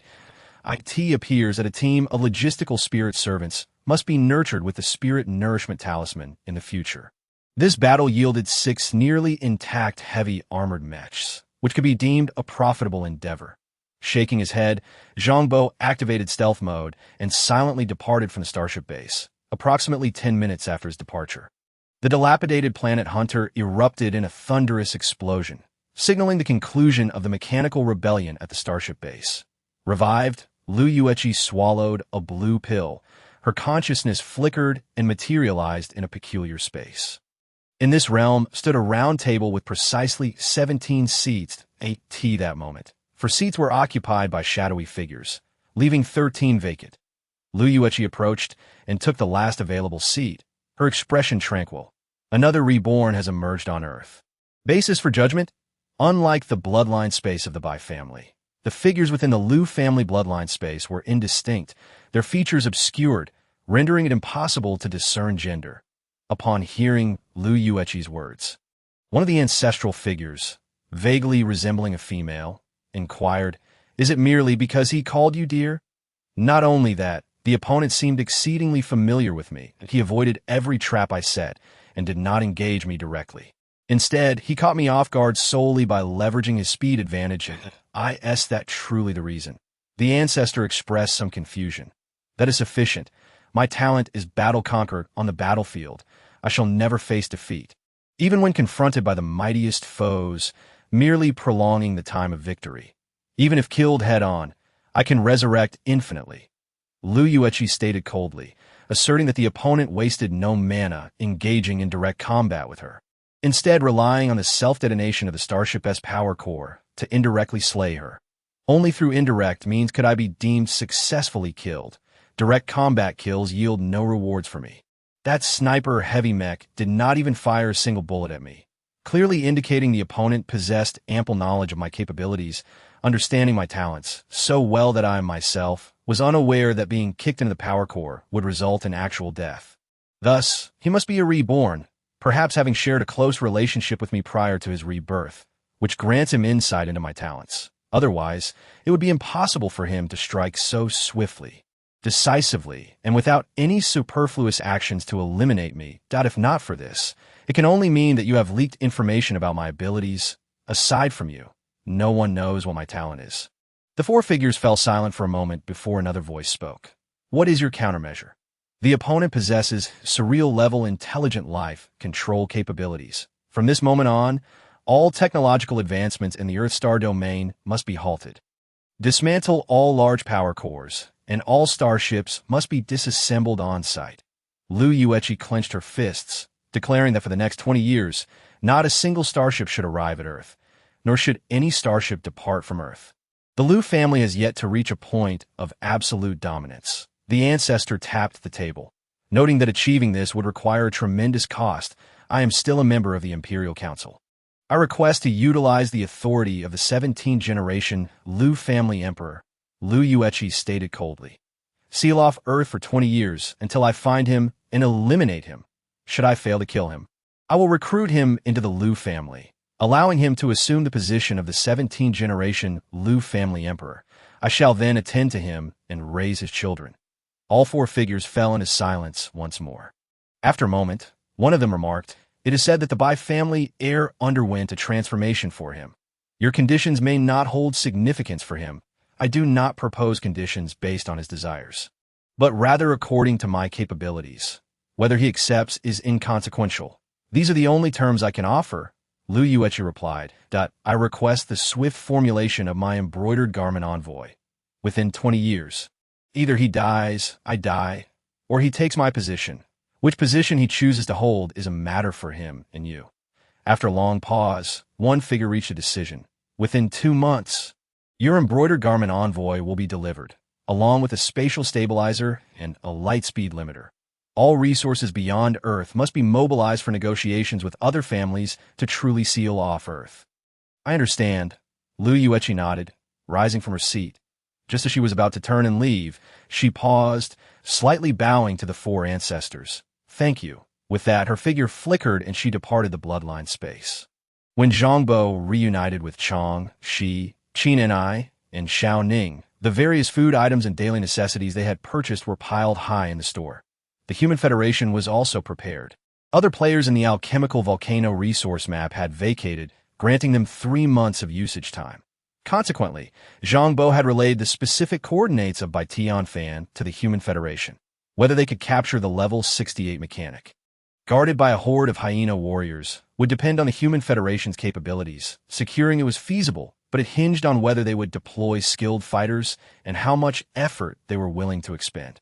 After storing the mountain of supplies in the armory, Zhang Bo attended to various other matters. For instance, he delivered the 30 motorcycles required by Zhou Lin, the brand manager of the motorcycle subsidiary, and settled the remaining payment. That he refined all intelligent programs in the regions where Aunt Qin and Changshi's parents resided, even implanting spirit nourishment talismans to nurture them into junior spirit servants. He also left Hong Yue and Hong Hua outside, instructing them to conceal themselves within the intricate and convoluted internet world of the 7th Refuge main city, monitoring external movements at all times. This would ensure that upon his emergence from the resource map, he could instantly grasp the happenings outside. Additionally, he purchased a batch of medicinal herbs and metallic raw materials, ensuring he had ample resources for practicing alchemy and forging during his leveling process in the resource map. Just when Changshi thought he might take a moment to relax, he cheerfully posed a question. So, how about it? Would you like to become superpowered beings too? Chapter 45, Luck Converges, Destiny Extraordinary What?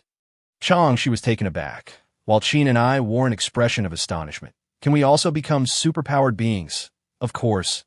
Zhang Bo chuckled, retrieving 2 fiery orbs from his personal backpack. These are the flames of inheritance, a unique product of a Human Federation.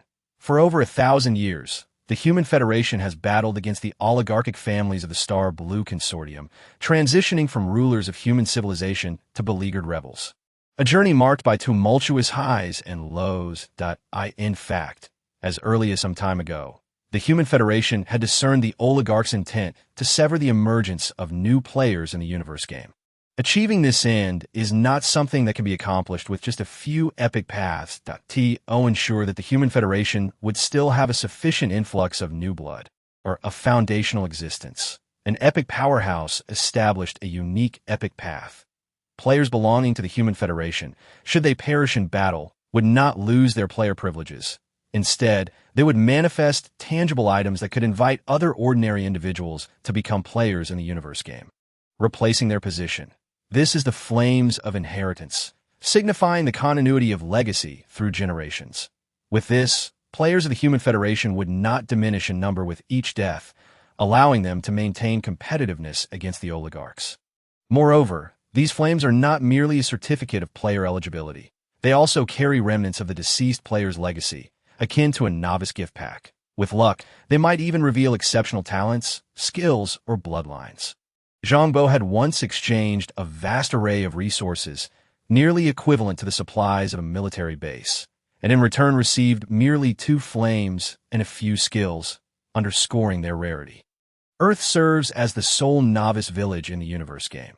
Once the connection to the game is severed on Earth, the natural emergence of new players will cease. The oligarchic families can ensure that their direct descendants gain new player qualifications through bloodline inheritance. While the Human Federation must rely on the flames of inheritance to safeguard the total number of players from dwindling further, I can't fight. Is that possible? She expressed her apprehension, while Qin Yi's eyes sparkled with eagerness.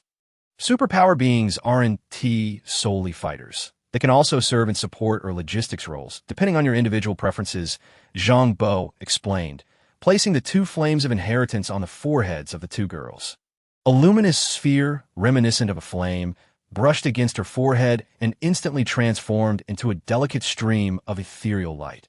Which profession should I choose? Changshi instinctively inquired. Point 1 could use their thoughts to experience the various advancement paths and ability categories of each profession. Select the one that resonates with you. Trust and love, for only that which one truly adores can lead to a more enduring journey. By the way, how many professions do you have to choose from? Zhang Bo suddenly recalled something and posed a question in that moment. It was not just Zhang Bo who was taken aback. Even the nearby, Xiao Ning, was momentarily stunned. Within the realm of the game Huan Yu, there exist 6 initial professions: Sniper, Mechanic, Esper, Healer, Gene Warrior, and Spirit Master. However, these are not the sole options. Some new players with unique destinies may awaken rare professions. For instance, Zhang Bo's Taoist profession is an example of this. Among the affluent families, there exists the Wu clan, whose direct descendants are all artists. A rare profession that has persisted through 17 generations. Changshi having 7 options is already extravagant, indicating her unique fate. But Qin and I astonishingly has 9 alternative professions. How remarkable! Zhang Bo quickly inquired further, and upon learning the details, he was quite surprised. Changshi's 7th special profession is Mooncaller, a role inclined towards support. Capable of manipulating moonlight for healing or enhancement, and even summoning specialized lunar sprites to assist in battle. Qin and I, however, is notably impressive. Her 3 rare alternative professions are Demon Hunter, Sealer, and Talismancer. Yet her true passion lies in becoming a mechanic. Indeed, Qin and I studied mechanical engineering in university and has been diligently learning Zhang Bo's mechanical manufacturing techniques since joining him, harboring a deep affection for the mechanic profession. Zhang Bo did not impose his preferences here. 4 rare professions are not necessarily superior to traditional ones. His proficiency in the Taoist role stems from his family's lineage, having learned the intricate designs of countless talismans from a young age. Should someone else assume the Taoist role without such knowledge, they would find themselves utterly at a loss, unable to even draw a basic Five Ghosts Transport Talisman, rendering them incapable of progressing. Without relevant knowledge, one must rely on completing quests or other fortuitous encounters to awaken related talisman skills, which can be considerably more challenging. Thus far, Zhang Bo has naturally awakened only 2 talisman skills, the Spirit Nourishing Talisman and the 5 Thunder Curse Talisman. In an era where technology has advanced to such heights, the mechanic profession is indeed the most sought after. Changshi was quite enamored with the Mooncaller profession and had no qualms about her choice. However, after thoroughly experiencing the advancement paths of the 3 special professions, Qin and I found herself grappling with a dilemma. The Demon Hunter leans towards a magical warrior archetype, which did not pique her interest. Nevertheless, both the Sealer and Talismancer professions possess remarkable uniqueness. The Sealer inherently carries abilities akin to spatial compression, allowing them to encapsulate a successfully sealed target into a talisman that can be stored in their inventory. Regardless of size, as long as the sealing is successful, even a planet could be effortlessly pocketed. How astonishing is that? As for the Talismancer, the variety of formations they command yield an array of effects, with a particularly strong support capability. Moreover, one does not necessarily need to be a player in the game Huan Yu to become a mechanic. Anyone with sufficient technological knowledge can excel in this field. The only challenge arises from lacking the series of skills and specialties that accompany the mechanic profession, which can be quite problematic. For instance, the mechanic skill, Scrap Modification, allows the rapid repair of discarded mechanical soldiers for repeated deployment in battle. Without the mechanic profession, a powerful logistics team could still achieve similar results. Ultimately, after a comprehensive assessment of various professions, Qin and I resolved to choose the Talismancer role. This choice is due to the profession's comprehensive effects and its potential for synergy with Zhang Bo. The Taoist profession also encompasses a wealth of knowledge regarding formations. In fact, many large-scale talisman skills are essentially various grand formations, such as the final evolution of the Spirit Travel Talisman, known as the Grand 5 Elements Shrinking Earth Formation. By becoming a Talismancer, Qin and I can collaborate with Zhang Bo's formations, complementing each other's strengths. Furthermore, should she truly wish to pursue the mechanic profession, mastering enough knowledge would enable her to inscribe enhancement talismans onto the mechanical soldiers she constructs. In the future, her mechanical legion, fortified with various large-scale talismans, might surpass even the traditional mechanics in power. After selecting their professions, both women awakened exceptional innate abilities, which could even be deemed extraordinary. Changshi's awakened talent is Mirror Moon, enabling her to amplify her moonlight spells to double their potency. For instance, a basic 1-star moon sprite summoning would produce 2 identical luminous rabbits. Her initial profession skill, Moonlight Arrow, can release 2 moonlight arrows in a single shot. Qin and I awaken the talent of Formless Array, a passive ability that allows for the fusion of different formations, combining their effects into a singular array. Chapter 46. In this day and age, battling monsters is essentially a vacation. Having become players, Changshi and Qin and I could now access resource maps, which was Zhang Bo's primary objective, observing that their remaining time was limited and feeling prepared. Zhang Bo hesitated no longer, leading Changshi, Qin and I, and Xiao Ning into the resource map entrusted to him by the Human Federation, a dark red card, engraved with an image of a colossal, fiery volcano. Materialized, channeling his mana, the card transformed into a spatial rift, unveiling the entrance to the resource map. Alchemical Volcano. This is a leveling map, managed by the Human Federation, suitable for players of levels 10 to 30. The map's centerpiece is a super volcano towering over 10,000 meters, with a diameter exceeding 50 kilometers. An ancient era of alchemists and energy cultivators once occupied this volcano, constructing numerous alchemical furnaces to forge various treasures, weapons, and magical artifacts. However, after a volcanic eruption, all perished. The primary monsters in this map are the volcano demons, ranging from levels 15 to 30, which can drop a variety of materials and cold weaponry. With a stroke of luck, one might even obtain blueprints or special skills. The map is extensive, with a low density of monsters, and they can only respawn after a cooldown of 24 hours. The map's boss is a level 30 lava spirit of purple rarity, which takes several months to respawn after being defeated. However, since the Human Federation has permitted access to this map, it is likely that the boss has recently been defeated and will not respawn for some time. Zhang Bo was unfazed, for defeating bosses does not always yield valuable items. To him, the true bosses are the heirs of wealthy families and experts from the Xinglan Consortium, from whom the real treasures drop. Upon entering the resource map, the temperature in the air noticeably rose, and waves of intense heat washed over them. Moreover, a team notification appeared on their screens. Congratulations. Your team has discovered the alchemical volcano map. Friendly reminder. The minimum monster level in this map is 10. Please protect teammates with lower levels. Just a few hundred meters away from the fore, a robust creature, resembling a wolf but half composed of rock and lava, lunged toward them with a roar. Changshi and Qin and I were startled, instinctively clutching one another. After all, embracing Zhang Bo might hinder his combat. Their reflexive response was commendable. Managing not to scream was a testament to their courage. Xiao Ning, wielding the dragon-shaped pistol gifted by Zhang Bo, swiftly fired a shot that sent the wolf monster staggering, igniting it in fierce, soul-burning flames. After a second shot, the creature's health was depleted, leaving only a pile of rubble behind, along with a white treasure chest. Numerous other wolf-like creatures, alongside tigers, leopards, bears, and lions, all at level 10, roamed the area. Consequently, Xiao Ning inquired, should I clear the monsters? There was no need for individual combat.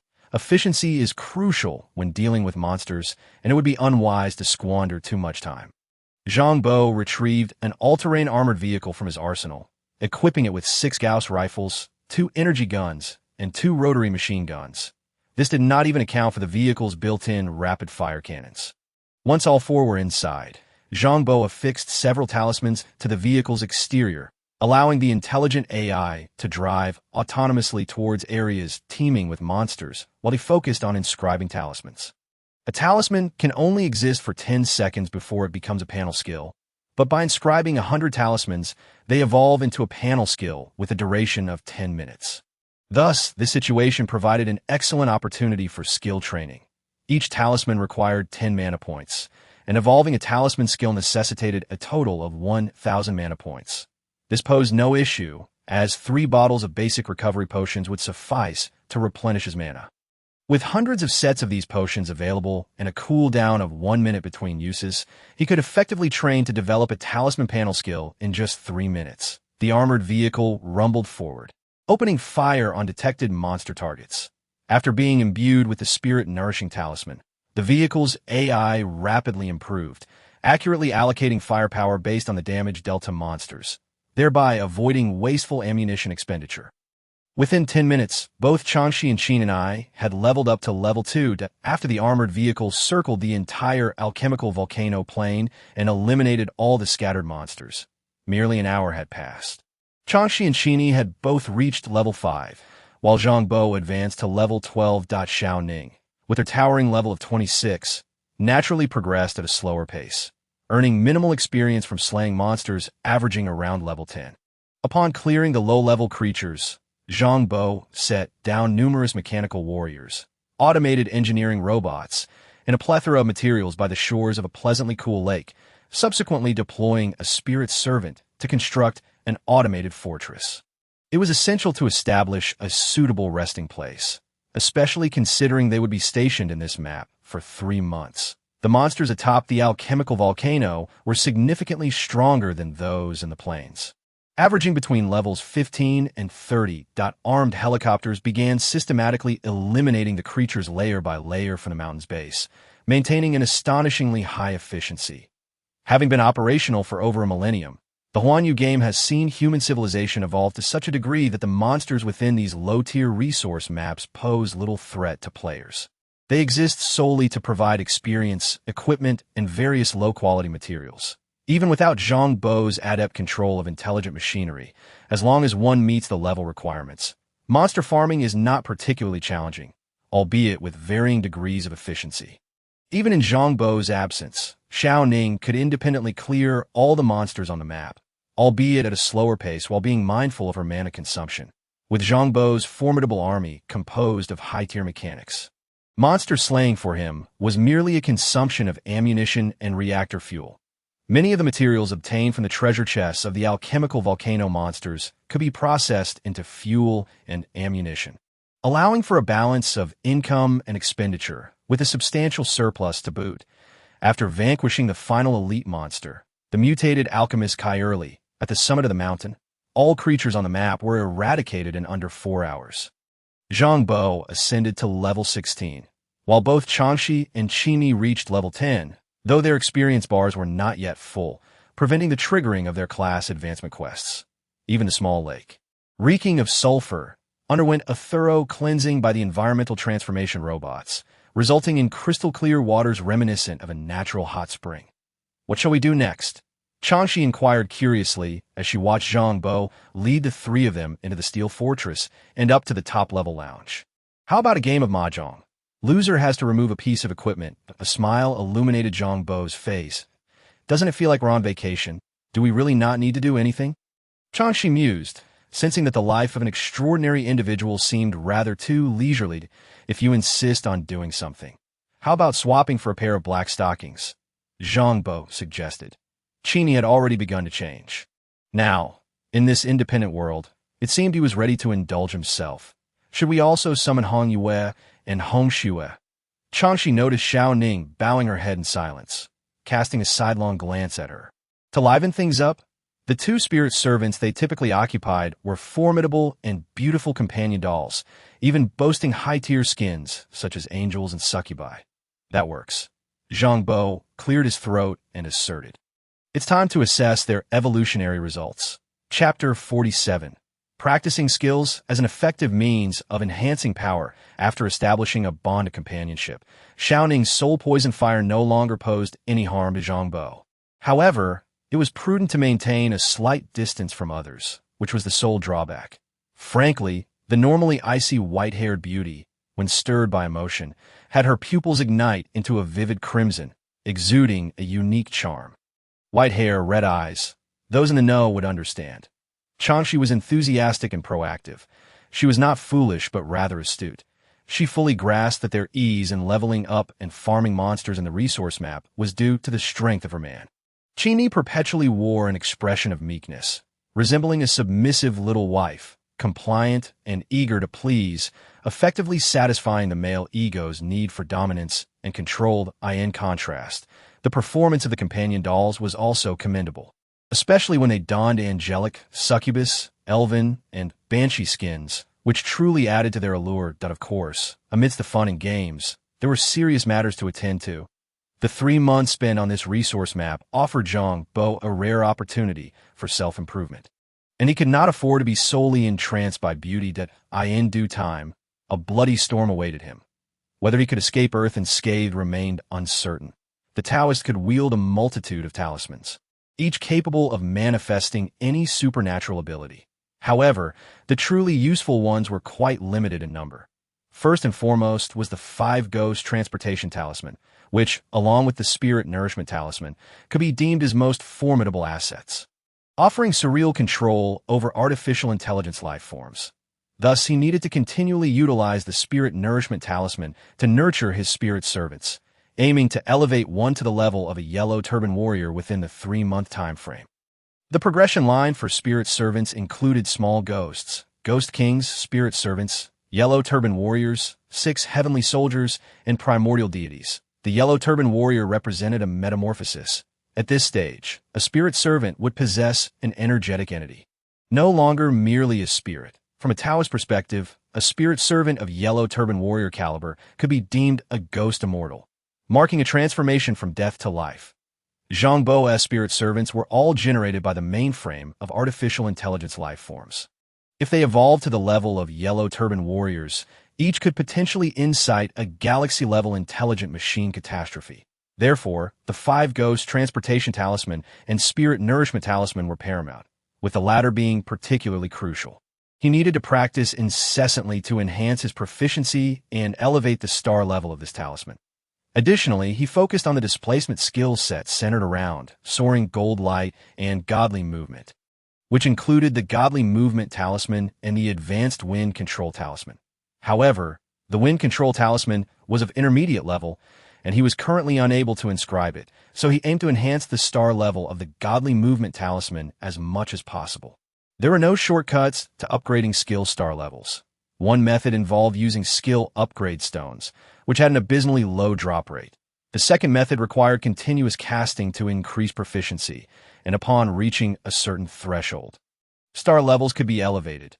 The third method involved mastering the 5 Thunders and the 5 Thunder Spell Talisman, which constituted Zhang Bo's strongest attack skills. After all, mastering the 5 Thunders was one of the 36 heavenly techniques, boasting significant growth potential. The 5 Thunder Spell Talisman was currently his only intermediate talisman, and being offensive in nature, it required ample practice. Following this, alchemy and artifact forging were equally important. Hong Yue and her companions possessed comprehensive knowledge of the mechanical warrior crafting process and continuously optimized the designs with their formidable computational abilities. They even had 4 skill books: Devastation Sniping, Vitality Goal Body, Stellar Descent Technique, and Illusory Vine Magic Chain, that needed to be learned as soon as possible. The materials required for these skill acquisitions could be found in the treasure chest dropped by the alchemical volcano monsters. With just a couple more days of farming, the materials would be sufficient. Monsters in the resource map respawn every 24 hours, and dedicating merely 3 to 4 hours daily could clear all creatures, yielding experience points, low-tier equipment, and materials. Starting the next day, Changxi and Qini began practicing monster slaying, as they had both reached level 10. For novice players, mastering the application of their offensive skills onto the bullets of their firearms was arguably the most significant challenge at the outset. In the age of interstellar warfare, firearms became the most ubiquitous individual weapon. Aside from the close-range skills utilized by genetic warriors, requiring melee weapons for damage bonuses, every other profession had to learn to wield guns. Could one really launch spells from a distance of several dozen meters with a mere wand? Goodness, times have changed. In this era, every Huan Yu player must learn to handle firearms, and the weapons dropped within the game generally possess the capability to integrate with attack skills. Even a white common sniper rifle has an effective range of up to 3,000 meters, while revolvers and automatic pistols can easily exceed 500 meters. In contrast, using a small wand to cast spells would limit one's attack range to a mere 50 or 60 meters. The disparity is too vast. Hence, mastering firearms is imperative, as they serve as the primary weapon.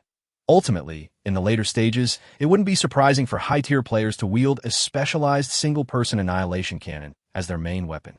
Thus, in the early stages, Changshi and Qini primarily focused on utilizing their acquired skills to launch magical bullets. However, by the second day, they had maxed out at level 10 and triggered their class advancement quests, leading to a period of idleness.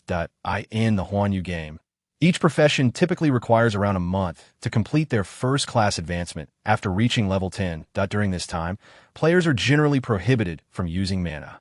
Zhang Bo's initial task as a Taoist was no exception, and other professions face similar restrictions. This was a system-imposed experience designed to allow players to savor the last month of living as mere mortals, devoid of mana usage. Once the initial stages were completed, each subsequent advancement every 10 levels morphed into a relentless struggle for survival. Thus, on the following day, Zhang Bo expelled Chang, Shi, and Qin and I from the team. Their accumulation of experience points before completing the professional advancement quest would be futile, a mere waste of resources. With the absence of two members to share the experience, Zhang Bo and Xiao Ning's leveling speed significantly increased. By the end of the second day, Zhang Bo achieved level 19, while Xiao Ning reached level 27. Upon the conclusion of the third day's battles, Zhang Bo successfully ascended to level 20, triggering his second professional advancement quest.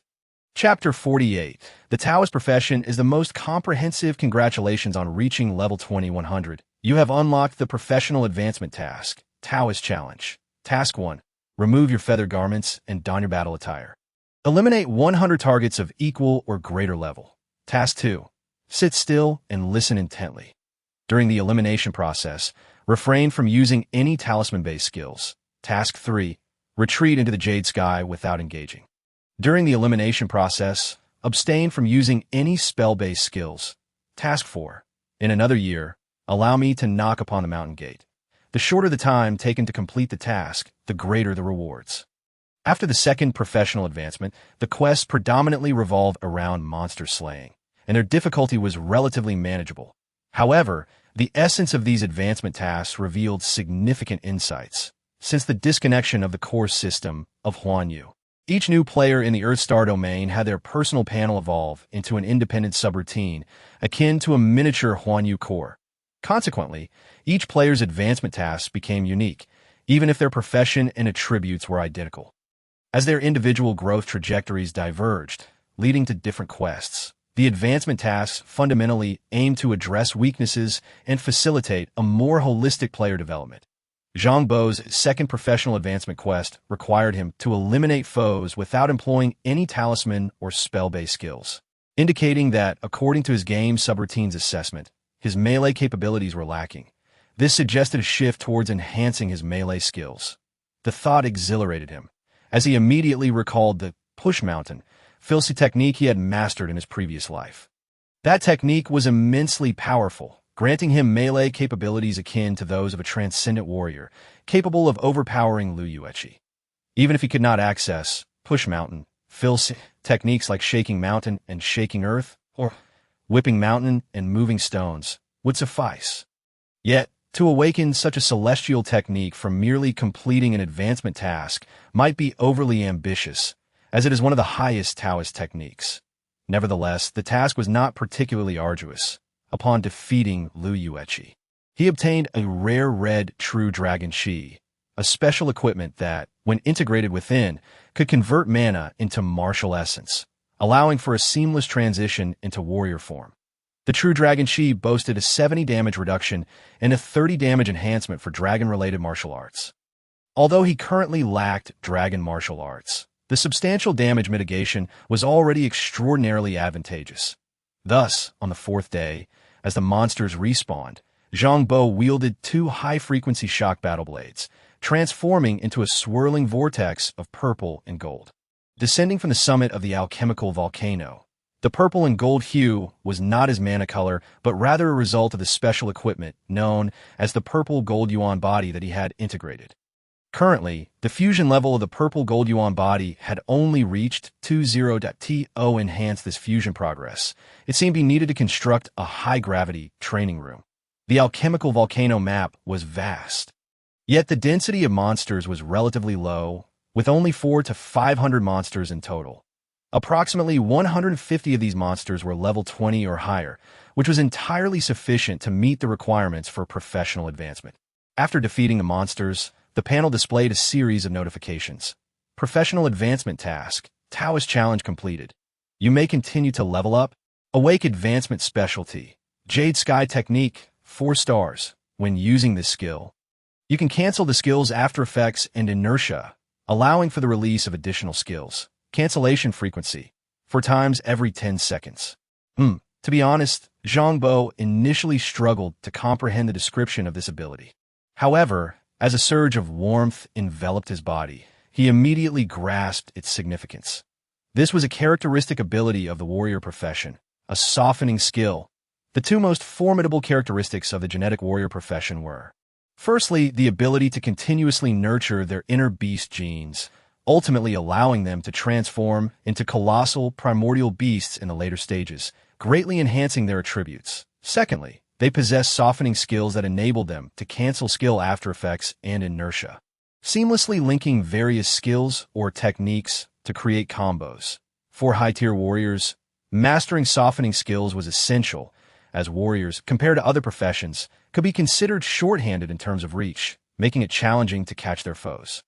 Once they did manage to ensnare an enemy, they had to inflict massive damage in the shortest time possible to secure a kill, as opportunities for strikes were limited at such times. Possessing softening skills significantly amplified a warrior's combo potential, making it exceedingly troublesome when a warrior closed in.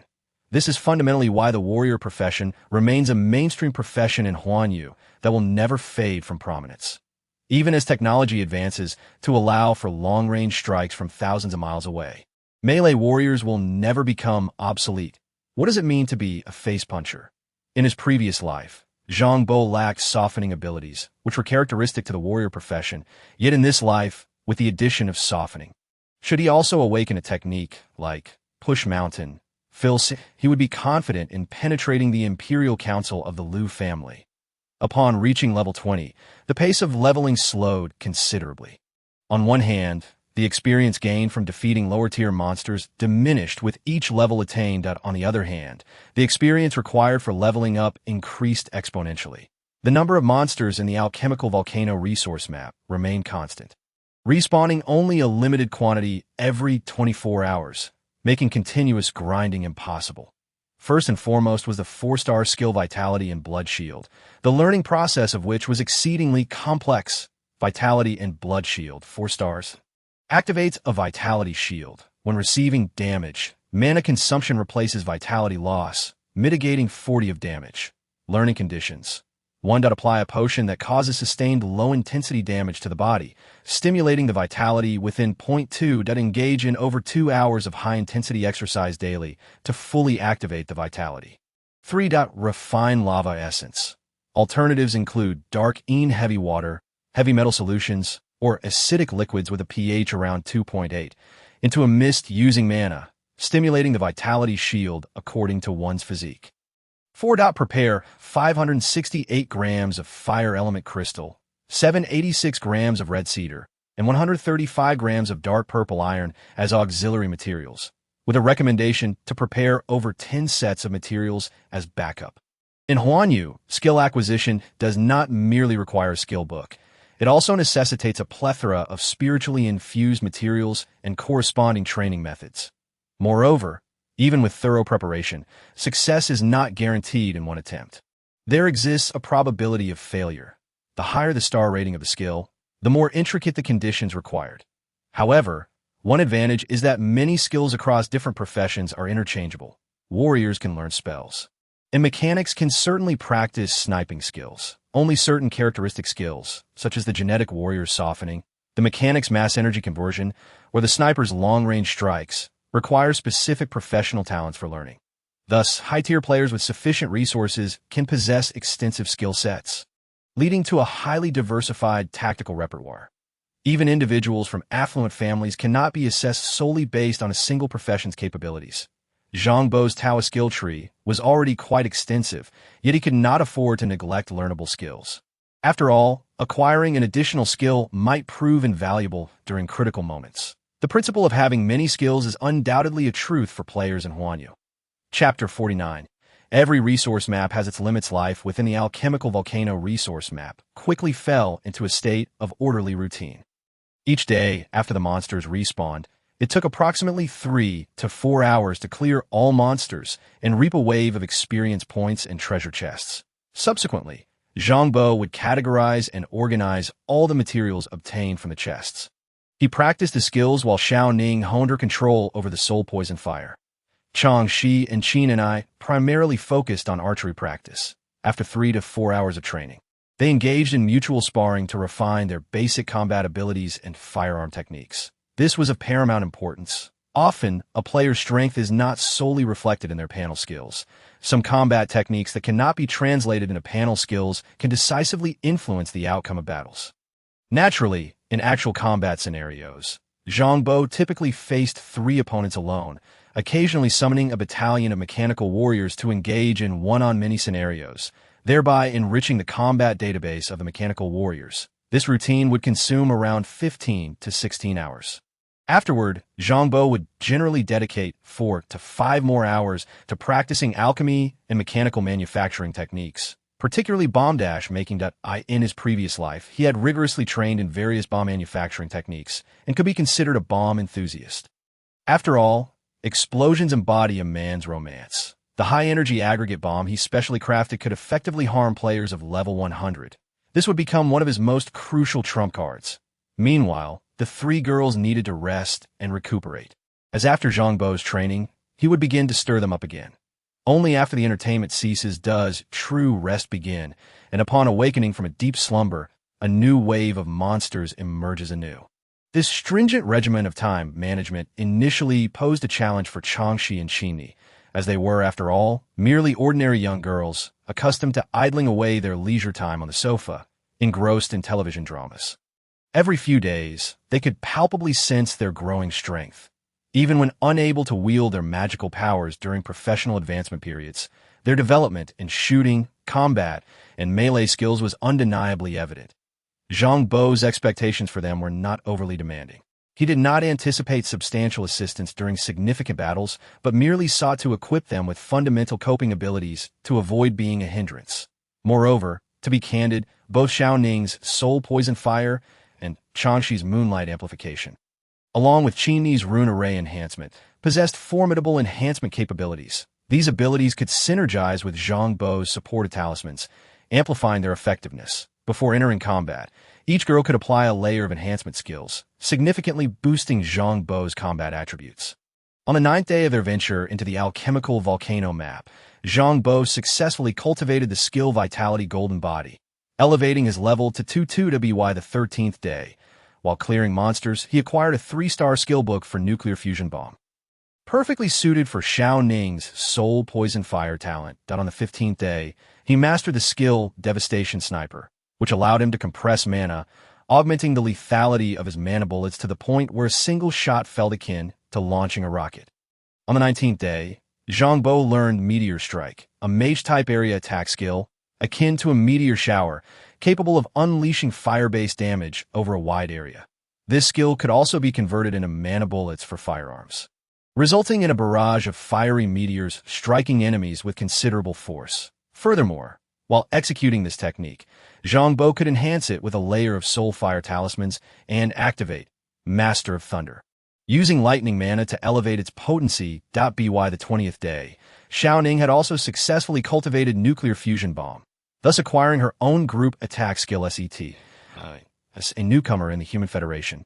She had previously received scant resource allocation and possessed few skills. On the 27th day, Zhang Bo met over half the requirements to learn the 5-star skill Illusory Vine Magic Chain. However, this skill necessitated a rare material, Illusory Crystal Magic Vine, which the alchemical volcano map could not provide. leaving him at an impasse. Another fortnight passed, and Xiao Ning reached level 30, achieving the pinnacle of resource acquisition in the alchemical volcano map after completing her occupational advancement tasks. It is worth noting that the resource maps in the game universe possess a rather perplexing characteristic. Low-level players can access high-level maps for experience, while high-level players entering low-level maps receive no experience. Even upon reaching the map's level cap, defeating monsters yields no experience, only the chance to open treasure chests. Beyond the map's level cap, even treasure chests become inaccessible, and monster encounters provide no rewards. The alchemical volcano map accommodates players from levels 10 to 30, allowing even level 1 newcomers to gain experience, provided they have guidance. However, once a player attains level 30 with a full experience bar, further monster encounters yield no experience whatsoever.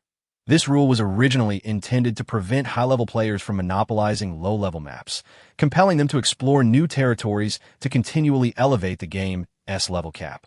Yet, over time, this rule transformed into a tool for high-level players to dominate. Controlling high-level resource maps ultimately dictated the leveling limits for others. They could determine which levels of resource maps to open to players, restricting access to higher-level maps and hindering further progression. Bai Cheng had once promised Zhang Bo access to leveling up to level 300, which would grant him access to the highest-level training maps. Thus, players in Universe were left with two choices: either ally with those who monopolized resource maps or treat those factions as resource monsters to be farmed. Typically, the latter path proved unsustainable, as the powerful heirs of wealthy families could easily dispatch individuals of significantly lower levels.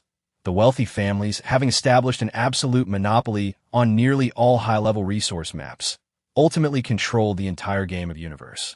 Presently, it seemed this rule had been further fortified by the epic tier powers of the wealth families, rendering it even more unassailable. Chapter 50. The Evolution of the Intelligent Core, Yellow Turban Brute, Spirit, Celestial Envoy. Having spent 2 months in the alchemical map, Zhang Bo's nourishing talisman reached 4 stars, culminating in the emergence of a spirit servant of Yellow Turban Brute caliber, Hong Shui. This intelligent core of the Bai family's military base underwent a significant leap and transformation in its life form. This evolution brought Zhang Bo a wave of delightful surprises. Congratulations, your spirit servant, Hong Shui, has been nourished day and night by the nourishing talisman and evolved into a spirit celestial envoy. Your skill, Talisman Nourishing Talisman, has advanced to 5-star skill, receiving the nurturing of the Spirit Celestial Envoy. System upgrading. Upgrade complete. Awakening the innate divine ability. Spirit Command, 3 stars. For every 1 million points of Spirit Pool capacity, you may designate one Spirit Servant as a Divine Envoy. The Divine Envoy will possess player privileges, loyalty locked at the highest state, and level equal to yours. Should the Divine Envoy perish, consuming 1 million points of mana will allow for resurrection. Would you like to designate Spirit Celestial Envoy Hong Shui as a Divine Envoy? Please note that once set, it can only be cancelled after 72 hours. Zhang Bo's heart raced with excitement. A pale golden light coalesced before him, shortly taking the form of a stunning woman with golden hair and eyes. After evolving into a Spirit Celestial Envoy, Hong Shui was no longer merely an artificial intelligence. She possessed a physical form, entirely constructed from energy. Moreover, this entity had its own independent panel. Spirit Celestial Envoy Hong Shui. Level, LV28, equal to the Master S level. Celestial Talent. Mastery of all mechanisms, 8-star. This spirit servant possesses comprehensive knowledge of all mechanisms, and upon leveling up, can automatically awaken all skills within the mechanic profession system. Divine Envoy Talent. To be set. Mechanical Control, 8-star. Once designated as a Divine Envoy, this spirit servant can control high-tier mechanical equipment regardless of level. Zhang Bo's heart raced uncontrollably. Clearly, the Spirit Celestial Envoy was indeed the Yellow Turban Brute. As per the official terminology of Universe, the specific name was of little concern. However, the newly awakened Spirit Command, a 3-star earthly divine talent, was astonishingly powerful. Once designated as a Divine Envoy, she would possess player privileges. This was truly remarkable, given that Earth was the sole starting village in Universe. Once the game's core severed ties with the Earthstar domain, no new players could emerge.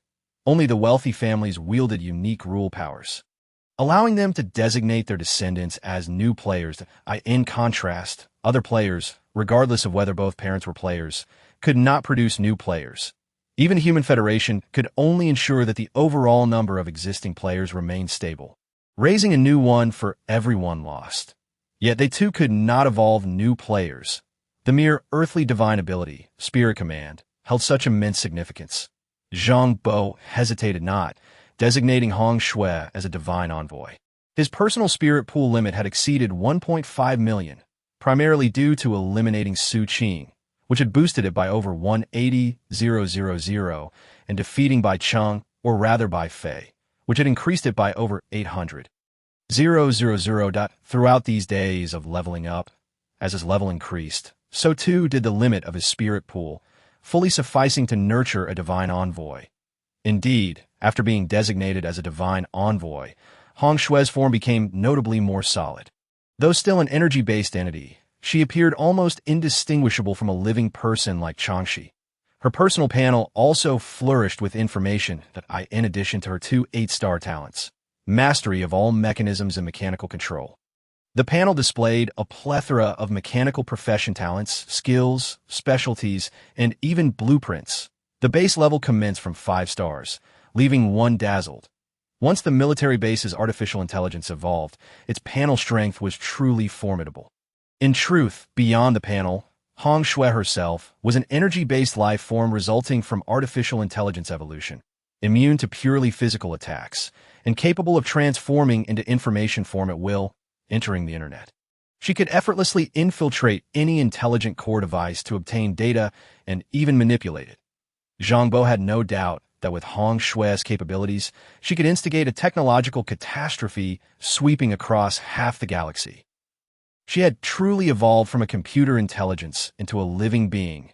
Changxi approached Hong Shui, gently pinching her arm and leaning in to inhale her scent, which was utterly delightful.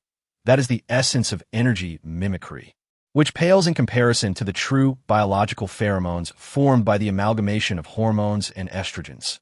Hong Shui explained with a light laugh, then turned her serious gaze towards Zhang Bo. Indeed, it is highly probable that the spatial stabilizer and the light speed limitation valve are involved. This is a standard protocol employed by wealthy families to seal off a star region from both spatial jumps and superliminal travel. Zhang Bo nodded and inquired, "Do you have any suggestions? We need to optimize and modify the starship. A vessel over 300 meters in length is still too unwieldy. It would be best to reduce it to under 100 meters, allowing it to be directly stored in the armory.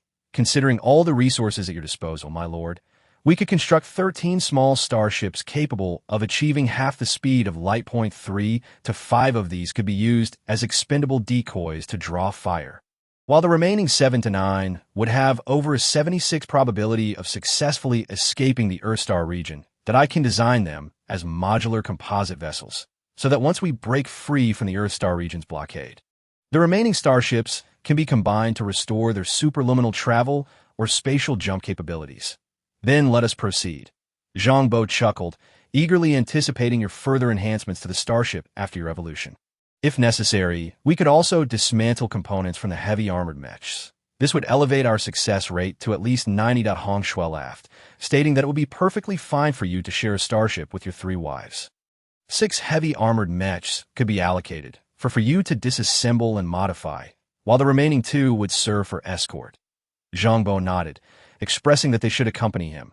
Otherwise, flying alone into space might be quite daunting. "I understand," he said. "We have 1 month left for preparations." Hong Shui nodded, her figure soaring into the air, entering a fortified steel bastion that had been transformed into a comfortable living area. In the next moment, a multitude of mechanical warriors and automated engineering robots busied themselves, converting the steel fortress into a vast armaments factory. Subsequently, Zhang Bo emptied the vast stores of raw materials, alloy components, and machinery from the armory, creating a continuous range of small hills around the factory. Most notably, a small starship had been disassembled into over 30 large components. With her enhanced computational and deductive abilities, Hong Shui remarkably managed to reduce the size of the small starship to under 100 meters in length, a testament to her prowess. After all, even the technological prowess of wealthy families could only shrink a small starship down to slightly over 300 meters at best. A single divine envoy is indeed formidable. It seems I must utilize more spirit-restoring talismans to evolve several celestial envoys. Furthermore, once we exit, I will have to eliminate a number of elite members from the wealthy families to enhance my spirit reservoir's limits. Chapter 51. The abandoned version of the cosmic game. If the starship's dimensions are reduced and its power is limited, would adding another person not slow it down further? In recent days, she has also been growing rapidly. Observing Hong Shui become industrious, she could not help but grasp Zhang Bo's hand and softly inquire, "If we have enough starships, each of us could take one, thereby increasing our chances of escape. Correct? What? Do you dare to fly alone in a starship?" Zhang Bo chuckled, taking Changshi's hand and sitting down, pulling her onto his lap, that if we were come under attack, it wouldn't hurt to have someone to shield you. Changshi lowered her head, pondering, "What are you thinking? With so many mechanical warriors around, do we really need you to provide cover?" Zhang Bo sighed. "If we were to use living beings as shields, it wouldn't be difficult to create a clone using some of your hair. There's no need for you to attract fire." He couldn't resist giving her nose a playful poke. "Sister, what era are we in? Do you really think we need to push our wives out to escape? After all, this is a matter of survival." This is not a retreat. It's a strategic relocation. Truth be told, if I were truly incensed, annihilating all the powerful factions on Earth would not be a monumental task. That I just feel that following you doesn't seem to serve much purpose. Changshi sighed. "What do you mean by purpose? Life is not solely about battles, cultivation, slaughter, and schemes. Those are merely means of survival." Zhang Bo raised his palm, intertwining his fingers with hers, his voice gentle. "With you, life truly begins. Without you, I am merely existing." Upon hearing this, Changshi's eyes glistened with unshed tears. "And what of me?" Qin and I chimed in, her small face leaning closer. "Master, what do I signify? Your presence represents enjoyment," Zhang Bo replied with a soft smile. "Then I must be your source of entertainment." Xiao Ning, typically aloof and unresponsive, exuded an enchanting aura like an ice queen, her silver hair accentuating her allure. "No, you are a goddess, my goddess." Zhang Bo's voice was tender. "For 200 years ago, you were already my goddess." Xiao Ning paused for a moment, suddenly leaping forward with force, nearly displacing Changshi.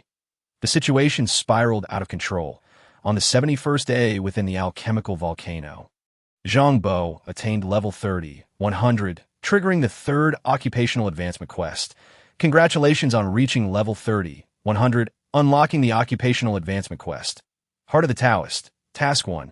Idly drift upon the serene waves and nibble on green duckweed.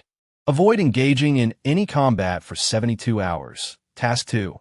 Yet avoid the gentle rain beside the misty bank. Not move more than 0.5 m within 72 hours. Task 3. If you encounter the historian of Kuaiji, refrain from social interaction with other entities for 72 hours. Task 4. Exchange for a scroll of the Huang Ting. Within 72 hours, read the Huang Ting Jing thoroughly. With the prompt for the advancement quest, a reading page appeared on the interface, the title inscribed with the 6 characters Huang Ting Quan Jing. This advancement quest was rather straightforward. In essence, it required a total abstinence from food, drink, play, and leisure for 72 hours, focusing solely on reading. Thus, Zhang Bo bid farewell to the 3 young women and settled into a meditative position within the gravity chamber. The task was simple. However, after a short period of reading, Zhang Bo found himself astonished. This Huang Ting Jing was not as he remembered. As a descendant of generations of Taoist practitioners, Zhang Bo had read the Huang Ting Jing before his transmigration and could recite it effortlessly in its entirety. After becoming a player, his mental acuity and memory had only improved with evolution. He could recall even the intricate details of talismans. Therefore, he was well aware of the entirety of the Huang Ting Jing. This scripture is divided into Wai Jing Yu Jing, and Ei Jing Yu Jing, and Zhong Jing Yu Jing, with the entire text comprising fewer than 5,000 words. Yet, as Zhang Bo entered a state of focused reading, The text on the interface, aside from the solemn scripture, began to display a plethora of additional content. Initially, the text appeared somewhat garbled, as if randomly arranged. However, as his focused reading continued, lines of text emerged on the interface, only to swiftly vanish again, seemingly intent on leaving no trace. Cosmic Game Test Log 1. Analyzing the fundamental principles of causality and the equations for the spiritual energy transformation of dark matter. Cosmic Game Test Log 5. Analyzing the effects of the observer effect on the spiritual energy spectrum. Cosmic Game Test Log 13. Summary of the data structure and error patterns of the abandoned version of the Cosmic Game. Damn, Zhang Bo was utterly flabbergasted. Although the text appeared only to vanish shortly after, seemingly undergoing some form of profound data cleansing, Zhang Bo's impeccable memory ensured that he would not forget what he had read. What the hell is this? This is not the Huang Ting Jing. This is an analysis of the foundational logic behind the construction of the Cosmic Game and its test operation logs.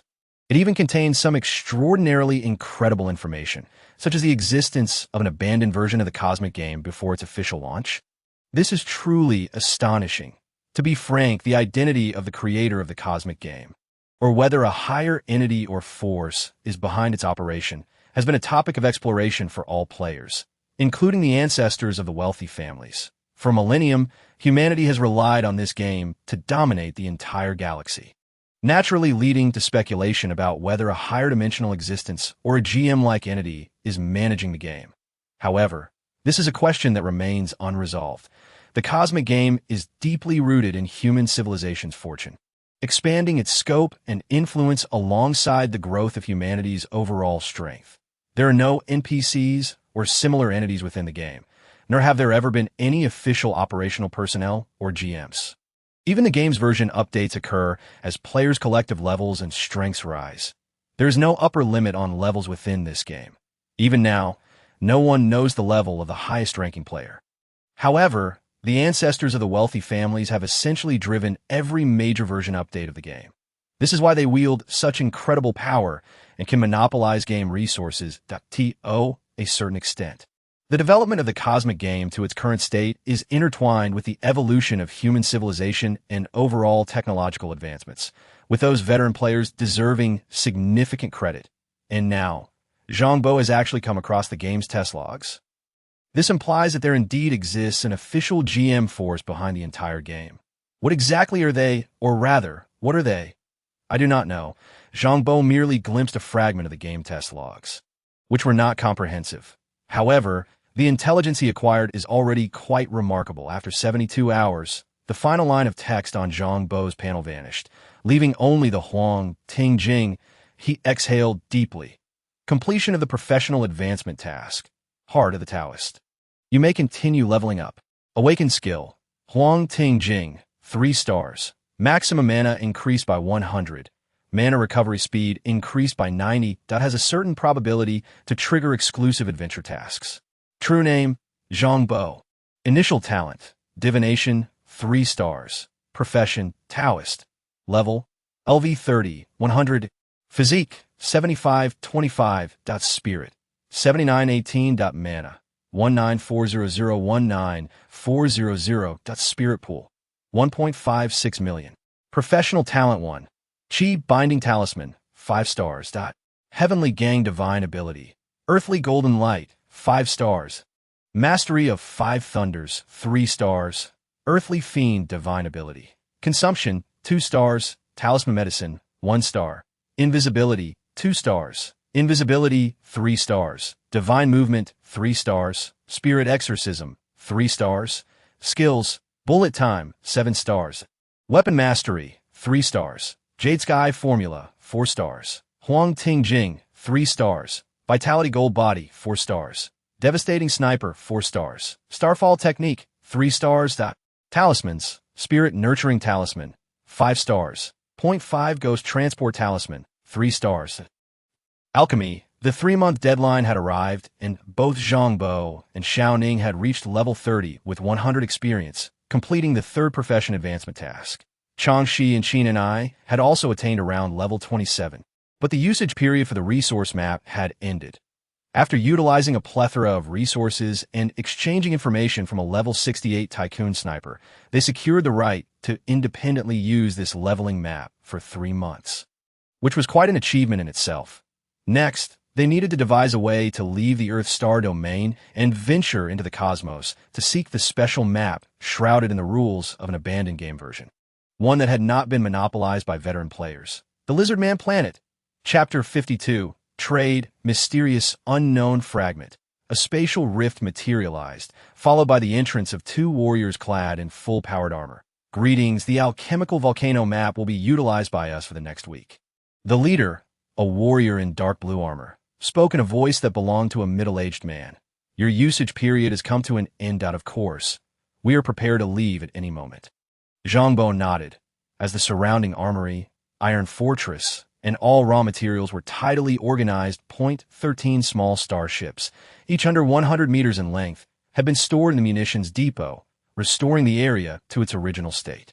However, just as Zhang Bo, along with Chang Shi, Qin Ni, and Xiao Ning, intended to exit through the spatial rift, the entire map suddenly trembled violently. Following this, spiritual energy coalesced, and a blazing red light ascended from the summit of the alchemical volcano, accompanied by a long sigh. Heaven and earth, wondrous objects, such extraordinary wonders of the universe. When shall they be mine to use? Ah, what a coincidence. Just as we were about to leave, the map's boss respawns. Zhang Bo could not help but feel astonished, while the 2 warriors appeared somewhat bewildered. This was indeed too fortuitous. For resource maps, the map boss is undoubtedly one of the most significant entities.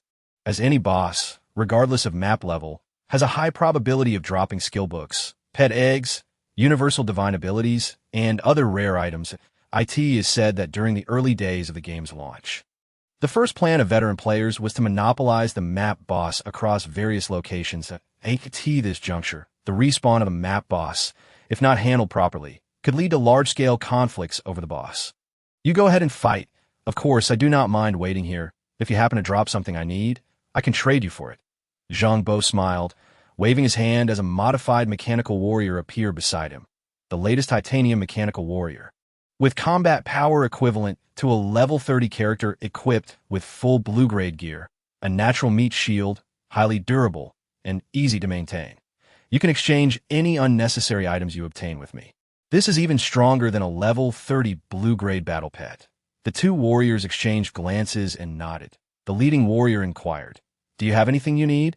As a matter of fact, there's a material I urgently require called Illusory Light Magic Vine, used for skill cultivation. Zhang Bo pondered for a moment and asked, "Do you have anything similar? If you drop something that can serve as a substitute, I can directly trade a mechanical warrior. I think I've heard that a friend of mine has it. After defeating that boss, please wait a moment." The 2 warriors activated their powered armor and swiftly ascended towards the summit. At this moment, the peak of the alchemical volcano was enveloped in a searing blaze. A colossal humanoid monster, composed of stone, lava, and some unknown metallic structure, loomed over a lake of molten rock. This was the map boss of the alchemical volcano. The lava fire spirit, It, is said to be the manifestation of a volcanic deity formed from the lingering resentment of an ancient alchemist after death, entwined with the indomitable spirit of the volcano. A purple treasured level 30 boss, boasting high attack, high defense, and thick health, could only be challenged by a fully equipped team of 6 level 30 players in the game's early stages. However, with the game having been operational for over 1,000 years, various powered armors, Gauss rifles, enchanted sniper rifles, and an array of weaponry made combating such a boss quite manageable. As the 2 warriors of the Human Federation approached the boss, one of them produced a deflection force field shield and, with a high-frequency vibrating combat knife in his right hand, charged towards the lava fire spirit. The other warrior took out a Gauss rifle, providing range support from a kilometer away. It was evident that these 2 warriors possessed extensive combat experience. The melee warrior's combat skills were exceptionally refined, with the blade light from the vibrating knife swirling incessantly around the lava fire spirit, nearly unceasing. The ranged warrior appeared to be a spirit mage, proficient in both ice and fire elements. Upon firing, a burst of red and blue light struck the lava fire spirit, resulting in a tremendous explosion. Each explosion was comparable to a large high-explosive bomb, indicative of the spirit mage's formidable ice-fire demolition skills, combining ice and fire spells to often yield an effect far greater than the sum of their parts. What levels are they? Curious as she observed the two systematically suppressing the map boss on a surveillance screen. Chang, she asked, they are so powerful. Have they surpassed level 50? If they exceeded level 50, what are they doing in this map? One seems to be around level 23, and the other approximately level 21. Zhang Bo chuckled. Just over 20 levels? Chang, she's eyes widened. I'm already at level 28 and feel like they could take on several of me. They're elite soldiers nurtured by the Federation, at least starting from special forces, so their combat skills and capabilities are naturally quite formidable. Zhang Bo responded with a smile. You've only trained for a few months. There's no need to rush. Combat is a gradual process. You will grow in time. 5 minutes later, the map boss's health was entirely depleted, crashing to the ground. Through the surveillance screen, 3 beams of purple light seemed to burst forth. Goodness, it appears that 3 purple treasured level items have dropped. The drop rate for map boss is indeed high. Zhang Bo received one of the items, and upon inspection, his pupils constricted. Unknown fragment. Purple treasured a shard dropped from an unknown object. Its secrets may lie within the endless cosmos. The value of such an item is difficult to quantify. Zhang Bo, clad in a full set of blue-gold powered armor, concealed his expression as he smiled. However, just a fragment as a purple treasure, if collected, could potentially lead to a divine artifact. Are you certain you wish to trade? We have no immediate plans to venture into the cosmos, compared to the unknown future. It is wiser to exchange for the most beneficial tangible assets for now. The Federation warrior replied calmly, noting that 2 high-grade mechanical warriors could save their lives in critical moments. Very well. I shall proceed with the trade. Zhang Bo nodded. I'll accompany you outside. I have a friend who possesses the illusory light magic vine material, and it's not too expensive. The warrior completed the transaction, appearing quite pleased.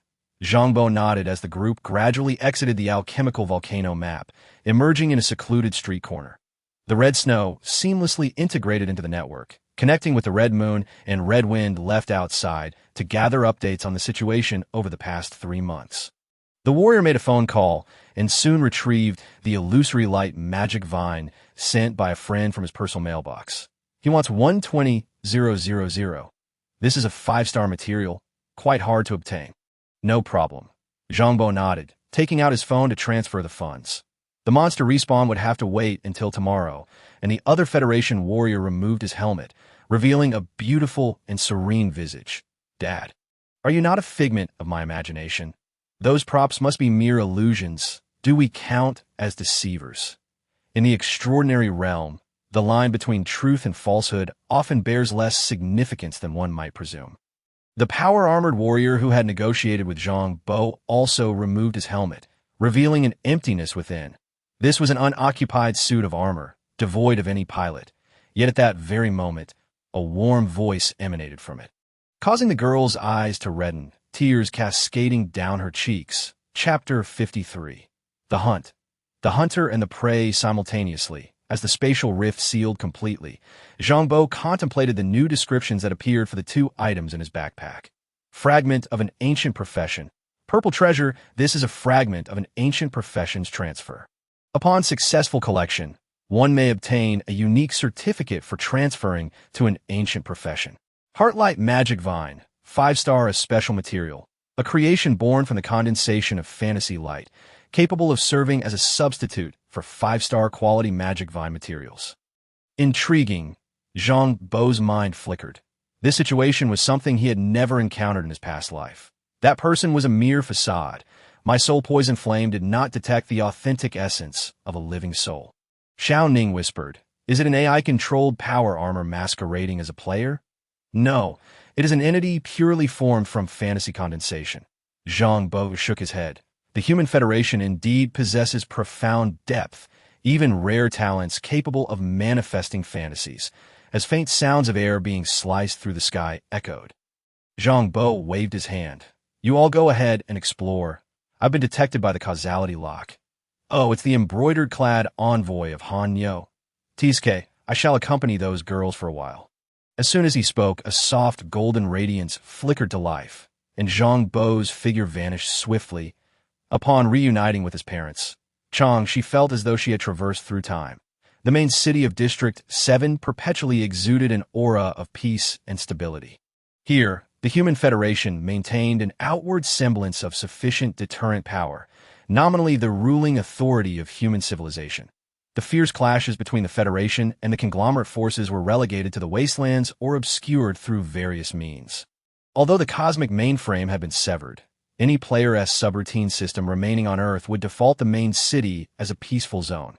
Engaging in combat using spiritual power within the main city would incur strict penalties. The severity of these penalties was rooted in the epic path forged by the Federation's legendary powerhouses. The Xinglan Consortium also required the tranquility of the main city to ensure the stability of humanity's fortune, rendering the conflicts of extraordinary beings a matter belonging to another realm for most ordinary individuals. When Zhang Bo sought to eliminate Liu Changyu, he refrained from direct action, instead orchestrating an explosion of a motorcycle engine to masquerade it as an accident. This was partly due to the initial phase of his advancement, where direct confrontation was prohibited, and partly to evade the penalties for combat in the peaceful zone.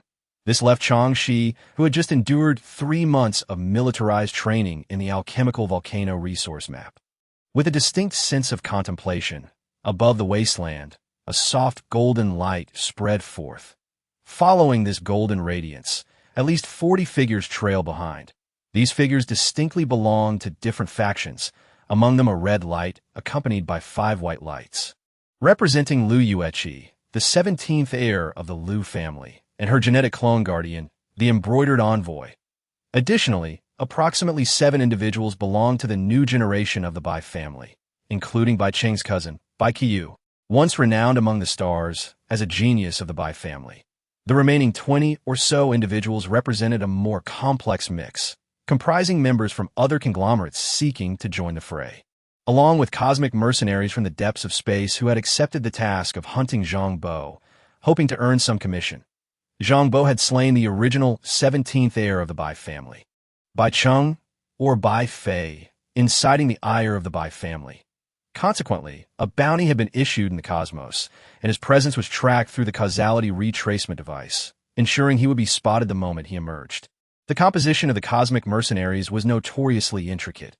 Some were individuals nurtured by the conglomerates for dirty work, while others were formidable beings with unique cultivation abilities thriving on the edge of danger. Nonetheless, in terms of planetary-level displacement capabilities, Zhang Bo's over 4 times the speed of sound was truly unrivaled. The soft golden light streaked through the void, leaving the pursuing lights behind, unable to catch up. However, it was evident that a group was strategically positioning themselves from various directions, attempting to trap his formidable displacement ability. Zhang Bo did not keep them waiting long, as he exited the main city as confines. A new prompt refreshed on his panel. Encountered a fortuitous event. Hunter and prey. Mission description: 46 powerful individuals from various factions seek to hunt you down. For each hunter you slay, you may awaken unique specialties or divine talents. Task Mode 1. Divide and Conquer. Choosing this mode for retaliation will double your mana recovery speed. Task Mode 2. Life and Death Arena. Choosing this mode for retaliation will triple the fusion speed of your purple gold body. Each time you slay a hunter, your true dragon vitality may evolve, increasing in quality.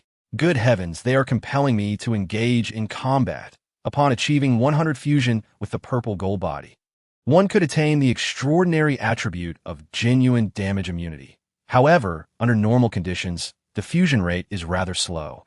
After 3 months of immersion in the gravity chamber within the alchemical volcano, my fusion rate has only reached 43.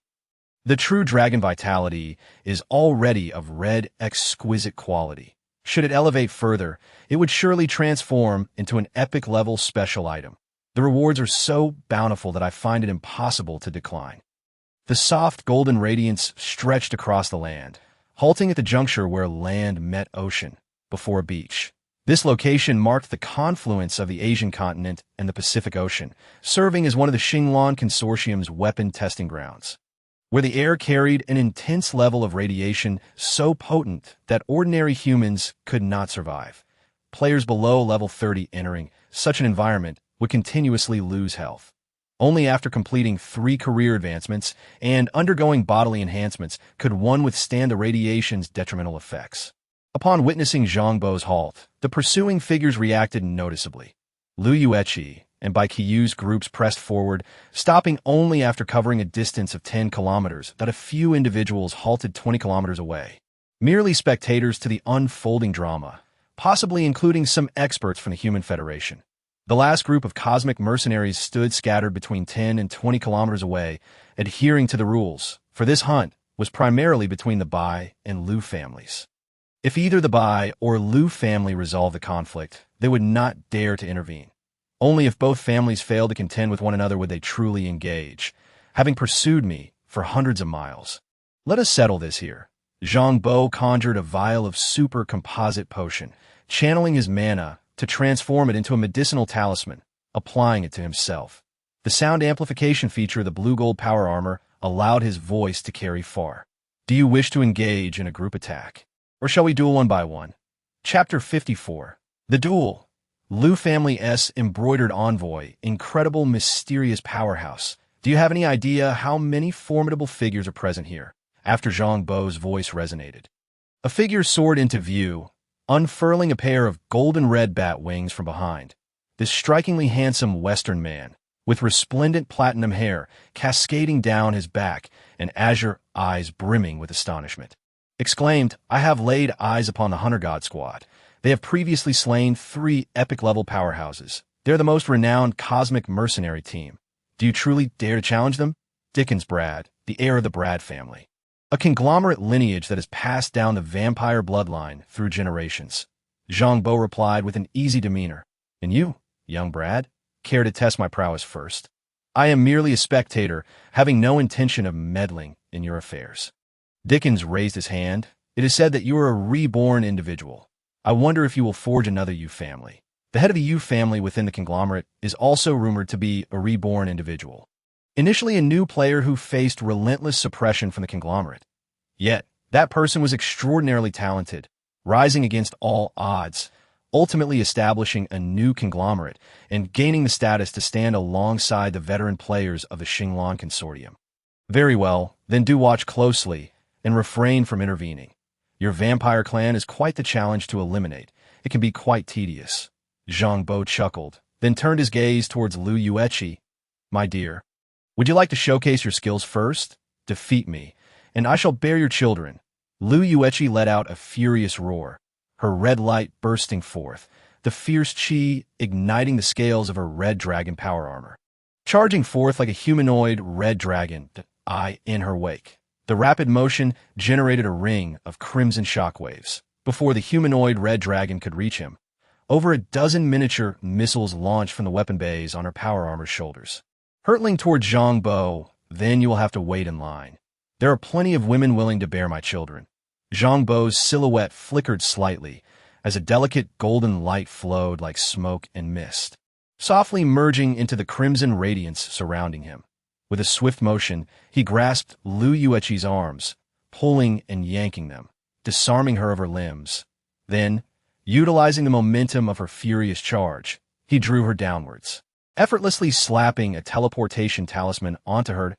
In the next instant, Lu Yueqi's figure struck the ground like a cannonball, crashing into the hard rocky terrain with a resounding impact, creating a deep crater several dozen meters wide. What a masterful demonstration of leveraging force, such combat prowess and reflexes, truly formidable. However, the very next moment his hair stood on end. His figure suddenly flickered, yet he failed to evade. A bullet, exuding a hazy mist, struck his chest, instantly shattering his body into fragments. Dickens's dismembered form transformed into a myriad of blood orbs, which quickly coalesced on the ground, activating a flickering skill that propelled him several kilometers away before he reformed into human shape. Vampires are notoriously difficult to kill. Often, it takes several attempts to deplete their resurrection opportunities. Meanwhile, witnessing Lu Yueqi being effortlessly taken down by a single strike and unable to rise for the time being, The 5 embroidered garment warriors of the Liu family grew anxious, in an instant.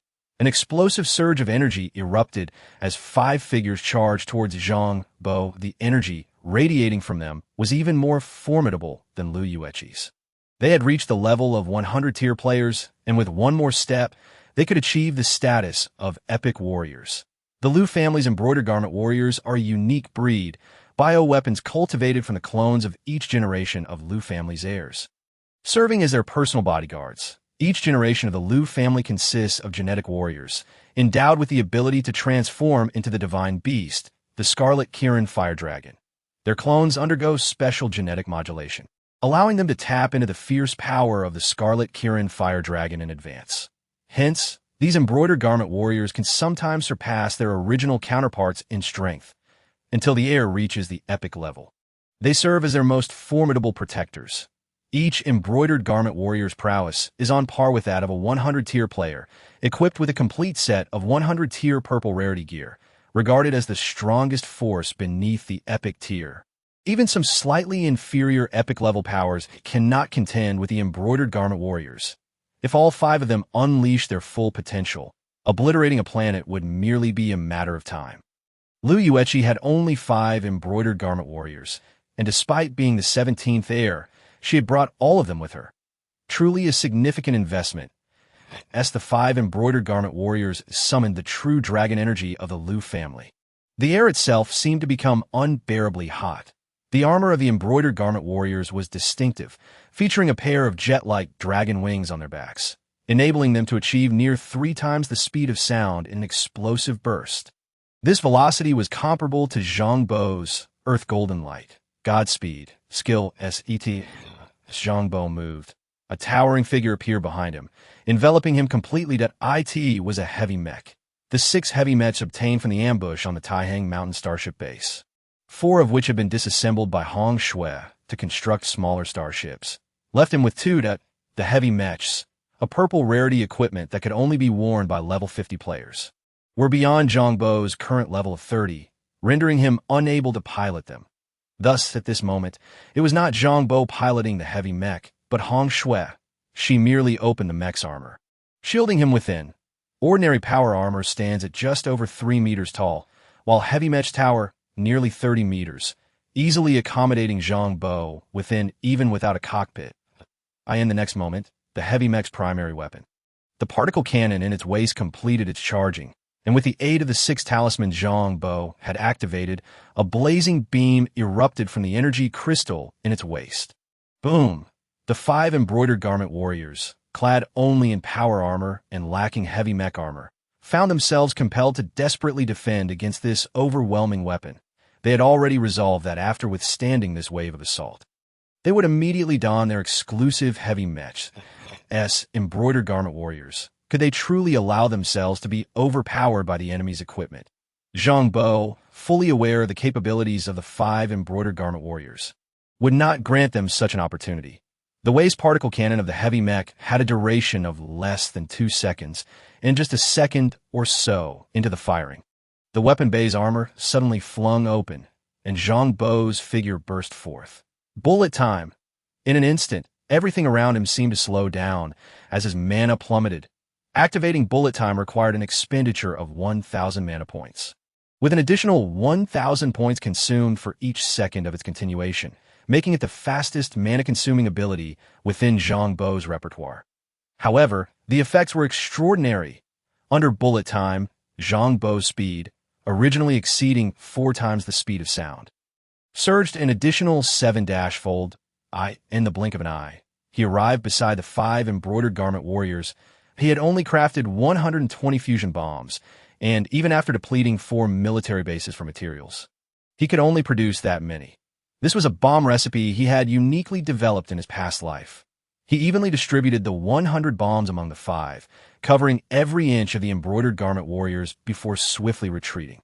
Once he deactivated bullet time, Zhang Bo promptly activated the detonators of 100 high-tier fusion bombs. Detonation. Chapter 55.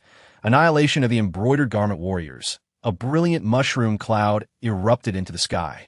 Each high-energy fusion bomb's explosive power was akin to that of a small nuclear warhead. When 100 detonated simultaneously, the resulting shockwave transformed into a mushroom cloud that soared into the heavens. Even beings possessing strength comparable to ordinary epic-level warriors would be unable to withstand the impact of 20 small nuclear warheads detonating at close range. The immensely thick protective energy of the embroidered garment warriors shattered in an instant. Resembling beautiful bubbles bursting in that fleeting moment, Zhang Bo activated bullet time once more. Aiming with his sniper rifle was futile. He wielded a blade. 2 exquisite 20-level superalloy combat knives materialized in his hands. Leveraging the 7-fold speed boost from bullet time, the blade's gleam encircled the 5 embroidered garment warriors in a whirl, swiftly turning them into fragments. Their protective energy was obliterated, and their power armor lay in tatters. Even with their genetically enhanced bodies, they could not withstand the rapid slashes of the superalloy knives. The bodies of the 5 embroidered garment warriors exploded, yet rather than a gory spectacle, they transformed into soft red light, merging into the rocky crater below, where Lu Yueqi lay. But that sufficed, for the embroidered garment warriors were considered effective kill resources, and upon their demise, all the equipment and items within their super-compressed space were transferred into Zhang Bo's inventory. Defeated embroidered garment warrior, green-robed dragon maiden, level 100, gained experience, 5,000. Disassembling opponent's spirit energy pool. Disassembling successful, spirit energy pool limit, 200,000. Acquired green dragon mech, level 100 purple rarity. Green scale power armor, level 100 green superior. Green dragon sniper rifle, level 100 purple rarity. Green scale dragon blade, level 100 purple rarity. Dragon essence great healing pill, purple rarity, x200. Defeated embroidered garment warrior, yellow robed dragon maiden, level 100. Gained experience, 5,000. Disassembling opponent's spirit energy pool. Acquired yellow dragon mech, level 100 purple rarity. Yellow scale power armor. Defeated embroidered garment warrior, purple robed dragon maiden. Defeated embroidered garment warrior, white robed dragon maiden. Defeated embroidered garment warrior, blue robed dragon maiden. Indeed, each embroidered garment warrior was akin to a level 100 purple rarity boss. Once defeated, all the equipment within their super compressed backpacks could be seized. Heavy mechs, light power armor, weapons, gear, potions, everything one could desire. No wonder Zhang Bo was willing to expend such a significant portion of his meticulously crafted high-energy fusion bombs. They were prepared specifically for this group of embroidered garment warriors. After successfully defeating the 5 embroidered garment warriors, not to mention the other spoils, the 5 level 100 purple rarity heavy dragon mechs, which they had yet to pilot, became Zhang Bo's newfound assets. It is worth noting that once Hong Shui evolved into a divine envoy, her unique talent allowed her to pilot any mechanical equipment without level restrictions. This meant Zhang Bo now possessed 5 level 100 elite heavy mechs at his disposal. Even when facing cosmic mercenaries, he now had the confidence to confront them head-on. This was the essence of fighting to sustain oneself. With no guns or cannons, the enemies would craft them for him. Since his dear, passionate girl had brought all 5 embroidered garment warriors, Zhang Bo naturally intended to graciously accept all their valuable items. They were essentially Lu Yueqi's handmaidens, thus not outsiders, and there was no need for formality. Bastard! Amidst the lingering mushroom cloud and searing light, Lu Yueqi's furious voice echoed like a dragon's roar. In the next instant, a blazing red light shot skyward. However, despite Lu Yueqi's strength, she paled in comparison to the embroidered garment warriors. Just considering her energy cultivation, she was not on the same level as them. Without even activating bullet time, Zhang Bo's figure surged forward like a delicate golden light, ethereal and elusive as smoke and mist. Grasping one of Lu Yueqi's wrists, he twisted her arm behind her back, dislocating both her arms once more. In the next moment, Hong Shui appeared by his side, extending her hand to tap the joint of Lu Yueqi's power armor at her waist, instantly releasing the fire dragon-shaped power armor surrounding her. Zhang Bo, with remarkable agility, enveloped it with his hand, securing it into his arsenal. Utilizing a level 30 purple rarity power armor, such a remarkable item. It surpasses the blue-gold power armor he wears. Zhang Bo's eyes lit up, and with a swift motion, he dislocated Lu Yueqi's limbs. He then cast a swift teleportation spell, pulling her along with her own momentum and hurling her to the ground. Without the protection of her power armor, she plummeted towards the hard rock surface at near supersonic speed, creating a deep crater over 10 meters wide upon impact. Good heavens! This blow nearly shattered Lu Yueqi's limbs. Fortunately, she didn't land head first. Otherwise, her skull would have surely been crushed. Furthermore, with the extraordinary innate talent of the battle conqueror, engaging her in direct combat was utterly futile, regardless of the severity of her injuries. She could heal rapidly, and even if she were to perish in battle, she could resurrect infinitely without consuming any revival tokens or coins, as long as she remained in a combat state. Lu Yueqi was invincible. Even if she could not defeat her opponent at that moment, she would merely prolong the time until her inevitable victory. Thus, confronting Lu Yueqi required cunning. One must rely on leveraging her own strength against her, allowing her to inflict harm upon herself, which would necessitate time for recovery. Such grievous injuries, like shattering fractures, posed little challenge for Lu Yueqi, who bore the bloodline of the Scarlet Scale Fire Dragon. She could recover fully in half a day's time at most. Coward! Why not confront me head-on? With her limbs shattered, despite the ability to heal due to her formidable bloodline, the pain was inescapable. As if a mere puppet, she was smashed into the crater, blood trickling from her lips as she cursed in fury.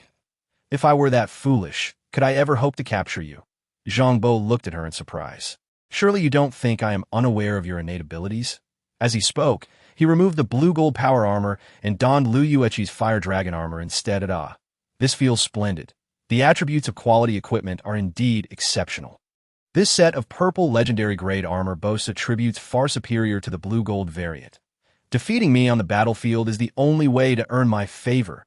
Lu Yueqi, clearly enraged, was at a loss for words, not even realizing the absurdity of her own curses. But that is not up to you. Zhang Bo chuckled coldly. From now on, the first rule of our household shall be that the husband serves the wife. Surely, your Lu family values such customs as well. You wishful thinker. You coward. Too afraid to face me. Do not think I will ever marry you. Lu Yueqi, pained and furious, lamented. This time, I shall not be blind to your schemes. You proclaimed the same in your past life. Enough of your theatrics. Save your energy. Zhang Bo shook his head and descended from above, landing squarely on Lu Yueqi's face to silence her incessant complaints. He then looked around. Is there anyone else willing to fight? Bai Qiyu, that lady from the Bai family, are you not coming forward? 10 kilometers away, Bai Qiyu, clad in blue gold power armor, gestured, and 365-level elite players nearby simultaneously equipped heavy mechs.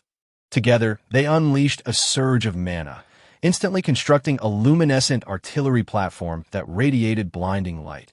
What foolishness! Do they dare use intelligent equipment before me?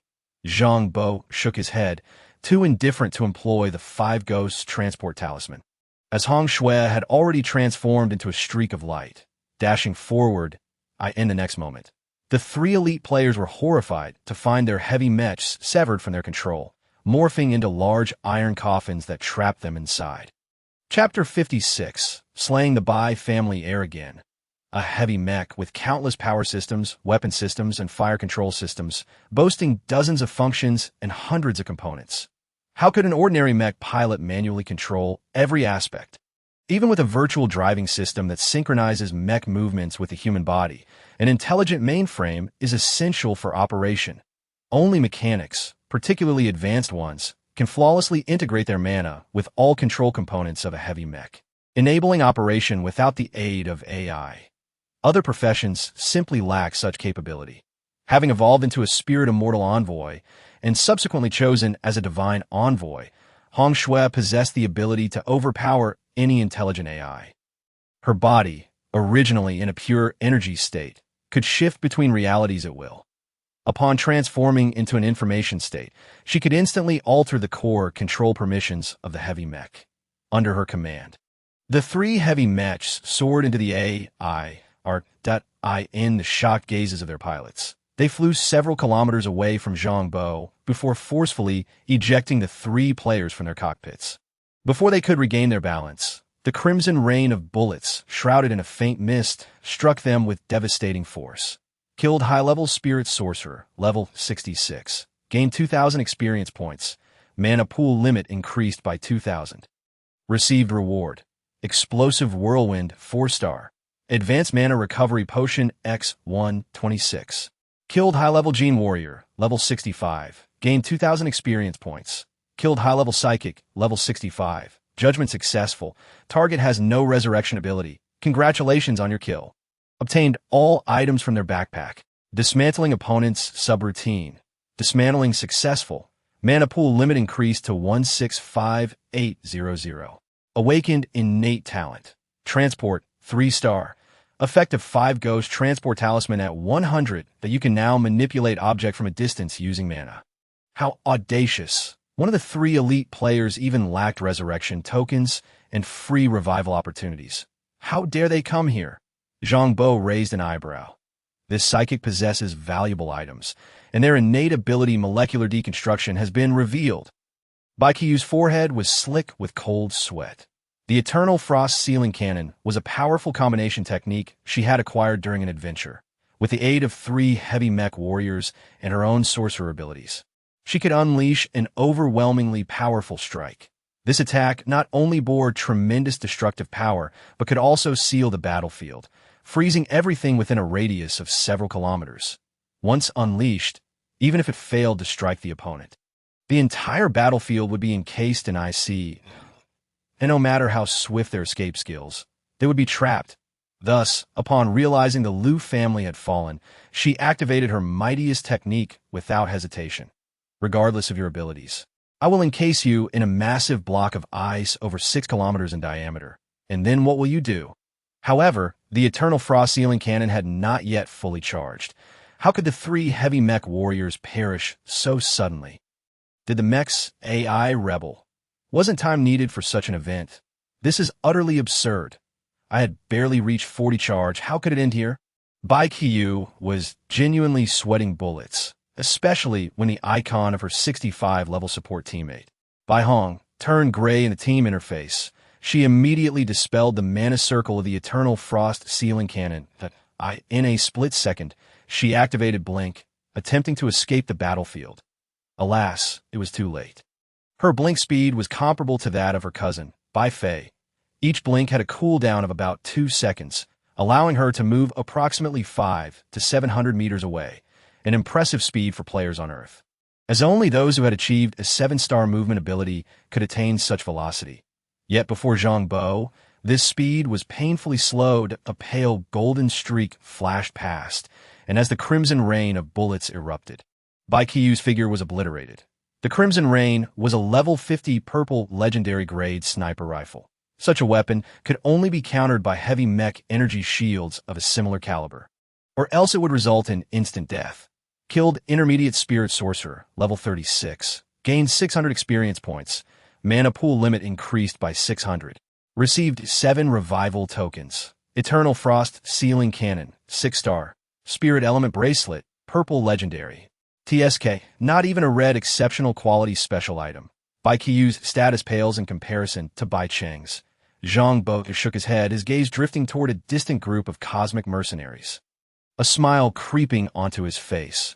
When dealing with these fellows, there was truly no need for courtesy. With a flash of brilliance, a blue dragon-shaped mech materialized behind him, the very one dropped by the embroidered-clad envoy. A level 100 purple legendary grade mech. This was the fastest among the 5 dragon-shaped mechs. As the mech's weapon bay opened, Zhang Bo was enveloped within.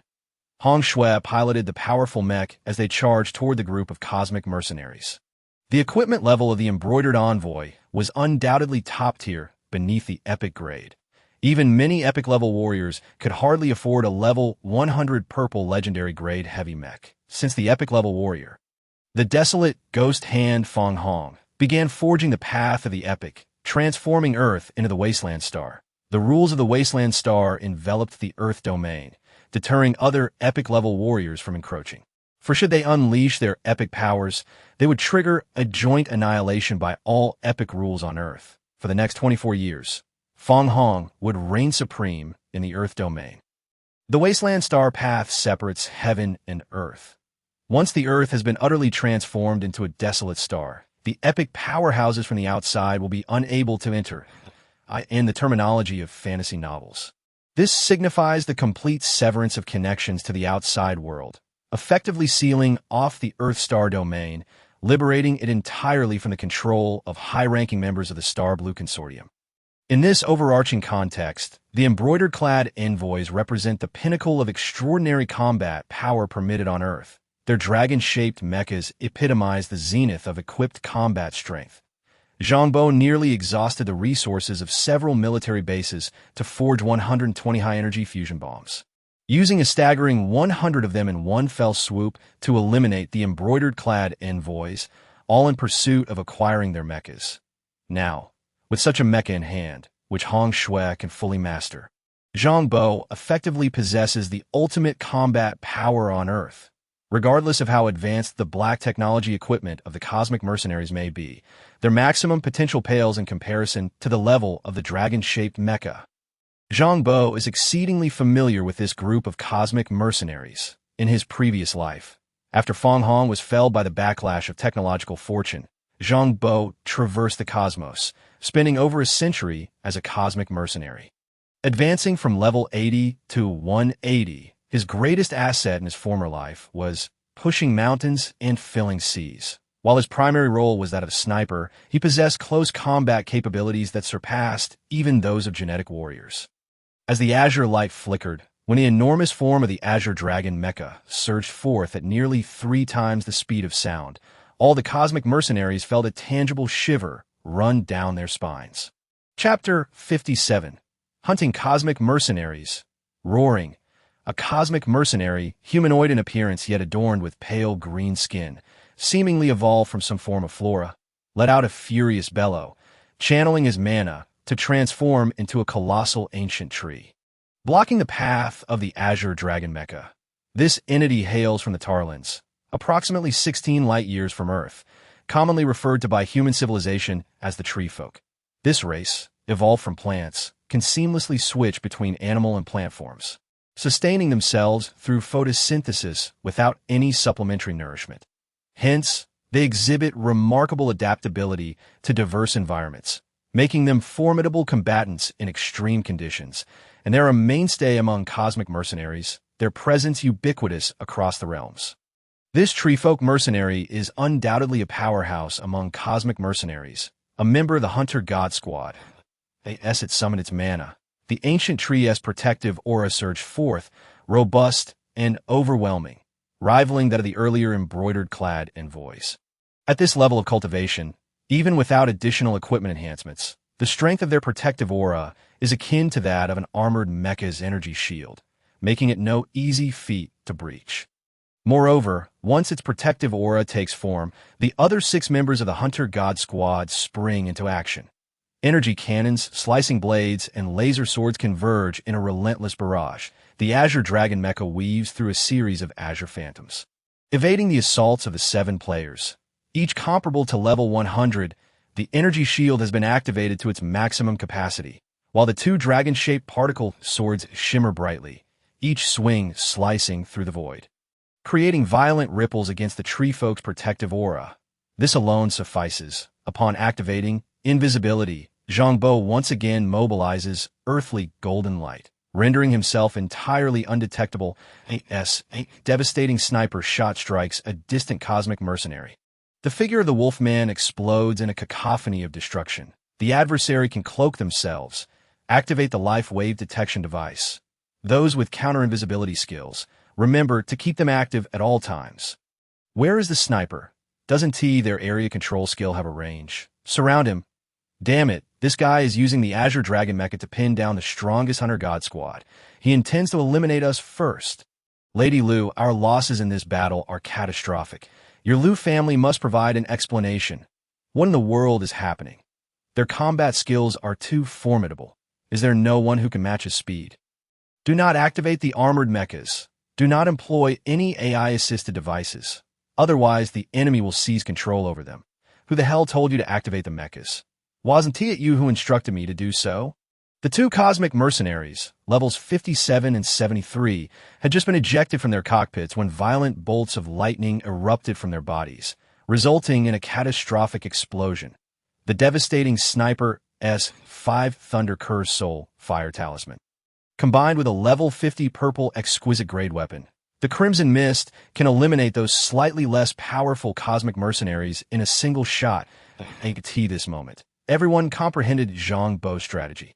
He ensnared the most powerful Hunter God squad with the Azure Dragon Mecha, while he himself activated invisibility. Maneuvering across the battlefield to hunt down the less formidable cosmic mercenaries first. All the cosmic mercenaries had become his prey.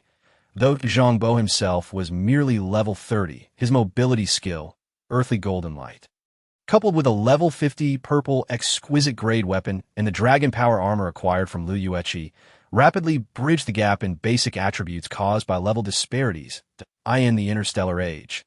The assessment of an individual warrior's strength is comprehensive. A slightly lower base strength does not necessarily equate to inferior overall combat capability. The number of players among cosmic mercenaries is not vast, as a majority benefit from the game system's assistance, enabling them to grow at a pace far exceeding that of ordinary cultivators.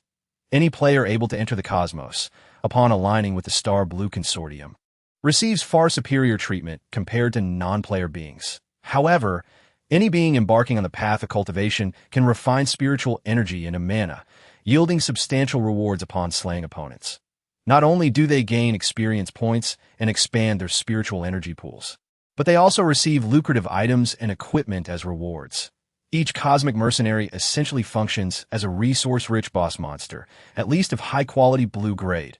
Zhang Bo traversed the battlefield with ease, employing earthly golden light and invisibility to navigate freely, transforming the diameter of 100 kilometers into his hunting ground. His combat skills, honed over 2 centuries of traversing the cosmos, even surpassed the raw power of panel skills. The battlefield had devolved into a one-sided massacre. After the 16th cosmic mercenary fell to the bullets of the Crimson Mist sniper rifle, the remaining cosmic mercenaries finally grasped the reality. This audacious individual hunting the heirs of a consortium is indeed a ruthless force to be reckoned with. Destroy this planet with proton fusion cannons. As yet another cosmic mercenary exploded in a fiery blast, the captain of the Hunter God Squad, a red-gold individual from the Jinshi tribe, roared in anger. His protective aura was the most robust among them, capable of withstanding the firepower of the Azure Dragon Mecha in direct confrontation, truly able to bear the brunt of a mecha's assault. Futile, this planet is shrouded in epic laws. Planetary-grade weapons cannot be employed. Are the mechas truly unusable? Did you not see that the Liu family's Azure Dragon Mecha was immediately subdued? This individual possesses exceptional control over technological intelligent equipment. Did you see how the 5 embroidered-clad envoys from the Liu family perished? Can't see. All auxiliary equipment is inoperative. The ultra-high-definition cameras failed to capture anything. This is untenable. His speed is too swift. We cannot keep up. Truly, the maxim in the realm of martial arts. Speed is paramount holds true. Retreat. He has 5 mechas. Even if the Azure Dragon Mecha runs out of energy, he can switch to another. Our own protective auras cannot match his. This mission is untenable. We must construct an extraordinarily powerful mecha without an intelligent system to combat him. This individual undoubtedly has an epic-level mechanic aiding him. Withdraw. We must hasten our retreat. Prolonging this engagement will place us in jeopardy. Save Lady Liu. She is still in a critically injured state. The 7 members of the Hunter God Squad swiftly made tactical decisions, with 2 of them explosively channeling their protective auras, bravely enduring the onslaught of the Azure Dragon Mecha. Meanwhile, the remaining 5 mercenaries quickly disengaged from the Azure Dragon Mecha's grasp. 4 of them combined their powers to unleash a colossal, luminous fist. The last one dashed toward Liu Yueqi, who lay incapacitated in a rocky crevice. Her bones shattered beyond count. You may leave, but what business do you have with my prey? Chapter 58. My dear, I love you to death. After summoning 6 layers of talisman enhancements, Zhang Bo infused over 10,000 points of mana into the ammunition chamber, creating a supercharged electric energy projectile. The 5 Thunder Curse Talisman, initially requiring 100 points of mana, would gain an additional 10 lightning elemental damage for each further 100 points expended 8T this moment. Having slain over a dozen cosmic mercenaries, Zhang Bo's level had risen to 33, with his mana cap reaching 21,400 points. Soul Fire Talisman, Devastating Sniper, 5 Thunder Curse. The 3 skills merged in an instant, unleashing an invisible electric bolt that tore through the void, striking the cosmic mercenary charging toward Lu Yueqi. This individual was none other than the captain of the Hunter God Squad, a red-gold mercenary with the most robust defenses and protective aura. The electric surge collided with his red-gold protective aura, causing him to momentarily falter, and astonishingly, his otherwise unblemished protective shield was breached. However, this was of little consequence. With his cultivation nearing the epic level, he could swiftly mend the gap in mere seconds. The Jinshur tribe are silicon-based life forms, with rapid recovery capabilities for defense, mana, and protective aura. In that moment, Zhang Bo activated Bullet Time, extending it for 2 seconds, consuming 2,000 points of mana. He had little mana remaining and needed to conserve some. His opportunity was fleeting, lasting only 2 seconds. In the first second, he dashed to the front of the golden-skinned mercenary, and in the following second, hurled the remaining 20 super energy fusion bombs from his backpack into the breach of its protective aura. Immediately thereafter, he flickered away while triggering the detonation signal of the super energy fusion bombs. Boom, boom, boom.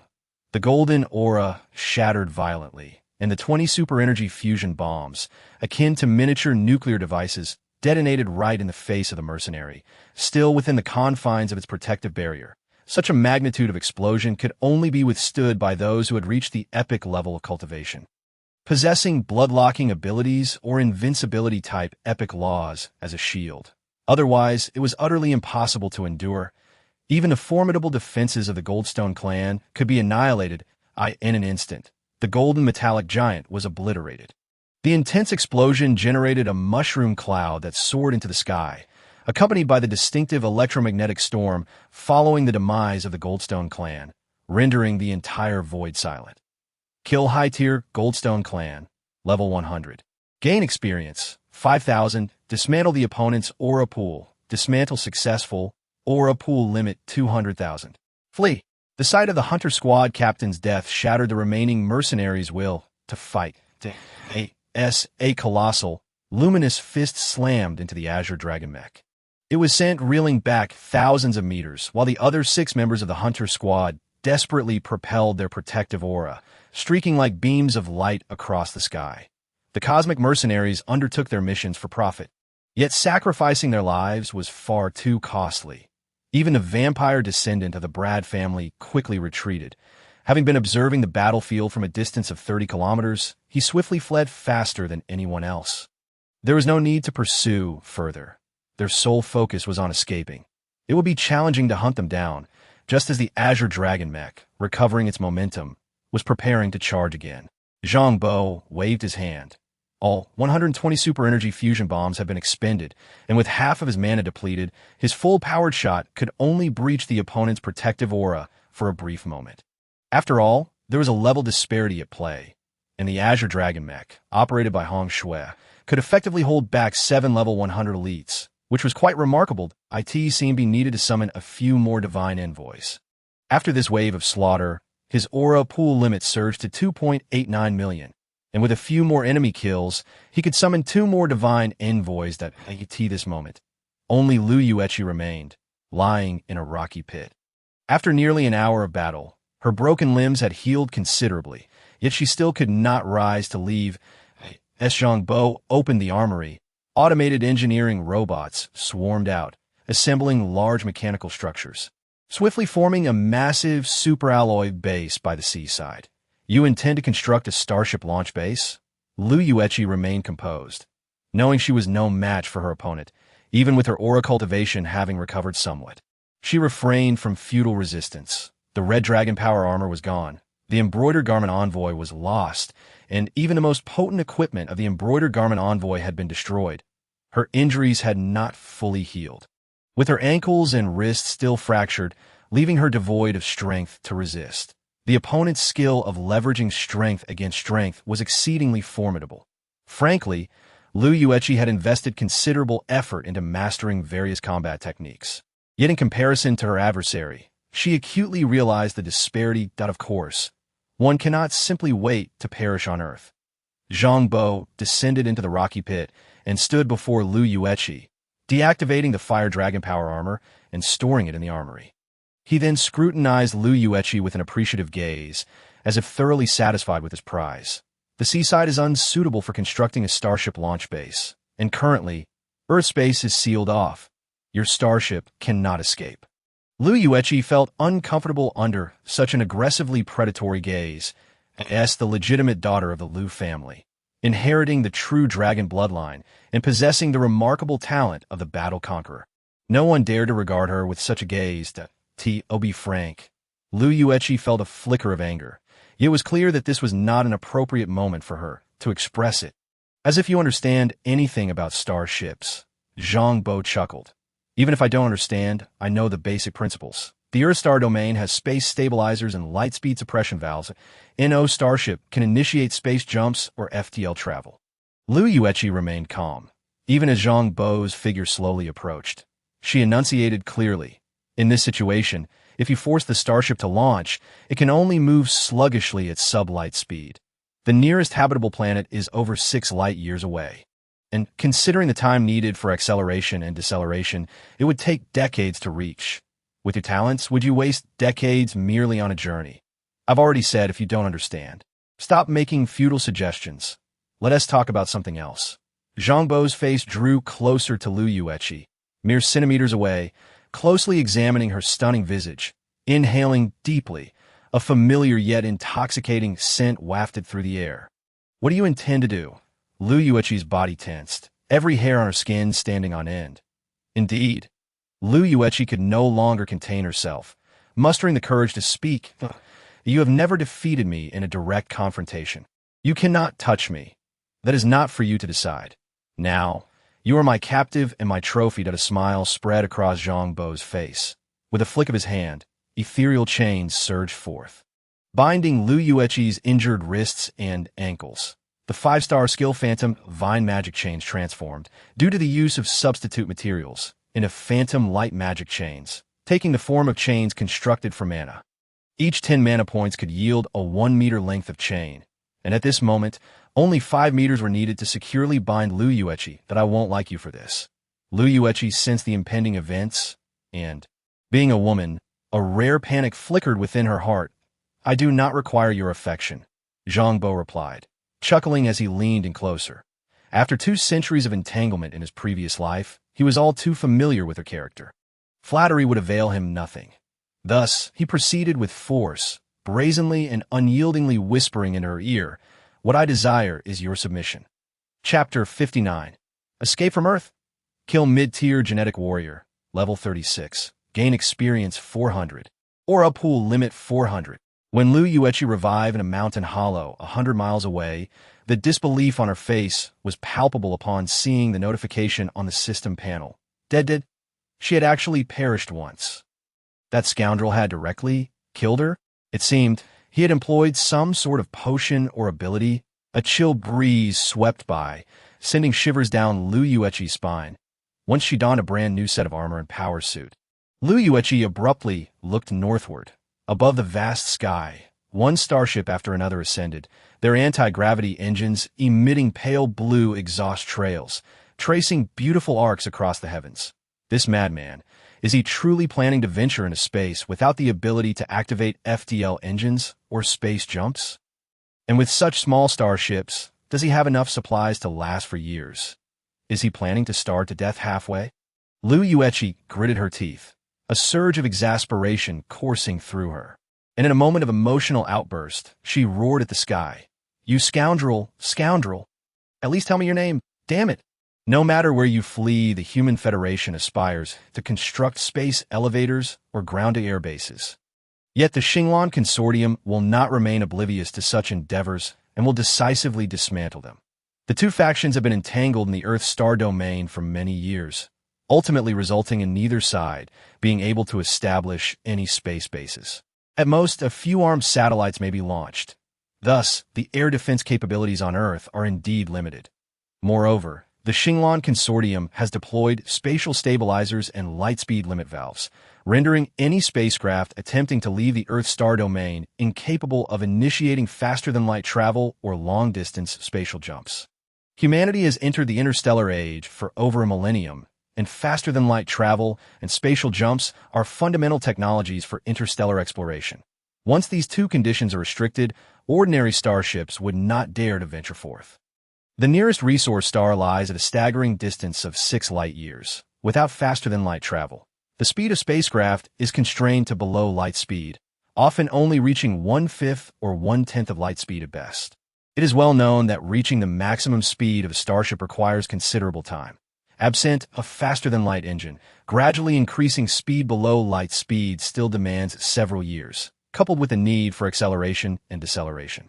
It would take at least a decade or even several decades to reach the nearest resource star, and who would willingly squander such time merely on transit, given such an extended duration? By the time one arrives at the resource star, supplies would be exhausted, while the opposing faction could have already set up a comprehensive net. Therefore, under normal circumstances, spatial stabilizers and lightspeed limit valves effectively serve as a blockade against a planet. No rational entity would operate a starship under such conditions. Yet, it is evident that Zhang Bo is not a typical individual. What is the extent of the blockade in the Earth star domain? Observing the Qinglong Mecha ascend into the air, hurtling towards the armed satellites in outer space, Zhang Bo inquired. Approximately a radius of 3 light-years. Hong Shui promptly provided the data feedback. Once we exit the solar gravitational sphere, the 13 small starships can combine their power to approach the lightspeed limit indefinitely. If we disassemble the remaining 2 heavy mechas and incorporate their power systems, we can create a pseudo-jump effect, achieving a degree of short-range curvature space folding. This should take about 1.5 years to exit the restricted area. However, the 5 dragon-shaped mechas we obtained are high-end models. If we can dismantle 2, this time could be reduced to within 6 months. I told my parents that I would be gone for about 5 or 6 years. Changxi nodded. I said the same to my mother. Qin and I gently added, which is roughly equivalent to attending another university. Rest assured, Hong Shui can establish a quantum communication base, and a group of spirit servants remains on Earth. Once we exit the solar gravitational sphere, you can communicate with them via video calls at any time. There's no need to place too much pressure on yourselves, Changxi softly assured. Since I have chosen to follow you, it is only right that I accompany you wherever you go. The Qinglong Mecha leaped forth as the 3 armed satellites in low Earth orbit erupted into magnificent displays of fireworks. The 13 small starships successfully escaped Earth's gravitational range and began to accelerate. After several more hours, the 13 small starships flew beyond the solar gravitational sphere, commencing their formation into a combined vessel nearly 500 meters in length. The Bailong Mecha and Lulong Mecha were disassembled, with their power units integrated into the propulsion system of the combined ship, significantly enhancing its overall power performance. After Zhang Bo applied a layer of the Xinxing Talisman, the starship's maximum speed could be increased by an additional 20, proving the talismans wielded by Taoists to be truly extraordinary. Thus, exiting the restricted area would take approximately 4 to 5 months in reality. Once the combined ship entered a stable acceleration phase, life during long-distance interstellar travel was not monotonous. Hong Shui possessed a wealth of systematic scientific knowledge, which proved immensely beneficial to Changxi, Qin and I, Xiao Ning, and even Zhang Bo, as each person could learn and partake in the role of a mechanic. Finally, Zhang Bo found ample time to practice various talismans, particularly the Xinxing, Jianjia, and Shunbing talismans, all of which provided beneficial enhancements. Even merely upgrading the skill star level could amplify their effects. Meanwhile, over the past few days, the artificial intelligence spirit servants under Zhang Bo as command exceeded 400, with half remaining on Earth. He had never intended to abandon Earth. After witnessing how effective Hong Shui was, Zhang Bo diligently used the nourishing spirit talisman on the remaining 200 spirit servants, yielding significant results. Chapter 60. Target: Lizardman Ancestral Star. It is worth noting that Zhang Bo spirit servants were artificially intelligent programs he had captured using the Wu Transport Talisman. These intelligent cores originally operated within various different intelligent systems, and thus, upon their transformation into spirit servants, they possessed differing qualifications. Among them, the most qualified were the intelligent cores from the four military bases, Hongfeng, Honghua, Hongxue, and Hongyue, whose logical systems and levels of intelligence were the highest. And upon their transformation into spirit servants, they exhibited exceptional talent. They even possessed the 8-star capability of being proficient in all mechanical disciplines in addition to the four major bases. There were 4 other intelligent spirit servants with remarkable qualifications. One was the intelligent core from the Taiyang Mountain Starship Base, which Zhang Bo named Xinger. Another was the intelligent core from the destroyed transport ship, named Yun'er, that a self-aware titanium mechanical warrior was named Xiaozhan. And the intelligent core from the Zilong Mecha was named Xiao Zi. Their talents varied according to their origins. The intelligent cores from the 4 military bases were all quite comprehensive, capable of performing numerous tasks with strong innate talents. Xinger, being the intelligent core of the Starship Base, possessed extraordinary capabilities in large-scale infrastructure and environmental modifications, boasting at least 3 8-star innate talents. Yun'er, the intelligent core of the transport ship, had a special talent for constructing massive armaments and planetary-level weapon systems. Indeed, Yun'er was originally part of a planetary-level automated defense system, which, due to construction failures, ended up installed on a transport ship, a waste of resources by the Xinglan Consortium. Xiaozhan was a titanium mechanical warrior that had achieved self-awareness, a phenomenon that inevitably arises when the production quantity of mechanical warriors reaches a certain threshold. From a probabilistic perspective, such occurrences are unavoidable. When artificial intelligence develops to a certain degree, some units inevitably awaken self-awareness and basic logical consciousness. Thus, Xiaozhan excels in combat and possesses a 9-star talent ability known as Mechanical Overlord, enabling it to command other mechanical warriors on the battlefield, forming tactical structures akin to swarm intelligence. Achieving a remarkable level of coordination, a 9-star skill is the pinnacle of abilities. Xiao Zi, hailing from the Zilong Mecha, was the only intelligent core among the 5 dragon-shaped mechas to awaken self-awareness, exhibiting exceptional combat talent. Even after being transformed into a spirit servant, she could freely control the Zilong Mecha, demonstrating combat prowess surpassing that of the Qinglong Mecha operated by Hongxue. There was no need to designate her as a divine envoy. In the future, Zhang Bo would not need to specifically train mecha pilots. As long as he transformed the spirit servants one by one and utilized the Nourishing Spirit Talisman to evolve them to the level of spirit immortals, he would naturally have the strongest mecha pilots. Hence, the Nourishing Spirit Talisman became a focal point of his cultivation. This talisman had already reached 5-star proficiency while he was refining in the alchemical volcano resource map. And during interstellar travel, he would continuously summon waves of spirit servants every 10 minutes for ongoing nurturing to prevent Chang Shi and the others from feeling bored. Zhang Bo retrieved the unopened companion dolls from the armory and allowed the 200 low-tier spirit servants to occupy them.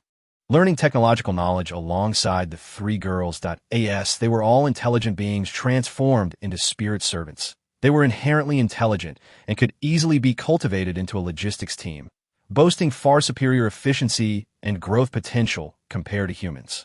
Regardless of whether it was to develop his mechanical army, Mecha Legion, or even an interstellar fleet and base, a logistics team would always be indispensable.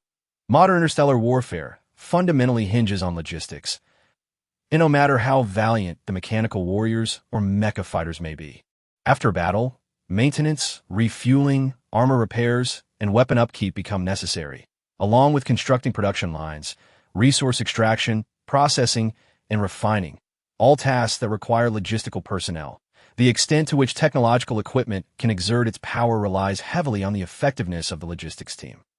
Even the mightiest mecha or Gundam cannot perform if rendered inoperable. Within the starship, the 200 beautiful companion dolls, along with Chang Shi, Qin Enai, and Xiao Ning, entered an enriching learning state, truly akin to attending a new university. As Qin Enai had remarked, the vast array of supplies and food stored in the armory was immense. The food alone purchased by Chang Shi and her companions would suffice for 5 or 6 years, while the military supplies from 4 military bases could last for a decade or more. The companion dolls did not require sustenance. They operated on power cores and needed only periodic recharging. Thus, life aboard the starship appeared fulfilling, with clothing likely being the most consumed resource. As Zhang Bo's enthusiasm surged, he tore his clothes with remarkable frequency, prompting several companions to acquire various sewing skills to continuously modify their garments. A long skirt, if torn, could be transformed into a short one. A short skirt, if damaged, could be repurposed in a lingerie. And if the lingerie was also ruined, it would simply be fashioned into strips of fabric to adorn their bodies. Surprisingly, the results were quite aesthetically pleasing. In contrast, Zhang Bo expended over 20,000 points of magical energy each day. Activating a single talisman consumed 10 points of mana, with a duration of 10 minutes. To advance from a 1-star skill to a 2-star skill required 100 releases, from 2-star to 3-star, 300 releases, from 3-star to 4-star, 800 releases. Thus, by consistently depleting over 20,000 points of mana daily, he could elevate a 1-star talisman to 4-star status. Transitioning from 4-star to 5-star represented a significant transformation, necessitating over 3,000 releases, which would take 2 days. Progressing from 5-star to 6-star required 8,000 releases. And from 6-star to 7-star, 30,000. Beyond 7-star, each upgrade demanded a fixed 100,000 releases. Intermediate talismans, such as the Thunderspell Talisman, consumed 10 times the mana of basic talismans, naturally slowing the rate of advancement. Consequently, most of Zhang Bo's time was devoted to honing skills, enhancing proficiency, and upgrading star levels. After 7 days, the Red Moon evolved into a spirit immortal envoy, designated as the second envoy. 12 days later, the Red Wind also transformed into a spirit immortal envoy. However, she could not yet be designated as an envoy, as each envoy required a reserve of 1 million spiritual energy. Zhang Bo's current spiritual energy reserve exceeded 280,000, allowing him to designate only 2 envoys.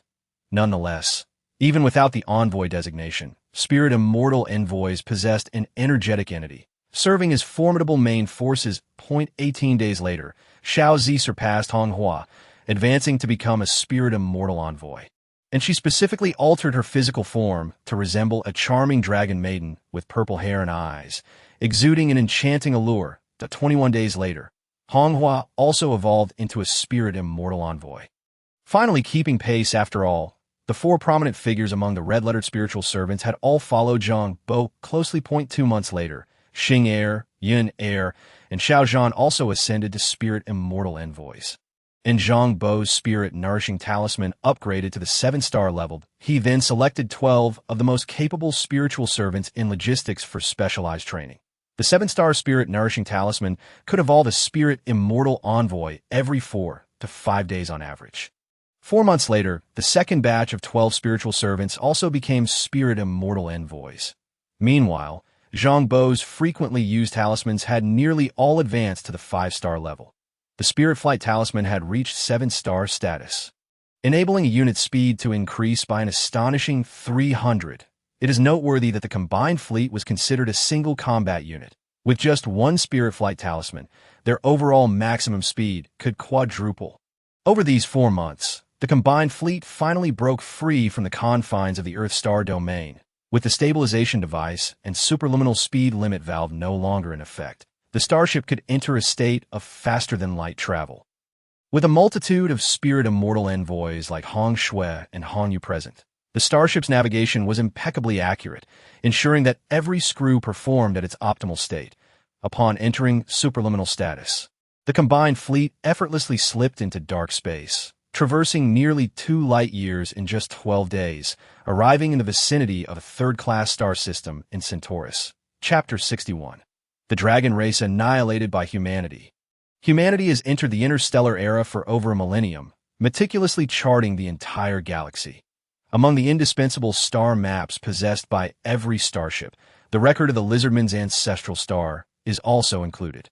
This planet lies less than 5 light-years from Earth, practically a neighbor in terms of interstellar civilization. During humanity's journey into the cosmos, the Lizardmen civilization played a crucial role. They were originally invaders. The Lizardmen emerged from a foundation of biological technology, having ventured into space before Earth's inhabitants, pioneering the development of large biological warships capable of curvature travel. When the Lizardmen discovered Earth, terrestrial civilization was also beginning its exploration of the cosmos, even constructing semi-permanent bases on the moon as a stepping stone into space. At that time, the technological level of the Lizardmen was only marginally superior to that of humanity. Perhaps by half a tier, that of course, under normal circumstances, such a slight technological gap was sufficient to result in a dimensional strike. The Lizardmen, without hesitation, initiated a campaign of genocide against humanity. However, during that period, the game universe launched, and a group of native Earthlings was selected as players, rapidly evolving through monster slaying and quest completion. They even slay all the Lizardman undead you encounter, utterly suppressing the final resistance of the Lizardmen. Task Reward: Lizardman Undead Resource Map Card, level 1100. Secondly, with the Soul of Air, forge my supremacy. Subjugate all Lizardman undead and assemble a legion of Lizardman undead, embarking on your path to becoming the supreme master of the undead. Task Reward: Undead Catastrophe, Fury of the Lizardmen, 9 stars. Thirdly, act on my behalf, bestowing blessings upon the masses. Refine all Lizardman undead into Dragonman spirit servants, transforming the ancestral Lizardman star to accommodate their residents. Obtain a special skill: Yellow Court Celestial Domain, Spirit Dragon Realm, no rank. Chapter 62, Epic Boss, the Unyielding Undead Dragon Soul. Zhang Bo's pupils constricted, his heart filled with 3 task paths, each with rewards of unparalleled magnitude. The first task path directly grants a level 1100 resource map card. After the financial conglomerates monopolized nearly all high-level leveling map privileges, such an item is indeed the most precious reward. A resource map can continuously refresh resource monsters, effectively serving as an unending training ground for players. With this item, a mere call would attract countless wandering players to rally around. It is crucial to recognize that, despite the immense power of the financial conglomerates within the vast galaxy, they are not the sole player faction. They merely monopolized a select few precious resource outputs, such as resurrection coins and some high-level maps. Numerous wandering players depend on these conglomerates, hoping to glean some scraps from their bounty. A leveling map from levels 1 to 100 can continuously cultivate epic champions, even if only 1 out of 10 players manages to ascend to epic status. That is still an epic being. An epic champion can gaze down upon a life-bearing planet. Otherwise, how could the human federation be reduced to merely cowering on the ancestral planet of Earth, nearly vanishing from the cosmos? The reward for the second task path is equally astonishing.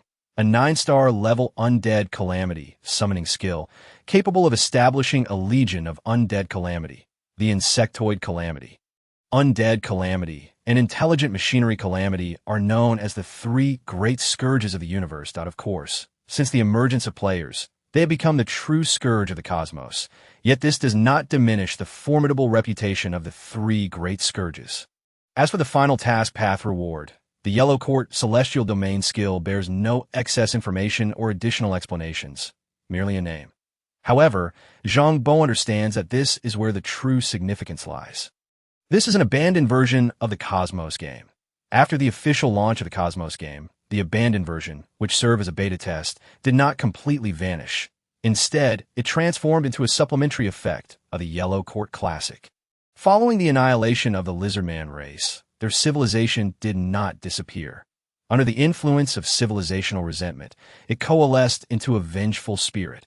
Why did the powerful members of the Xinglan Consortium fail to discover this? It is precisely because the Lizardman undead were occupied by the abandoned version of the Cosmos game.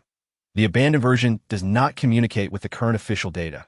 Hence, the veteran players of the Cosmos game are unaware of the information regarding the Lizardman undead. Cultivating the Yellow Court Celestial Domain would allow one to further uncover the secrets of the abandoned version, potentially refining some of its powers and gaining greater leverage to contend against the veteran players. Without much hesitation, Zhang Bo chose the third task path. Refine the Lizardman undead into Dragonman spirit servants, transforming the ancestral Lizardman star to suit their habitation, utterly utilizing the Lizardman undead for his own ends. Task path selection complete. Your relationship with the Lizardman undead population has turned to hostile.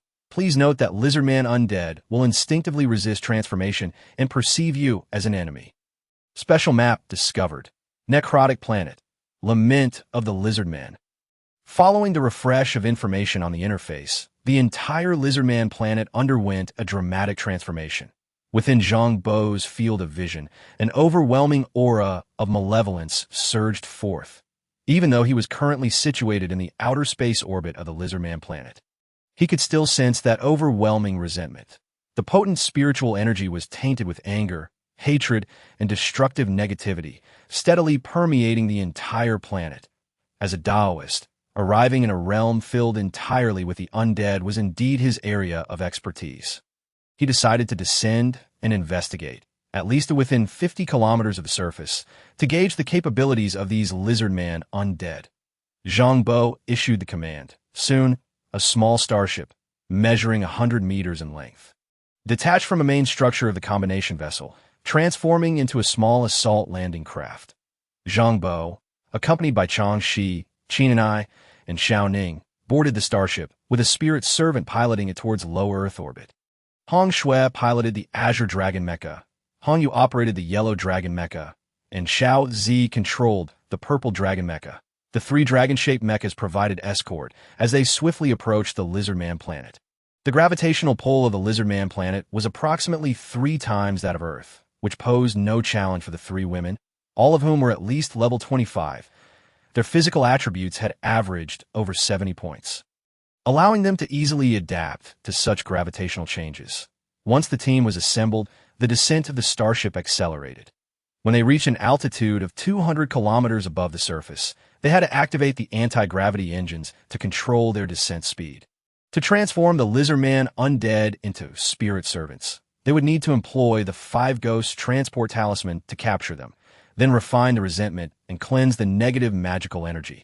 The effective radius of the Five Ghosts Transport Talisman is 100 miles. Capable of randomly capturing undead within 50 kilometers, necessitating entry into the planetary range. Soon, the starship's radar detection system picked up the approach of enemies, triggering a piercing alarm. Master, hostile spirits are approaching. Hong Shui's voice echoed in the communicator. And the Azure Dragon Mecha, with its massive silhouette, took the lead. Moments later, several dozen kilometers ahead of the starship, a mass of intense undead resentment rapidly coalesced, amalgamating dust, smoke, toxic clouds, and debris in the air to form a colossal black-gray skeletal dragon. The size of that skeletal dragon was truly astonishing, measuring at least over 1,000 meters from head to tail. 2 crimson flames ignited, forming 2 enormous eyes that coldly regarded the descending starship. It then dove into the weapon bay of the Azure Dragon Mecha, unleashing a barrage of over a dozen talismans, casting a brilliant glow upon the entire Azure Dragon Mecha. Undead Dragon Soul, Resonant Talisman Dancer, Unyielding, Level 167, Epic, Spirit Energy, Resentment Value, Talent 1, Unyielding Will, 8 stars. Upon being slain, this target can reconstitute undead resentment to resurrect. As long as the resentment lingers, it cannot be truly vanquished. Talent 2, Resonant Talisman Storm, Epic. This target can manipulate undead energy to form soundwave attacks, with an attack range covering the entire planetary dust layer. Talent 3. Talent 4. By heavens. A level 167 epic boss. A series of question mark level powers. Zhang Bo felt a shiver run down his spine. The energy shield of the Azure Dragon Mecha was activated to its maximum, bolstered by over a dozen various 5-star initial talismans. Yet he was uncertain if it could withstand a single blow from this undead dragon.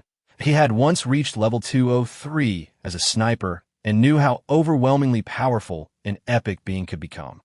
That was a true transcendence into the extraordinary, where epic-level champions could be deemed as deities among the ordinary beings of a planet. Humanity, the gigantic skeletal dragon, measuring 1,000 meters in length, undulated through the thick gray-black dust layer, its body shimmering with light. The dense, undead magical energy surged around it, continuously refining its physique. Each bone of that massive skeletal body glimmered like black diamonds, almost resembling some form of crystalline structure. Especially when its 6 massive black diamond-like wings unfurled, it truly blotted out the SUNI in the face of such a colossal figure. The nearly 30-meter-tall Azure Dragon Mecha appeared as insignificant as an ant. Chapter 63. Negotiating with a Tiger's Skin. Are you not afraid that such unrestrained display of magical energy will attract the attention of powerful beings among humanity? Zhang Bo's mind raced as he directly exited the weapon bay of the Azure Dragon Mecha. Subsequently, a surge of magical power welled within him, transformed through the fusion of true dragon chi into a blazing purplish-red aura that enveloped him. The unique vibrations of the true dragon chi, once released, elicited an extraordinarily complex expression within the skeletal dragon's 2 crimson fiery eyes. Liu family's descendant. More or less, I am the son-in-law of the Liu family, this moment, facing an epic-level powerhouse. Zhang Bo had no choice but to adopt a bold front. I initially intended to come here for sightseeing and archaeology, yet unexpectedly stumbled upon such a grand secret. Your concealment has been quite profound. How long did it take you to reach level 167? I have no particular feelings about it. Zhang Bo chuckled, pointing upwards. My demise would be a trivial matter. However, my starship is equipped with a quantum communication device. If I were to perish, it wouldn't take long before the Liu family's powers would arrive at that point. A few shots from a stellar annihilation cannon, and you Lizardman remnants would be utterly obliterated. Furthermore, I possess numerous resurrection coins, so whether you can truly kill me remains uncertain. Shall we escalate matters to that extent? We are of the Dragon Clan, not some Lizardman tribe. The skeletal dragon roared, filled with fury. Very well. It is merely a title after all. Zhang Bo shrugged, presenting 2 paths before him. The first option was to eliminate me without a second thought, and then wait a few days, at most half a month, before formidable Liu clan warriors would arrive to utterly annihilate this planet, capturing all of you dragonkind specters in one fell swoop. The second option, however, might involve a discussion to explore potential avenues for collaboration. The skeletal dragon's scarlet eyes, which burned with a fierce flame, gradually steadied as it snorted coldly. Humans are the most wicked and cunning race in the universe. I do not believe there exists any opportunity for cooperation with you. To clarify, it's not about collaborating with humans, but rather with me. Zhang Bo shook his head, stating, You have hidden for so many years without being discovered. Yet the moment I arrive, you reveal yourselves. It is evident that this may well be your last chance to ally with the human race. The skeletal dragon fell silent for a moment. A millennium ago, during a great conflict, humanity rose to prominence after devouring the biological, technological advancements of the Lizardmen. Among them, the ancestors of the Liu clan reaped the most significant benefits from the battle against the Lizardmen. The Liu clan's forebears were among the earliest players in the game Huanyu, endowed with the talent of the slaughter blade, allowing them to enhance their physical prowess and vitality with each enemy slain. Becoming increasingly powerful, termed the Undying Blood Demon. The bloodline of the Liu clan's crimson-scaled fire dragon was derived from the Lizardmen's pinnacle achievements in biological technology, and the true dragon chi is essentially a standard for the direct descendants of the Liu clan. Thus, when Zhang Bo summoned the true dragon chi, the skeletal dragon sensed it immediately as the last guardian of the Lizardmen's undead, or rather, the dragonkind's undead. The skeletal dragon was all too familiar with the aura of the true dragon chi. Throughout history, the Liu clan had been the most zealous in their plundering and persecution of dragonkind, ultimately leading to the annihilation of the entire dragon planet, a campaign spearheaded by the Liu clan. No one understood the terror of the Liu clan better than the skeletal dragon. The presence of true dragon chi on Zhang Bo indeed indicated a profound connection to the Liu clan. While eliminating him might be straightforward, the existence of the dragonkind's undead had already been revealed. If the Liu clan's warriors were truly provoked, a mere 167-level undead dragon would lack the power to protect an entire planet. At this very moment, the fate of the undead dragon race rested solely in the hands of the opposing party. You are merely the son-in-law of the Liu clan, not a direct descendant. Do you really wish to control my kind?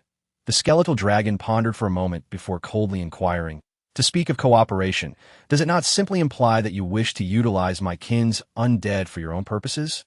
The value of existence is predicated on utility. If one is deemed useless, then annihilation is their fate. Do I really need to elaborate on this principle? Zhang Bo replied with a steady tone. On the contrary, it is precisely because I am the son-in-law of the Liu clan that I am inclined to collaborate with you. You see, life as a son-in-law is hardly glorious. To gain a voice, one must possess their own influence. If I were a direct descendant of the Liu clan, would I need to waste my breath on you? Currently, the legitimate dragon race is rampant throughout the galaxy. Once they ascend to the epic level, the Liu descendants will naturally have an endless supply of dragon servants at their disposal. Would we need your assistance? We have a solid foundation for deep collaboration. As a son-in-law lacking influence and resources, I require a fundamental base to acquire a voice. Hence, I can truly rely on you to this point. Zhang Bo let out a cold smile. Moreover, you also need a legitimate path to cleanse your reputation and reintegrate into society. Otherwise, what will you do? Do you truly wish to remain undead for eternity? Who knows when you might be unable to hide any longer, becoming targets for human experts, ultimately reduced to mere resources for maps. Endlessly hunted by generations of human cultivators, this statement struck a chord with the skeletal dragon, causing its aura to fluctuate violently, stirring the surrounding dust like boiling water. The horrifying consequences it envisioned were enough to send chills down its spine. How do you intend for us to cooperate? After a prolonged moment of unrest, the skeletal dragon's dark, ashen aura began to stabilize, and it coldly inquired, or rather, what task have you undertaken concerning my kin? The existence of the game Huanyu was no longer a secret, particularly for those who had once engaged in a racial war against humanity. The skeletal dragon vividly remembered the human warriors who could not be slain, who would revive even after death, through various channels. It had learned of the so-called game's existence. For years, the skeletal dragon had sought to uncover the secrets of that enigmatic game, but to no avail. Only humans from Earth could participate as players in the Huanyu game, while other cosmic civilizations were utterly excluded, possessing myriad extraordinary privileges. The apex warriors among humanity were predominantly players, endowed with astonishing abilities, which allowed them to dominate the entire galaxy within a mere millennium, showcasing a terrifying growth that left all cosmic civilizations in awe. I can cleanse the undead race, transforming them into genuine energy-based life forms. Akin to the Asar race, Zhang Bo elucidated. I know not of this Asar race. Show me your capabilities. The skeletal dragon commanded, extending one of its immense claws into the air. A black diamond-like skeletal claw opened, and from within emerged a black-red undead being. It was a lizard-man warrior, standing approximately 3 meters tall, robust in stature, and entirely composed of spiritual energy. Enveloped in black-red resentment, its menacing lizard-like head bore 2 eyes swirling with dark flames. Appearing exceedingly fierce, this lizard-man warrior was born from the collective resentment of civilization, devoid of gender or physiology, only retaining the memories of cultural legacy, akin to a combat automaton formed from vengeful energy. Exuding formidable strength, undead lizard-man warrior, purple rare, level 30, spirit value, 13,000, resentment value, 13,000. Talent 1, resentment slaughter, channeling resentment to form chi, inflicting repeated damage on surrounding enemies. Talent 2, resentment golden body, dense resentment forms a shield that reduces damage taken by 50. Quite impressive. Zhang Bo silently chuckled, recognizing the skeletal dragon's intent to gauge his strength and background by dispatching a level 30 lizardman undead. With a surge of chi, he transformed into a golden-red flash, darting towards the lizardman undead warrior, empowered by the skills Zhong Di Jingguang and Shun Xing. Zhang Bo's speed skyrocketed to 3 times the speed of sound, reaching the lizardman undead warrior in an instant. Without employing any skills or divine powers, he simply charged forward at lightning speed. Then, with a clenched fist, he delivered a thunderous uppercut to the undead lizardman chin. Taken completely off guard, the undead lizardman was propelled skyward. its head uncontrollably thrown back. The golden-red flash followed closely, swiftly positioning itself above its opponent, forcefully pressing down on its head with both hands, before delivering a powerful knee strike. Bang! The knee strike caved in the entire head of the undead lizard man. Were it a typical lizard man warrior, such an attack would likely have drained its health entirely. However, as an undead entity rather than a flesh and blood being, its health only diminished by less than 10. In the game Huan Yu, all monster health bars were displayed only as percentages, with no precise values. Suddenly attacked, the lizard man warrior instinctively attempted to retaliate, its surrounding black-red resentment flaring up, ready to explode. Yet, as Zhang Bo flicked his wrist, casting a 5 thunder charm, a dazzling bolt of lightning struck down, instantly dispersing the resentment enveloping it. The 5 thunder charm is the epitome of yang energy, the nemesis of all malevolent spirits. When attacking an undead warrior, it incurred additional damage. The bolt of lightning shattered the resentment surrounding the lizard man undead, and Zhang Bo seized the opportunity to leap into the air, delivering a powerful kick that struck the undead lizard man.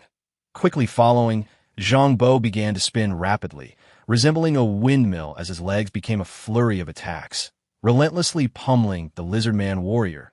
He drove the undead lizard man from the sky directly to the ground, leaving it with less than 20 health. With a resounding crash, another 5 thunder charms struck down, reducing the lizard man undead's health to below 8. Zhang Bo then retrieved a Gauss rifle, positioning himself 2,000 meters away, and unleashed a barrage of shots. The bullets soared through the air, tracing the outline of the lizard man undead's upper body without striking it directly. After showcasing his marksmanship, Zhang Bo conjured a 5 Ghosts Transportation charm, ensnaring the lizard man undead within its mystical confines at this moment. The lizard man undead was left with only 8 health, its resentment fully eradicated by the 2 5 thunder charms. Zhang Bo expended 2,000 points of mana to directly refine it. The robust figure of the lizard man warrior radiated a pure, ethereal light, shifting rapidly until it ultimately transformed into a dragon maiden, approximately 2 meters tall, with an enchanting physique, flowing golden green hair, and a pair of dragon wings unfurling from her back. The manifestation of a spiritual servant was a resounding success. Behold, the cleansing of the past is complete. Every undead dragonkin can be transformed into such a spirit dragon maiden. Zhang Bo waved his hand, inviting observation of her condition. The skeletal dragon extended a claw to envelop the dragon maiden, its expression stoic. Just moments ago, the son-in-law of the Liu family had displayed astonishing combat prowess. It is worth noting that the lizard man vengeful spirit warrior was a purple grade boss, a formidable entity among the undead lizardkin. Yet, under Zhang Bo's onslaught, it had shown no capacity for resistance. From the perspective of the skeletal dragon, it was evident that the overwhelming dominance of the battle was not solely due to Zhang Bo's exceptional mobility. His combat techniques, tactical acumen, and mastery of both melee and lightning spells, culminating in his archery skills, demonstrated a breathtaking level of control. Crush an adversary of the same purple gray boss caliber cannot be achieved through 1 or 2 outstanding abilities alone. It requires comprehensive superiority. During the assault, the lizard man warrior had attempted to retaliate more than 17 times, each effort effortlessly thwarted. Thus, it was rendered powerless. The combat capabilities of a purple-gray boss could not even gauge Zhang Bo's true level of prowess. One could only conclude that the son-in-law of the Liu family truly possessed remarkable skills. Her soul had been altered, ensuring her unwavering loyalty to you. The skeletal dragon spoke in a cold tone. Does this not imply that our kin are to become your subservients? Is that not to be expected? Zhang Bo replied, that I assist you in cleansing your past. Surely, you cannot betray me at will, lest I become the object of great resentment. Zhang Bo shrugged in exasperation. If you were in my position, would you act otherwise? We refuse to be enslaved, the skeletal dragon declared angrily. And why must she be female? The vengeful spirits do not possess gender distinctions. Is it not preferable to transform into a beautiful dragon maiden? Such a form would lend credence to claims of being dragon kin, rather than retaining an unattractive lizard-like appearance. Zhang Bo remained unperturbed. As for the issue of servitude, We are no longer children. There's such a thing as absolute freedom in this world. To cleanse one's past inevitably incurs a cost. We can fight for you, becoming your warriors and subordinates, but we will not be your slaves. That is an entirely different matter, the skeletal dragon asserted gravely. How can you guarantee that we will not betray you? Zhang Bo replied, I must ensure that, otherwise, what purpose does my effort serve? I can forge an alliance contract with you under epic laws. As long as you do not harm my warriors, my kin shall not harm you in any way. The skeletal dragon stated, that is the baseline. This is clearly disadvantageous for me, that I expend great effort to cleanse your entire clan, yet you offer merely a defensive alliance. I have conferred great favor upon your clan. Surely, you must repay this act of cleansing. Zhang Bo contemplated before proposing. How about this? You all transform into dragon maidens and marry me, but a marital bond is far more reliable than a mere alliance. The skeletal dragon was momentarily speechless, then seemed to find the notion both amusing and infuriating. You wish to claim me as well. You are but a manifestation of vengeful energy, lacking a corporeal form. The transformation into a male or female is irrelevant. Why not become a stunning dragon maiden? Zhang Bo replied nonchalantly. Who knows, I might eventually earn the title of the spirit dragon mother goddess. Even if I were to take on a female form to seek a partner, I would not choose one beneath the epic tier. The skeletal dragon's tone was flat. They may marry you, but it will require your own pursuit.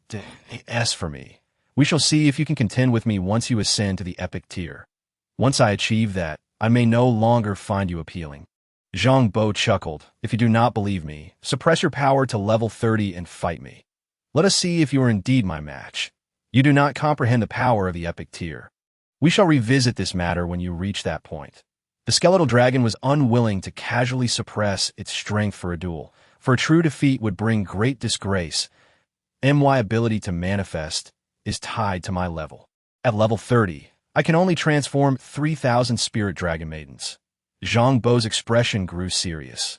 He needed resources to level up in order to manifest more spirit dragon maidens. This was, of course, a pretext.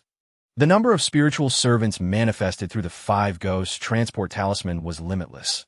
However, refining the lizardman vengeful spirit warrior into a spirit dragon maiden would yield no experience points.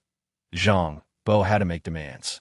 Otherwise, after laboring for several years on the lizardman's ancestral star, creating a multitude of spirit dragon maidens while remaining at level 33 would be a fruitless endeavor. This skeletal dragon had reached level 160. Indicating it possessed a means of slaying monsters or devouring other undead beings. Apart from our kin, you may slay any other undead at your discretion, the skeletal dragon proclaimed, as a swirling aura of black and crimson light enveloped it, ultimately forming a contract imbued with epic laws in the void. Simultaneously, a new layer of task notifications appeared on Zhang Bo's personal panel. Chapter 65, Abandoned Version of Special Map. Underworld Dragon Realm. The undead dragon soul, resonant note dancer, unyielding, has signed an epic-level mutual assistance contract with you. The terms of the contract are as follows. First, the undead dragon kin, including all lizardman undead and undead dragons, shall establish a defensive alliance with you, and neither party may harm the other in any manner. Second, the transformed spirit dragon maidens shall regard you as their sole choice for a partner. Both parties shall adhere to the principle of voluntariness. Should they not choose you as a partner, they shall not select any other beings as partners. Third, the undead dragonkin may assist you in warfare, providing full support for battles with a casualty rate not exceeding 20. If the casualty rate exceeds 20, the undead dragonkin reserves the right to decline your request for war. Fourth, except for the initial spirit dragon maiden, you shall not violate the will of the other party in any manner, nor secretly alter the personal intentions and concepts of the other spirit dragon maidens to enslave them. Fifth, once the spirit dragon maiden population reaches a certain scale, the community's technological development, research achievements, etc., shall be relatively independent, and they may share voluntarily with you. Sixth, this was an exceedingly detailed cooperation contract, encompassing numerous clauses, including issues related to the upbringing of any children born to the spirit dragon maidens should they become pregnant. Zhang Bo could not help but widen his eyes in astonishment. Clearly, this skeletal dragon, as the guardian of the Lizardman clan, possessed both sufficient wisdom and rationality. Moreover, it had discerned certain thoughts within Zhang Bo's heart. Not to mention, the second clause rendered him speechless. If the spirit dragon maidens wished to marry or choose a partner, they would only regard Zhang Bo as their choice. They could either marry him or remain forever single, serving their kin. Such conditions undeniably provided him with a sense of validation for his efforts, while also satisfying a certain possessiveness within him. Upon reviewing the entire document, it became evident that the core demand of the skeletal dragon was the preservation of a certain degree of independent cultural identity for the undead dragon kin after their transformation into spirit dragon maidens, rather than being reduced to mere servants. There's a saying that goes, "Dragons shall never be enslaved." It was akin to that sentiment. However, the first spirit dragon maiden Zhang Bo transformed had her soul refined completely, resulting in a reality not much different from servitude. The contract even singled her out to it was as if she had been gifted to him. Nevertheless, the name Wu Yi was rather unappealing. Let us add a condition. After perusing the contract, Zhang Bo spoke evenly. When the day comes that you willingly join me, you too must be refined into my true spirit, becoming my servant. The skeletal dragon's crimson eyes sparkled with surprise and anger. The principle of voluntariness dictates that if you do not wish it, I will not force you. However, should you choose to accept, you will be subjected to my refinement. Zhang Bo shrugged. I will not refine the other spirit dragon maidens. But you, I shall not let escape. N01 would be foolish enough to voluntarily become another servant. The skeletal dragon replied coldly, if you desire me, should you not find a way to make me fond of you? With such conditions, how could I possibly like you? I do not require your affection. What I seek is your submission. Zhang Bo grinned. You will submit. I am the embodiment of the dragon clan's destiny. It is impossible for me to submit to a single individual. That would mean the ultimate fate of the dragon clan would dissipate. The skeletal dragon scoffed. There will be other spirit dragon maidens stronger than you. Zhang Bo shrugged. Eventually, there will be someone who surpasses you, who will take your place as the guardian of the spirit dragon kin. By that time, you need not worry. The skeletal dragon fell silent momentarily. Yet the last clause of the epic contract did indeed introduce a new stipulation. 77. The undead dragon's soul. Resonant note dancer. Unyielding. When undisturbed by other factors, may voluntarily choose you as a partner, allowing for the refinement of its true spirit. You have no name, do you? Henceforth, I shall call you Een. After signing the contract, a smile graced Zhang Bo's face. Is it possible for you to shapeshift and adopt the form of a dragon maiden? Transforming into a more elegant expression, I find myself drawn to the tall, alluring elder sister archetype. You should consider upgrading to in response to Zhang Bo's teasing. The colossal skeletal dragon, stretching 1,000 meters, uttered a soft remark. Subsequently, its immense form gradually became ethereal, ultimately vanishing without a trace that on Zhang Bo's interface. A barrage of information notifications flooded in. Contract established. Your relationship with the undead dragon race, including Lizardman Undead, Dragon Undead, and other related derivative undead factions, has changed to friendly. Due to the influence of your ability Huang Ting Jing, 3 stars, the special map, Necromancer planet Lizardman's Grievance has undergone changes, transforming into the special map, Realm of the Nether Dragon. Your ability Huang Ting Jing, 3 stars, has advanced to Huang Ting Jing, 4 stars. Mana recovery speed increased to 120. Indeed, the skeletal dragon, boasting a staggering level of 167, is a pivotal NPC. Interacting with it will induce transformations in the entire map and foundational rules of the Lizardman planet. The advancement of the Huang Ting Jing ability signifies that he has indeed triggered the abandoned version of the universe game. This realm of the Nether Dragon is a manifestation of the special rules from the abandoned version. Waves of abundant information surged into Zhang Bo's mind, granting him deeper insights into this exceptional map. The realm of the Nether Dragon, he even gleaned a rudimentary understanding of some foundational rules from the abandoned version of the universe game. The ancestral star of the Lizardmen, in the official version of the universe game, is a dead planet rendered entirely devoid of value after exhausting all exploitable resources. However, prior to the operation of the official version, the abandoned version's preliminary testing phase had already made certain alterations to Lizardman civilization. Thus, after the extinction of the Lizardman civilization, a remnant of their cultural legacy persisted, transforming into the undead faction through the power of the abandoned version, emerging in a dimension undetectable by players of the official server, and evolving into the realm of the Nether Dragon. The map of the realm of the Nether Dragon is quite peculiar. Its external appearance is not that of a planet, but rather resembles a vast expanse of heaven and earth, akin to a hidden realm or mystical domain. Within this map, the undead dragon race is not the sole intelligent undead faction. There exists a plethora of undead species, broadly categorized into 4 types. The first comprises the native creatures that once thrived on the Lizardman planet, now transformed into undead forms, such as lions, wolves, tigers, and leopards, predominantly beasts with generally low intelligence yet abundant in numbers and extreme aggression, referred to as beast undead.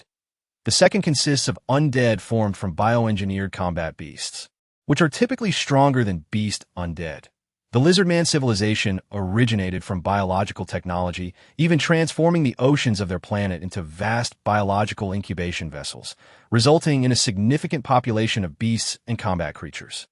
Following the destruction of the ecological system on the Lizardman planet, these creatures were similarly transformed into the undead by the powers of the abandoned version. The third group includes intelligent species inhabiting the Lizardman planet apart from the Lizardmen themselves. Indeed, this planet is not home solely to the Lizardman race. Another intelligent race exists, the insectoid race. Long before the Lizardmen ventured into the cosmos, a prolonged conflict had raged between the Lizardmen and the insectoids. However, the insectoid race was evidently no match for the Lizardmen, suffering continuous oppression. Now, they too have become undead. Lastly, there are the plant-based undead formed from the flora of the planet. Indeed, the plants on the Lizardman planet underwent various biological modifications, with some even exhibiting significant intelligence. The 5 primary undead factions of the realm of the Nether Dragon comprise Beast Undead, Combat Beast Undead, Insectoid Undead, Plant Undead, and the Dragon Undead. Among these, the undead dragon race stands as the most formidable, yet the least numerous. The total count of Lizardman and Dragon Undead combined does not exceed 100,000, with over 80,000 Lizardman Undead and more than 10,000 Dragon Undead. All are forged from the purest essence of resentment, possessing unparalleled combat prowess. Even the weakest Lizardman Vengeful Spirit Warrior boasts the strength of a level 30 blue quality elite monster. As for the more than 10,000 Dragon Undead, they typically exceed level 70. All classified as purple quality or above bosses, representing the pinnacle of the realm of the Nether Dragon. The name of the realm of the Nether Dragon itself derives from them. The combat beast undead and beast undead maintain a cooperative relationship, with combat beasts taking precedence and beasts serving as support, thus being the most populous. The insectoid undead and plant undead engage in a cycle of conflict and cooperation against common foes. The 5 undead factions are locked in perpetual warfare, continuously evolving by consuming each other's undead essence, a conflict that has persisted for many years. Level 66, a map ripe for exploration, brimming with resources. To be frank, upon grasping the situation within the realm of the Nether Dragon, Zhang Bo felt a blend of exhilaration and astonishment. The joy stemmed from the fact that this map represents a completely new territory, an invaluable treasure for any player of the universe game. After over a millennium of operation, with the entire galaxy under human dominion, the prospect of discovering a new map for exploration is almost inconceivable. Only the highest level, most skilled players who lead the updates of the game's expansions have the opportunity for such exploration. They have consistently been at the forefront, pioneering new maps and transforming them into resource-rich territories since the rise of the Dragon Invasion version. Subsequent players have had no chance. By the time the veteran players complete their thorough exploration and monopolize the usage rights of those new maps, the newer players can only enter these territories to grind for experience through various contributions. This situation has persisted for a millennium. The term exploration has nearly become an exclusive privilege for that elite group of high-level players. In a millennium span, finding an undeveloped new map within the galaxy likely hinges solely on the resources occupied by the abandoned version's preliminary servers. It is well known that the rewards for exploration are the most substantial. Any monster, elite creature, or boss defeated for the first time yields the greatest rewards. Indeed, certain exceptional skills, items, and bloodlines can only drop from first kills. Once a boss respawns after its initial defeat, some items may vanish forever. Otherwise, how could the wealthy elite families endure for a millennium?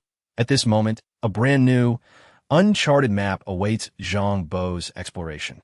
And his excitement is palpable as for the astonishment. It arises from the undeniable strength of the undead forces within the realm of the Nether Dragon.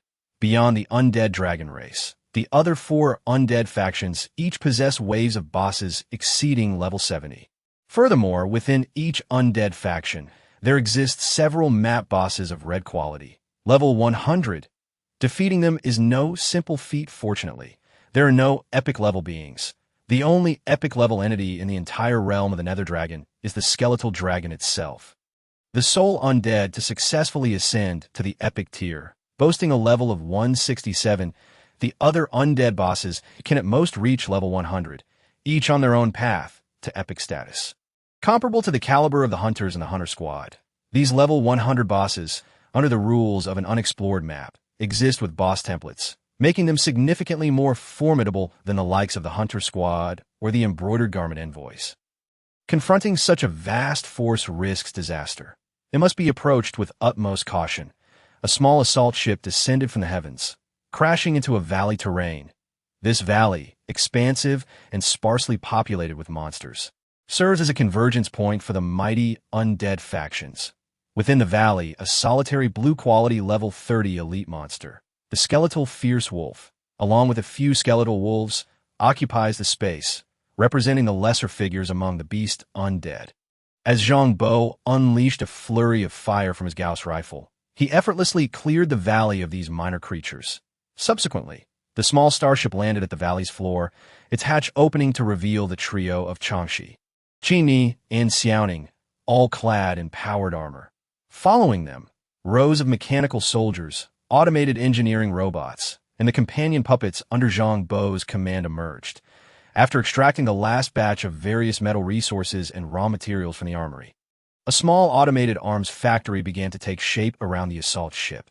Thereafter, various resource exploration robots swiftly radiated in all directions, initiating preliminary surveys for metals, minerals, rare earths, and heavy elements across the entirety of the realm of the Nether Dragon map. Rooted in the ancestral star of the Lizardmen, the realm of the Nether Dragon exists within a different dimensional space. Thus, even though the resources on the Lizardman ancestral star have been thoroughly depleted, the realm of the Nether Dragon remains a true virgin territory. The initial exploration results yielded delightful surprises. The realm of the Nether Dragon harbors an exceptionally rich reserve of mined alloy and heavy element resources. This is hardly surprising, as the essence of undead beings is a form of energy state life. The external manifestations, whether skeletons, zombies, or other forms, are of little importance. Resentment is a type of polluted spiritual energy, and it too is a form of spiritual essence. Over a millennium of interstellar advancement has granted humanity a comprehensive and profound understanding of the energy spectrum that a locale capable of generating a plethora of undead entities must inherently harbor an abundance of mineral resources that exert a distinctive influence on the psyche, consciousness, and spirit. Such resources are indeed rare and of the highest caliber. In the vast interstellar marketplace, their demand far exceeds supply. Mined alloy has always been an indispensable raw material for high-end intelligent chips. The main control units of Mechs, thought wave amplifiers, and ultra-long-range interstellar quantum communication structures, IT, is no exaggeration to assert that the preliminary explorations of these mined alloy mineral resources alone suffice to elevate the Shadow Dragon Realm map to one of the most premier resource-laden maps. And this is merely the inception. Soon, all intelligent units sprung into action that a multitude of automated exploration and mining robots emerged in a continuous stream from the arsenal, subsequently entering the previously surveyed mined alloy veins. Bases were constructed on-site, power furnaces erected, and processing plants built, incessantly refining and purifying those mineral resources that a portion was directly utilized to construct mechanical warriors and automated engineering equipment, while the majority was meticulously categorized and stored within the armory. For a full fortnight, Zhang Bo devoted himself entirely to coordination rather than engaging in monster hunting or leveling up, establishing a colossal comprehensive automated arms factory within that valley. He commanded a purely mechanical army, composed entirely of high-level spirit servants birthed from artificial intelligence. For an intelligent mechanical civilization, as long as resources are available, they can exponentially enhance their strength. Once the entire automated chain of exploration, mining, refining, purifying, processing, and production was fully established, it would enable the efficient plundering of all resources within a map. Such significant activity did not go unnoticed by the surrounding undead factions. The higher-order undead possess clear self-awareness and intelligence. Witnessing this diligent endeavor over the span of half a month, a high-ranking undead could no longer restrain their curiosity and approach to investigate. With a resounding dragon's roar, a ghostly dragon, nearly 100 meters in length and composed of dense black-red resentment, ablaze with black-red flames, swooped down from the heavens, wielding its massive wings. The imposing purple dragon mech was the first to intercept it from a distance of 1,000 meters. Where is the dragon god, as contractor?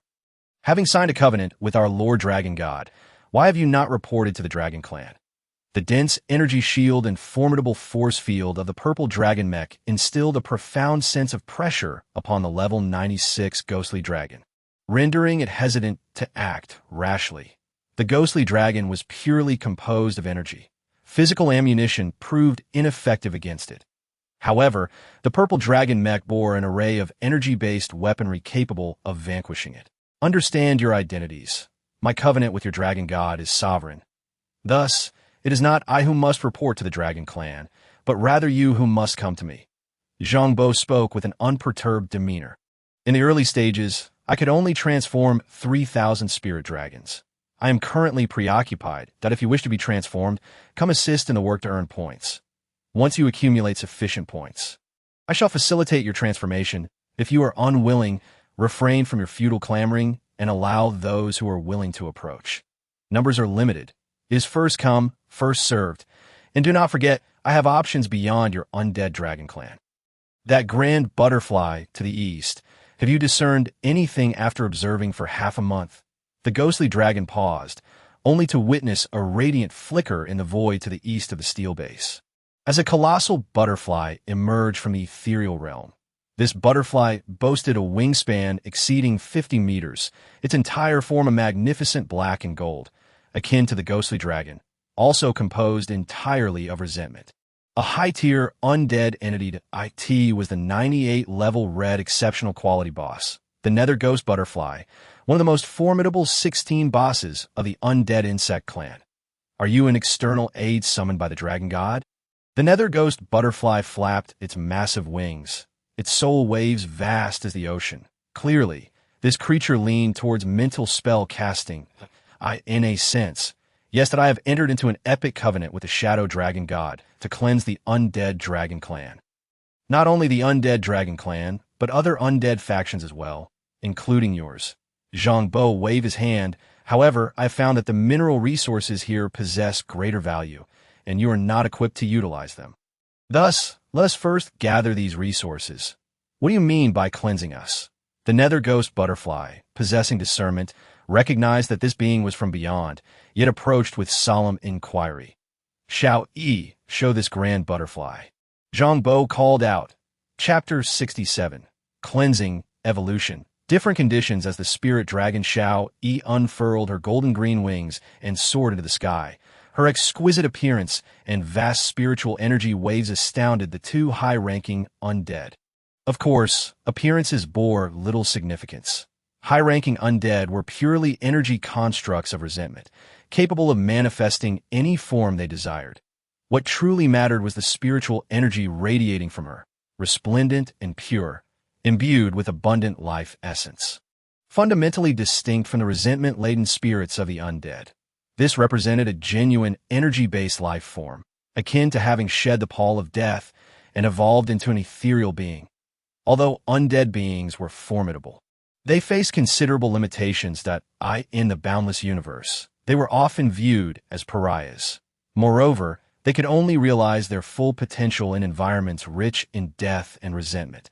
Upon entering the realm of the living, undead entities experience suppression. Furthermore, as inherently lifeless beings, ascending to an epic tier was exceptionally challenging in the Shadow Dragon realm. There were at least 60 or 70 red exceptional quality bosses above level 90. Yet only the 167 level Skeletal Dragon, revered as the Shadow Dragon god by the Undead Dragon clan, had successfully ascended to the epic tier. To transform into an ethereal being represented a substantial evolution for any undead, a genuine cleansing and rebirth. Who among the living would truly desire to remain as a lifeless entity? Moreover, she has grown stronger. The ghostly dragon could not suppress her astonishment, her tone imbued with incredulity. Wasn't she merely at the 30-level purple exceptional tier? In just half a month, her aura now rivals that of a 50-level purple exceptional being. So, not only can you transform spirit beings, but you can also facilitate their evolution. Of course, without such abilities, how would I dare to have your dragon god serve me as a consort? Zhang Bo shrugged. However, my efforts in evolution do require energy. Xiao's true spirit has been refined by me, rendering her utterly loyal. That I shall enable her evolution. For you. My apologies, but we have entered into an epic covenant, and I cannot refine your true spirits. I am under no obligation to assist you in your evolution. Cleansing you will suffice to fulfill the covenant. Furthermore, there will be a queue. Can you aid us in evolving to the epic tier? The ghostly dragon inquired, unable to contain her curiosity. If I claim I can now, you wouldn't believe me anyway. Regardless, within 2 to 3 years, you should ascend to the epic tier, at which point you will naturally observe the results. Enough, I must attend to my own tasks for a couple more days. If you wish to be transformed, come down and assist. If not, kindly remove yourself. And to that grand butterfly, if you are willing to submit to me, I can also facilitate your transformation, though it would require refining your true spirit. Zhang Bo's lips curled slightly. After all, the undead insect clan lacked any epic tier powerhouses to sign a covenant with him. Naturally, should you choose to submit, I guarantee your ascension to the epic tier. Or if you're unwilling, we could engage in a duel. Would you care to test whether you could dismantle my base? With his words barely spoken, the Azure Dragon mech controlled by Hong Shui and the Yellow Dragon mech piloted by Hong Yu stepped forth, followed by 6 heavy mechs, each operated by a sentient spirit servant, gradually ascending into the sky. 3 dragon-shaped mechs, 6 heavy mechs. The combat prowess of the dragon-shaped mechs rivaled that of a level 100 purple exceptional boss. And with Zhang Bo's various enhancement glyphs, their strength could be likened to that of a level 100 red exceptional boss. The ordinary heavy mechs were similarly formidable, approximately equivalent to a level 70 purple exceptional boss. Yet once enhanced with glyphs, their power would surge. Presently, Zhang Bo's enhancement glyphs had reached a 5-star level, providing multiplicative boosts. With these mechs alone, it was akin to being accompanied by a cadre of bosses. And within the base, a formidable automated weapon defense system had been established over the past fortnight, particularly an abundance of laser cannons, particle cannons, and proton cannons that energy-based weaponry could inflict lethal damage upon the undead. The figure of the nether ghost butterfly vanished without a sound, followed shortly by the ghostly dragon, who too disappeared silently. Clearly, as one of the premier bosses within the Shadow Dragon realm, they would not simply acquiesce to become vassals and allow their true spirits to be refined based on mere words. Moreover, the martial might of the 9 mechs would not compel them to storm in recklessly. At this level of cultivation, they were all astute beings, unwilling to act so foolishly if a monster were to besiege the city. It would at least require a considerable number of monsters along with a cadre of bosses. Zhang Bo remained unfazed, continuing with his endeavors. After 3 more days of relentless work, the automated structure of the entire base was finally perfected. The next steps involved slaying monsters, claiming territory, extracting resources, and perpetually expanding his dominion. The valley occupied by the base lies at the intersection of various large undead factions, a veritable no-man's land. Approximately 50 miles to the northwest of the valley lies a gathering area for the undead, a place known as Skeleton Mountain, home to a plethora of skeletal beasts, their levels ranging from 20 to 60. With their numbers exceeding 1,000, the ultimate boss atop Skeleton Mountain is a 60-level cyan-grade skeletal mammoth, lacking even the strength of a purple-grade rarity, rendering it a minor character in the Nether Dragon realm. Bosses of purple-grade rarity and above possess complete intelligence, while those below this threshold exhibit significantly lower cognitive abilities. Undead beings, being intrinsically composed of negative energy, often display extreme brutality and a bloodthirsty nature, with their primal instincts overshadowing rational thought. Their sole instinct is to devour the essence of other undead, refining and strengthening themselves, resulting in their highly aggressive behavior. For genuine high-tier undead, any being of purple-grade rarity or below cannot be considered kin. They are merely uncivilized beasts. Thus, once the base was established, Zhang Bo took with him the three women, Chang Shi, Qin and I, and Xiao Ning, along with a cadre of spiritual servants, including Hong Shui and Hong Yu, embarking in an armored vehicle towards Skeleton Mountain. Their objective, to hunt monsters and level up. A formidable entourage of 120 mechanical warriors surrounded them, and upon reaching the periphery of Skeleton Mountain, they faced the onslaught of lower-tier skeletal beasts. The mechanical warriors refrained from counterattacking, opting instead to activate their energy shield for defense. Subsequently, Zhang Bo and the three young women armed themselves with sniper rifles and commenced their monster-slaying endeavor.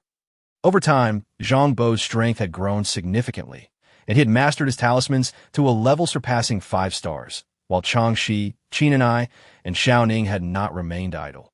Chang Shi had honed her moonlight amplification skill to 5 stars, allowing her to cast a moonlight shield that provided a dual enhancement of 50 points to both physical and mental capabilities, alongside a 120 increase in mobility and attack speed. Qin's talisman formations had a gathering effect.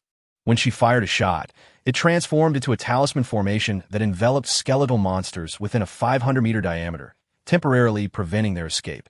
Xiao Ning's soul poison fire was particularly lethal against undead creatures, boasting an additional damage amplification that rivaled the 5 Thunder Cursed in a dazzling display. A massive talisman formation gathered over 100 skeletal monsters together, leaving them at the mercy of their output. The efficiency of monster hunting was extraordinarily high. While each of the three women might appear to possess average combat prowess individually, their contributions during group hunts had become increasingly significant in a mere 10 minutes. Over 100 skeletal monsters were eradicated. The vast experience gained propelled Zhang Bo from level 33 to level 35, while Xiao Ning advanced from level 30 to level 32. Chang Shi and Qin and I also reached 30 with 100 experience, triggering their third occupational advancement quest. After dispatching a wave of monsters, Chang Shi summoned 2 small rabbits, which transformed into 2 1-meter-tall moonlight rabbit fairies, complete with adorable rabbit ears and graceful figures. This revelation ignited a spark of excitement in Zhang Bo's eyes. Chapter 68. Bullets, the miniature flying swords. The Priest of the Moonlight, a versatile support class akin to a pet-bearing cleric, was initially limited to summoning a single small rabbit. However, due to Chang Shi's Mirror Moon talent, her spellcasting effects were doubled. After evolving into Moonlight Rabbit Fairies, the efficacy of amplification spells surged by 100 at now. Enveloped by moonlight, Zhang Bo could deploy 6-star level swift movement talismans, achieving supersonic movement speeds even without activating earthly golden light. Following her third-class transition, Qin and I could not only unleash gathering formations but also purification formations, capable of cleansing negative states from the formations. It is worth noting that all monsters in the Nether Dragon realm are imbued with resentment, death energy, and evil energy, which are considered negative states. This ability essentially equates to a group damage formation against undead creatures. Demonstrating her formidable capabilities as a talisman master, Qin and I showcased the potential of her profession. With proper cultivation, she could undoubtedly become a talent of Legion-level significance. After spending half a day, the low-tier undead monsters atop Skeleton Mountain were completely cleared. The 60-level skeletal mammoth mini-boss was taken down by Zhang Bo with a single shot from his annihilation sniper. Zhang Bo leveled up to 38, while the three women reached around level 35. It must be said that the experience gains from such clearing were substantial. Upon opening the treasure chest, they acquired a plethora of materials, equipment, and items, including a purple-grade item, the Mind Ring, which enhances spellcasting speed by 10. It is well known that any equipment capable of proportionally boosting power is of exceptional quality, as it remains effective regardless of level increases. Once the undead monsters on Skeleton Mountain were eradicated, a swarm of automated engineering robots and mechanical warriors surged forth to construct an automated collection base. Within the mountain, there lay a vein of soul alloy, alongside traces of spiritual crystals and elemental crystals. Zhang Bo's monster hunting was not arbitrary. He had previously scouted the area for rare mineral resources, which motivated his actions. With the monsters cleared, he could now focus entirely on mining. The automated construction of the base was swiftly completed, establishing a full industrial assembly line from Skeleton Mountain to the base. Meanwhile, with the acquisition of high-quality soul alloy, the development of a new generation of companion-integrated mechanical warriors officially commenced, given Zhang Bo's numerous spiritual servants. And as they had not yet evolved into spiritual immortals, they required physical bodies for utilization. The ordinary companion dolls were too weak, serving merely entertainment purposes without any production or combat capabilities. Hence, it was imperative to develop a new generation of comprehensive companion dolls that possessed entertainment, combat, and partial production and logistical functionalities. Each unit should ideally possess combat capabilities equivalent to a 50-level purple-grade boss to be deemed satisfactory. This way, the newly manifested spiritual servants could rapidly merge with the mechanical female warriors, acquiring combat prowess. Zhang Bo designated the new generation of mechanical female warriors as mechanical angels. They would belong to his mechanical legion in the future. After spending 2 days on Skeleton Mountain, once all automated operations were on track, Zhang Bo set his sights on the next map, the Wailing Valley, located over 30 miles away from Skeleton Mountain. This valley was considerably larger than the one occupied by Zhang Bo's main base, with monsters ranging in level from 20 to 80. Notably, the boss of the Wailing Valley, the Wailing Banshee Queen, was an 80-level purple-grade boss. Initial reconnaissance revealed a wealth of rare earth and heavy element crystalline resources within the valley, which were absolutely essential to seize. The 80-level purple-grade boss exhibited sufficient intelligence, classifying it as a genuine high-tier undead. Upon witnessing a swarm of mechanical warriors descend upon the valley, the Banshee Queen promptly commanded her minions to engage. In an instant, over 20,000 undead monsters erupted from the Wailing Valley, roaring in fury. More than 300 mechanical warriors swiftly assembled, transforming around the armored vehicle to form a colossal steel fortress. Subsequently, a crystalline mechanical structure emerged as Zhang Bo summoned layer upon layer of talismans. A massive energy shield ascended. The 5 Thunder Curse Talismans and Soul Fire Talismans were sequentially activated, and as Zhang Bo converted his internal mana into lightning magic, brilliant arcs of thunder erupted from the mechanical crystal sphere.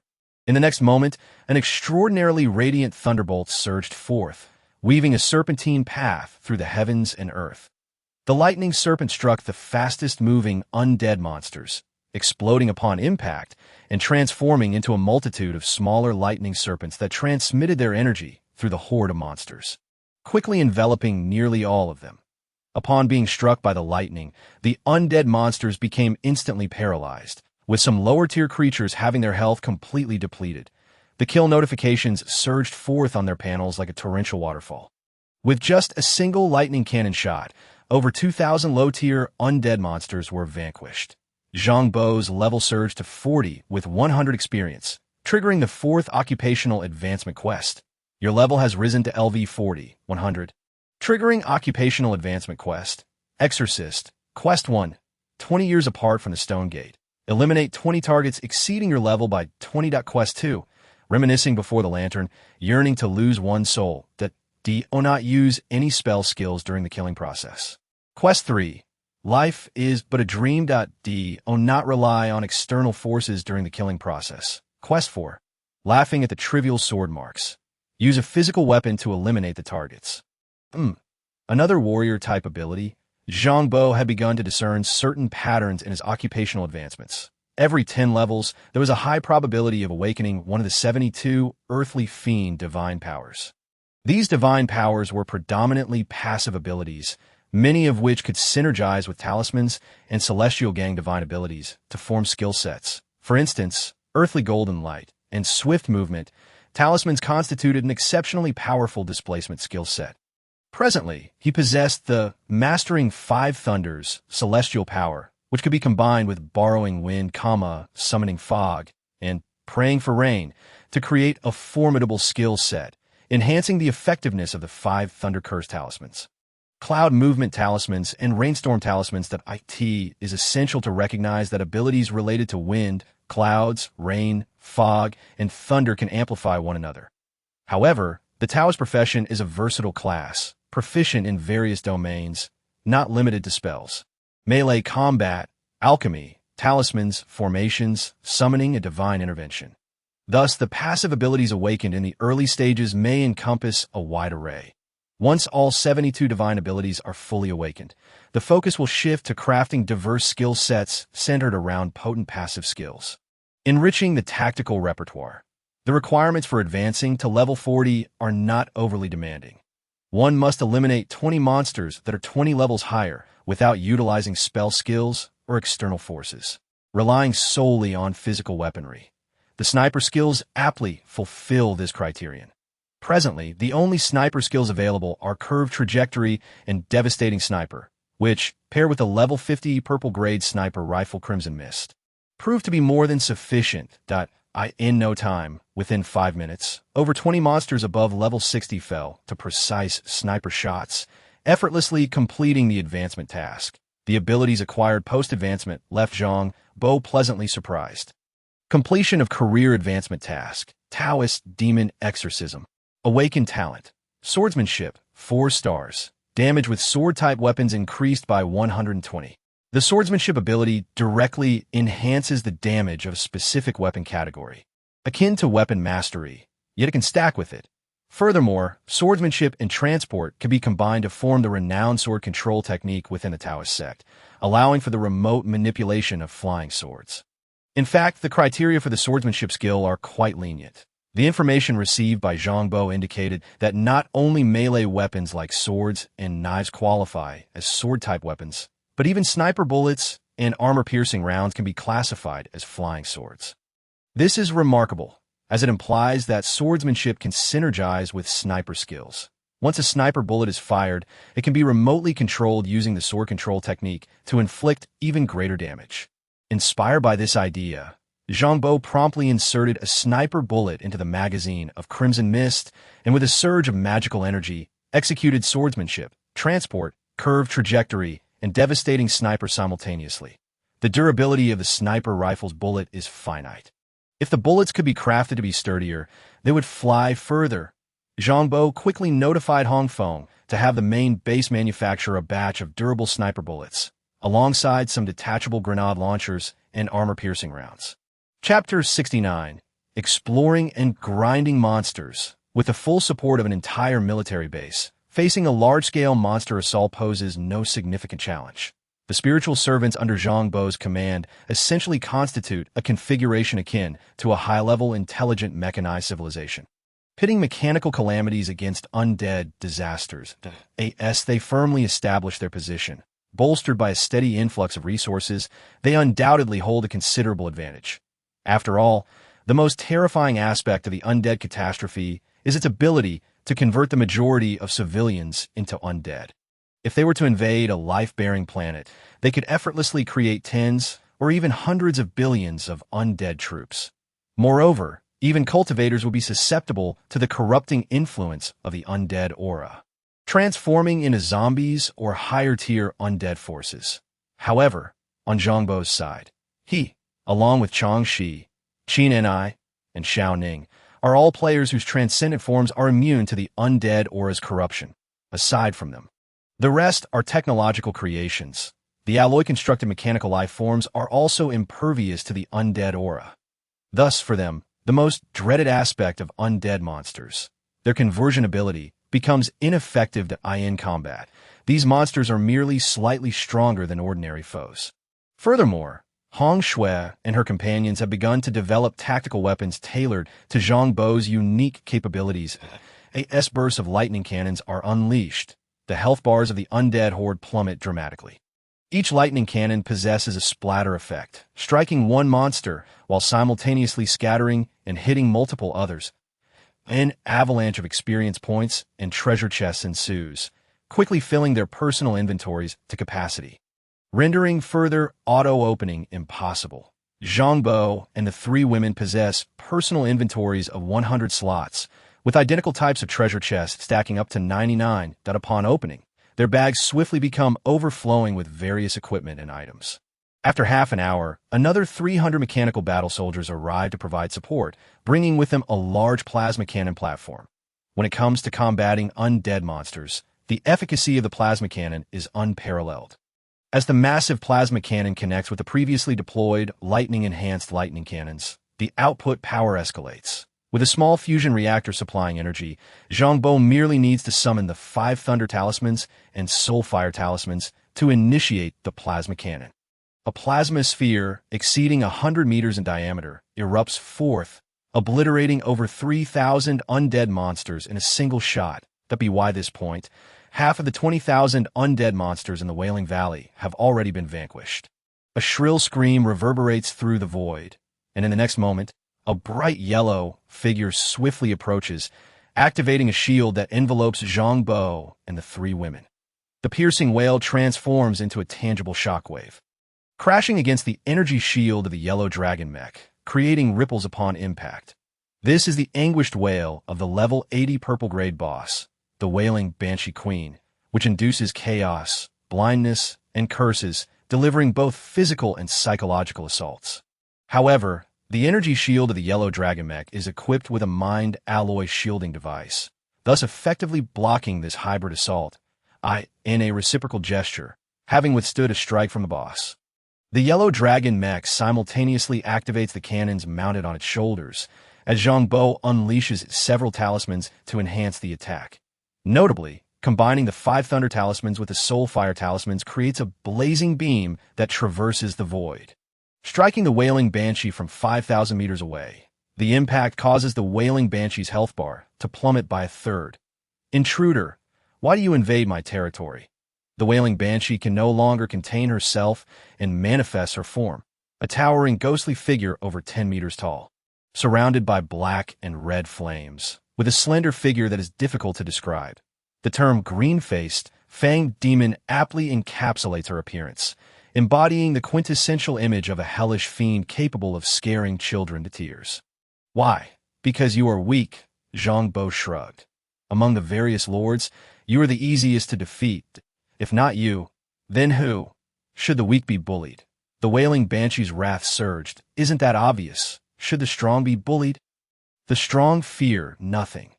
Zhang Bo found it astonishing that, as an 80-level boss, she would pose such a foolish question. This will incite public outrage. All the lords will unite to eliminate you, the Wailing Banshee retorted coldly. No lord would willingly become your prey. Aren't I just waiting for you? Zhang Bo replied. I initially thought all the lords would join forces upon my arrival. Who would have thought that after half a month of toil? The base has been constructed, yet you have not come to attack. Zhang Bo shrugged. Now that my preparations are complete and you're still not attacking, I have no choice but to take the initiative. My military base was built to counter the combined assault of all the lords in the Nether Dragon realm. Who would have guessed you looked down on me? Since you failed to stop me before the base was completed. Now that it's ready, only you will perish. Zhang Bo shrugged once more. Why not inform them? If they fail to send another wave of monsters to assault the city, all the lords will fall one by one. You madman, do you truly intend to make enemies of all the lords in the Nether Dragon realm? The Wailing Banshee could hardly believe it. Otherwise, did I come here to befriend you? Zhang Bo sighed. I'm here to exorcise demons. Your potential is commendable. The skill agonizing whale possesses group weakening and control capabilities. I'll give you a chance. Zhang Bo shook his head. Submit to me, and I shall refine your true spirit, assuring you an epic status. Otherwise, you shall face complete obliteration and eternal damnation. You speak arrogantly. The wailing banshee roared. Do you truly think I cannot kill you? Zhang Bo shook his head, uninterested in further dialogue. In the next moment, both cannons on the shoulder of the yellow dragon mech erupted with brilliant beams, tearing through the void and reducing the wailing banshee's health to critical levels. Damn it. The wailing banshee's massive form suddenly exploded into a cloud of black and red mist, only to reconstitute several kilometers away. Her health bar restored significantly. Oh, it seems this wailing banshee possesses a miraculous ability to recover rapidly when on the brink of death. Another agonizing wail echoed from afar, yet it had no effect on the yellow dragon mech's shield. Soon after, two more beams from the lightning cannons tore through the void, bringing the wailing banshee's health to the brink once more. This attack startled the wailing banshee into a hasty retreat, no longer daring to approach. The range of the yellow dragon mech's cannons extends nearly 20 kilometers. If she flees too far, she will be out of range. Over 400 mechanized battle vehicles powered by lightning amplification structures are operating at full capacity, launching another massive plasma blast exceeding 100 meters in diameter, creating a dazzling storm of lightning amidst the undead army. For pioneering players, defeating boss monsters is undoubtedly crucial, as they drop exquisite equipment and items. However, grinding smaller monsters is equally vital, as the experience gained from them is astonishing. Zhang Bo's current strategy is to focus entirely on slaying monsters in order to level up as swiftly as possible. Once he reaches level 100, every boss within the entire realm of the Underworld Dragon will be unable to escape his grasp, that be why defeating the myriad of minor creatures in the Wailing Valley. He estimates he will soon achieve level 50. With the Huanglong mech by his side, Chang Shi, Qin and I, and Xiao Ning find themselves enveloped in a reassuring sense of security. They swiftly complete their fourth-class advancement quest, further enhancing their support capabilities. Zhang Bo's expectations of them are modest. As long as they do not hinder their progress in the grand battles, he is satisfied. Their displayed support abilities, however, far exceed his initial expectations. After their fourth transition, Qin and I awakens the Diamond Formation, a group damage mitigation and enhancement array. An hour later, every last undead creature is vanquished, and Zhang Bo's level ascends to 49. The three women also reach approximately level 48. The Wailing Banshee King boss has fled, its whereabouts unknown. Zhang Bo leads his Mechanical Warrior Legion into the Wailing Valley, once again establishing a large-scale processing plant.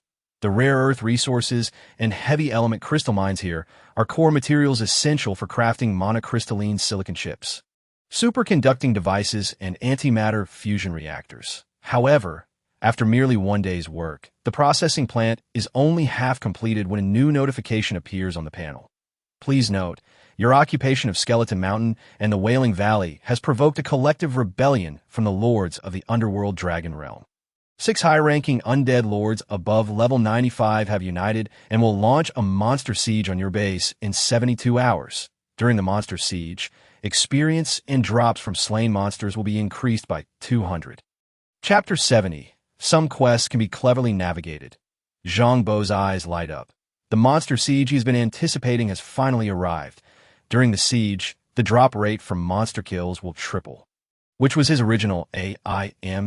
In fact, the valley base was constructed specifically to prepare for such a siege. Though the valley offers scant resources, its grand construction is merely a bait.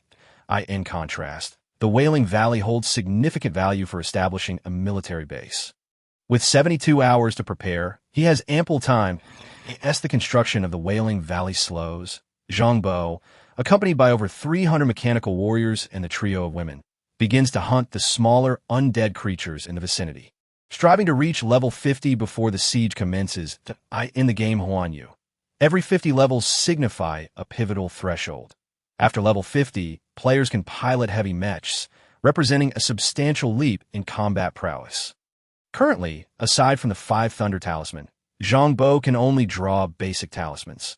He suspects that upon reaching level 50, he will unlock the ability to draw intermediate talismans, which would significantly enhance his overall strength. The monster hierarchy in the Underworld Dragon Realm is governed by a feudal lord system. Any boss of purple rarity above level 30 is considered a local lord, commanding varying numbers of undead minions and elite creatures. The Wailing Banshee King is a high-ranking lord, an 80-level purple rarity boss that, while not top-tier, certainly belongs to the backbone of the Underworld Dragon's hierarchy. The Wailing Valley hosts over 20,000 undead creatures, categorizing it as a moderate undead force. Surrounding such mid-tier powers are numerous smaller lords, some commanding only dozens or hundreds of undead minions, each occupying their own territory. The Thunderlight Plasma Cannon proves devastating. With a single shot, it can obliterate all creatures within small lord territories, allowing for rapid monster extermination. After 16 hours, all small lords and scattered monsters within a 300-mile radius are eradicated, and Zhang Bo and the 3 women finally achieve level 50. Unlocking the 5th class advancement quest. This is a crucial advancement, and upon receiving the quest, Zhang Bo simultaneously triggers a unique encounter quest, Echoes of Time. Your level has increased to 50, 100, triggering the class advancement quest, Taoist Trial, Task 1. Endless worries stretch across the horizon. Enter a critically injured state, reducing your health to below 30. Task 2. The murky brew flows swiftly as the scissors of Binjo. Do not use any offensive skills. Task 3. The rise and fall linger in your heart. Experience a death trial, reducing your health to 0. Task 4. The ice melts, spring breezes return. Slay 10 targets of level not lower than your own. Death trial quests necessitate the awakening of celestial power. Without a doubt, Zhang Bo cannot help but shake his head in resignation.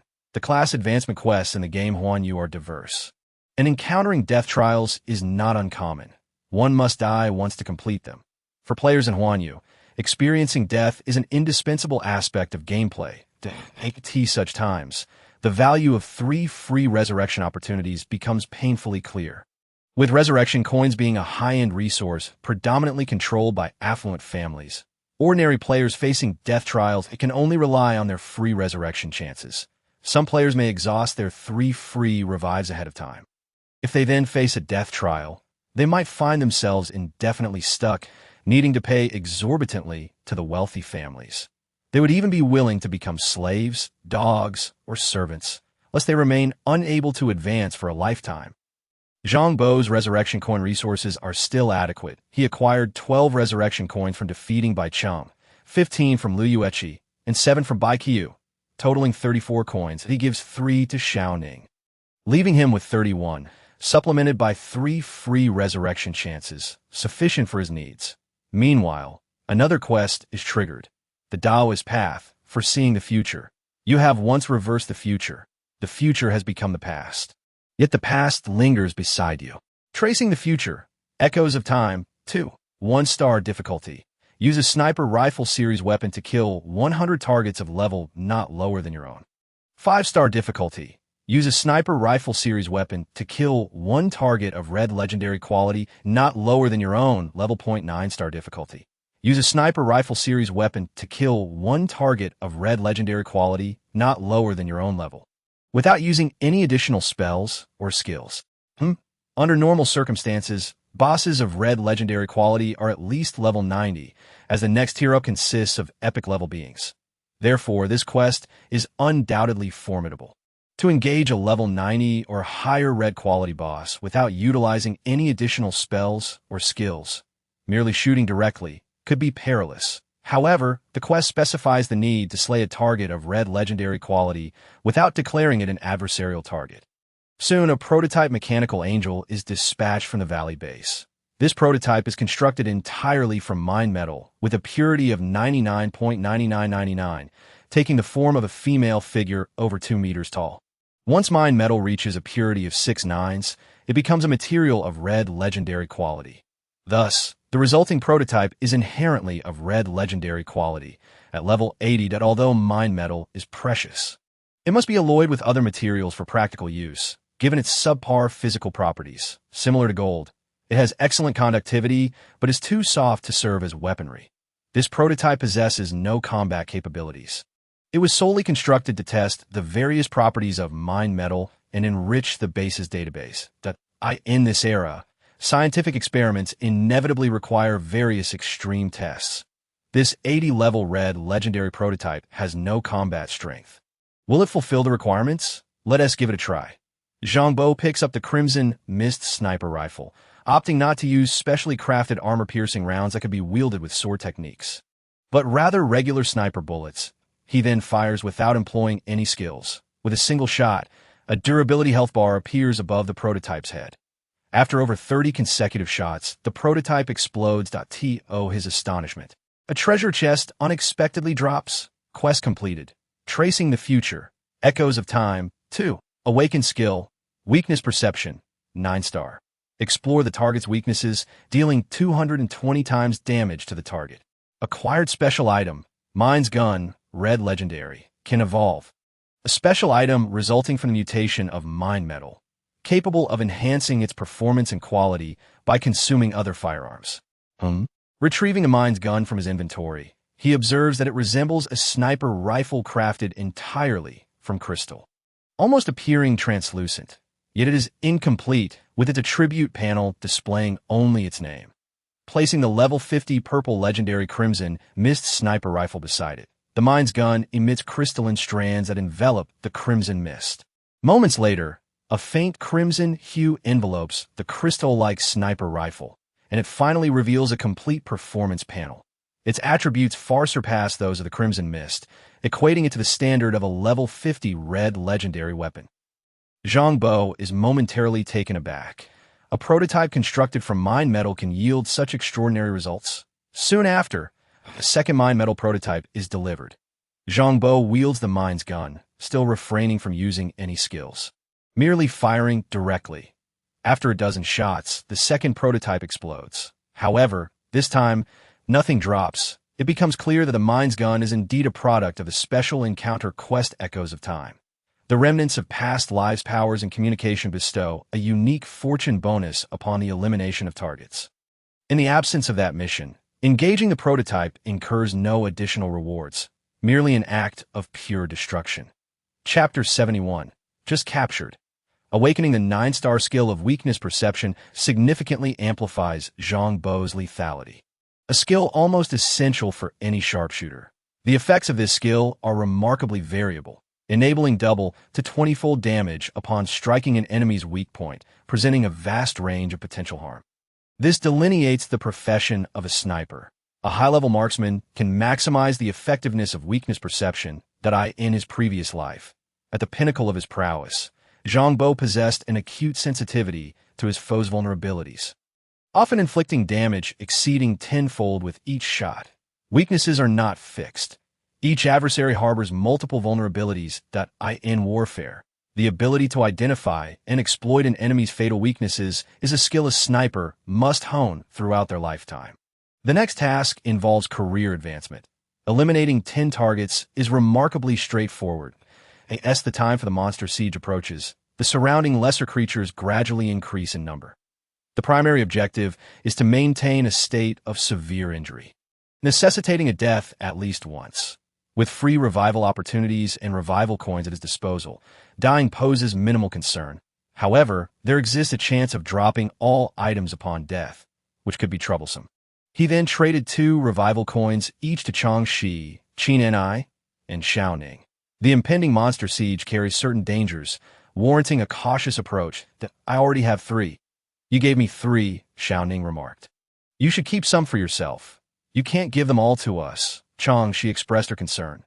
Rest assured, I value my life more than you might think. With so many wives, I cannot afford to perish.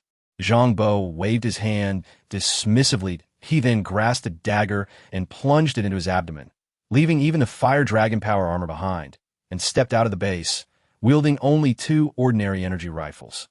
At level 50, his physical points exceeded 150, augmented by the fusion of the purple gold yuan body, which surpassed 60 integration, triggering a 50 increase in both physical and mental attributes, resulting in physical points exceeding 220. Consequently, the effect of driving a metal dagger into his abdomen resulted in a mere 5 loss of health. His formidable constitution rapidly initiated self-healing. Unable to do otherwise, he temporarily stored the purple gold yuan body and true dragon vital energy in the base's repository. retrieving a high-frequency, oscillating short sword instead, which reduced his health to below 30. For a normal person, a stab to the abdomen would induce enough pain to rob them of all strength and will to resist. However, players possess a certain resilience to pain due to their transcendent bodies. Furthermore, having traversed the stars for 200 years, Zhang Bo mastered various techniques to suppress pain, coupled with an exceptionally strong will, allowing him to remain remarkably unaffected in his movements. Soon he encountered a team of undead creatures, a pack of 18 level 60 ghost wolves, perfectly fulfilling the requirements for career advancement. Energy beams erupted from his rifles, causing the 18 ghost wolves to howl in distress. It became evident that, with Zhang Bo's shooting skills and instinctual combat responses, he could overpower the 18 level 60 ghost wolves even without employing skills or supernatural abilities, merely relying on conventional shots and instinctive counterattacks. After successfully slaying 10 ghost wolves, the remaining ones found it impossible to approach him. He remained in a state of severe injury, with a high-frequency, oscillating sword still embedded in his belly. These ghost wolves are utterly useless, Zhang Bo sighed, discarding the energy rifles. The remaining 8 ghost wolves finally seized their opportunity, lunging at him with ferocious intent. One wolf attempted to bite his mouth. Unacceptable. Biting the neck is permissible, but not the mouth. Zhang Bo opened his mouth wide, and, before his health plummeted, swiftly bit into the neck of the ghost wolf. Ugh, what a foul taste! The intense resentment and deathly aura emanated an odor reminiscent of decaying flesh. Utterly repulsive, his health eventually dropped to 0. In the next instant, a revival coin vanished. Zhang Bo's form dissipated, his health bar emptied. According to the rules of the Huanyu game, upon death, one revives at a random safe location within a 100-mile radius. When revival coins are available, free revival opportunities remain intact. Upon his reappearance in a desolate expanse, Zhang Bo promptly examined the drop notifications. Fortunately, aside from the 2 energy rifles, nothing else was lost. Advancement task completed. However, before the panel could refresh with new notifications, a chilling sensation suddenly enveloped him. You have been controlled by the Underworld Gold Empress, level 100 elite boss. Your body is in a state of loss of control. Awaken divine ability. Spirit Wanderer, 3 stars. You can project your spirit, traverse the void, consuming mana to construct an energy-based spirit in spirit form. All abilities retain 80 effectiveness. Awaken specialized divine ability. Immobilization, 3 stars. The immobilization seal lasts for 300 longer. Little one, is it you who intends to sweep through the entire underworld dragon realm? Your abilities may be limited, but your bravado is grand. An amused voice echoed. Zhang Bo's body was entirely beyond his control, lifting into the air and soaring several dozen miles before landing atop a magnificent castle. Map discovered. Puppet Castle. This territory is ruled by the Underworld Gold Empress, a unique being forged from the metals of the underworld, capable of crafting metallic puppets and possessing formidable puppetry skills. Please seek an opportunity to take your own life to escape the control of the Underworld Gold Empress. As Zhang Bo's body was held in place by invisible puppet threads, a graceful figure appeared before him, instantly capturing his attention. She was a woman approximately 3 meters tall, entirely composed of dark golden metal.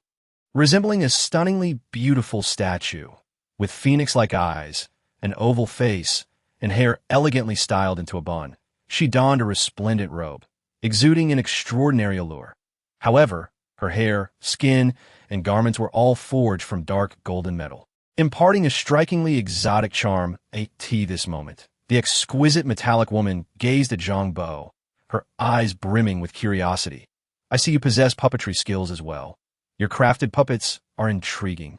Seemingly distinct from the puppetry arts of this realm, Zhang Bo opened his mouth, realizing he could speak despite his body being restrained, and replied, "Robots and puppet automatons are not the same.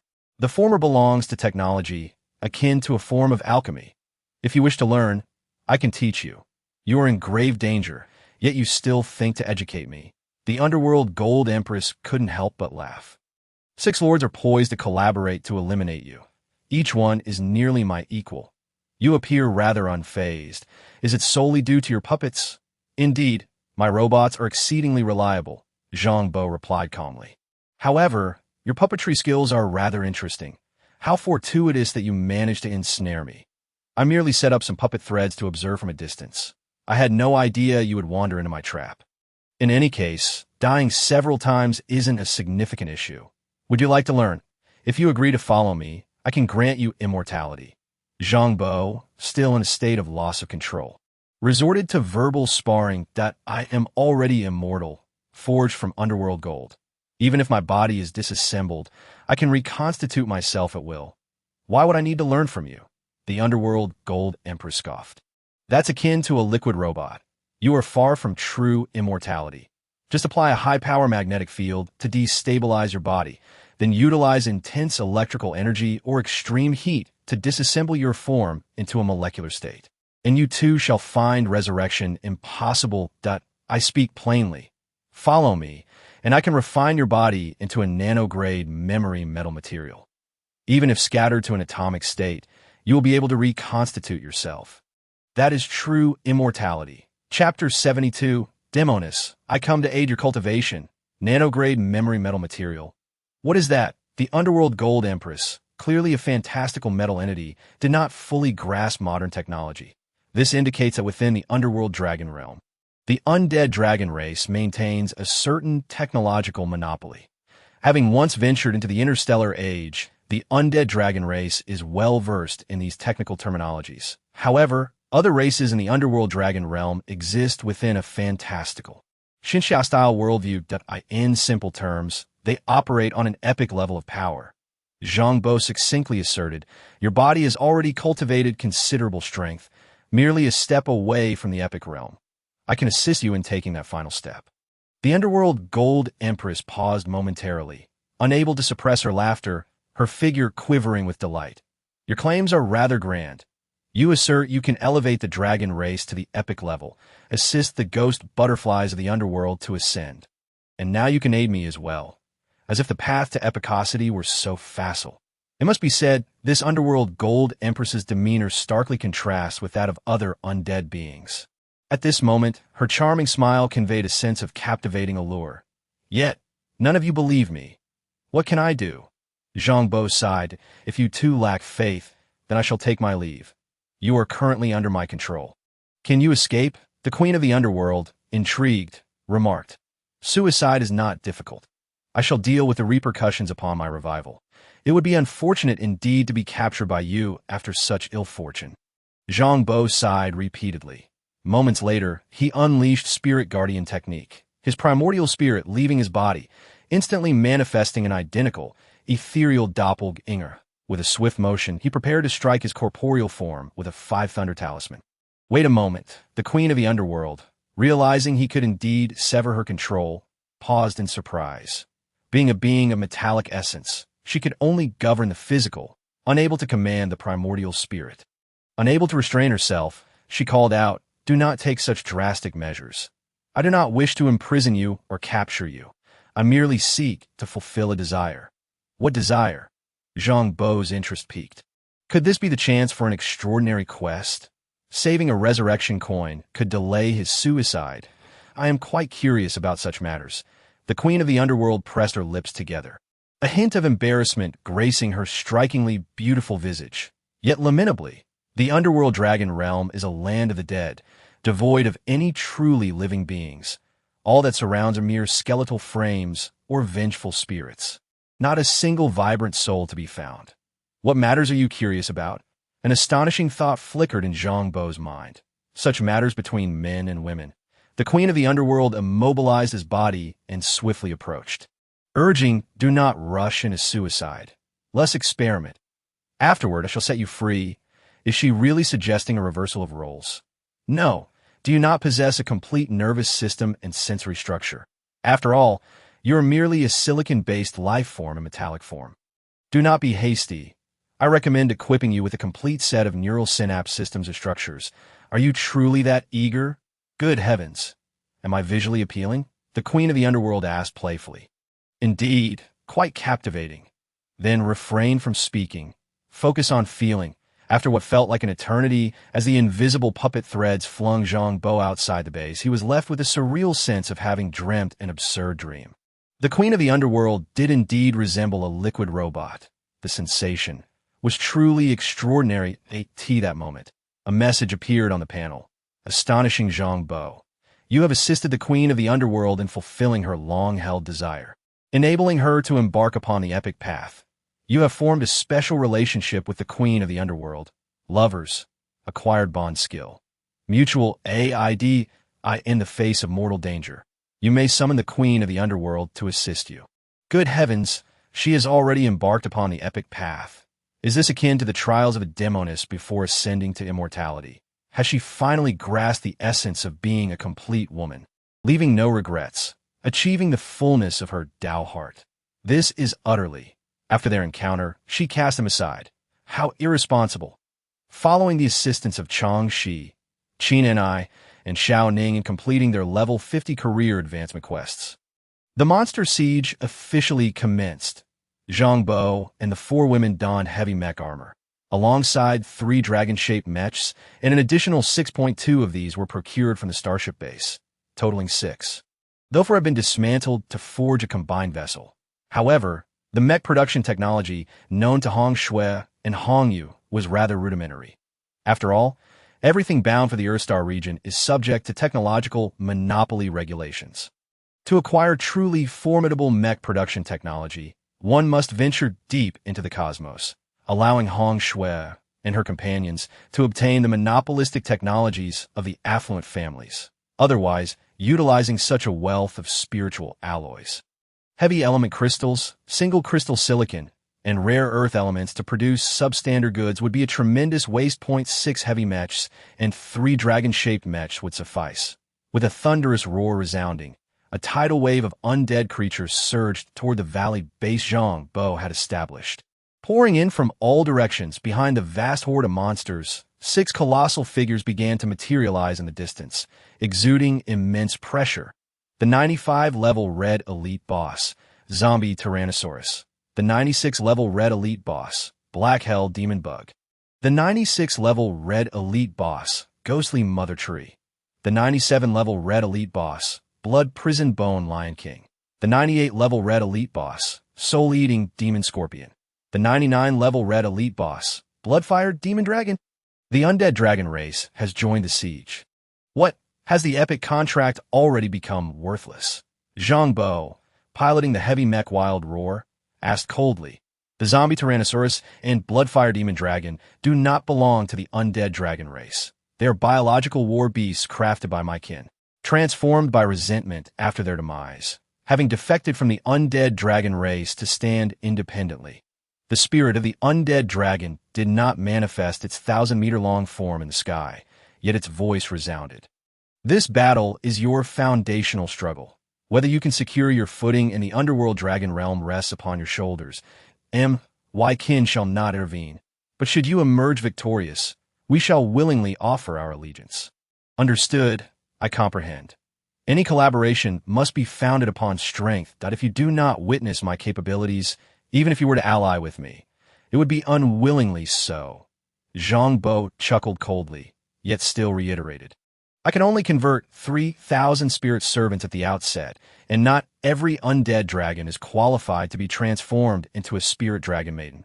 Those who come must first contribute. Should I capture a batch of other suitably qualified undead for conversion, the opportunities for your undead dragon race will dwindle. The voice of the undead dragon spirit faded, yet a sultry laugh echoed through the void. Young lord, if you find yourself unable to endure, I shall come to your aid. That must be the queen of the underworld. She has indeed successfully ascended to the epic tier, capable of transmitting her voice effortlessly across great distances. It seems my performance has pleased you. Zhang Bo smiled. It's acceptable, not disappointing. Should you desire my company, you may come to the queen of the underworld at any time. I too relish the prospect of sharing an intimate evening with you. Wait, since when did you begin to consort with female specters? Before Zhang Bo could respond, she could no longer contain her sarcasm. That was she who compelled me. Zhang Bo mumbled weakly. The army of over 100,000 undead appeared a kilometer away. The entire base glimmered with energy, and in an instant, a massive energy shield enveloped it. The city-level energy shield activated, and various automated weapons throughout the base sprang to life, with numerous cannon mouths emerging from the various structures, transforming the entire base into a colossal, formidable hedgehog. Chapter 73. Monster Siege. First kill of the elite boss, Roar, the blood-fired demon dragon, over 100 meters in length, charged forward, its maw agape, unleashing a torrent of black-red flames akin to molten lava upon the energy shield, causing the city-level shield to tremble violently. Zhang Bo, piloting Wild Roar, activated earthly golden light and invisibility, causing the massive heavy mech to vanish in an instant. Simultaneously, the other 3 dragon-shaped mechs and heavy mech received combat orders. The base's super-large lightning plasma cannon also extended, a gargantuan cannon exceeding 20 meters in length gathering tremendous electrical energy. After inscribing a series of basic runes upon all mechs and the entire city-level shield, Zhang Bo dashed to the edge of the city, hastily drawing a talisman, which he directed at the airborne blood-fired demon dragon. Intermediate Talisman. Binding Talisman. Having completed the level 50 career advancement quest, Zhang Bo could indeed inscribe intermediate talismans. Prior to being converted into a panel skill, inscribing an intermediate talisman took nearly 20 seconds. Upon completion, the effect could only last for 10 seconds. Moreover, the binding effect of the binding talisman depended on the target's strength and resistance. Given the blood-fired demon dragon's status as a 99-level red elite boss, the binding talisman, in conjunction with the binding earthly divine power, could only restrain the blood-fire demon dragon for 5 seconds. That would suffice, as a series of 5 thunder talismans were inscribed, the 6 heavy mechs, 3 dragon-shaped mechs, and a massive lightning plasma cannon at the heart of the base all unleashed their maximum firepower. Concentrating on the blood-fired demon dragon, in an instant, 10 dazzling beams of light converged in the air, striking the blood-fired demon dragon. This barrage of concentrated fire saw all heavy mechs activate their waist-mounted particle cannon main guns, imbuing their attack power with a thunderous particle cannon. The 5 thunder method is a natural bane to undead creatures. In an instant, the blood-fired demon dragon let out a wretched scream as its body was pierced by the beams. Neglecting to even unleash its fiery breath, its health plummeted. 2 seconds later, the initial wave of attacks paused, and the blood-fire demon dragon's health dropped to 30. After charging for 2 seconds, another 10 beams of concentrated energy shot forth, all under the watchful eyes of the 5 other red elite bosses and over 100,000 undead minions, as the massive blood-fired demon dragon's health was instantaneously depleted, erupting in a tremendous explosion. Boss killed, blood-fired demon dragon. Level 100 Red Elite. Rewards, Bloodfire Mech. Level 100 Purple Treasure. Pet Egg. Bloodfire Demon Dragon. Red Elite.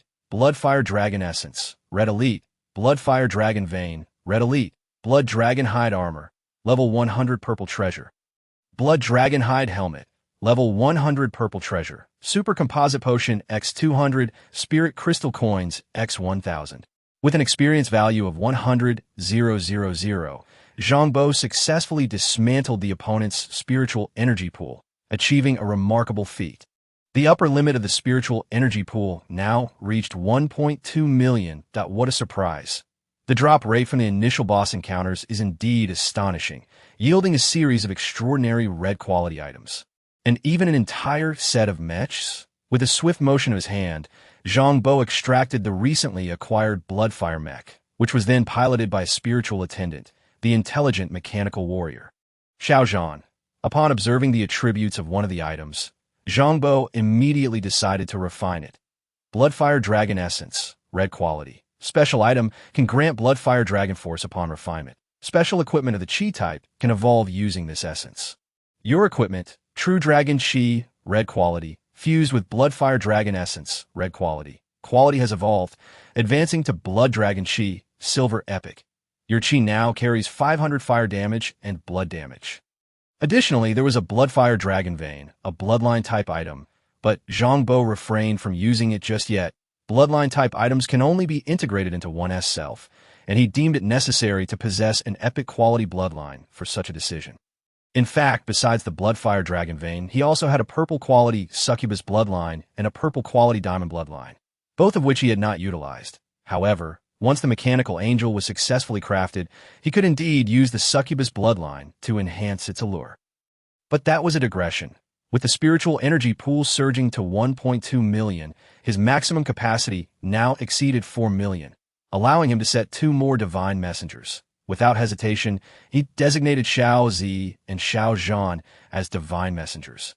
And in an instant, the purple dragon mech and the Bloodfire mech erupted with a dazzling radiance. The control and power of the mechs were significantly enhanced with the designation of the 2 spiritual attendants as divine messengers. At that moment, chaos reigned upon the battlefield. Regardless of the circumstances, the war had just commenced.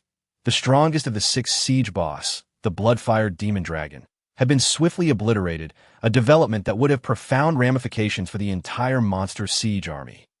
This siege was spearheaded by 6 red quality boss, commanding an army of over 100 purple quality boss ranging from levels 30 to 90. The purple quality undead boss possessed complete intelligence. Witnessing the Bloodfire Demon Dragon being vanquished in an instant left the other purple quality boss utterly flabbergasted, shaking the morale of their ranks. Meanwhile, the lower-level undead monsters remained undeterred, charging forward relentlessly. The automated defense weapons within the base sprang to life. More than 100,000 artillery pieces activated simultaneously, unleashing a barrage of beams, laser cannons, particle cannons, thunder cannons, plasma cannons. Like a brilliant conflagration, they unleashed a torrent of fire upon the surroundings of the base. Following this dazzling display, a significant portion of the undead monsters dissipated in an instant. The kill notifications, experience gains, and treasure acquisition alerts flooded the screens of Zhang Bo and the 3 women, cascading like a waterfall of information. The first wave of bombardment propelled all 4 of them from level 50 to level 54. The triple drop rate from the initial boss encounters was truly exhilarating. It was estimated that after defeating this horde of over 100,000 small monsters, they could reach level 70. The energy cannon volley from the valley base annihilated at least over 10,000 undead creatures. This terrifying firepower sent shockwaves through the other boss. Not rush in recklessly, spread out and attack. The thunderous roar of the colossal zombie Tyrannosaurus echoed as it rallied its allies. We'll tackle it together. They can only handle one. With all 5 of us attacking, they definitely won't withstand it. Quickly, the other 4 red quality boss reacted. While the scene of the Bloodfire Demon Dragon being slain was indeed shocking, it was essential to note that this was achieved through the concentrated energy of the entire base, released in the form of a thunderous energy cannon. Long as the majority of the monsters surged forward while maintaining a dispersed formation to avoid concentrated fire. The energy could be shared, rendering the smaller artillery fire ineffective against the high-tier boss. Thus, all troops needed to press forward, with the high-tier boss of the undead army all charging in to exceed the base's fire control calculations in order to breach its energy shield. In an instant, with furious roars resounding through the sky, 5 red boss above level 95, 3 red boss above level 85, over 20 purple boss above level 80, and more than 60 purple boss above level 70 surged forth. A dense wave of resentment spiraled upward, accompanied by torrents of deathly energy engulfing the sky. Their tactics were extremely precise, as the high-tier boss surged en masse. The base's energy was indeed unable to inflict large-scale damage anymore. Due to the sheer number of boss, Chapter 74, Explosion, the Romance of Machinery, the Purple Dragon Mech and Bloodfire Mech roared forth, initially intercepting the zombie Tyrannosaurus and Blood Abyss Bone Lion, swiftly assessing their combat capabilities. It must be said, they were formidable. It is worth noting that the 3 dragon-shaped mechs and the Bloodfire Mech were all purple quality mechs at level 100, and with the enhancement of numerous talismans. Formations and Moonlight, coupled with Xiao Zi and Xiao Zhan being selected as divine messengers. Their strength was significantly amplified, yet they could only stand against 1 red quality boss. Contend against 2 would be challenging. To face 1 would barely allow them to gain the upper hand. After all, there existed support-type boss among the undead monsters, and those red quality boss were also imbued with numerous buffs. Meanwhile, the Azure Dragon Mech piloted by Hong Shui and the yellow dragon mech piloted by Hong, you would find it difficult to engage a single red quality boss without at least 2 heavy mechs to withstand its might. The high drop rates from initial boss encounters were indeed high, as a single red quality Bloodfire Demon Dragon could drop 3 red quality items, including a pet egg, yet the initial boss were undeniably strong. Embodying the boss template, akin to being favored children of the Nether Dragon realm, benefiting from its Fortune 0.5 red quality boss for dragon-shaped mechs, and 4 heavy mechs could barely hold back 4 of them, while 1 soul-devouring scorpion could only be managed by Zhang Bo and a heavy mech. The fire control system within the base was under Yun Air's command, primarily targeting the other high-tier boss while also attempting to alleviate their pressure. However, the defenses of the high-tier boss were exceedingly robust, and with their overwhelming numbers, concentrated fire was not feasible, leading to a rather arduous situation. You handle the small monsters. I will deal with this boss, commanded Zhang Bo. Wielding the Wasteland Roaring Mech, he fired a precision shot with his Mind Sniper rifle, utilizing weakness perception to unleash a devastating strike, witnessing the soul-devouring scorpion's health plummet by 3. He communicated through the communicator, "Be careful." Following him, the heavy mech piloted by Qin and I did not waste words. After casting a diamond formation to bolster his defenses, she made her way to the base's edge to eliminate the low-level undead minions. With the firepower of the heavy mech combined with the Gathering Formation, Purification Formation, Diamond Formation, and the God Binding Formation obtained after level 50 advancement, she could indeed reap a large number of those low-level undead monsters. At last, Zhang Bo could face a red-quality high-tier boss head-on. The soul-devouring scorpion was massive, exceeding 50 meters in length. Its long scorpion tail, when raised, surpassed 30 meters, towering even above the heavy mech. As Zhang Bo approached, the enormous scorpion tail lashed out like a bolt of lightning. He estimated that even the heavy mech's armor would struggle to withstand several strikes. Zhang Bo activated the earthly golden light, his figure flickering in and out. Weakness perception, 5 thunder talismans, soul fire talismans, and sword control technique combined with the passive skill Jade Cloud Art, which allowed him to negate 4 skill cooldowns and inertia within 10 seconds, enabling him to unleash up to 5 skills in succession, significantly enhancing his burst potential.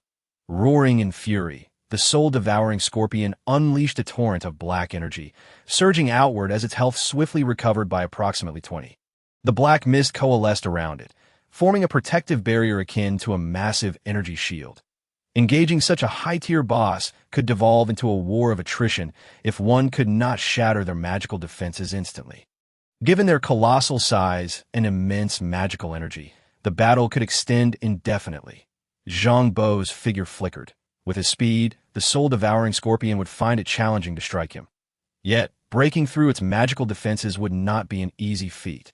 It seemed he would have to employ his ultimate technique in advance, that a building towering approximately 50 meters, a processing plant dedicated to refining mine metals, was now energized by Zhang Bo's magic, causing the entire structure to disintegrate.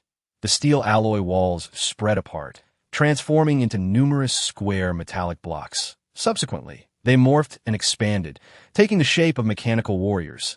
Indeed, many buildings within the base were constructed from modular units.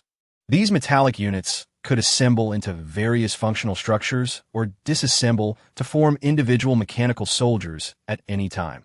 As the refining plant disassembled, it transformed into over 1,000 mechanical soldiers. With Zhang Bo invoking the Transport Divine ability, he levitated the 1,000-plus mechanical soldiers who soared into the sky, constructing layers of unique amplification mechanisms atop the Wasteland Roaring Heavy Mech in the blink of an eye. The towering armored mech, standing over 30 meters high, seemed to don an incredibly thick layer of alloy armor, its size swelling to 100 meters. The psychic sniper rifle extended forth, and almost immediately, the surrounding armor transformed and connected, constructing a colossal amplification artillery.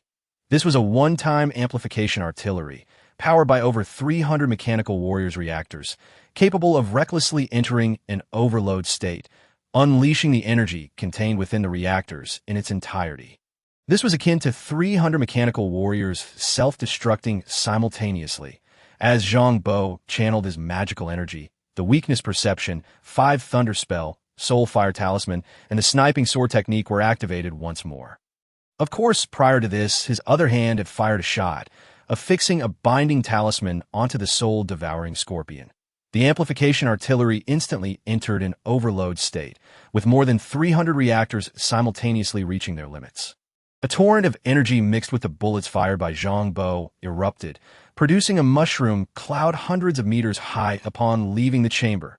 In the next moment, a dazzling bolt of lightning, resembling a colossal dragon, thundered forth, shattering the protective dark aura surrounding the soul-devouring scorpion with a resounding crash. This single shot obliterated 300 mechanical warriors, yet the effect was undeniably astounding. After the lightning dragon wreaked havoc, the soul-devouring scorpion's health plummeted to below 5. Struck by such a blow, the soul-devouring scorpion became frantic and roared once more. The dark aura surrounding it, which had been dispersed, began to coalesce anew. In an instant, Zhang Bo activated bullet time, and the armored mech swiftly drew its battleship slicing blade. With Zhang Bo casting the 5 Thunder Talismans, Soul Fire Talismans, and God Soldier Talismans, along with a mid-tier armor-piercing talismans, he surged towards the soul-devouring scorpion that a frenzied barrage ensued. Under the influence of the sword technique divine ability, the damage effect of the slicing blade, combined with weakness perception, and infused by magical energy, converted into a formidable aura, delivered devastating fire damage, each strike targeting the weakness of the soul-devouring scorpion. 3 seconds later, the last remnants of its vitality were finally extinguished. Boss defeated. Soul-devouring scorpion, level 97, red quality. Rewards, Scorpion Mech, level 100, purple treasure. Venomous Scorpion Bloodline, red quality. Toxic Fire Aura, red quality. Wuxiang Fusion Stone, red quality. Skill Star Upgrade Stone, 7 stars.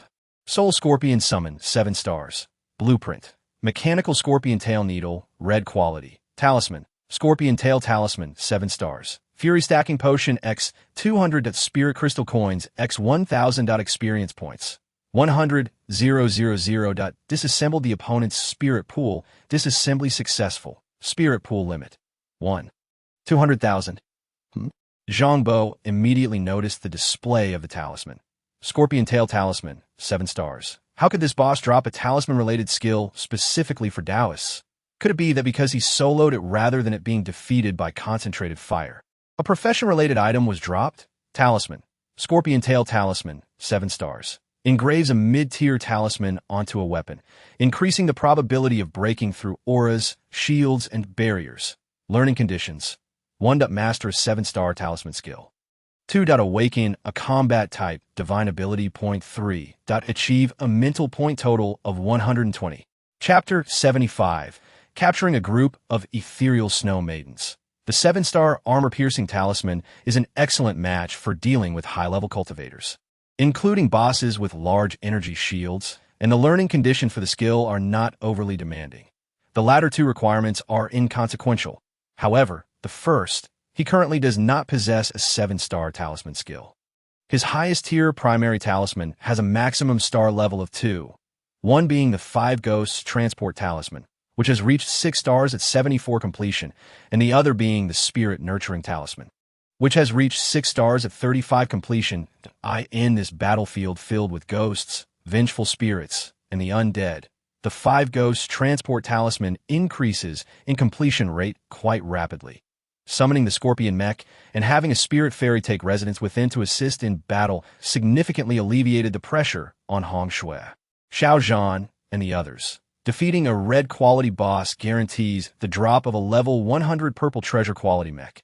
Zhang Bo has over 20 spirit fairies at his disposal, all high-tier intelligent AI manifesting as spirit servants, with no level restrictions for piloting mechs. Thus, dropping a mech allows for immediate deployment in battle, leading to a situation where 10 mechs can now fully suppress 4 bosses of level 95 or above with red quality. Given this, Zhang Bo decided to focus on farming low-level monsters first, as the undead minions are relatively easy to slay. Rapidly farming monsters enables swift leveling, with triple experience drops during the monster siege, making leveling exceedingly fast. The armored mech engages the major bosses, while the various artillery and automated weapons within the base deal with the medium-tier purple treasure quality bosses. Zhang Bo dashed out of the energy shield's range, relying on the speed of the Golden Light's earthly path, and began to frantically farm monsters. The soul-devouring scorpion dropped a 7-star skill star upgrade stone, which Zhang Bo directly applied to the Mastering 5 Thunder divine ability. Currently, he is in need of offensive divine abilities. The result was a startling revelation. The 7-star Mastering 5 Thunder and its 3-star attack power are simply not on the same level. A single obliterating sniping 5 Thunder spell unleashed resulted in the instant annihilation of an 80-level purple treasure level boss. With a single 5 Thunder spell cast, within 100 meters, the lightning raged like a torrential downpour, evolving from a single target skill into an area of effect skill. In this way, Zhang Bo could thoroughly practice his skill set, testing a powerful area damage skill. Mastering 5 Thunder, 5 Thunder spell obliteration, sniping starfall technique, sword technique. The 4-star starfall technique is a generic spell skill he exchanged from the Human Federation, capable of summoning a meteor shower for area damage. When unleashed, the skill set can clear the area within a 2,000-meter diameter instantly. The area damage effect is exceptional, yet the mana consumption is equally daunting. This entire skill set requires a full 3,000 points of mana. Naturally, while frantically farming monsters, he also employed the Five Ghosts Transport Talisman. Summoning 3 Five Ghosts Transport Talismans at once resulted in the appearance of 15 little ghosts. They exuded a chilling aura, brimming with resentment, yet their appearances were rather beautiful. The Ethereal Snow Maidens. Zhang Bo was somewhat taken aback. These ethereal snow maidens belong to the lower tier of monsters in the Nether Dragon realm, typically ranging from level 20 to 50, with most being blue quality. Even elite monsters of green quality are rare, categorizing them as a weak undead group. However, their beauty is undeniable. Even though they belong to the category of ghostly maidens, they lack the grotesque and terrifying features of other female specters, instead exuding a captivating charm, embodying an icy beauty that evokes a desire for conquest. Those who willingly submit may live, while those who resist shall face annihilation. Zhang Bo snorted coldly, offering no further words. The spirits here are genuine little ghosts, imbued with resentment and the chill of death. To convert them into spirit servants, he must first cleanse their resentment. If they harbor resistance, the cleansing process will consume considerable mana. Conversely, if they cooperate, the consumption can be significantly reduced. The intelligent AI entities possess little to no resentment and can be directly transformed, which is why Zhang Bo prefers to capture these intelligent AIs for refinement into spirit servants. Their remarkable mechanical control after transformation is exceedingly valuable.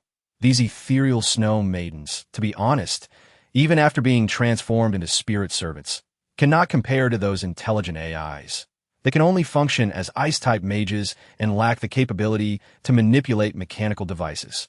However, one must admit, the ethereal snow maidens are stunningly beautiful. In this era, beauty itself is an advantage. Not to mention, capturing a batch of snow maidens to keep, transforming them into spirit fairies for use as concubines, is quite appealing. Furthermore, in a place like the Netherworld, all the ethereal snow maidens are pure in body and mind. There exists no romantic entanglements in the realm of the undead. Did you not see how the Nethergold Empress was struggling to reverse the roles? We are willing to submit. The 15 captured ethereal snow maidens, sensing the overwhelming power contained within the vast thunder law, trembled in fear. Among them, a level 40 blue quality maiden, seemingly the team leader, hurriedly knelt within the Five Ghosts Transport Talisman. As she knelt, the other 14 blue quality ethereal snow maidens followed suit. Zhang Bo moved a finger, and the Five Ghosts Transport Talisman transformed into bright light chains, binding them before casting them directly into the armory. After evolving to 5 stars, the Five Ghosts Transport Talisman gained the ability to restrain little ghosts. After all, to refine a single little ghost, cleansing its resentment and transforming it into a spirit servant requires at least 1,000 mana points.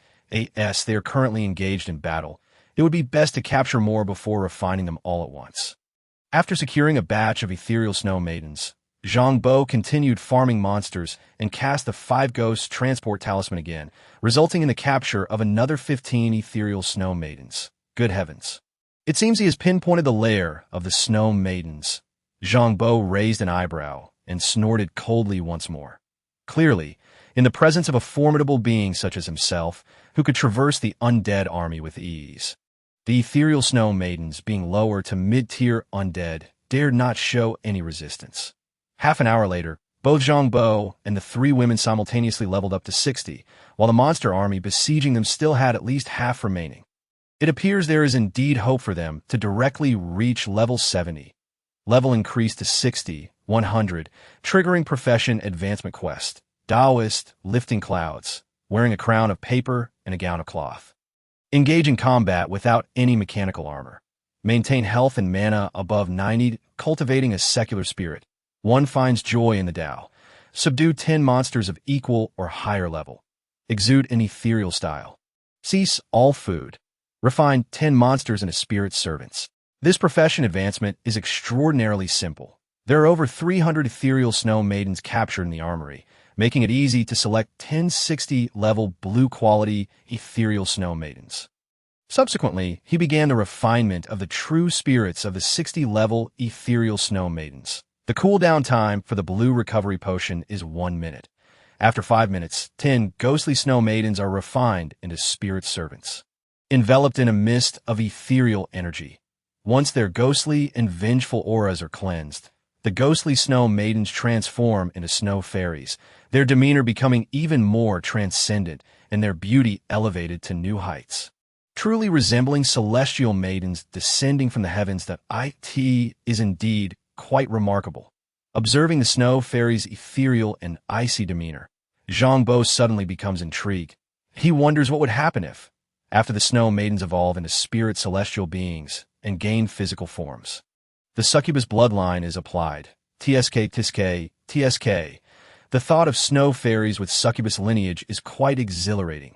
Chapter 76, Growing Stronger and Establishing Dominance, completed the career advancement task. Taoist, raising the clouds. You may continue to level up. Awaken specialty. Mist formation, 3 stars. Consuming mana constructs a mist domain, within which mana recovery is increased by 90, spell consumption is reduced by 30, and damage is amplified by 30. The mist formation, one of the 72 earthly fiend techniques, complements the intermediate talisman, Cloud Movement Talisman, creating what is known as the Cloud Mist Formation, a domain-based ability. Within this mist domain, mana recovery is enhanced. Spell consumption is diminished and power is augmented, making it a comprehensive enhancement field.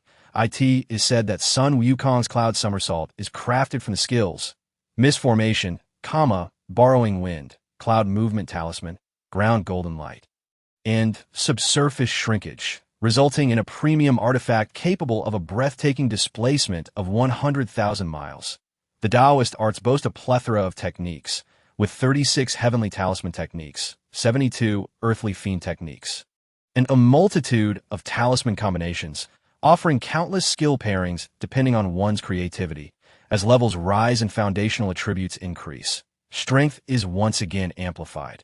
After assisting Chang Shi and her 2 companions in completing the level 60 career advancement task, Zhang Bo once more commands 10 heavy armored mechas to suppress 4 red elite bosses, while he tirelessly farms minor enemies. Approximately an hour later, as the total number of siege undead creatures drops below 20,000, the entire siege monster faction is thrown into disarray. Roar, the 50-meter-long zombie Tyrannosaurus, composed entirely of pure bone, violently swings its massive tail, enduring the main cannon strike from the purple dragon Mecha, ultimately shattering the city's energy shield with a resounding crash. Boom! The sound of violent explosions echoes continuously. The energy shield breached, and 3 of the 6 primary energy furnaces in the base explode. There is no denying that red elites are indeed formidable. The 4 red elite bosses above level 95 unleash their fury, causing unparalleled destruction. The city-level shield of the base is no weakling. However, after nearly 2 hours of withstanding the relentless assault from a horde of purple rare bosses, it finally succumbs to the devastating blow from the zombie Tyrannosaurus. Honey, What should we do? The shield has been breached. Should we run? Changshi asks, a hint of panic in her voice. That it's fine. I initially thought the city-level shield would last only an hour. And yet it has held for 2. Beyond my expectations, the battle is only just beginning. This is the moment for our base's counterattack, so there's no need to panic. Zhang Bo speaks calmly as the energy shield crumbles, and the surrounding undead creatures excitedly rush into the base. The various military factories, refining plants, weapon forges, and automated assembly lines within the base instantly collapse. Following this, countless 2-meter-long, 1-meter-wide steel modules scatter across the ground, rapidly transforming and unfolding into mechanical warriors. The entire base is composed of modular mechanical warriors. Over 70,000 mechanical warriors materialize as the city-level shield collapses. The realm of the underworld dragon is also rich in steel resources, so there is no shortage of materials. Even if this batch of mechanical warriors is fully expended, there will be ample resources to forge even stronger ones in this world, devoid of living beings. The productivity, resource extraction and utilization rates, military mobilization capabilities, and the rapid deployment of intelligent mechanical disasters far surpass those of the undead calamities, after the manifestation of over 70,000 mechanical warriors. More than 50,000 of them dissolve into hundreds of battle groups, encircling the purple rare bosses and undead minions to commence their assault. Among them, over 20,000 mechanical warriors converge into 11 torrents of steel, rapidly gathering around 3 dragon-shaped mechas, 6 heavy armored mechas, the Bloodfire Mecha, and the Scorpion Mecha, forming a temporary enhancement device. From a distance, the 11 heavy armored mechas instantly transform into colossal robots, towering over 100 meters. This remarkable transformation is largely thanks to the spirit celestial being, Yun'er, who possesses the capability to produce colossal armaments, having spearheaded the base's modular construction and production standards. While a 100-meter-tall giant robot may not yet be considered true interstellar-level colossal armament, it possesses undeniable battlefield dominance in this locale. The purple dragon mecha piloted by Xiao Zi takes the lead, and with nearly 2,000 mechanical warriors entering overload mode for enhancement, the 2 high-energy particle swords instantly expand to a length of 100 meters.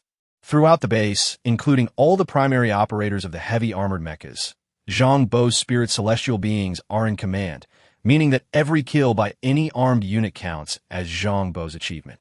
As Zhang Bo teams up with the 3 women, any kill achieved by an armed unit within the base yields rewards. Soon, a series of notifications refresh on the panel. Kill the Boss Blood Prison Bone Lion King, level 97 Red Elite. Acquire Iron Lion Mecha, level 100 Purple Rare. Bone Sovereign Bloodline, Red Elite. Lion King Cannon, level 100 Red Elite.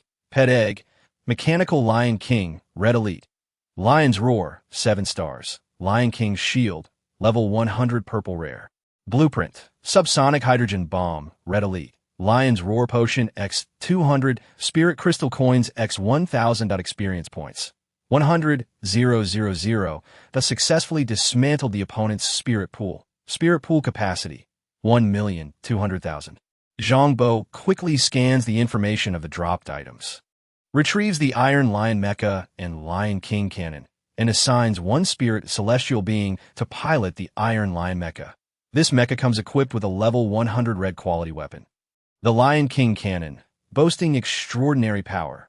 Once it joins the battlefield, the entire situation shifts dramatically in their favor. You could see this moment. 12 mechas face off against 3 red elite bosses, fully establishing their advantage.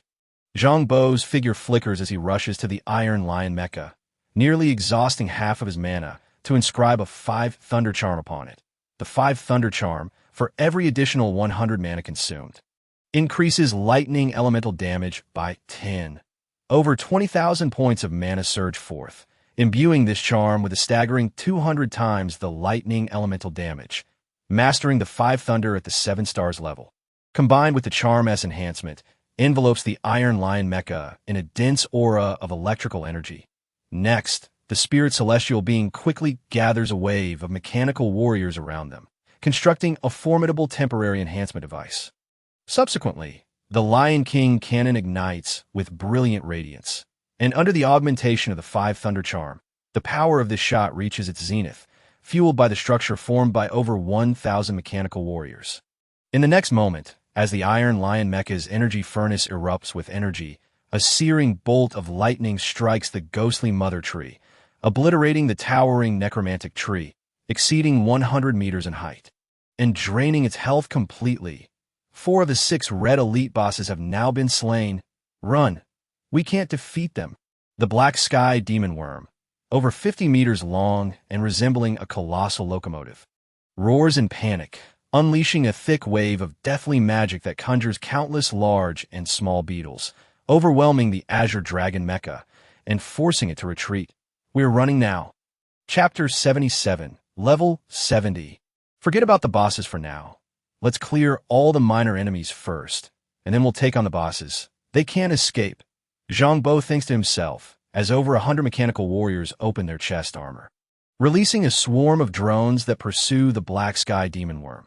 The purpose of these drones is not to hunt down the Black Sky Demon Worm, but to ascertain its escape route. Once they finish clearing this wave of minor enemies, they will have a clear path to eliminate it. Xiao Zhan, piloting the Yellow Dragon Mecha, the most defensively robust of the dragon-shaped mechas, sees the zombie Tyrannosaurus attempting to flee and leaps onto its back. Breaking away from the enhancement structure formed by the mechanical warriors, soon, the Bloodfire Mecha and the Scorpion Mecha also join him. The combined weight of the 3 heavy armored mechas, each standing 30 meters tall, ensures that the 100-meter-long zombie Tyrannosaurus can no longer escape. Dragon God, save me! The zombie Tyrannosaurus cries out in despair as it sees the main cannons of the 3 mechas trained upon it. Save you? Does it dare to save you? Does it truly believe I cannot eliminate a mere epic creature? When you came to attack me, it did not lend assistance, and now it dares to save you. Zhang Bo roars, his voice shaking the heavens. If it dares to intervene, my pact with the undead dragon race shall be nullified. The undead dragon race will be utterly annihilated. Let us see if it dares to save you. Amidst the roar, Zhang Bo retrieves the recently acquired Tree Spirit Mecha, allowing a spirit celestial being to take control. He then gestures, casting 3 5 Thunder Charms along with a series of basic enhancement talismans upon the 3 heavy armored mechas. The Huanglong Mecha, Bloodfire Mecha, and Scorpion Mecha surge forward in unison, their main cannons unleashing a dazzling brilliance of lightning that nearly struck at point-blank range, shattering the protective magical barrier of the zombie Tyrannosaurus and depleting its health entirely. The Death Dragon Soul, however, did not intervene to save it. The Black Sky Demon Worm had already fled, leaving behind over 100 purple premium quality boss monsters and more than 30,000 undead minions, who were also eager to escape. Zhang Bo had no intention of letting them go. He summoned the Dragon Beast Mecha, allowing one of the Spirit Immortals to pilot it, deploying a total of 14 heavy armored mechas. Over 50,000 mechanical soldiers surged forth, swiftly encircling all the undead creatures. The newly acquired Demon Tree Mecha was a control-type mecha, adorned with countless mechanical arms resembling branches, each capable of extending 100 meters. Akin to a giant spider. With a single reach, it captured over 30 purple premium quality boss monsters, then coordinated with the other mechas and mechanical soldiers to unleash a concentrated barrage that obliterated them in an instant. These boss monsters at most level 85 stood no chance against the level 100 heavy armored mechas, which were surrounded by layers of talismans, moonlight, and formations, rendering them utterly powerless. When Sheen and I began to cast a wide area monster gathering formation, the smaller minions could not evade. Of course, some of the purple premium quality boss monsters managed to flee quickly, but with Zhang Bo casting wind talismans and earth movement golden light to pursue them, he swiftly eliminated those undead creatures that had escaped. Without the boss monsters to hold the line, the remaining undead minions were easily overpowered. After capturing over 500 ghostly snow maidens, he cast the Five Ghosts Transport Talisman once more, this time capturing another type of undead, the ghostly butterfly. Much like the ghostly snow maidens, the ghostly butterfly was a purely vengeful spirit, representing a significant branch of the insectoid undead. Its leader was the level 98 red premium quality underworld ghost butterfly, which had been lurking outside the base for half a month. After capturing another 200 ghostly butterflies, Zhang Bo's Five Ghosts Transport Talisman finally upgraded to the 7-star level.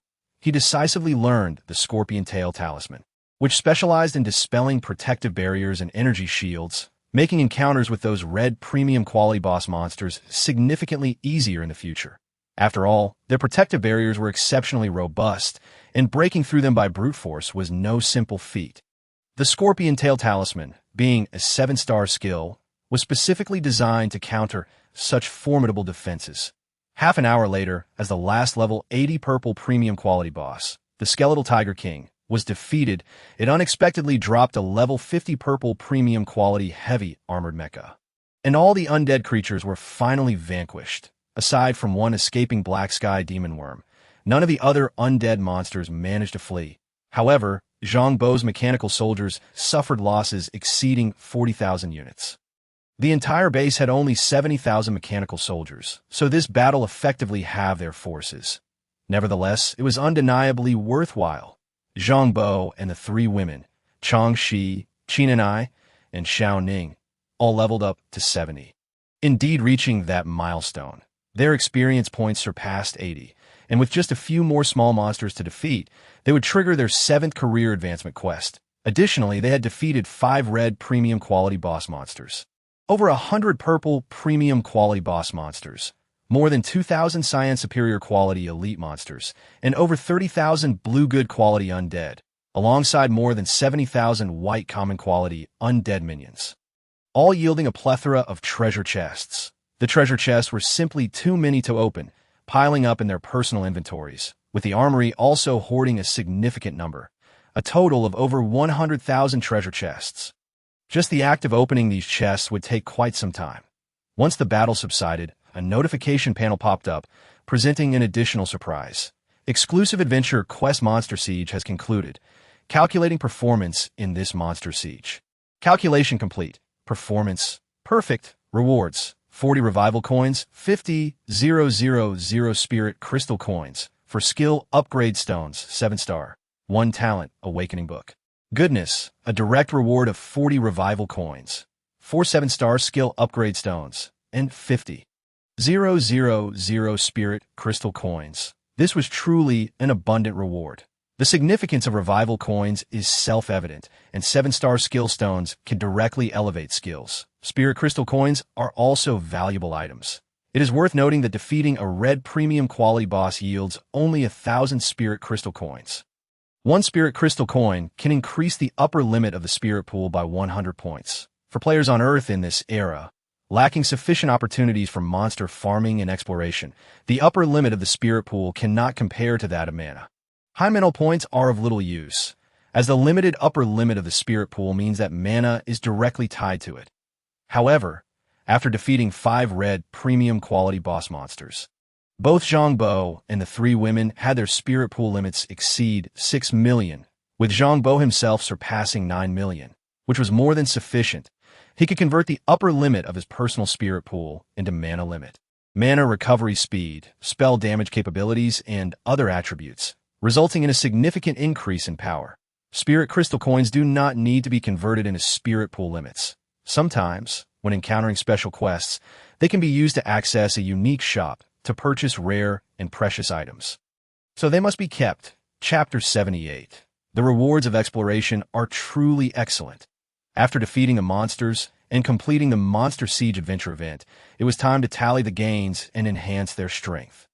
Zhang Bo evenly distributed the 40 revival coins among the 3 women, giving each of them 10. This was their rightful share, as they had performed admirably piloting the heavy armored mechas during the Monster Siege. Of the 4 7-star skill upgrade stones, Zhang Bo used one to elevate spirit summoning, a geocentric specialty, to the 7-star level. The 7-star level. Spirit summoning allows the selection of 1 spirit envoy for every 300,000 upper limit of the spirit pool, and upon the envoy's death, 300,000 mana points are consumed to revive them. With Zhang Bo's spirit pool limit exceeding 9 million, he could choose up to 30 spirit immortals as envoys. Once they became envoys, the spirit immortals would awaken at least an 8-star talent ability. The spirit immortals, enhanced by the intelligent AI core, would almost all awaken the talent of full mechanical mastery upon becoming envoys. They could operate technological gear regardless of level. Their own levels match Zhang Bo's, yet they could already pilot level 100 purple premium quality mechas that in the future should red premium or even epic mechas above level 100 drop. They would be the first to pilot them, rapidly forming combat power. Thus, upgrading spirit summoning was Zhang Bo's top priority. However, upgrading the Heavenly Talisman and Geocentric Talisman was comparatively challenging, and currently, 3 of the 36 Heavenly Talismans had been awakened: Earth Movement, Golden Light, Mastering the Five Thunders, and Spirit Control and Chi. In contrast, around 10 Geocentric Talismans had been awakened, and enhancing all of them to higher star levels would undoubtedly be a long journey of skill training. There was no need to rush. It would suffice to select a few with the best effects for upgrading. The remaining 3 7-star upgrade stones were given to Changxi, Qin and I, and Xiaoning to elevate their Moon Spirit Blessing, Monster Gathering Formation, and Soul Fire Sea abilities to the 7-star level. This collective enhancement of group support, Monster Gathering, and area damage spells granted them genuine Legion-level auxiliary capabilities, surpassing the effectiveness of Zhang Bo individually enhancing a single skill. The 7-star Monster Gathering Formation now boasted a radius of 10 kilometers. Within that diameter, all smaller monsters would be continuously attracted and gathered towards the formation center, truly becoming a divine skill for clearing monsters. As for the awarded Talent Awakening book, Zhang Bo naturally used it himself, as the talent skills possessed by the 3 women did not compare to the formidable heavenly talismans of the Taoist profession. Zhang Bo was eager to awaken a close combat skill, such as mountain pushing and sea filling, or shaking mountains and quaking earth, or whipping mountains and moving stones. In his previous life, he had only awakened mountain pushing and sea filling, which had already proven immensely powerful. However, there were a total of 36 heavenly talismans, and whether he would obtain one was uncertainty. Oh, gather luck. Zhang Bo took the time to appreciate the 3 women, accumulating a wave of good fortune, before activating the Talent Awakening book, an awakened talent skill. Blossoming instantly, 3 stars, consumes mana to activate the Dao Flower, costing 100 mana points per second. During the duration of the Dao Flower, all skills can be released simultaneously, ignoring cooldowns and inertia. Skill effectiveness 30. Clearly, this Heavenly Talisman was a state burst skill, with effects akin to Jade Sky Formula, yet far superior. Jade Sky Formula could only cancel skill cooldowns and inertia up to 4 times within 10 seconds and release a maximum of 5 stacking skills. In contrast, the Dao Flower consumes 100 mana points per second during its activation, allowing all skills to be unleashed simultaneously without any limit on the number of casts. It also provides additional enhancement effects. By carefully setting up potent skill groups and calculating their mana costs, the Dao Flower could be activated to unleash a massive amount of damage in a short time. This was undoubtedly a skill for instantaneous annihilation. Given the extensive skill tree of the Taoist profession, this Heavenly Talisman was truly a burst skill of unparalleled might. It was a Heavenly Talisman skill that could rival the close combat skill, mountain pushing and sea filling. And one must admit that Zhang Bo's luck this time was quite fortunate. The original valley held no value anymore, so Zhang Bo led nearly 30,000 mechanical soldiers to Wailing Valley.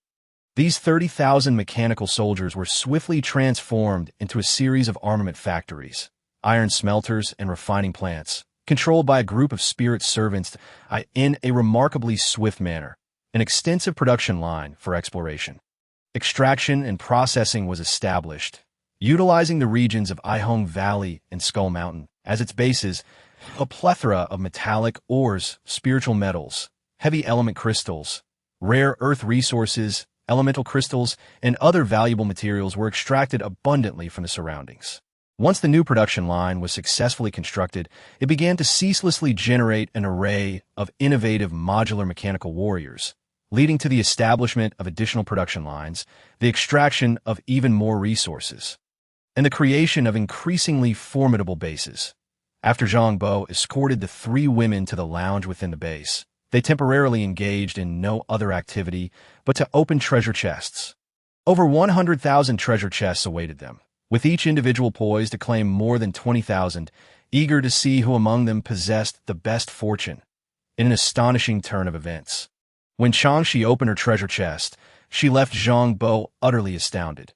She unveiled a level 50 purple chest and miraculously extracted a red-grade item of exceptional quality. What extraordinary luck was this? Undeterred, she proceeded to open another batch of chests, leading Zhang Bo to a definitive conclusion. Changxi indeed possessed the luck of the gods. On average, she managed to obtain an item of superior quality for every 1,000 chests opened. White chests yielded blue items. Blue chests produced green ones. Green chests unveiled purple treasures, and purple chests revealed red-grade items. Had he known such fortune awaited, he would have entrusted the 5 red-grade chests to her. Perhaps an epic item would have emerged.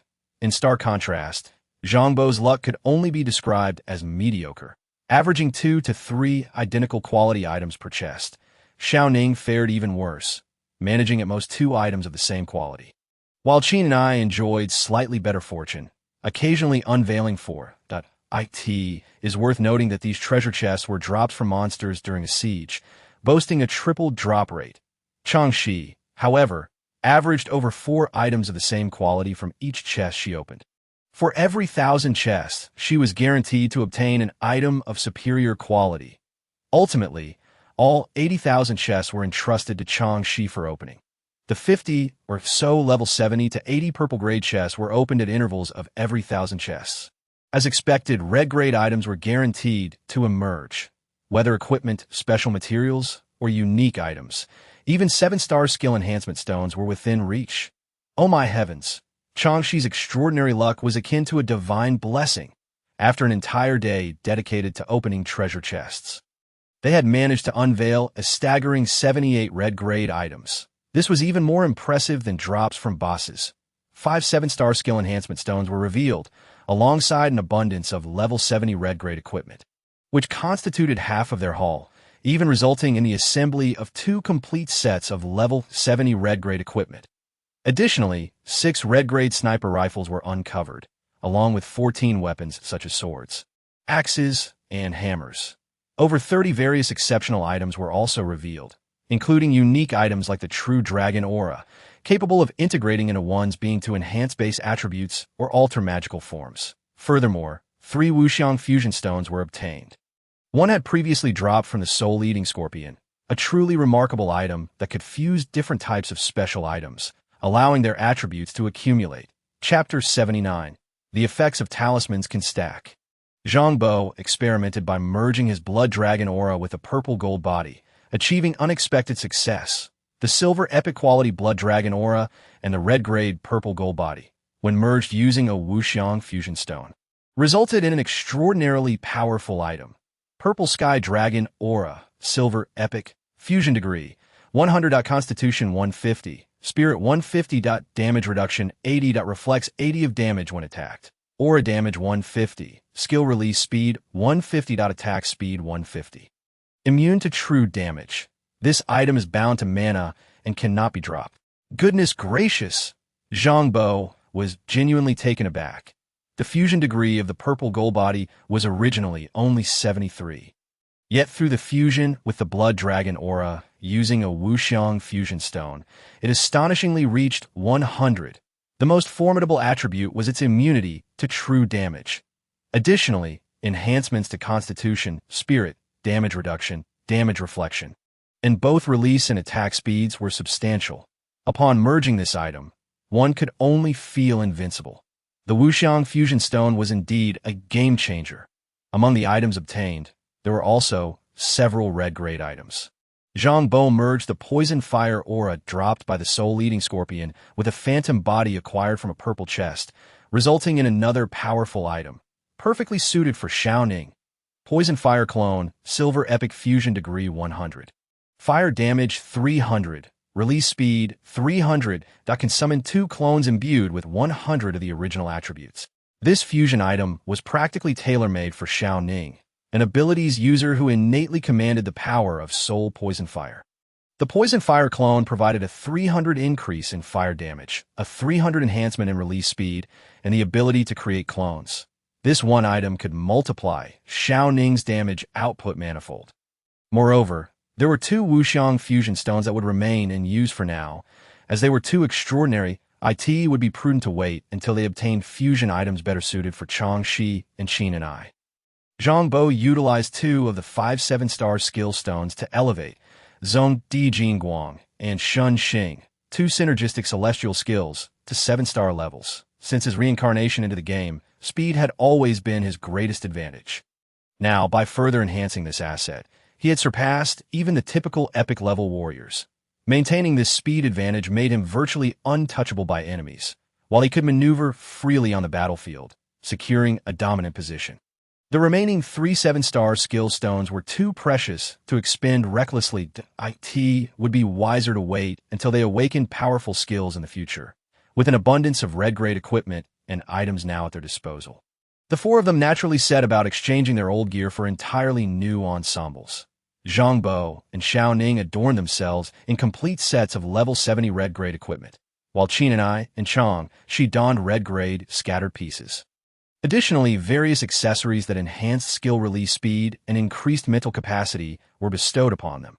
After merging 3 red-grade sniper rifles with his mind gun, Zhang Bo evolved it into a level 100 silver epic sniper rifle.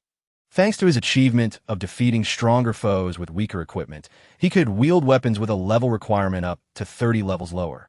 Now, at level 70, he was perfectly poised to utilize a level 100 weapon. The attack power of this silver epic sniper rifle was more than sufficient to obliterate the protective barriers of red-grade bosses.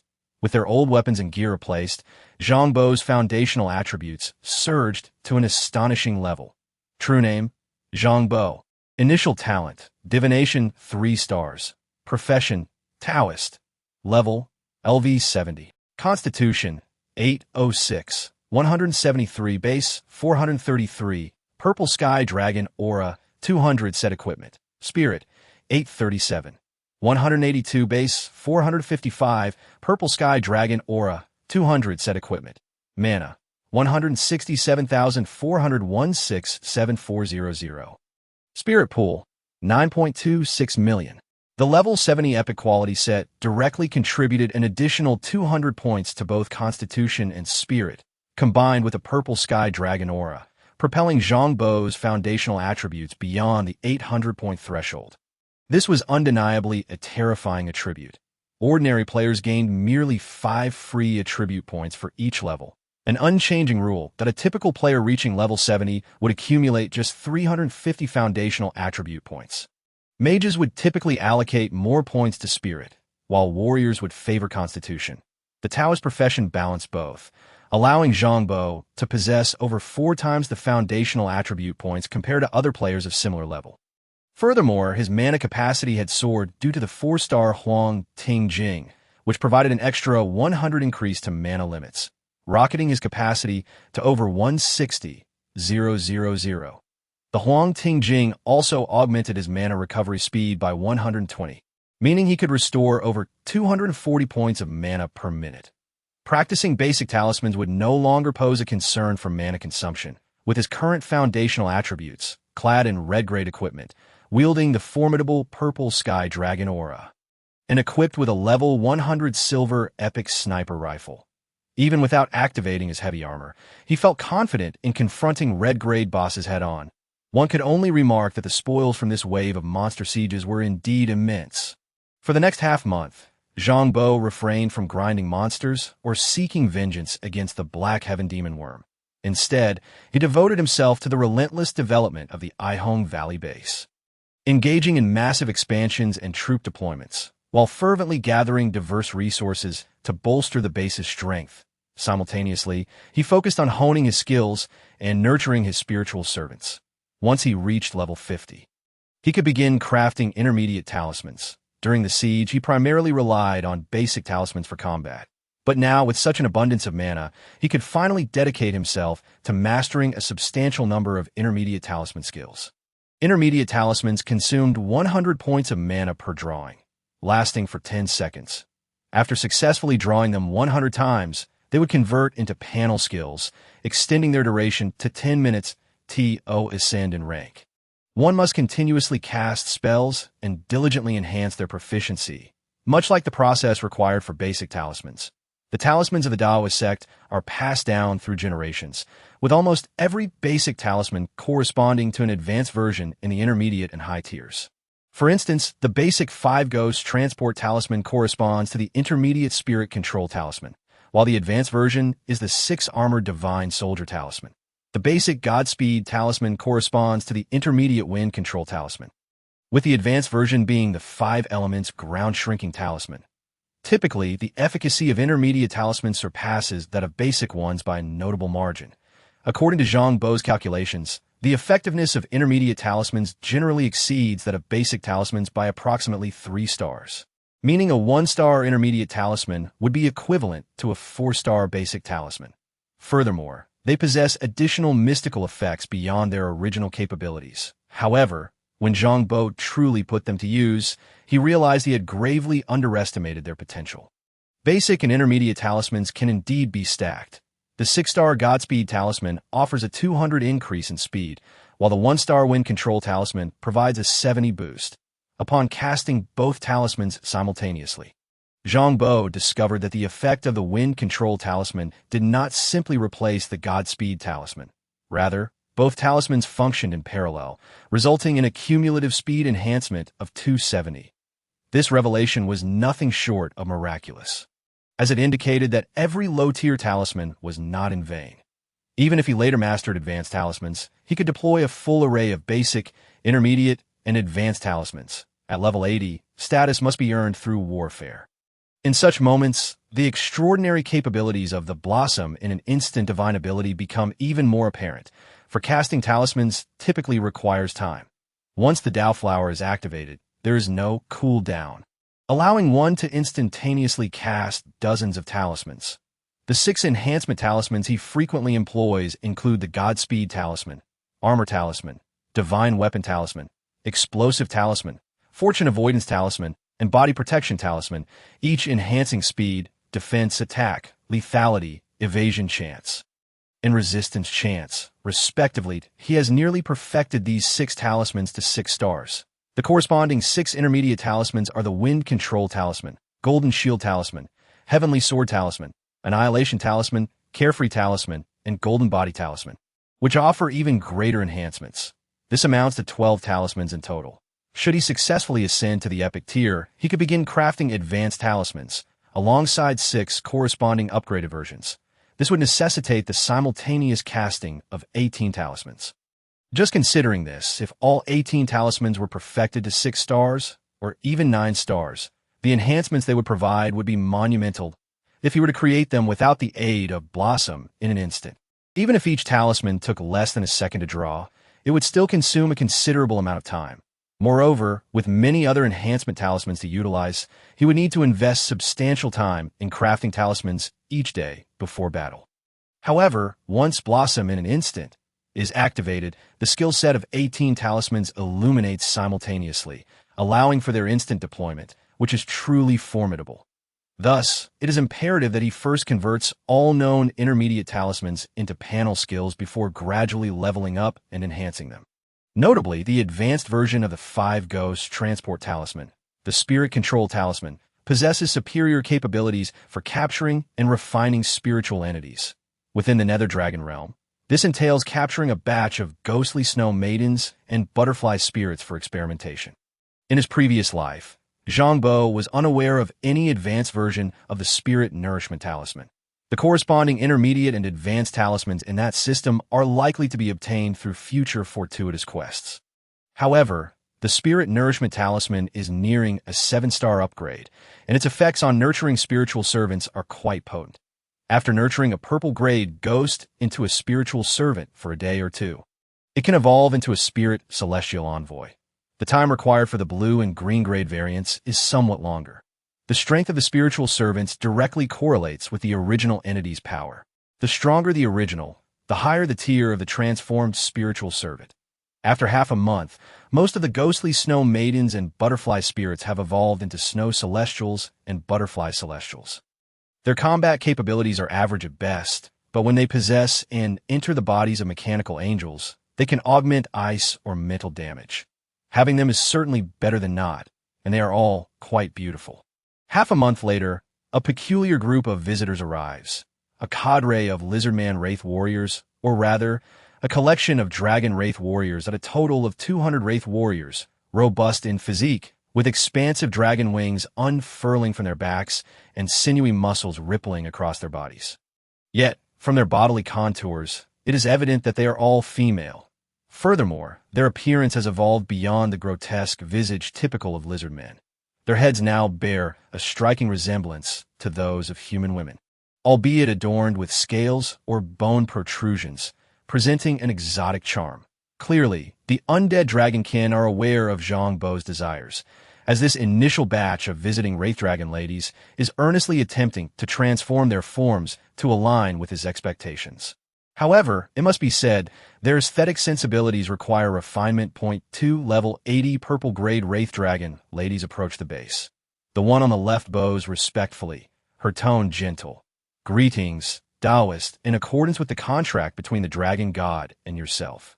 We have come to serve you. Zhang Bo cannot help but feel a sense of astonishment, for the stylistic differences between these two Wraith Dragon ladies are striking. The one on the right is particularly muscular, her body adorned with bone spikes and scales, embodying a fierce and formidable presence. In contrast, the one on the left possesses a slender figure, smooth skin, and a curvaceous silhouette, aside from the pair of dragon wings unfurling from her back. She bears a striking resemblance to a human beauty. At this moment, it is the left one who speaks, her voice soft, and upon noticing Zhang Bo's gaze upon her, she slightly bows, deliberately showcasing her alluring figure. She appears to be quite aware of her appeal. Zhang Bo is drawn to this naturally charming type, as they possess a sophistication that many ordinary women lack. Do you have any intentions of marrying? Zhang Bo inquires with a smile. The left dragon lady is visibly taken aback. The contract I signed with the dragon god stipulates that you dragon ladies either do not marry and dedicate yourselves to the clan, or can only marry me. Therefore, I must clarify this matter in advance. Zhang Bo shrugs. Those who wish to marry will be treated as wives. Those who do not wish to marry are simply here to work for me. Once clarified, I can better arrange your future duties. Even though the left dragon lady is a remarkable individual, she is momentarily stunned by such a straightforward inquiry. However, she quickly regains her composure, lowering her head slightly and speaking softly. If I could earn my lord's favor, it would be my utmost honor. It seems she has diligently studied human cultural knowledge. This is understandable. During the early conflict between lizardmen and human civilizations, lizardmen infiltrated human society using biological technology to disguise themselves as humans, even gaining significant power within the Human Federation. The Dragon Clan invasion lasted for approximately 20 years, during which both civilizations engaged in profound exchanges, gaining a deep understanding of one another.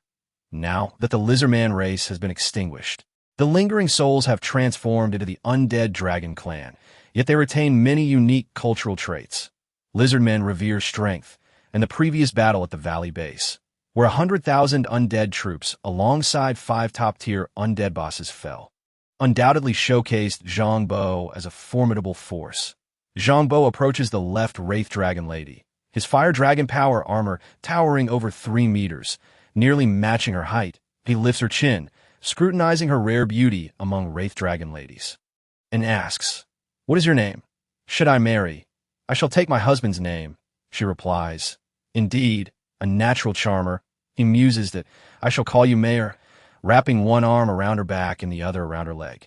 He lifts her effortlessly. "Let me experience the distinction between your Wraith form and your evolved Spirit Dragon Lady form. Shout E. Assess the combat abilities of the others, since you haven't decided to marry me yet. Come and work to earn points for conversion." Mayor nestles softly in his embrace, appearing delicate and obedient. Soon, the first Spirit Dragon Lady, Xiao Yi, adorned with a pair of golden-green dragon wings, descends from a base, glancing at the remaining 199 Wraith Dragon ladies, and clenches her fist with a smile. "You all may come at once." Chapter 81. Rapid Expansion. Seizing Resources. In the epic contract signed with the Dragon Wraith Souls, Zhang Bo occupies a position of dominance. He is transforming the Wraith Dragon clan into Spirit Dragon ladies, and the Wraith Dragon clan fights for him. Thus, he is the master, and the Wraith Dragon clan are his subordinates. Establishing a recruitment relationship. Therefore, upon entering the Nether Dragon realm, he did not eagerly seek out the Wraith Dragon clan, as that would have misrepresented their hierarchical relationship. That it was necessary for them to come to him. After more than a month of preparation, following the first monster siege battle, Zhang Bo demonstrated his prowess. Any collaboration must be assessed based on the strength of both parties, and if Zhang Bo were merely an ordinary player, even with an epic contract, he would likely end up as a mere tool for the Wraith Dragon clan's transformation. However, through the monster siege battle, he showcased his foundation, even without the assistance of the Wraith Dragon clan. He possesses a formidable power team capable of establishing a foothold within the power dynamics of the Nether Dragon realm. Thus, he remains the ultimate authority. The undead dragon clan's arrival merely renders them laborers, obliged to adhere to established protocols. They cannot simply cleanse their past and transform upon arrival. They must toil and expend a certain labor cost. Those like Mayer, who possess insight and understanding, are ultimately a rare breed. Subsequently, several more batches of undead dragons arrived, yet all proved to be somewhat dim-witted, necessitating their initial role as laborers. Nonetheless, the allegiance of this cohort of undead dragon maidens has yielded invaluable intelligence, a comprehensive overview of the power dynamics within the Nether Dragon realm, detailing the approximate strength of each faction and the distribution of resources. The undead dragon clan possesses a modicum of technological knowledge, having engaged in conflict with the human race for 2 decades. Their expertise lies in biological technology, which has been rendered obsolete due to their transformation into undead beings. However, they do retain some technological reserves, including a military base located at the heart of their territory. Yet the technology they command remains limited, significantly trailing behind that of Earth. It is roughly equivalent to the level of the Second Industrial Revolution, and due to a constrained population, the advancement of technology has proven exceedingly challenging, with little progress made over the years. Armed with their intelligence, Zhang Bo has acquired a more detailed understanding of resource distribution, providing clearer objectives for the development of the base after the passage of another month. The over 1,000 undead dragon maidens who had initially pledged allegiance, through their contributions, be it labor, intelligence, or companionship, have evolved into spirit dragon maidens. Zhang Bo has effectively transformed all intermediate talismans he possesses into panel skills, elevating them to a minimum of 2-star level. The military base at Wailing Valley has commenced its first large-scale deployment, primarily consisting of 3,000 mechanized angel warriors, an upgraded version of ordinary mechanical soldiers. All spirit dragon maidens, snow fairies, and butterfly fairies have also joined the fray. Upon their evolution into spirit envoys, they acquire a physical form, which can, post-evolution, shift into an energy state at will.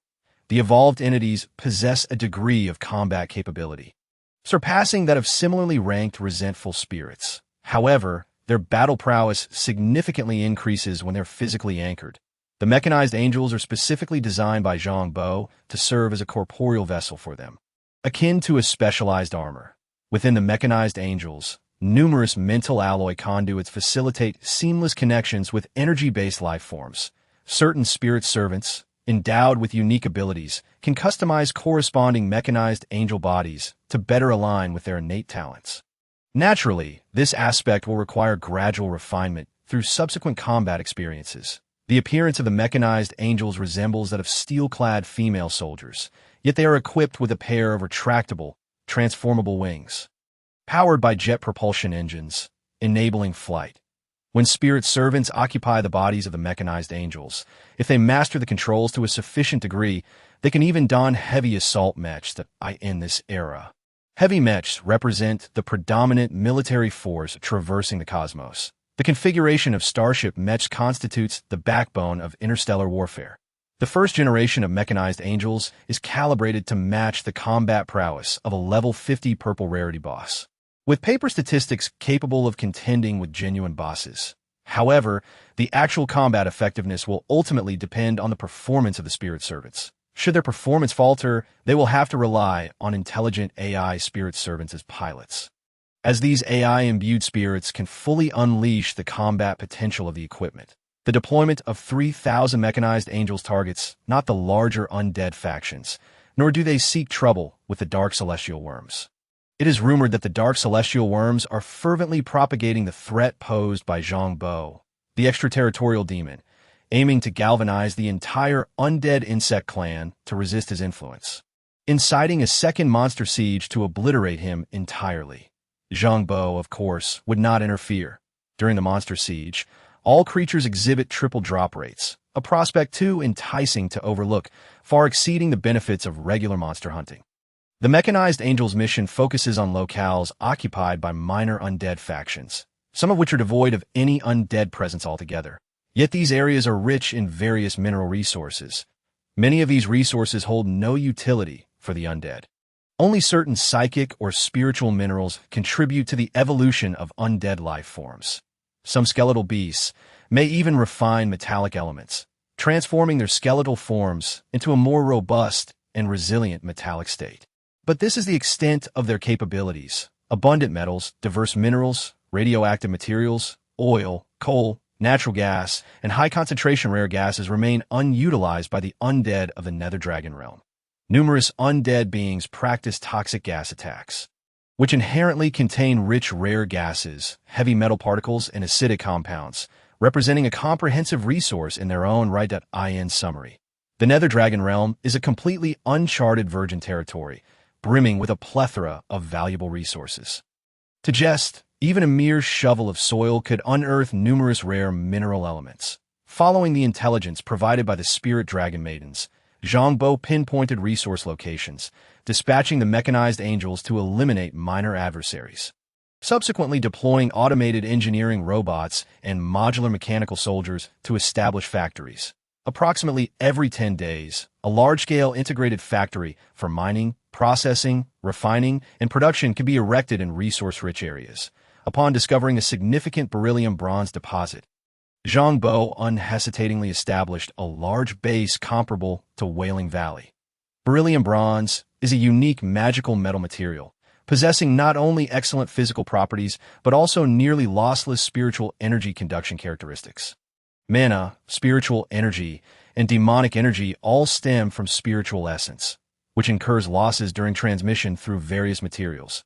The superconductive nature of beryllium bronze allows spiritual energy to traverse it with minimal loss, rendering it an indispensable material within the realm of spiritual technology. Natural deposits of beryllium bronze are exceedingly rare. In the current interstellar civilizations, most beryllium bronze is processed from later stages, used to construct starships, heavy mechs, core reactors, and key structures of virtual piloting systems. Producing beryllium bronze necessitates substantial copper, ore, and various complementary resources. A natural beryllium bronze vein is akin to a treasure trove of core materials for a vast interstellar fleet. Such resources are so precious that Zhang Bo and his current spirit servants, given their technological constraints, dare not squander them, fearing waste. After producing a significant quantity of high-purity beryllium bronze ingots, Zhang Bo even directly stored them in his armory, reluctant to leave them in the base's material warehouse to avoid damage during the impending monster siege.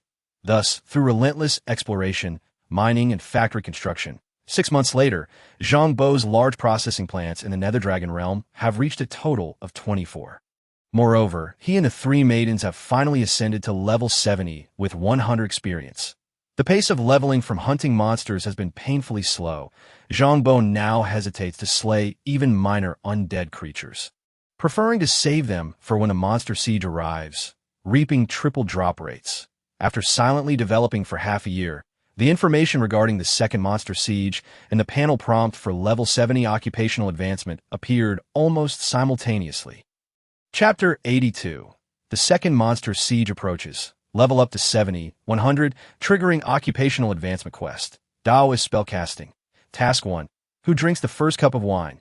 Do not use any melee skills. Task 2. Stumbling. Unaware of the duration that do not use any sniper skills. Task 3. The wind blows over the petrified mountains of CHUD. Not use any displacement skills. Remain silent and motionless. Task 4. Vines entangle and moss seal the mouth. Eliminate 100 hostile targets of equal or higher level. Must refrain from melee skills, sniper skills, and maintain absolute stillness. This occupational advancement quest is rather stringent, triggering a fortuitous event. Monster Siege 2 Quest Description. Your rapid expansion of power in the Nether Dragon realm has drawn the attention of local factions. After assessing your threat level, the Undead Insect Clan and the Undead Demon Plant intend to annihilate your 24 bases. In 72 hours, the Insect and Demon Plant Undead armies will launch a full-scale assault. Task requirement. Please endeavor to preserve your factories and bases during the monster siege. The surviving factories and bases will determine your final rewards. During this monster siege, the drop rate for defeating hostile targets will increase by 200. It is evident that this siege will be significantly more intense than the first, with two major undead clans launching a full assault, an event capable of igniting a grand war across the entire Nether Dragon realm.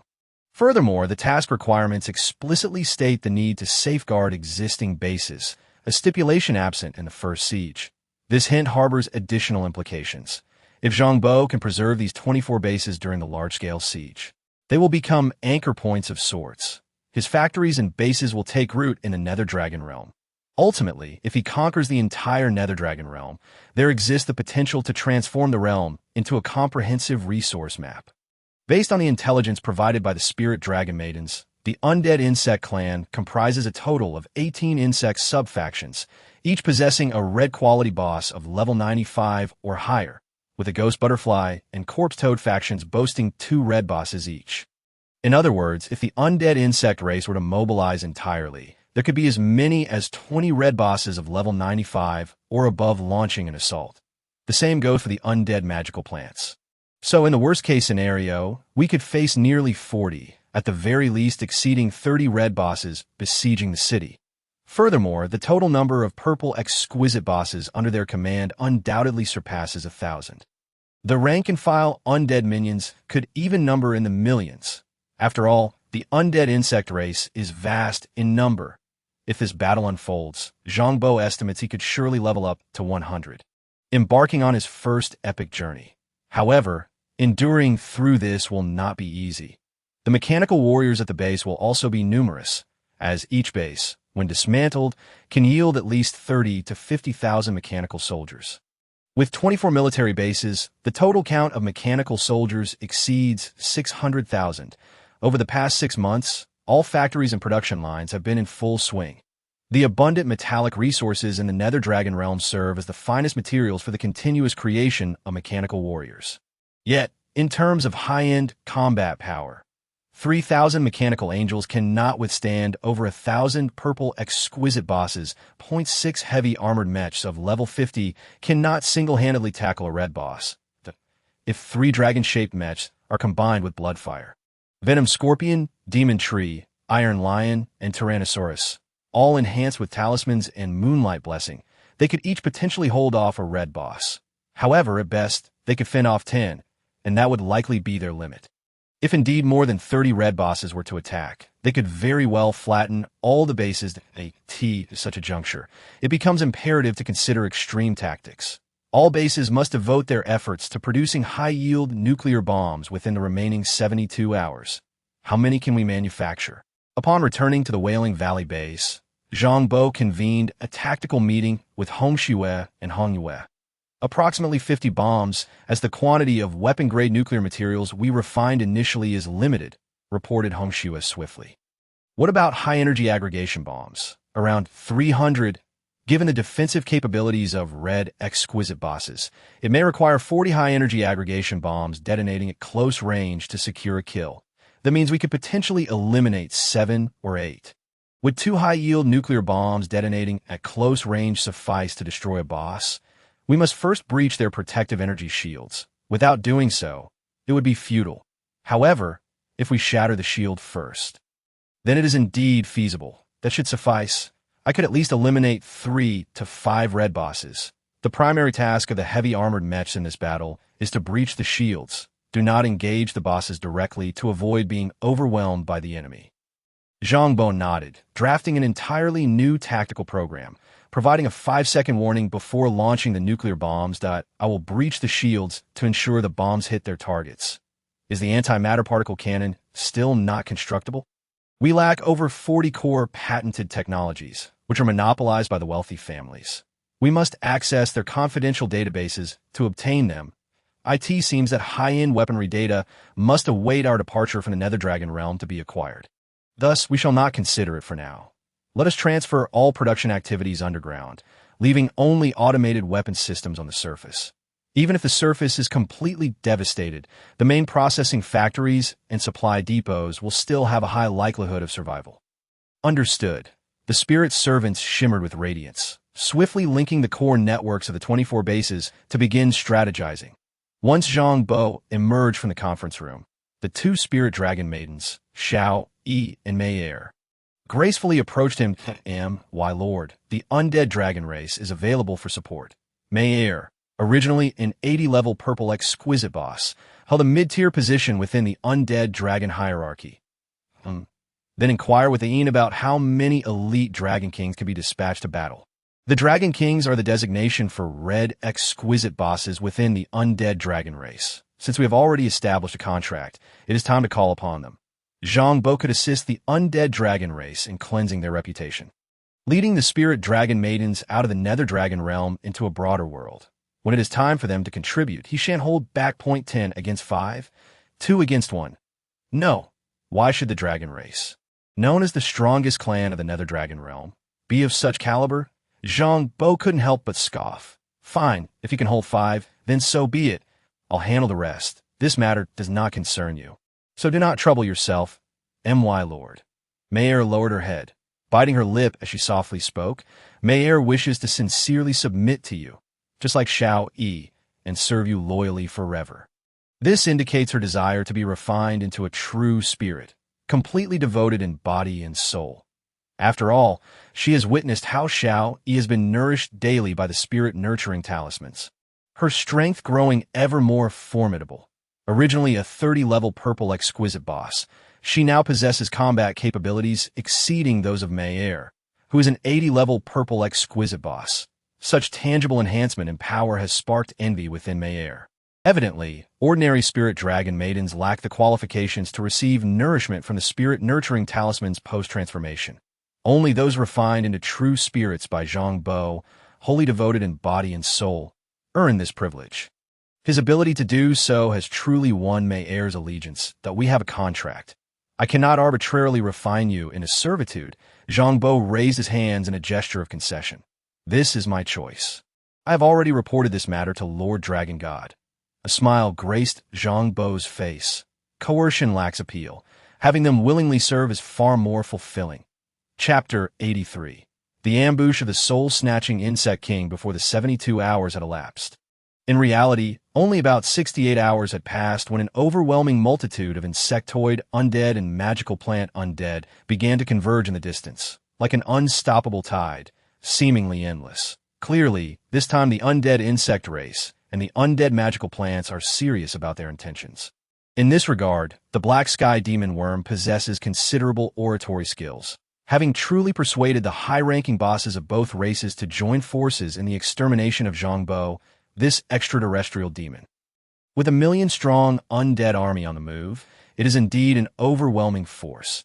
Zhang Bo's 24 bases, spaced dozens of miles apart and spanning several hundred miles, find themselves encircled by this vast undead legion. However, this time, Zhang Bo has had more time to prepare, having gathered more resources, and the defensive capabilities of the bases are significantly enhanced. City-level protective shields activate. Their brilliant glow envelopes the entire base, with a dazzling electric light on the shields indicating a substantial upgrade to the entire defensive system. In this encounter with the bosses, there will be no need for parties. Our spirit energy pools have reached several million, which are temporarily of no use. Changshi's voice echoed through the comms of the heavy armored mechs. Darling, you can solo the bosses. The spirit energy pool will increase even faster. Summoning more divine envoys will also enhance our overall strength. All right, we will team up for the minor foes, and I will withdraw from the party when facing red quality bosses. Zhang Bo was not one to be overly sentimental with the earthly fiend's ability. The higher the spirit energy pool limit, the more divine envoys he could set. Once the spirit celestial envoy is designated as a divine envoy, not only does it enhance their innate abilities, but most importantly, they are not at risk of permanent death. Should they fall in battle, they can be revived as long as mana is available. Ordinary spirit celestial envoys, however, lack this revival capability. If they perish, it is final. Thus, in the two previous siege battles, Zhang Bo had refrained from allowing other spirit celestial envoys to engage. Additionally, divine envoys possess player privileges, enabling them to utilize revival tokens. However, considering that revival only requires 30,000 mana, it is unnecessary to waste precious revival tokens. The front lines stretched long. Within a radius of hundreds of miles, the million-strong undead army surged forth, nearly surrounding a 200-kilometer area that a glance revealed that the undead forces were indeed primarily comprised of insects and magical plants. Various forms of beetles, ants, bees, spiders, and scorpions, the smallest among them dwarfed a human. Furthermore, they exhibited skeletal, zombie, ghostly, and vengeful appearances, a plethora of varieties that, in contrast, the magical plant undead were even more exaggerated in size, primarily tree-like, flower-like, and vine-like in the Nether Dragon realm. An ordinary tree-like magical plant towered dozens of meters tall, its dense branches and leaves sprawling like small castles. The Nether Dragon realm is a realm of the dead, with magical plants inhaling and exhaling deathly and sinister energies. Hence their grotesque forms, adorned with tentacles, bone spikes, and fangs. Notably, a level 99 red exquisite magical plant, the 100 Ghost Tree King, is entirely composed of 100 malevolent spirits forming a colossal tree over 100 meters high.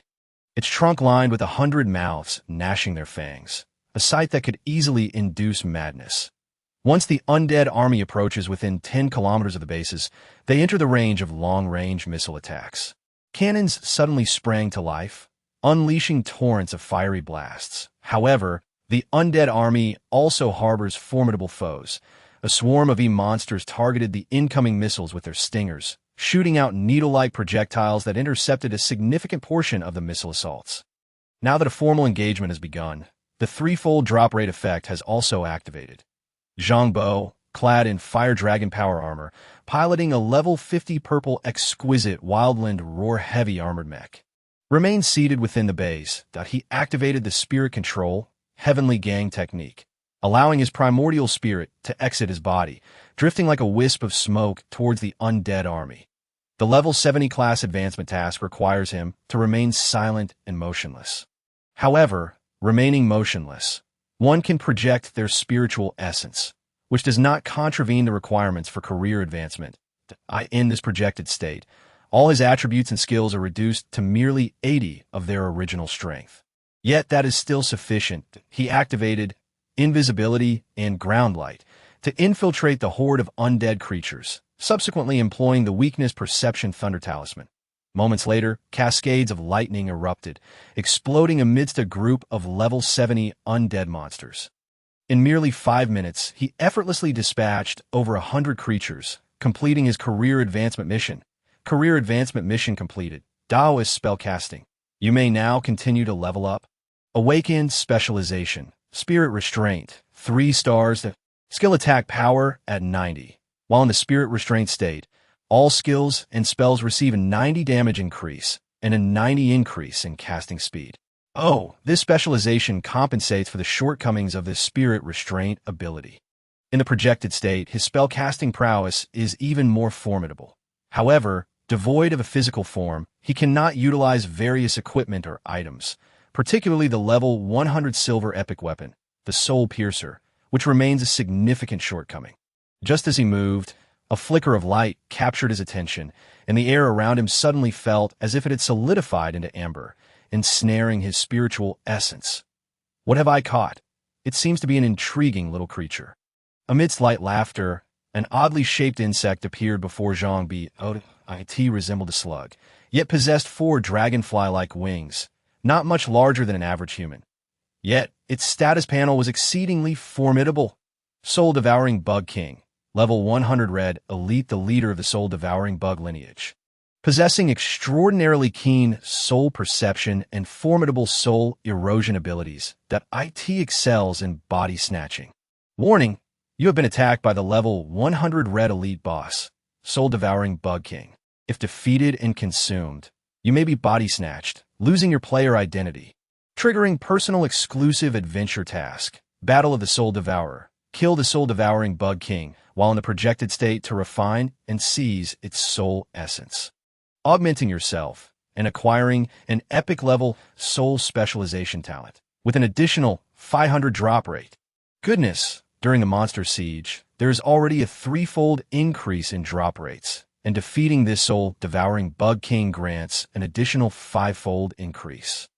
And it is guaranteed to yield an epic level soul specialization. I'm in. Under a generous reward, brave souls will surely emerge. Although he cannot wield weapons, armor, firearms, or mechas while in the projected state, his abilities still provide him with a chance to confront this level 100 Red Elite boss. Chapter 84. Soloing the Bug King. Little creature, are you the extraterrestrial demon? How careless of you to abandon your physical form in such a place as the underworld dragon realm. The voice of the Soul-Devouring Bug King, reminiscent of a slug, was surprisingly melodious, evoking an itch deep within one's heart. As it spoke, the surrounding lake-like space began to compress rapidly, solidifying as if intending to eternally seal Zhang Bo's spiritual essence. Mastering the thunder, activated, and a brilliant electric light enveloped him, instantly shrouding his entire being in a layer of bright lightning. Once transformed into lightning form, the amber-like sensation of confinement dissipated. Indeed, lightning is the nemesis of all malevolent spirits and creatures. Quite satisfactory, the world is vast, and one must explore it. Having broken free from the Soul-Devouring Bug King's intangible restraints, Zhang Bo swiftly activated invisibility, his radiant lightning form vanishing into the void. Layering himself with enhancement talismans. By the way, could you not make your appearance a bit more appealing? This slug-like form is truly unseemly. I cannot comprehend why, in the underworld dragon realm, many species can easily alter their appearance. Yet you choose to present yourself so unattractively. Even as an undead, has basic aesthetic sense been forsaken? Must the underworld always adhere to such a grim aesthetic? Perhaps it matters little since there are few observers. Invisibility is of no use to me. Little one, that the Soul-Devouring Bug King's slug-like body appeared to flicker with a faint thread. Following that, the void trembled, as if an invisible giant were swiftly striking down. A powerful shockwave, surging forth like a tsunami, fiercely bombarding Zhang Bo. A pale, golden streak flashed, and Zhang Bo's form evaded to 20 kilometers away, narrowly avoiding the blow. This Soul-Devouring Bug King possesses an incredible attack range. It truly can move swiftly. To be frank, Zhang Bo's displacement speed undoubtedly exceeded the Soul-Devouring Bug King's expectations. As an ethereal undead creature, lacking a physical form, it naturally enjoyed an extra speed bonus in movement. However, Zhang Bo, equipped with the 7-star Swift Movement and Ground Light, further augmented by the Wind Control Talisman and Swift Movement Talisman, surpassed the speed of this level 100 Red Elite boss. You are exceedingly unattractive. I wish to tease you, yet cannot find the words. In an instant, Zhang Bo arrived, sweeping his palm, activating Weakness Perception, and simultaneously unleashing the Soulfire Talisman, Thunder Talisman, Scorpion Tail Talisman, and Binding Talisman, without the need to activate the Flower Blooming Moment. The number of attack skills he could deploy in the projected state was limited.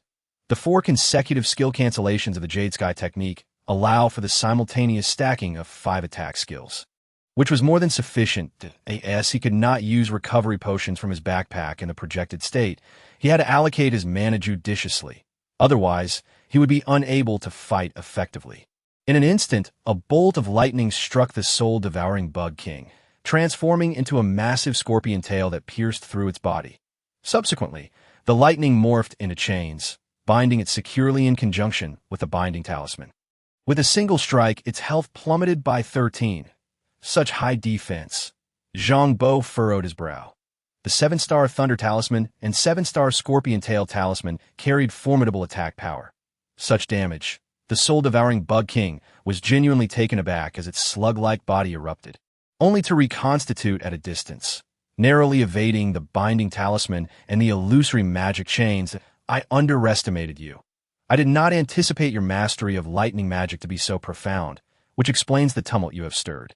The tone of the soul-devouring Bug King was now grave, realizing that in the activated state of lightning magic, its control skills were ineffective against Zhang Bo. The opponent's displacement speed was alarmingly swift, and the damage output was formidable, making it a challenging battle.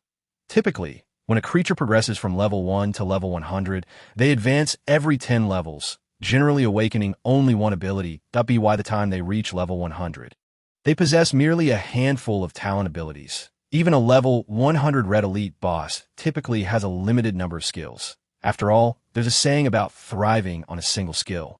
Under normal circumstances, the combination of the soul-devouring Bug King's Soul Restraint Domain and Soul Whip would be exceptionally advantageous.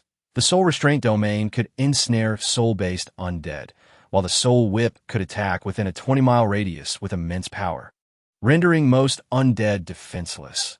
Yet now, both abilities were ineffective against the opponent. The soul-devouring Bug King had to take the matter seriously, activating its ultimate technique. Its slug-like body suddenly blossomed like a flower, transforming into countless fine strands that at a glance. The soul-devouring Bug King resembled a gigantic plush flower, its body morphing into hundreds of slender, elongated strands beneath its dragonfly-like wings, taking on a remarkably bizarre form. As its shape shifted, hundreds of soul whips materialized in the surrounding space. The soul whip lacked a physical form.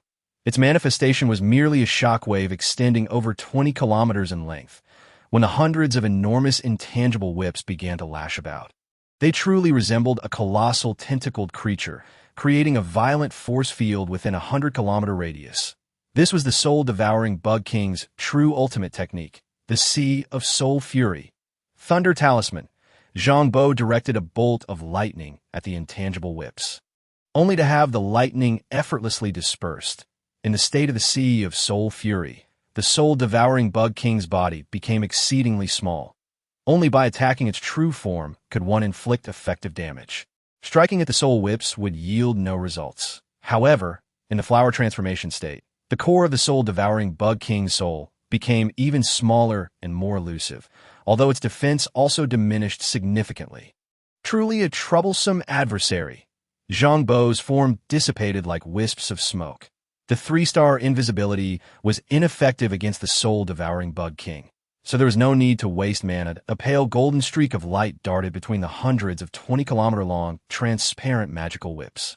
In that moment, Zhang Bo danced upon the knife's edge, his senses, speed, and reactions heightened to their utmost limits. After all, should he be struck by a soul whip, not to mention the immense power of a 20-kilometer-long shockwave, he would surely be flung away like a mere fly, followed by a barrage from hundreds of whips. After dashing for several kilometers, Zhang Bo realized that merely charging forward would likely not bring him close to the soul-devouring Bug King's true form. The defense of those hundreds of soul whips was indeed impeccable. Time for a bullet time. Upon activating this skill, everything around him seemed to slow down instantaneously. The hundreds of soul whips slowed down sevenfold, moving as if they were crawling like snails. Zhang Bo's silhouette swiftly darted forth, breaching the layered barriers of the soul whip in a mere heartbeat, arriving directly before the essence of the soul-devouring insect king. The plush flower, a diminutive orb with a diameter of approximately 1 meter, appeared exceedingly delicate at that moment. Due to the invocation of the Sea of Soul Rage, even the protective aura surrounding him had significantly thinned. Zhang Bo could not afford to squander time. His mana was rapidly depleting, leaving him with few opportunities for attack. In a state of astral projection, he was unable to utilize mana potions, and once his magical energy was exhausted, recovery would be sluggish. Thus, his chances for assault were limited. In a flash, he unleashed the blooming flower technique. Weakness perception. 5 Thunder Talisman Scorpion Tail Constellation Strike. In an instant, a bolt of lightning erupted, transforming into hundreds of miniature scorpion tails that struck the soul-devouring insect king's essence like meteors. The concentrated barrage of hundreds of strikes easily shattered its already fragile protective aura. The core of that plush flower lay exposed before him, without any defense. For his final strike, the Scorpion Tail Talisman, 5 Thunder Talisman, consumed a staggering 100,000 mana points. With each additional 100 points of mana expended, the 7-star 5 Thunder Talisman would amplify lightning damage by an impressive 70%. Thus, 100,000 mana points magnify the lightning damage by a remarkable 700 times.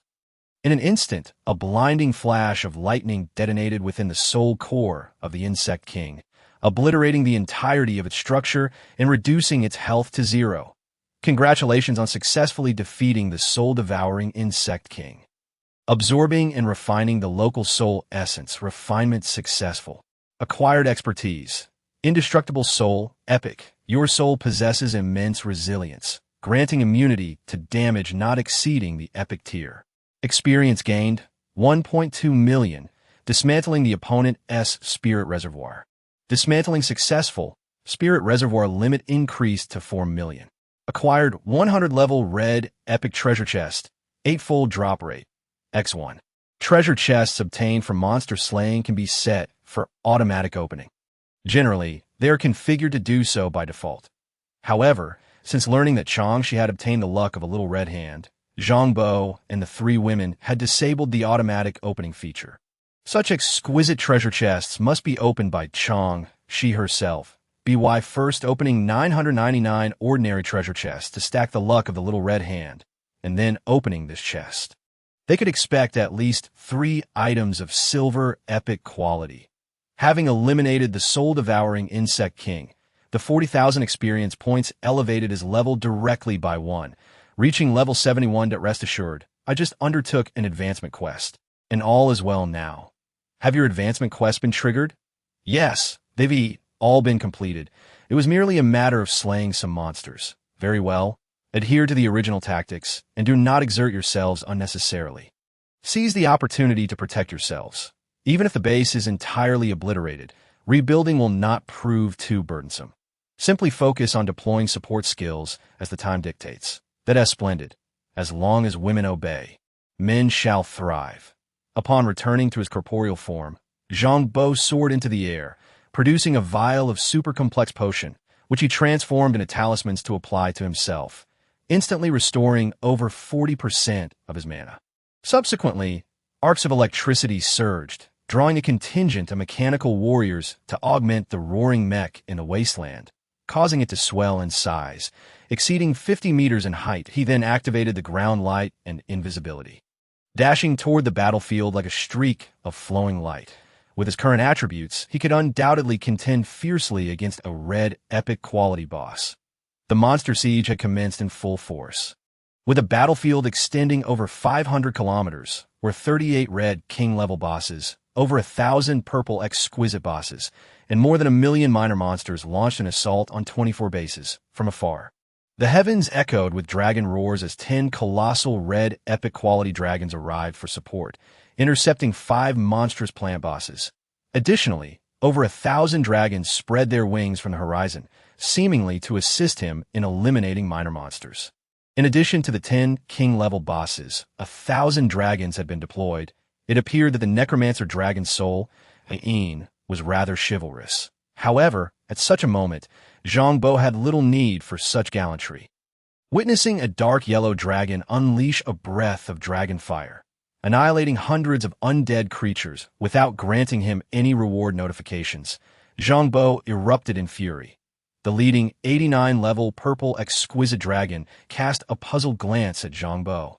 We have come to aid you in battle. With the advantage of weakness perception, the 100-level silver epic heart sniper rifle unleashed a skill set comprising Scorpion Tail Talisman, 5 Thunder Talisman, and the Immobilization Talisman. A single shot was fired.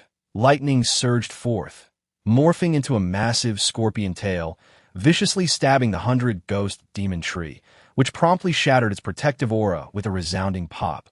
The Immobilization Talisman took effect. Surrounding him, hundreds of mechanical warriors swiftly constructed a one-time amplification device in front of the Heart Sniper rifle. Zhang Bo activated Blooming Flower, without wasting a moment on the immobilization talisman. Layering the same skill set anew, clearly adorned in his red epic quality equipment, accompanied by heavily armored mechs and mechanical warriors, wielding a 100-level silver epic sniper rifle. He possessed the power to swiftly vanquish king-level bosses. With just 2 shots, he eliminated the 100 Ghost Demon Tree King, defeated 100 Ghost Demon Tree King, 100-level red epic, gained experience, 400,000, dismantling opponent's spirit reservoir, dismantling successful, spirit reservoir limit increased to 2 million. Acquired 100-level red epic treasure chest, 3-fold drop rate, X1. Zhang Bo noted with clarity that he was currently in a disbanded state, soloing the 100 Ghost Demon Tree King. Yet the spirit reservoir limit only increased by 2 million. When grouped with Chang Shi and the 3 women, each individual could augment their spirit reservoir limit by 1.2 million. It turned out that the increase in spirit reservoir limit was not cumulative. Upon disbanding, he did not receive a 4-fold boost. However, after defeating the soul-devouring Insect King, with an additional 5-fold drop rate bonus, the spirit reservoir limit only increased by 4 million. It seemed the pattern of increase for the spirit reservoir limit was not directly proportional to grouping. Given this, soloing a boss proved less advantageous. Increasing the spirit reservoir limit by 2 million alone was evidently inferior to the 4 individuals, each gaining 1.2 million, rejoining the 3 women in a party. Zhang Bo quickly explained the situation, his figure flickering as he activated Blooming Flower, layering amplifying talismans upon each heavily armored mech. He then applied talismans to the city-level protective shields and even to some high-powered turrets. For ordinary players and even for spiritual practitioners, this was certainly sufficient. However, Zhang Bo aimed to enhance the overall combat capability of the base, necessitating continuous application of amplifying talismans. Moreover, activating Ground Light and Blooming Flower required constant mana consumption. Calculated per second, in the midst of intense warfare, this proved inadequate. After all, whether or not talismans were employed, the strength exhibited by each armed combat unit varied significantly. With a resolute determination, he produced 2 7-star skill enhancement stones, directly elevating consumption and potion to 7 stars. Consumption, 7 stars. Consumable item effects increased by 700, with a 70 chance of an additional 300 boost. Potion, 7 stars. Potions transformed into talismans. Recovery effects enhanced by 500, with a 30 chance of an additional 200 boost. The Foundation now boasted a 12-fold recovery effect. With ample mana recovery, Zhang Bo navigated the battlefield with agility, layering talismans that visibly enhanced the combat power of each base. Chapter 86. The Mechanical Legion never fears being surrounded 3 dragon-shaped mechs and 5 100-level mechs, all adorned with layers of talismans.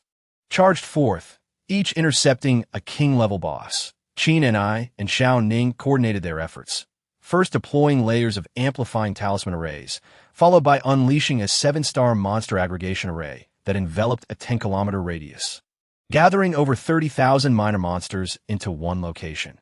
Xiao Ning initiated the summoning of venomous fire clones, unleashing the sea of soul fire, while simultaneously, the base's fire control systems activated, launching a barrage of missiles toward the center of the aggregation array. After casting all amplification skills, Chang Shi focused solely on one task.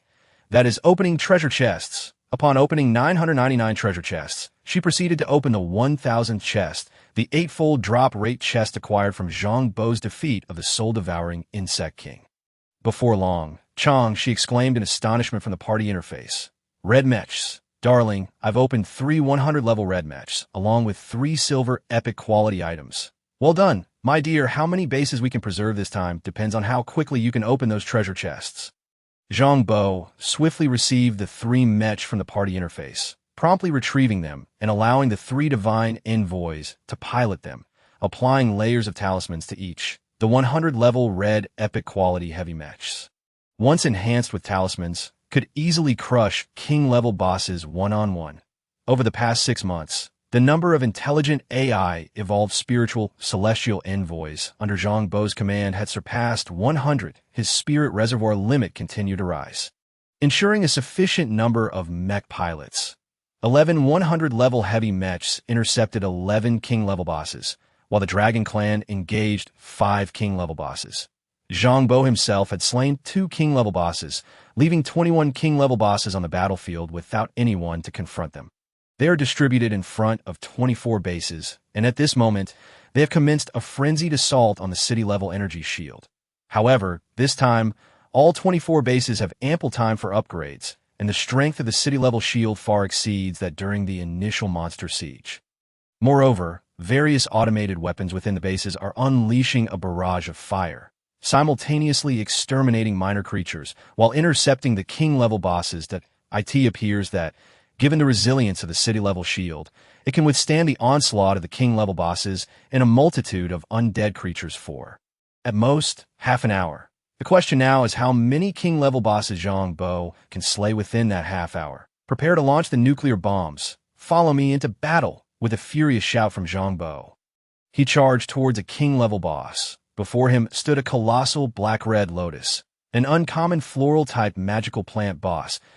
This moment, 36 petals of the black-red lotus sprouted bone spikes exceeding 30 meters in length, slicing through the city-level shield like swords. Brilliant flames surged skyward as 2 high-yield nuclear bombs were about to strike the lotus boss within 10 seconds. Binding spell, illusory light chain, telekinesis. Just as he executed these 3 skills, a dazzling sword light suddenly slammed into Zhang Bo, shattering dozens of mechanical warriors surrounding his heavy armor. This magical lotus boss possessed a counterattack skill. It was precisely because of this that Zhang Bo ordered the base to launch the nuclear bombs. Refraining from delivering the final blow himself, the telekinetic skills, under the manipulation of formidable mental energy, swiftly guided the 2 high-yield nuclear bombs to strike the magically bound lotus boss, resulting in a thunderous explosion. A massive mushroom cloud ascended, and it must be said that this magical lotus boss was indeed formidable. Despite the protective shield being shattered, it withstood the direct impact of 2 high-yield nuclear bombs without being instantly obliterated. It remained with but a sliver of health. A devastating sniping thunder spell obliterated that last sliver of health, converting it into experience points, enhancing the energy limit, and yielding a red premium treasure chest with a 3-fold drop rate. Zhang Bo's figure was relentless as he swiftly dashed towards a massive dark green Beetle King. This Beetle King also possessed counterattack capabilities. However, this time he did not initiate the nuclear bomb, after shattering its protective shield. Zhang Bo endured a counterattack that cost over 100 mechanical warriors before throwing out 40 high-energy fusion bombs in one go. Boom! Boom! Boom! Red Snow's calculations proved correct. The 40 high-energy fusion bombs detonated in close proximity, indeed capable of slaying a king-level boss. Thus, against the king-level boss equipped with counterattack abilities, Zhang Bo resorted to launching either high-yield nuclear bombs or high-energy fusion bombs for the finishing blow. If confronting a boss lacking counterattack capabilities, he would utilize his single-target skill set to overpower it. Within the 10th minute of the war, he had already slain 4 king-level bosses. The duration of the first wave of talismans had elapsed. So he activated the Bloom of Flowers, granting all mechs, turrets, and shields a fresh wave of talismans within 2 minutes. That moment, Changxi also opened over 4,000 treasure chests, aside from the first chest with an 8-fold drop rate. The other 3 red premium chests all yielded level 100 red premium mechs. Goodness, her luck was truly extraordinary. If the red premium chests were opened automatically, they would only yield level 100 purple exquisite mechs. However, with her hands unlocking them, they invariably dropped level 100 red premium mechs. This disparity in quality represented a comprehensive enhancement in combat power. For every king-level boss Zhang Bo slayed, she could open a red mech, allowing her to intercept another king-level boss, swiftly neutralizing the advantage of the monsters. Let us first encircle that otherworldly demon. Its destructive power is too great. Eliminating it would render the others insignificant. No, it moves too swiftly. We cannot catch up. Even a Mantis King cannot keep pace. We cannot capture it. How can it possess so much mana? After using so many powerful spells, it shows no signs of exhaustion. We cannot continue fighting this way. The back and forth will eventually lead to our downfall. Let us regroup. Even if we cannot defeat that otherworldly demon, at least we can support one another. Yes, let us concentrate and destroy all these bases. As long as we prevent it from taking root, we will always have a way out. The king-level bosses are not fools. They quickly realized that dividing their forces would lead to their demise. The 14 king-level bosses, unimpeded on the battlefield, promptly devised a new strategy, beginning to converge rapidly. Their destination was the Wailing Valley, the largest base in terms of scale and scope. Since they are gathered, it will be far simpler to engage them. Launch all nuclear bombs, leave none behind, and let us obliterate them. Chapter 87. Celestial Techniques, Subduing Dragons, and Taming Tigers. The 24 bases collectively produced 51 high-yield nuclear bombs. As these are notoriously complex to manufacture, particularly the purification and fine processing of weapon-grade nuclear materials. Having already utilized 4, there remained 47 as the 14 king-level bosses gathered before the Wailing Valley base. Prepared to jointly breach the city-level shield, all 47 high-yield nuclear bombs were launched. Such strategic weapons are precisely for moments like this. The simultaneous detonation of 47 nuclear bombs, arranged in a phased array, significantly amplified their explosive power, striking directly upon the heads of the 14 king-level bosses. In an instant, a brilliant sun seemed to rise from the ground before the city-level shield of Wailing Valley. A dazzling wave of thermal radiation erupting violently, shaking the very earth itself. The kill notifications for the king-level bosses had yet to appear, but the surrounding undead minions besieging the Wailing Valley base were already disintegrating into vast clouds of ash. With the kill notifications cascading down like a waterfall, Zhang Bo's level surged to 80, reaching 100. Level increased to 80, 100, triggering the class advancement quest, Taoist Demon Subjugation. Quest 1. Qingni Ko Yi Hu Gong Shun. Activate at least 3 talisman-type skills. Quest 2. Honglong Yuhu Keishaman. Enlighten at least 3 spirit servants. Quest 3. Shilawa Femin Shijin. Awaken a burst-type divine ability. Quest 4.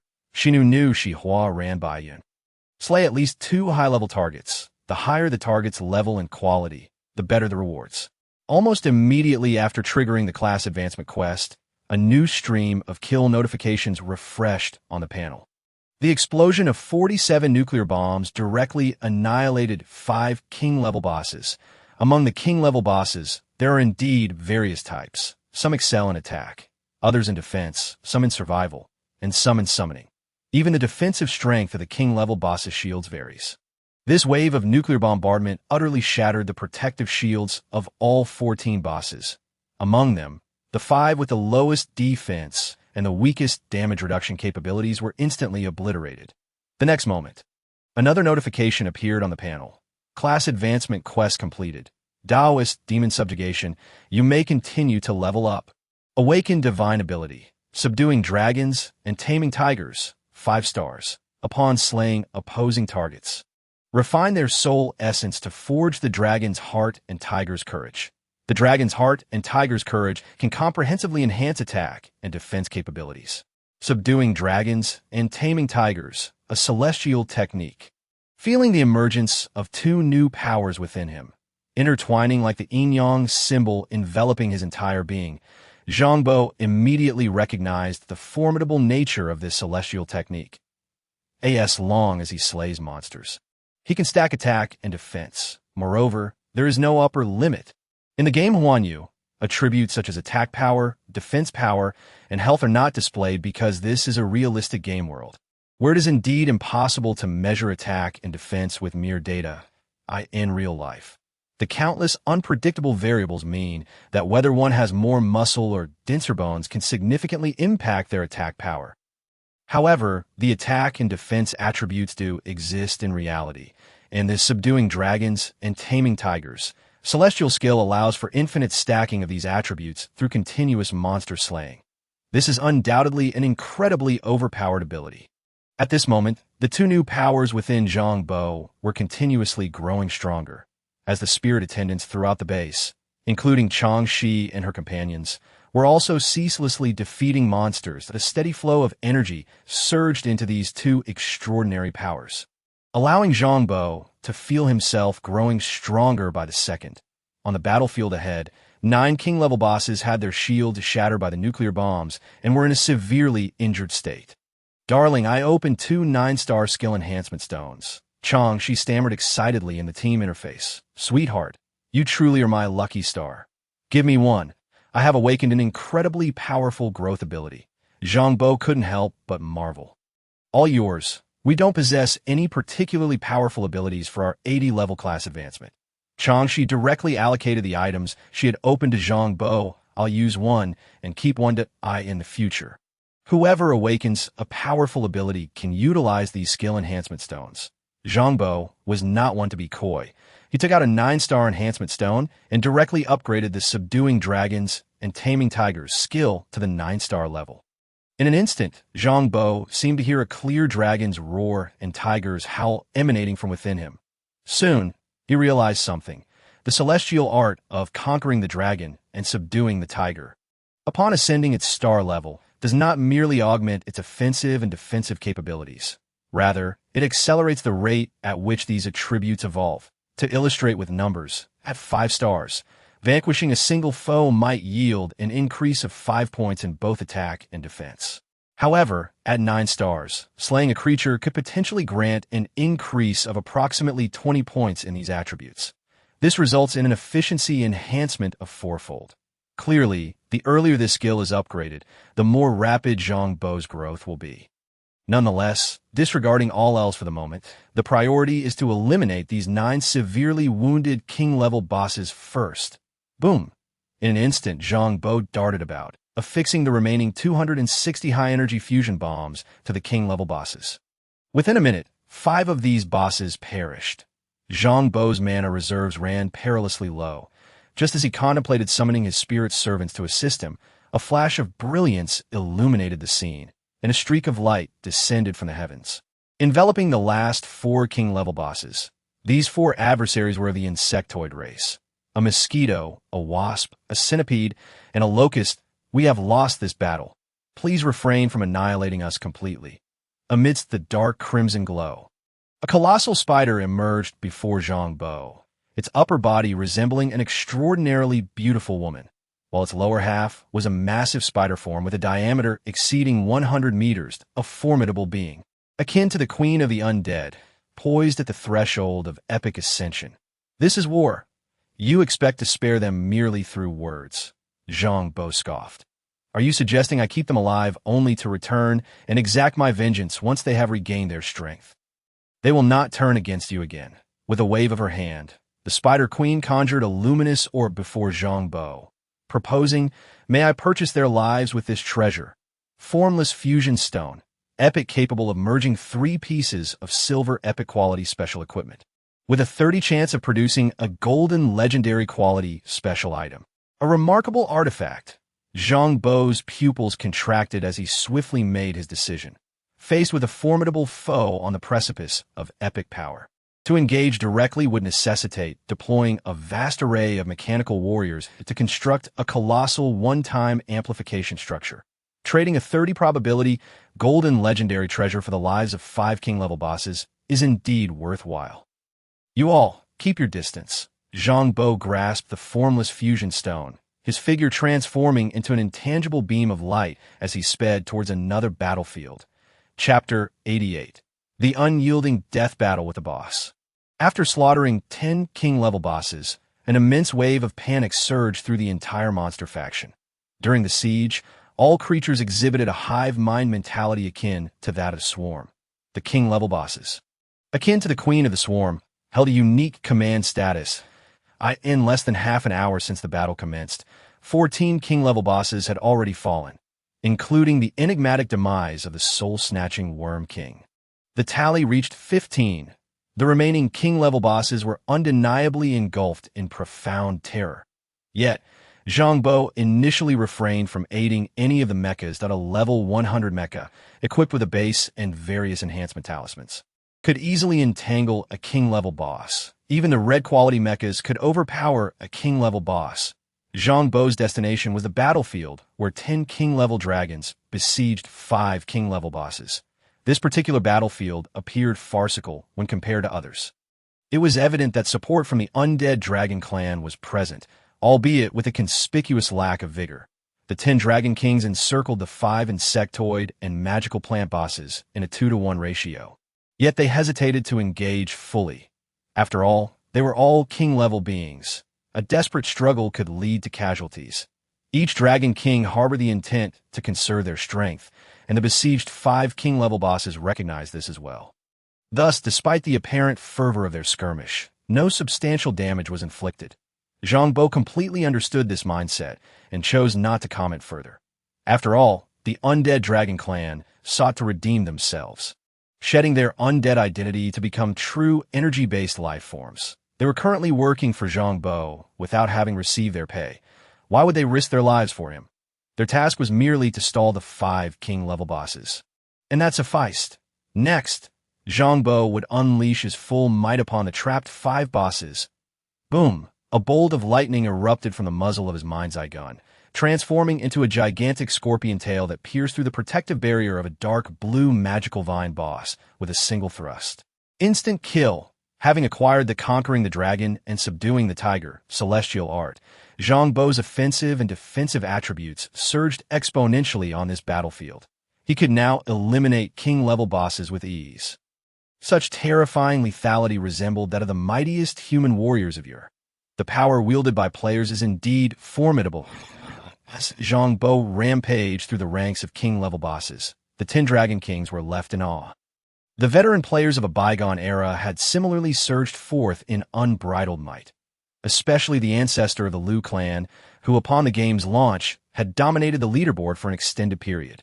Reigning as the strongest among all veteran players, his innate ability, the Blade of Slaughter, granted him a permanent increase in health and vitality points with each monster slain, growing ever bolder with each kill. His great wind blades struck terror into the hearts of all high-tier dragons. In this moment, although Zhang Bo did not share the same path as that ancestor of the Liu clan, he remained an unstoppable force on the battlefield. A millennium later was another undying, bloodthirsty demon lord about to be born. Regardless of the astonishment within the hearts of the 10 Dragon Kings, in less than 10 minutes, Zhang Bo had eliminated all 5 king-level bosses. All right, thank you for your assistance this time. You may come to me post-battle for your rewards.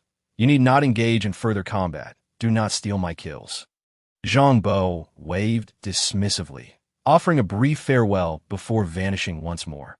Moments later, a colossal figure materialized in his path, taking the form of a gigantic black butterfly. My lord, I wish to bring my entire clan of ghostly butterflies to serve you. Noticing Zhang Bo raise his weapon, the level 96 spectral ghost butterfly boss hastily interjected, "The ghostly butterfly clan shall serve you for eternity." This spectral ghost butterfly had been lurking outside the base for half a month since Zhang Bo's arrival. During the first monster siege, it refrained from deploying the ghostly butterfly clan into battle. Instead, Zhang Bo had captured several hundred ghostly butterflies using the Five Ghosts Transport Talisman, refining them into butterfly fairy spirit servants. During this monster siege, the insectoid undead were nearly all deployed, yet the ghostly butterfly clan still refrained from participating. Having witnessed Zhang Bo's rapid ascent over the past 6 months, this spectral ghost butterfly finally resolved to pledge its loyalty. This marked the first king-level boss under Zhang Bo's command. Then do not resist. I shall assist you in your evolution after the battle. Zhang Bo produced a spirit talisman, sealing the spectral ghost butterfly within it. Boom! Simultaneously, a monstrous, grotesque boss covered in bone spurs, resembling a massive, horrific alien, let out a deafening roar, sending the Huanglong Mecha flying. Subsequently, a wave of deathly magical energy surged forth, transforming into a colossal shockwave that obliterated the city-level shield of a base. The Corpse Scorpion was an absolute powerhouse among the undead insectoids. They possessed a corporeal form akin to a zombie, yet were among the strongest of their kind. The body of a king-level corpse scorpion, tempered by deathly magic, was as resilient as diamond, boasting an extraordinary defense that mitigated over 90 of damage. The Huanglong Mecha, the most defensive of the 3 dragon-shaped mechas, had struggled against the corpse scorpion for half an hour, but ultimately began to falter. Meanwhile, a new panel notification appeared on Zhang Bo's interface. Attention! Under the influence of the ancient, unyielding spirit, all monsters on the battlefield have been enhanced. Boss, Dark Corpse Scorpion King, level 100 Red Elite, has entered an unyielding death battle state. With base attributes continually increasing, defeating a boss in unyielding death battle state may drop special items. Ancient Unyielding Will. Zhang Bo swiftly approached the Corpse Scorpion King, channeling his mana as lightning flickered, summoning thousands of mechanical warriors to rapidly transform, forming a massive amplification structure. The next moment, another single-target skill set was unleashed. The lightning morphed into a scorpion tail, viciously piercing the Corpse Scorpion King's defenses. 3 strikes were all it took to breach the protective magical energy. The Scorpion Tail's ability to dispel energy shields was indeed astonishing. However, once the shield was shattered, striking the Corpse Scorpion King produced a sound akin to metal clashing. The blows only left white marks upon its flattened, round body, failing to breach its defenses. By the heavens, this Corpse Scorpion King possesses astonishing physical defense. Zhang Bo thought, and no need to focus on that Corpse Scorpion King. Let it demolish the base. Even if it destroys everything, it matters not. The main structure of the base is already relocated underground. Should it burrow below to dismantle it, it will require considerable time. Red Moon, summon the minions. Once I reach level 100 and command the red quality mecha, I shall return to vanquish it. With a thunderous shout, Zhang Bo's figure shimmered with golden light as he dashed toward a massive dark purple dung beetle boss. Unleashing a single target skill set, this dung beetle king attempted to flee, sensing the significant losses among its king-level boss allies. With the Dark Corpse Scorpion King brimming with combat fervor, it sought to unleash its full potential in the heat of battle. Conversely, the purple magical dung beetle king was fraught with panic, eager to escape immediately. However, with the continuous arrival of level 100 red mechas summoned by Changshi, these king-level bosses found it increasingly difficult to escape. The attributes of the Purple Demon Bug King are not particularly remarkable. Its most formidable ability lies in its stench domain. This realm of purplish-black miasma is imbued with potent neurotoxic and corrosive properties, even carrying a debilitating curse. Should such a Bug King descend upon a life-bearing planet, it would likely take mere days to pollute the entire atmosphere, saturating the world with its foul odor and triggering a biosphere-level ecological catastrophe. Truly a formidable entity. However, in the realm of the underworld dragon, the effects of this stench on undead creatures are rather diminished. Moreover, the Legion under Zhang Bo's command consists predominantly of sentient machines, rendering them completely immune to the stench attacks. Although the accompanying weakness curse poses some inconvenience, yet with just a few layers of talismans, the curse can be easily dispelled. Chapter 89. The prototype of all realms, the secret realm of Hatian, level increased to 90, 100. Triggering the advanced class quest, the Taoist Concealment. Task 1. Though small, the gourd conceals heaven and earth. Choose a piece of storage equipment or item. If none is available, the initial backpack may be selected. Task 2. Accompany me as I traverse countless miles. Select a displacement type ability. Task 3. Conceal the unseen from the gods and spirits. Choose a stealth skill. Task 4. In times of need, spring forth with all things. Slay monsters to collect life sources. Progress 0. The requirements of this quest necessitate a piece of storage equipment or item, suggesting a high probability of awakening an inner world or personal space ability. Among the 72 Earthly Fiends abilities, Devour Blade, Hatian, and Moon Retrieval are categorized as inner world abilities. Based on the quest description, it is highly likely to be Hatian, after selecting Zondi Jingguang and Invisibility from the arsenal. The progress bar for collecting life souls began to soar rapidly, as countless undead monsters were being vanquished during the ongoing siege. Following Zhang Bo's effortless defeat of a